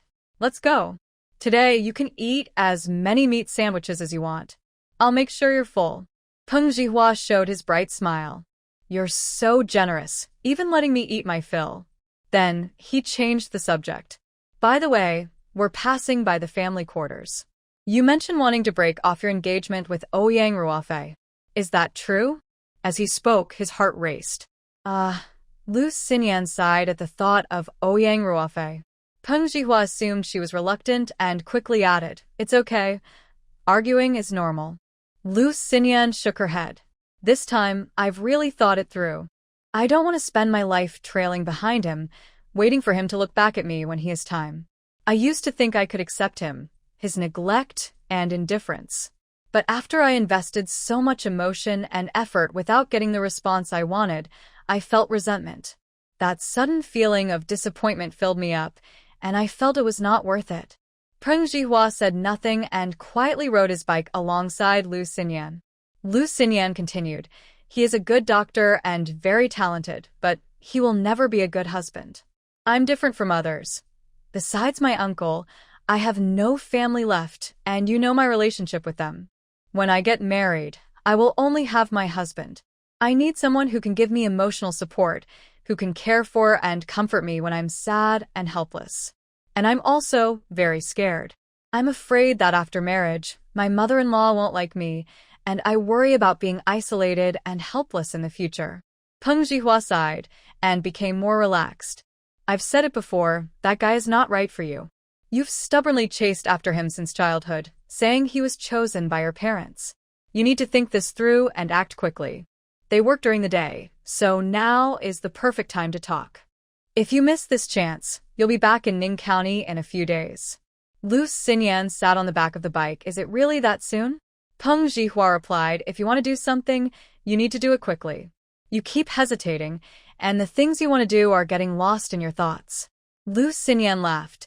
You've never liked Ruofei since you were little. You've always found ways to annoy him. Peng Jihua said, That's just a matter of chemistry. You see how I am with others? He then reminded her also, Since you're preparing to break off the engagement, stop mentioning Ruofei. Otherwise, his family might think you still care about their precious son. In the future, remember to call him Comrade Ouyang. With a daughter like you, breaking off the engagement is their loss. You'll find someone better who will cherish you. Lu Xinyan's heavy mood was lifted by Peng Jihua's words. Haha, I'll take your good wishes. I hope to find someone who treats me like a treasure. As for Ouyang Ruofei, whoever can handle him can take him. I've supported him for over 10 years, and I can't do it anymore. When they reached the entrance of the family compound, Peng Jihua stopped the bike. I won't go up with you. You can go on your own. The two elders from the Ouyang family won't be rough with you. I'm a man, and I worry they might blame you for something later. Lu Xinyan quickly understood Peng Jihua's intention. Okay, I'm going up, she replied. Peng Jihua nodded. Hurry back down, you still owe me a meat sandwich. Lu Xinyan acknowledged and headed towards the military family compound. Ouyang Jian and his wife, Gao Rong, were about to eat when loud knocking sounded at the door. Who is it? Gao Rong stood up to open the door. Seeing Lu Xinyan at the door, she paused for a moment and then said, Oh, it's Xinyan? Ruofei is busy and not home. Her tone was somewhat condescending, and she didn't even step aside. Lu Xinyan used to worry about Ouyang Jian and Gao Rong's impression of her, fearing they would be displeased. But now, she was no longer afraid. I'm not here to see Ouyang Ruofei. I'm here to see you. Noticing that Gao Rong had no intention of moving, Lu Xinyan spoke directly. What's this? You won't even let me in? When my parents were here, you treated me like your own daughter. TSK, how quickly things change. Gao Rong's expression stiffened. She glanced outside and saw a few hesitant faces in the corridor. Quickly stepping aside, come in. You arrived just in time. It's right at mealtime, she said with a hint of sarcasm. Lu Xinyan found the sharp words no longer bothered her as much. She calmly greeted Ouyang Jian. Uncle Ouyang. Ouyang Jian straightened up on the sofa. Oh, Xinyan, you're here? Have you eaten? Then he turned to his wife, Gao Rong. Add another set of dishes. Lu Xinyan quickly replied, no need. I'm not here for a free meal. She quickly pulled out a faded pouch from her bag, which contained a peace pendant.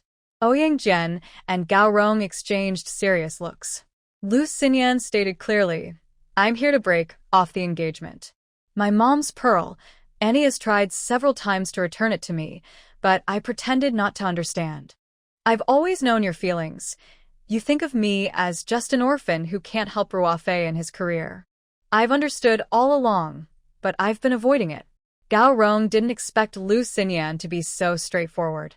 She forced a shy smile and said, Xinyan, you should think this through. It's not like the old days with uncles and aunts. In this new society, we encourage love to be free. If you two truly care for each other, we won't say anything.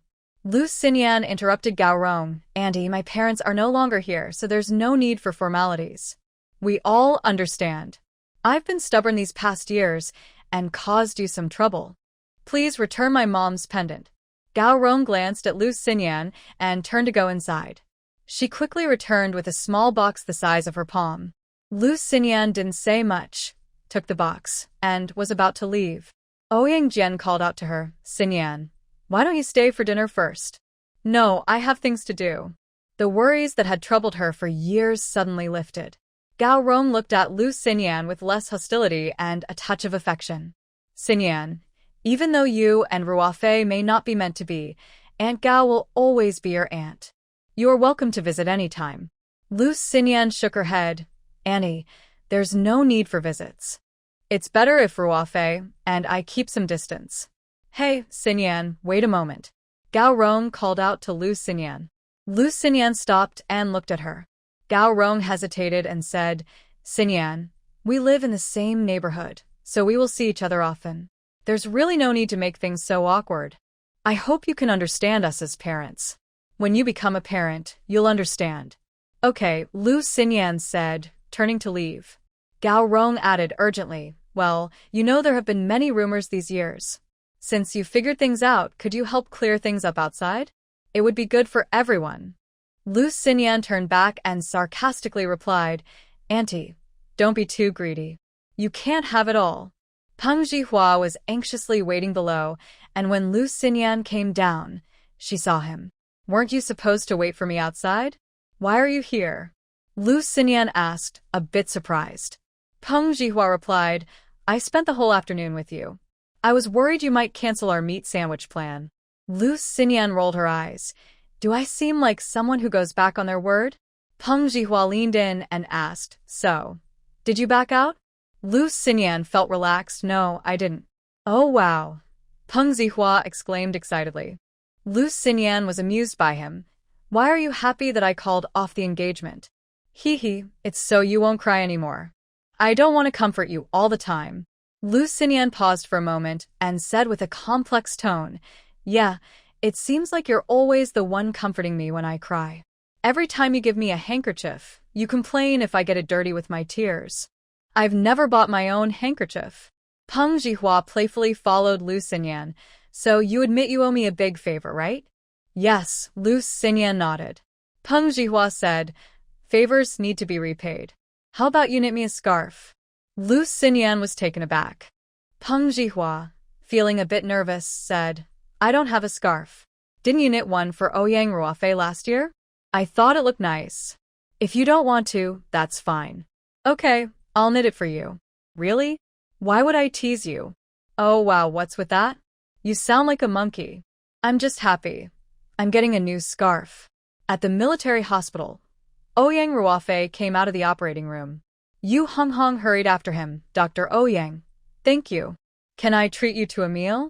Ouyang Ruofei knew she was referring to the afternoon's events and shook his head. No need for a meal.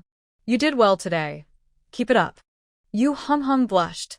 Thank you for the compliment, Dr. Ouyang. Let's all improve together. Ouyang Ruofei looked at Yu Honghong and suddenly remembered Lu Xinyan's tearful face from earlier. He frowned and vaguely nodded. All right, that's it. I have something to do. Once in his office, he couldn't help but reflect on why he hadn't comforted Xinyan properly this afternoon. He was busy with surgery, but that shouldn't have stopped him from soothing her feelings. Why did he try to reason with her while she was crying? Dr. Yuan, who was on night shift in the same office, walked in with a cup of hot tea. What's wrong? Lost in thought. You're not thinking about Nurse Lu, are you? Yuan teased Ouyang Ruofei. He had heard some gossip from a few nurses about the afternoon's events. Seeing Ouyang Ruofei silent, Yuan continued, Let me tell you, that girl must be jealous. She used to throw little tantrums whenever you got close to someone else.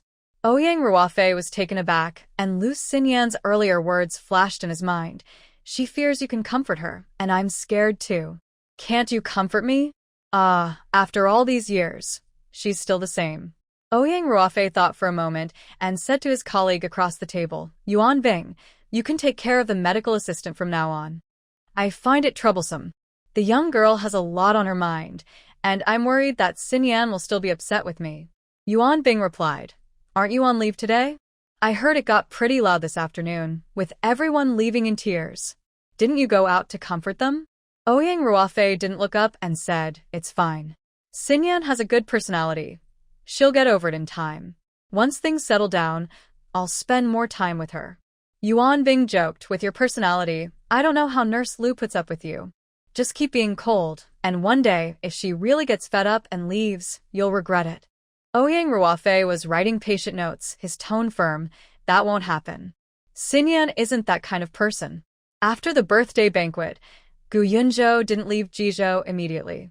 He visited a few old acquaintances.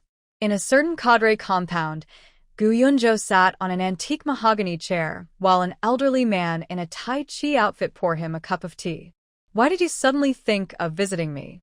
The old man waved his hand over the teacup, signaling Gu Yunzhou to drink. Gu Yunzhou took a sip of the tea and said, Teacher, during my time in Ning County, I never missed Jizhou at all. The only thing I missed was your tea. Putting the cup down, Gu Yunzhou continued, You were right. When I was young, I lacked ambition, so how could I expect to have any ups and downs? The old man replied calmly, So, have you come to a realization? Didn't you say you didn't want to get involved in these conflicts before? Gu Yunzhou looked directly into the old man's eyes. I met someone special, and I suddenly don't want to just hide away for my whole life. I want to improve. The old man was silent for several seconds. Stay a few more days this time. Tomorrow, I'll introduce you to a few people. I'm getting old, and many things are just about face now. I can't help much with anything else. Gu Yunzhou poured tea for the old man, his tone filled with gratitude. Thank you. The old man advised again. Think carefully. Once you decide, you can't regret it. I'll help you make connections, but it's up to you who you want to get close to. Gu Yunzhou sincerely said, I hope for your guidance. The old man smiled. I'm old and retired now. Even if people still give me some respect, there will always be those who don't take me seriously. Relying on others isn't as good as relying on yourself. You need to grow up quickly. The conversation shifted, and the old man asked about Gu Yunzhou's health. Gu Yunzhou said softly, Vice Dean Wang is already in contact with Kyoto, and they have responded. Now, we're just waiting for their schedule. The old man nodded. Falling down like this might not be a bad thing for you. Gu Yunzhou turned to look at the thrush in the bird cage on the balcony. Yes, one's value is something one must fight for. Ning County. After finishing the morning work, the store gradually became quiet. Xiao Jiangxin sat at the cash register, resting her chin on one hand, bored as she stared at the passers-by at the door. It had been a week since Gu Yunzhao and Lu Xinyan left. Although life was still busy, Qiao Jiangxin felt like something was missing. While she was lost in thought, a few people walked in from outside. Hello. Qiao Jiangxin instinctively opened her mouth, but saw it was her brothers, Qiao Yukai and Qiao Youfu. Uncle, Dad, you're here?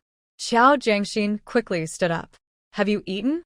Qiao Youfu was not polite. Grab a couple of buns and make a bowl of hot tea. Qiao Jiangxin welcomed them to sit down and then asked, Did you come to pick up goods? How are Mom and Jiangmu? Mentioning her son, Qiao Youtsai's smile faded a bit. They are fine, but Jiangmu is still a bit weak, making it hard to take care of him. Your mom has been quite troubled lately. Qiao Jiangxin's heart sank. What's wrong? Is he causing trouble? Qiao Yukai nodded yes. He doesn't eat much and cries at night. He's still so small after 4 or 5 months. Haimao has seen him and said he needs better care. Your mom is taking care of Jiangmu, and your aunt is also pregnant and has to look after Juzi. Your uncle and I are often out, not home much. Thankfully, Juzi's grandparents come by every now and then. They help with chopping firewood, fetching water, and have done a lot of work in the fields. We feel quite bad about it.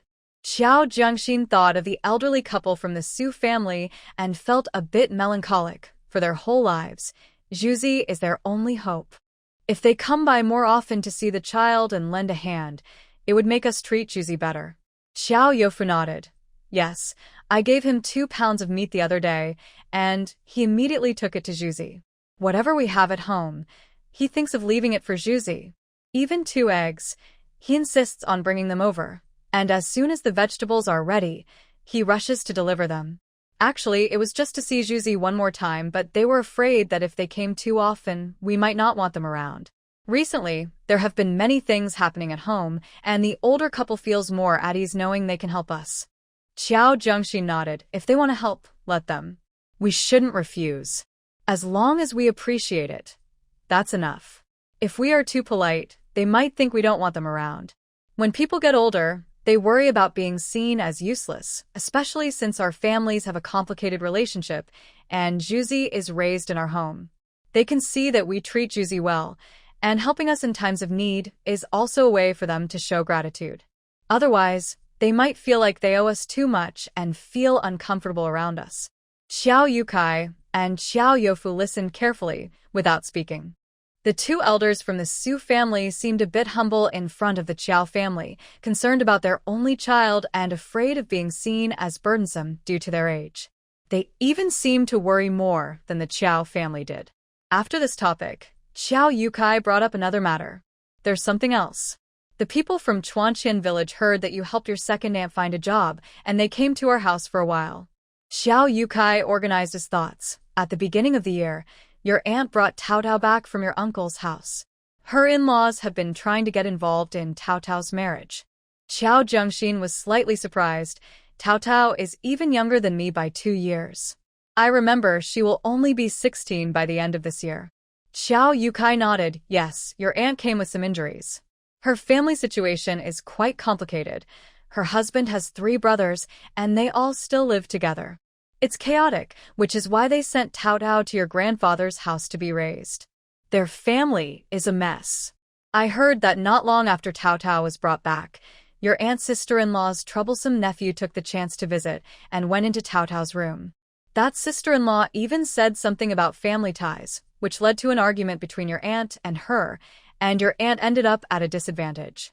Qiao Jiangxin calmly asked, What did she say when she came to our house?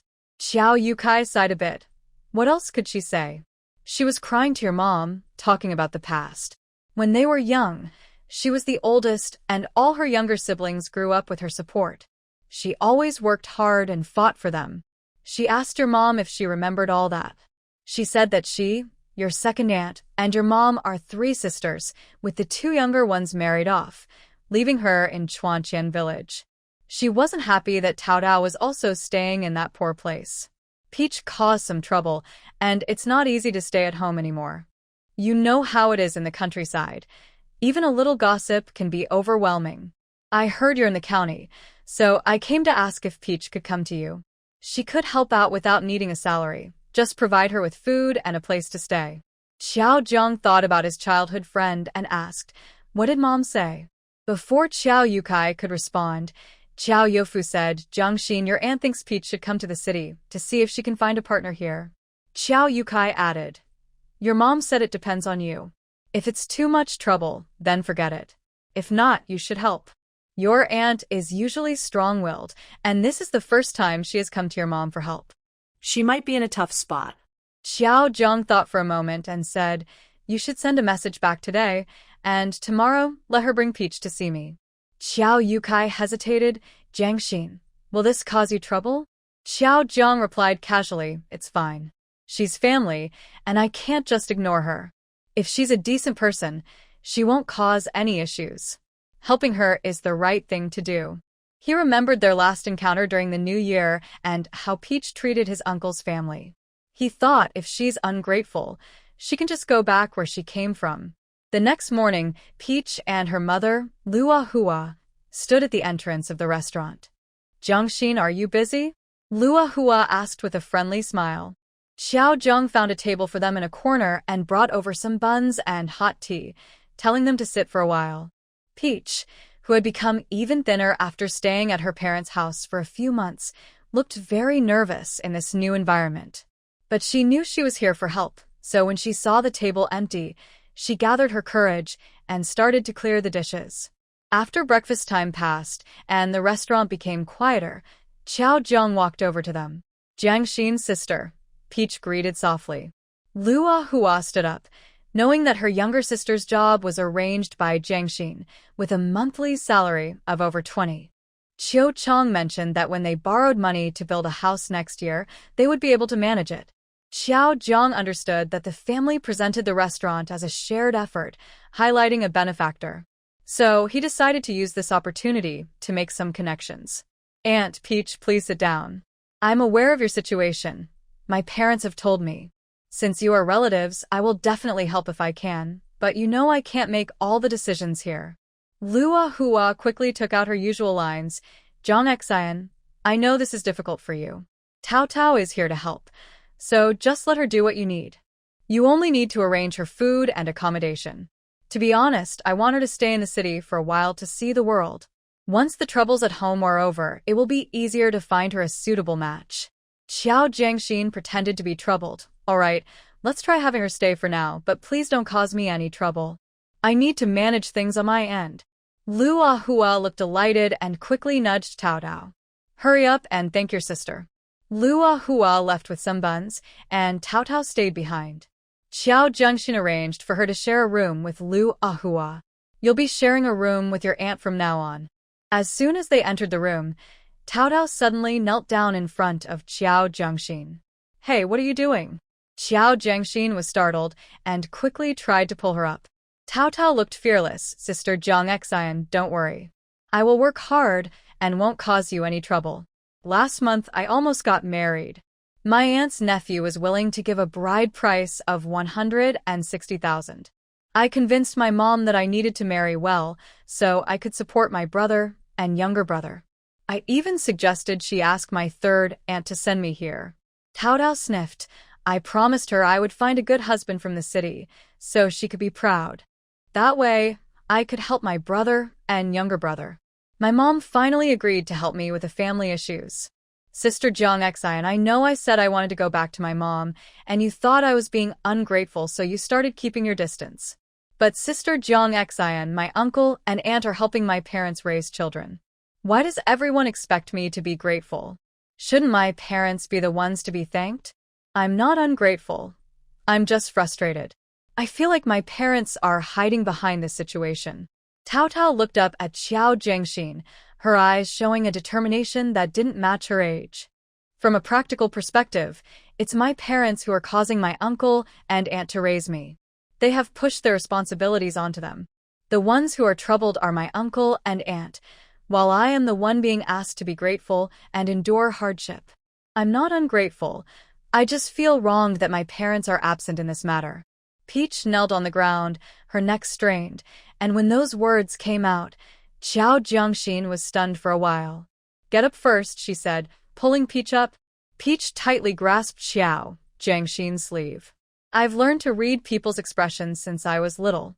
During the new year, when I said those things to you, I could clearly feel that you didn't want to play with me anymore. Before, people laughed at me, saying I was like a dog that nobody wanted. I just wanted to go home, but now that I'm back, I want to escape again. Sister Jiangxin, I really am not an ungrateful person. I know in my heart whether my uncle's family has helped me. But I just don't like everyone constantly reminding me about it, telling me to remember and repay them because for me now, it feels like an invisible burden and pressure.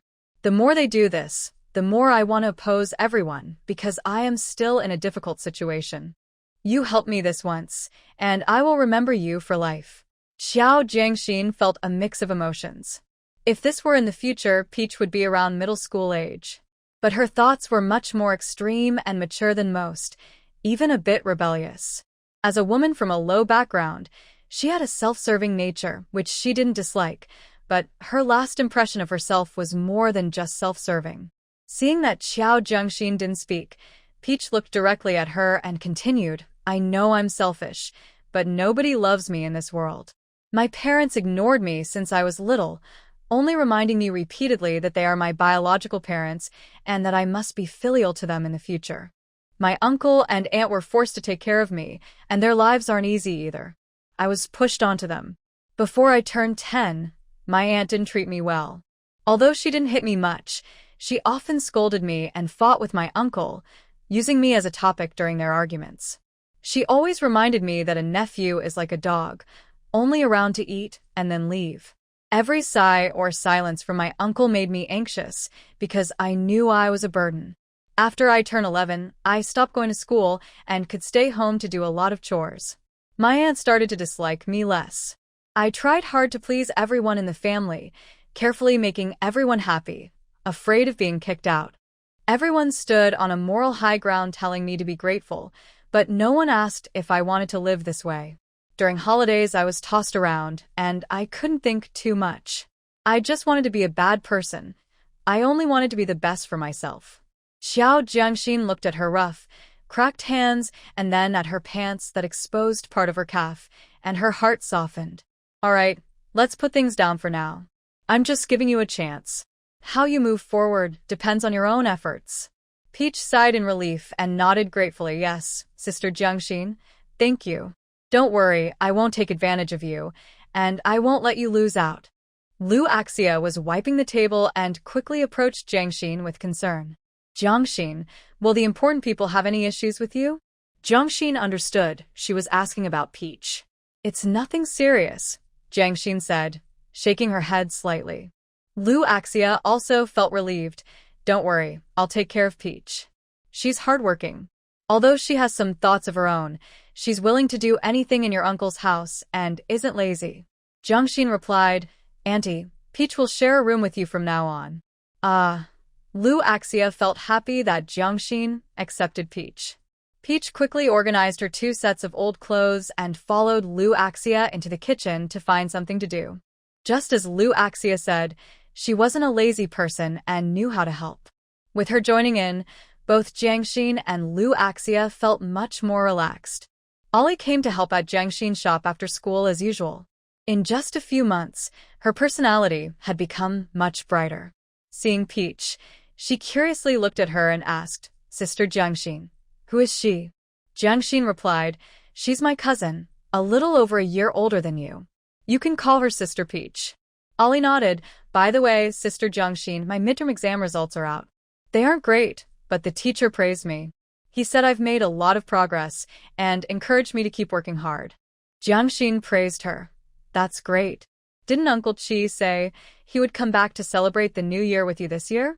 Make sure to show him a certificate. It means more than anything.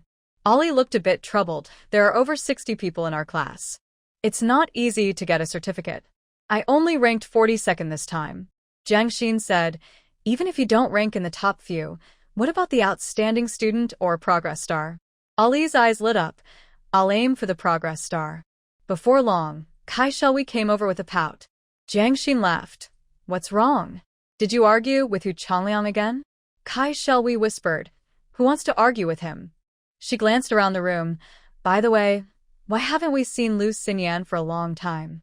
Jiang Xin teased. When she was here, you two argued like crazy. Now that she's been gone for just 2 days, you miss her? Who said I miss her? I just asked casually. Besides, someone like her doesn't deserve to be my opponent. After mumbling, Kai Xiaowei glanced at the steamer and said, Do you have any coarse grains for sale? Everything you sell is too refined. I can't afford it. Xiao Jiangxin smiled and replied, What coarse grains do you want? I heard from Hu Chongli that you both live in the same compound. Your parents both work, and you have a job now too. You can afford to eat as many meat buns as you want. Kai Xiaowei opened her mouth to respond. He's talking nonsense. I buy food to feed my dog. Do you have any leftover food from your customers? When did you get a dog? Xiao Jiangxin asked. Well, I just got one recently, Kai Xiaowei replied vaguely. Xiao Jiangxin actually packed some leftover food from a customer for her in oil paper. Kai Xiaowei watched as Xiao Jiangxin added fish bones to the bag and quickly snatched it away, saying, Hey, don't include the bones. My dog won't eat them. I'll handle it myself. After carefully packing the food, she placed it on the stove to keep warm. Xiao Jiangxin couldn't help but smile. Your dog is quite pampered, huh? It needs to be warmed up. Kai Xiaowei chuckled. It's a delicate breed. By the way, Ollie, are you leaving? It's about time to head back. Hearing Kai Xiaowei's call, Ollie quickly stood up. Sure, let's go together. Xiao Jiangxin checked the clock on the shelf. It's still early, only 7:30. Not early, Ollie said, following behind Kai Xiaowei with his backpack. Jiangxin, I'm leaving now, or I won't have anyone to go with later. Xiao Jiangxin waved her off. Go ahead. As they left the restaurant, Ollie looked at the packed food in Kai Xiaowei's hands and asked, Is he still there? Is everything okay? Kai Xiaowei replied irritably, He's still sick and lying around. I've spent my entire salary this month on him, doctor visits, medicine, and food. I regret breaking those 3 thermoses. I should have just given him that half bun. Thinking of her empty wallet, Kai Xiaowei felt frustrated. I can't afford to take care of such a big man. If he doesn't get better, I won't bother with him anymore. Let him be. As they reached the intersection, Ollie asked Sister Kai, Are you going to see him now? It's late. Do you want me to accompany you? Kai Xiaowei waved her hand, saying, You should go home, finish your homework, and get to bed, you little kid.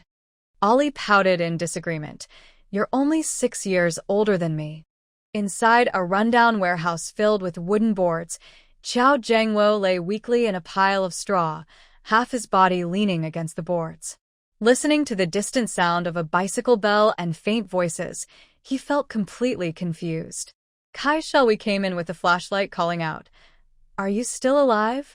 Are you okay? Xiao Zhengwo hoarsely replied, Can you stop calling me that? I have a name. Kai Xiaowei stepped closer and shone the light on Xiao Zhengwo. His eyes struggled to adjust to the brightness, and he raised his hand to shield them. What's your name then? Kai Xiaowei asked, moving the flashlight away. My name is Xiao Zhengwo. Wow, you've fallen so low that you're out here begging for food. You should be called Hungry Eyes instead. Seeing he didn't respond, Kai Xiaowei asked again, Are you feeling any better?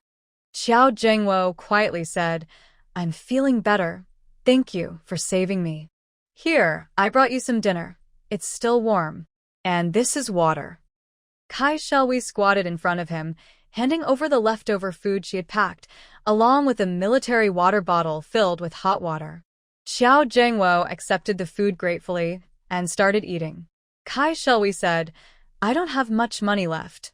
This is from a friend who runs a business. Xiao Zhengwo replied, Thank you. I'll pay you back when I can. Kai Xiaowei said, Forget it, I consider it bad luck. I was a bit rough that day and they didn't charge me for the food. I told them I was taking it home for my dog. Oh, Xiao Zhengwo said calmly. Kai Xiaowei was surprised. Why are you so calm? I was just teasing you, and you're not even mad. Xiao Zhengwo's voice was low. What's there to be angry about? I'm out here begging for food. I'm not even as good as a dog. Hearing this made Kai Xiaowei feel a bit guilty, as if she had bullied him. Well, I didn't mean to insult you. I just talk like that. Don't take it to heart. Xiao Zhengwo replied. I'm not taking it to heart. Besides, you're not wrong. Kai Shelby asked again. Where are you from? Where are you going? You don't seem like a bad person. How did you end up like this? Xiao Zhengwo paused, chewing slowly, and lowered his head without answering. Kai Shelby asked, Where's your home? If it's nearby, I can buy you a ticket. If it's far, there's nothing I can do. Hey, why aren't you talking?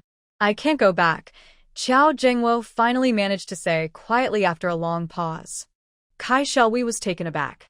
Can't go back? How sad. His whole family is gone. No wonder he's out on the streets looking for food. After swallowing the last bite of rice, Xiao Zhengwo shared what he could under Kai Shelby's questioning. He mentioned that he went to Jizhou, but as soon as he got off the train, someone stole his money and luggage. After struggling to return, he couldn't find a job, felt unwell, and was so hungry that he stole a bun. Kai Shelby's eyes showed a hint of sympathy. That sounds really tough. Well, just stay here for now. Once you're feeling better, you can look for a job. This is an abandoned warehouse from a lumber factory, so usually no one comes here, just a lot of mosquitoes and rats. Xiao Zhengwo replied, Having a place to stay out of the rain is already good enough for me. I can't be picky. If you hadn't taken me in, I might have died on the street. Don't worry, Xiao Zhengwo, keep my promises. I will pay you back. Kai Shelby turned on her flashlight and headed outside. All right, you rest for now. I need to go, otherwise my parents will start worrying. While Xiao Zhengwo found a way to survive, his family was in chaos because of him. Lai Go returned home, cleaned up, and ate well, sleeping soundly without a care. When he finally woke up, he heard noise outside. Lai Go's mother, seeing her grandson awake, reluctantly opened the door. Xiao Zhiwang looked exhausted, and the first thing he said was, Lai Go, how did my son Zhengwo die? Where's his body? Lai Go was stunned for a moment before realizing, wait, who said Zhengwo is dead? The family of the two-gun cannon had red eyes. Lai Go didn't dare to lie and briefly explained what happened to the three of them over the past few months. When we arrived in Jizhou, we lost everything before even leaving the station. We had nowhere to go and didn't know anyone, so we just wandered around the train station. But we can't go without food every day. We were cold and hungry, and we had no choice but to take someone else's luggage. Uncle Chung immediately scolded them. You reckless ones. Do you think it's the same out here as at home? How could you do something so wrong? Aunt Chung asked urgently, Are you sure? It was just a few bags of luggage, right? How much was it? We can pay them back. How can it be such a serious matter? Yesterday afternoon, they showed the letter sent by the government to the village leader. After looking at the stamp, the leader confirmed it was real. Lai Go said, I'm not sure, but it seems like there's a strict crackdown lately. People are getting heavy sentences. I heard someone who stole $1 from a student got 10 years. There was even a case where someone pulled out a screwdriver and they insisted he was stealing a bike, so he was executed. Inside the house, Aunt Cheng's loud cries filled the air, and Xiao Zhiwang anxiously asked about Xiao Zhengwo's whereabouts. Speaking of Xiao Zhengwo, Lai Go felt a surge of anger. He was a traitor who promised to stick together through thick and thin but ended up running away, leaving others to face the community alone. When I came back, he was still alive. I don't know if he is now. I carried him back from Jizhou, but he was too ashamed to face you all. He ran away while I was buying tickets, and by then, he was already half dead, confused from his illness. He had no money or belongings, so even if he hadn't died before, he probably has now. Xiao Zhiwang clenched his fists. Where exactly did you get separated?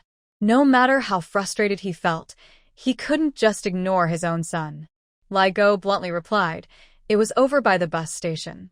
I advise you not to look for him anymore. Even if you find him, you'll still have to bury him. It would be better to have another child with Aunt Lei than to bring him back. Lai Go's grandmother slapped her grandson on the head. If you can't speak properly, then don't say anything. Just answer the questions. After sending off the two families, Lai Go suddenly realized, Grandma, why do I feel like Uncle Chung and Aunt Chung want to eat me? His grandmother shot him a fierce glare. You silly boy, keep your head down for a while. Their mother isn't dead yet, and now their son is dying. Do you expect them to smile at you? Xiao Jiangxin sat at the cash register counting the days. Gu Yunzhou and Lu Xinyan had been gone for a week. When they left, they said they would be back in a week at the earliest, and no later than 10 days. Starting today, Xiao Jiangxin found herself unconsciously looking out the door. Tazi and Lu Axi were both diligent and efficient. Now, Xiao Jiangxin wasn't as busy as before. As long as there weren't too many customers, she could take a break. Tazi was good at reading the room, perhaps wanting to show her worth. She greeted customers when they arrived and cleaned the tables when they left, without needing to be told. Just after clearing the dishes and wiping the tables, she noticed an old lady with a hunched back peering in at the door. The lady didn't come in or leave. She just stretched her neck to look inside the shop. Peach walked over enthusiastically. "Grandma, would you like something to eat?" The elderly woman waved her hand nervously. No, I can't afford it, haha. Then, with a hopeful expression, she asked Peach, "Is your boss around? Your shop is doing well." Peach paused for a moment. "Grandma, do you need something?" The old lady, looking hopeful, said, "We live in the mountains, and our family has survived by collecting wild honey. My eldest son had an accident while gathering honey and hurt his leg. We don't have much money, so I want to sell the honey I've saved over the years to pay for his medical treatment." As she spoke, the grandmother showed her the jars of honey she had prepared in a basket. "Dear girl, as an old woman, I don't know where to sell this. Could you ask your boss if I can sell my honey at your shop?" Seeing the old lady's pleading expression, Peach's heart softened, and she took her inside to find Xiao Jiangxin. The elderly woman seemed quite pitiful, but after hearing her story, Xiao Jiangxin still shook her head in refusal. "I'm sorry, Grandma, but I can't make that decision. The big boss has gone back to his hometown, so I can't help you. Maybe you could ask someone else?" The old lady pleaded. "Please, dear, help me out. I'm not asking for much. I'll give you a share from each jar sold, and it won't take up much space, just a small table at the entrance. If I had another option, I wouldn't be asking for help. Please, just help me a little." Several regular customers chimed in. "Come on, Xiao, just let her sell it here. Honey is a good product, and might even bring in more customers." Lu Axia wanted to say something but held back, feeling sorry for the old lady. Xiao Jiangxin still refused. "I'm really sorry, Grandma. I can't make that decision. How about you wait until the person in charge comes back? I can ask them and let you know." The old lady started to cry. "What am I going to do? My son's leg needs a doctor." Hu Changliang, who was eating in the shop, couldn't stand it anymore. "Oh, it's not a big deal. We're all part of the same country, and we should help each other. Grandma, my shop is in front, and I can make decisions there. You can sell your honey at my place." The old lady looked surprised, as if she had found a lifeline. "Really? Young man, you're willing to help me? You're such a good person." Hu Changliang is a regular customer at the shop and is also Kai Xiaoyi's partner. Over the past 6 months, he has become quite friendly with everyone. Xiao Jiangxin, with a forced smile, advised, "Brother Hu, if you sell your goods at the door, customers will remember you." The elderly lady became anxious upon hearing this. "My honey is all good. It's the best wild honey from the mountains, collected from the cliffs." As she spoke, the old lady shakily pulled out a bottle from her basket to show everyone. Hu Changliang quickly said, Hey, I believe you, just don't rush." But the old lady insisted. "No, I must open it for everyone to see today." Her insistence made Xiao Jiangxin seem a bit aggressive. She quickly joked to divert the attention. "Grandma, I didn't say anything. Do you think customers will go into the mountains to find you after buying?" In the end, with the old lady's persistence, several customers in the shop, along with Hu Changliang, tasted a small spoonful of the wild honey, which had a fragrant floral scent. The honey sold right away for a price that wasn't cheap, in a large clear glass bottle typically used for liquor, costing 7 yuan per bottle. At that time, the honey industry wasn't as poorly regarded as it would be later. Even artificially farmed honey wasn't cheap, let alone pure wild honey. At that time, only 3 types of people could afford honey: the wealthy, the sick, and pregnant women.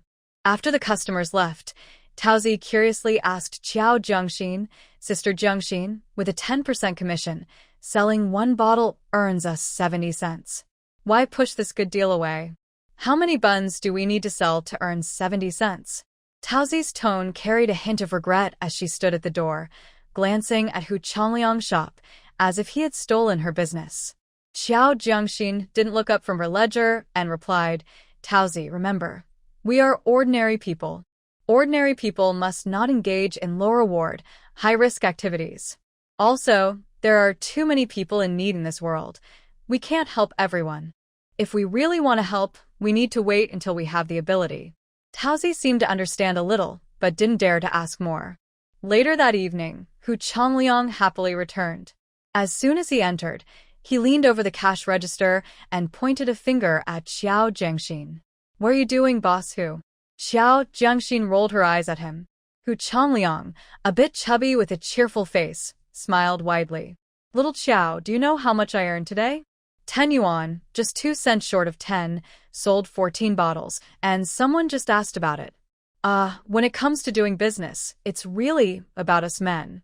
You women are still too timid, and your vision is so limited, Hu Changliang said, pinching with his thumb and index finger in front of Xiao Jiangxin. Xiao Jiangxin paused for a moment. But that old lady is carrying 6 or 7 bottles, isn't she? Hu Changliang had a smug look on his face. She came with her daughter-in-law. They had some too, and when she ran out, I asked her to call her daughter-in-law over. Hee, what kind of place is this? It's right next to the hospital, where there are plenty of patients and wealthy people, plus those who come to give gifts. If I just put up a sign at the store, it will sell well. I told that old lady to check if she has more at home, or if there are more in her village, and to bring me some more. Xiao Jiangxin said, you should be more careful. Tomorrow, ask her what her name is and where she lives, and it would be best to get a contact number. This is imported stuff, and all the goods in your store have manufacturers. Where will you find a supplier for that honey? Also, in our food business, we must manage risks carefully, so keep an eye on that honey. Hu Changliang waved his hand. Women just love to overthink, just like shall we? We made a good profit today, so treat me to a stir-fry, and let's add a meal for the guys. Seeing his proud expression, Xiao Jiangxin rolled her eyes in annoyance. This guy really had it coming from his past.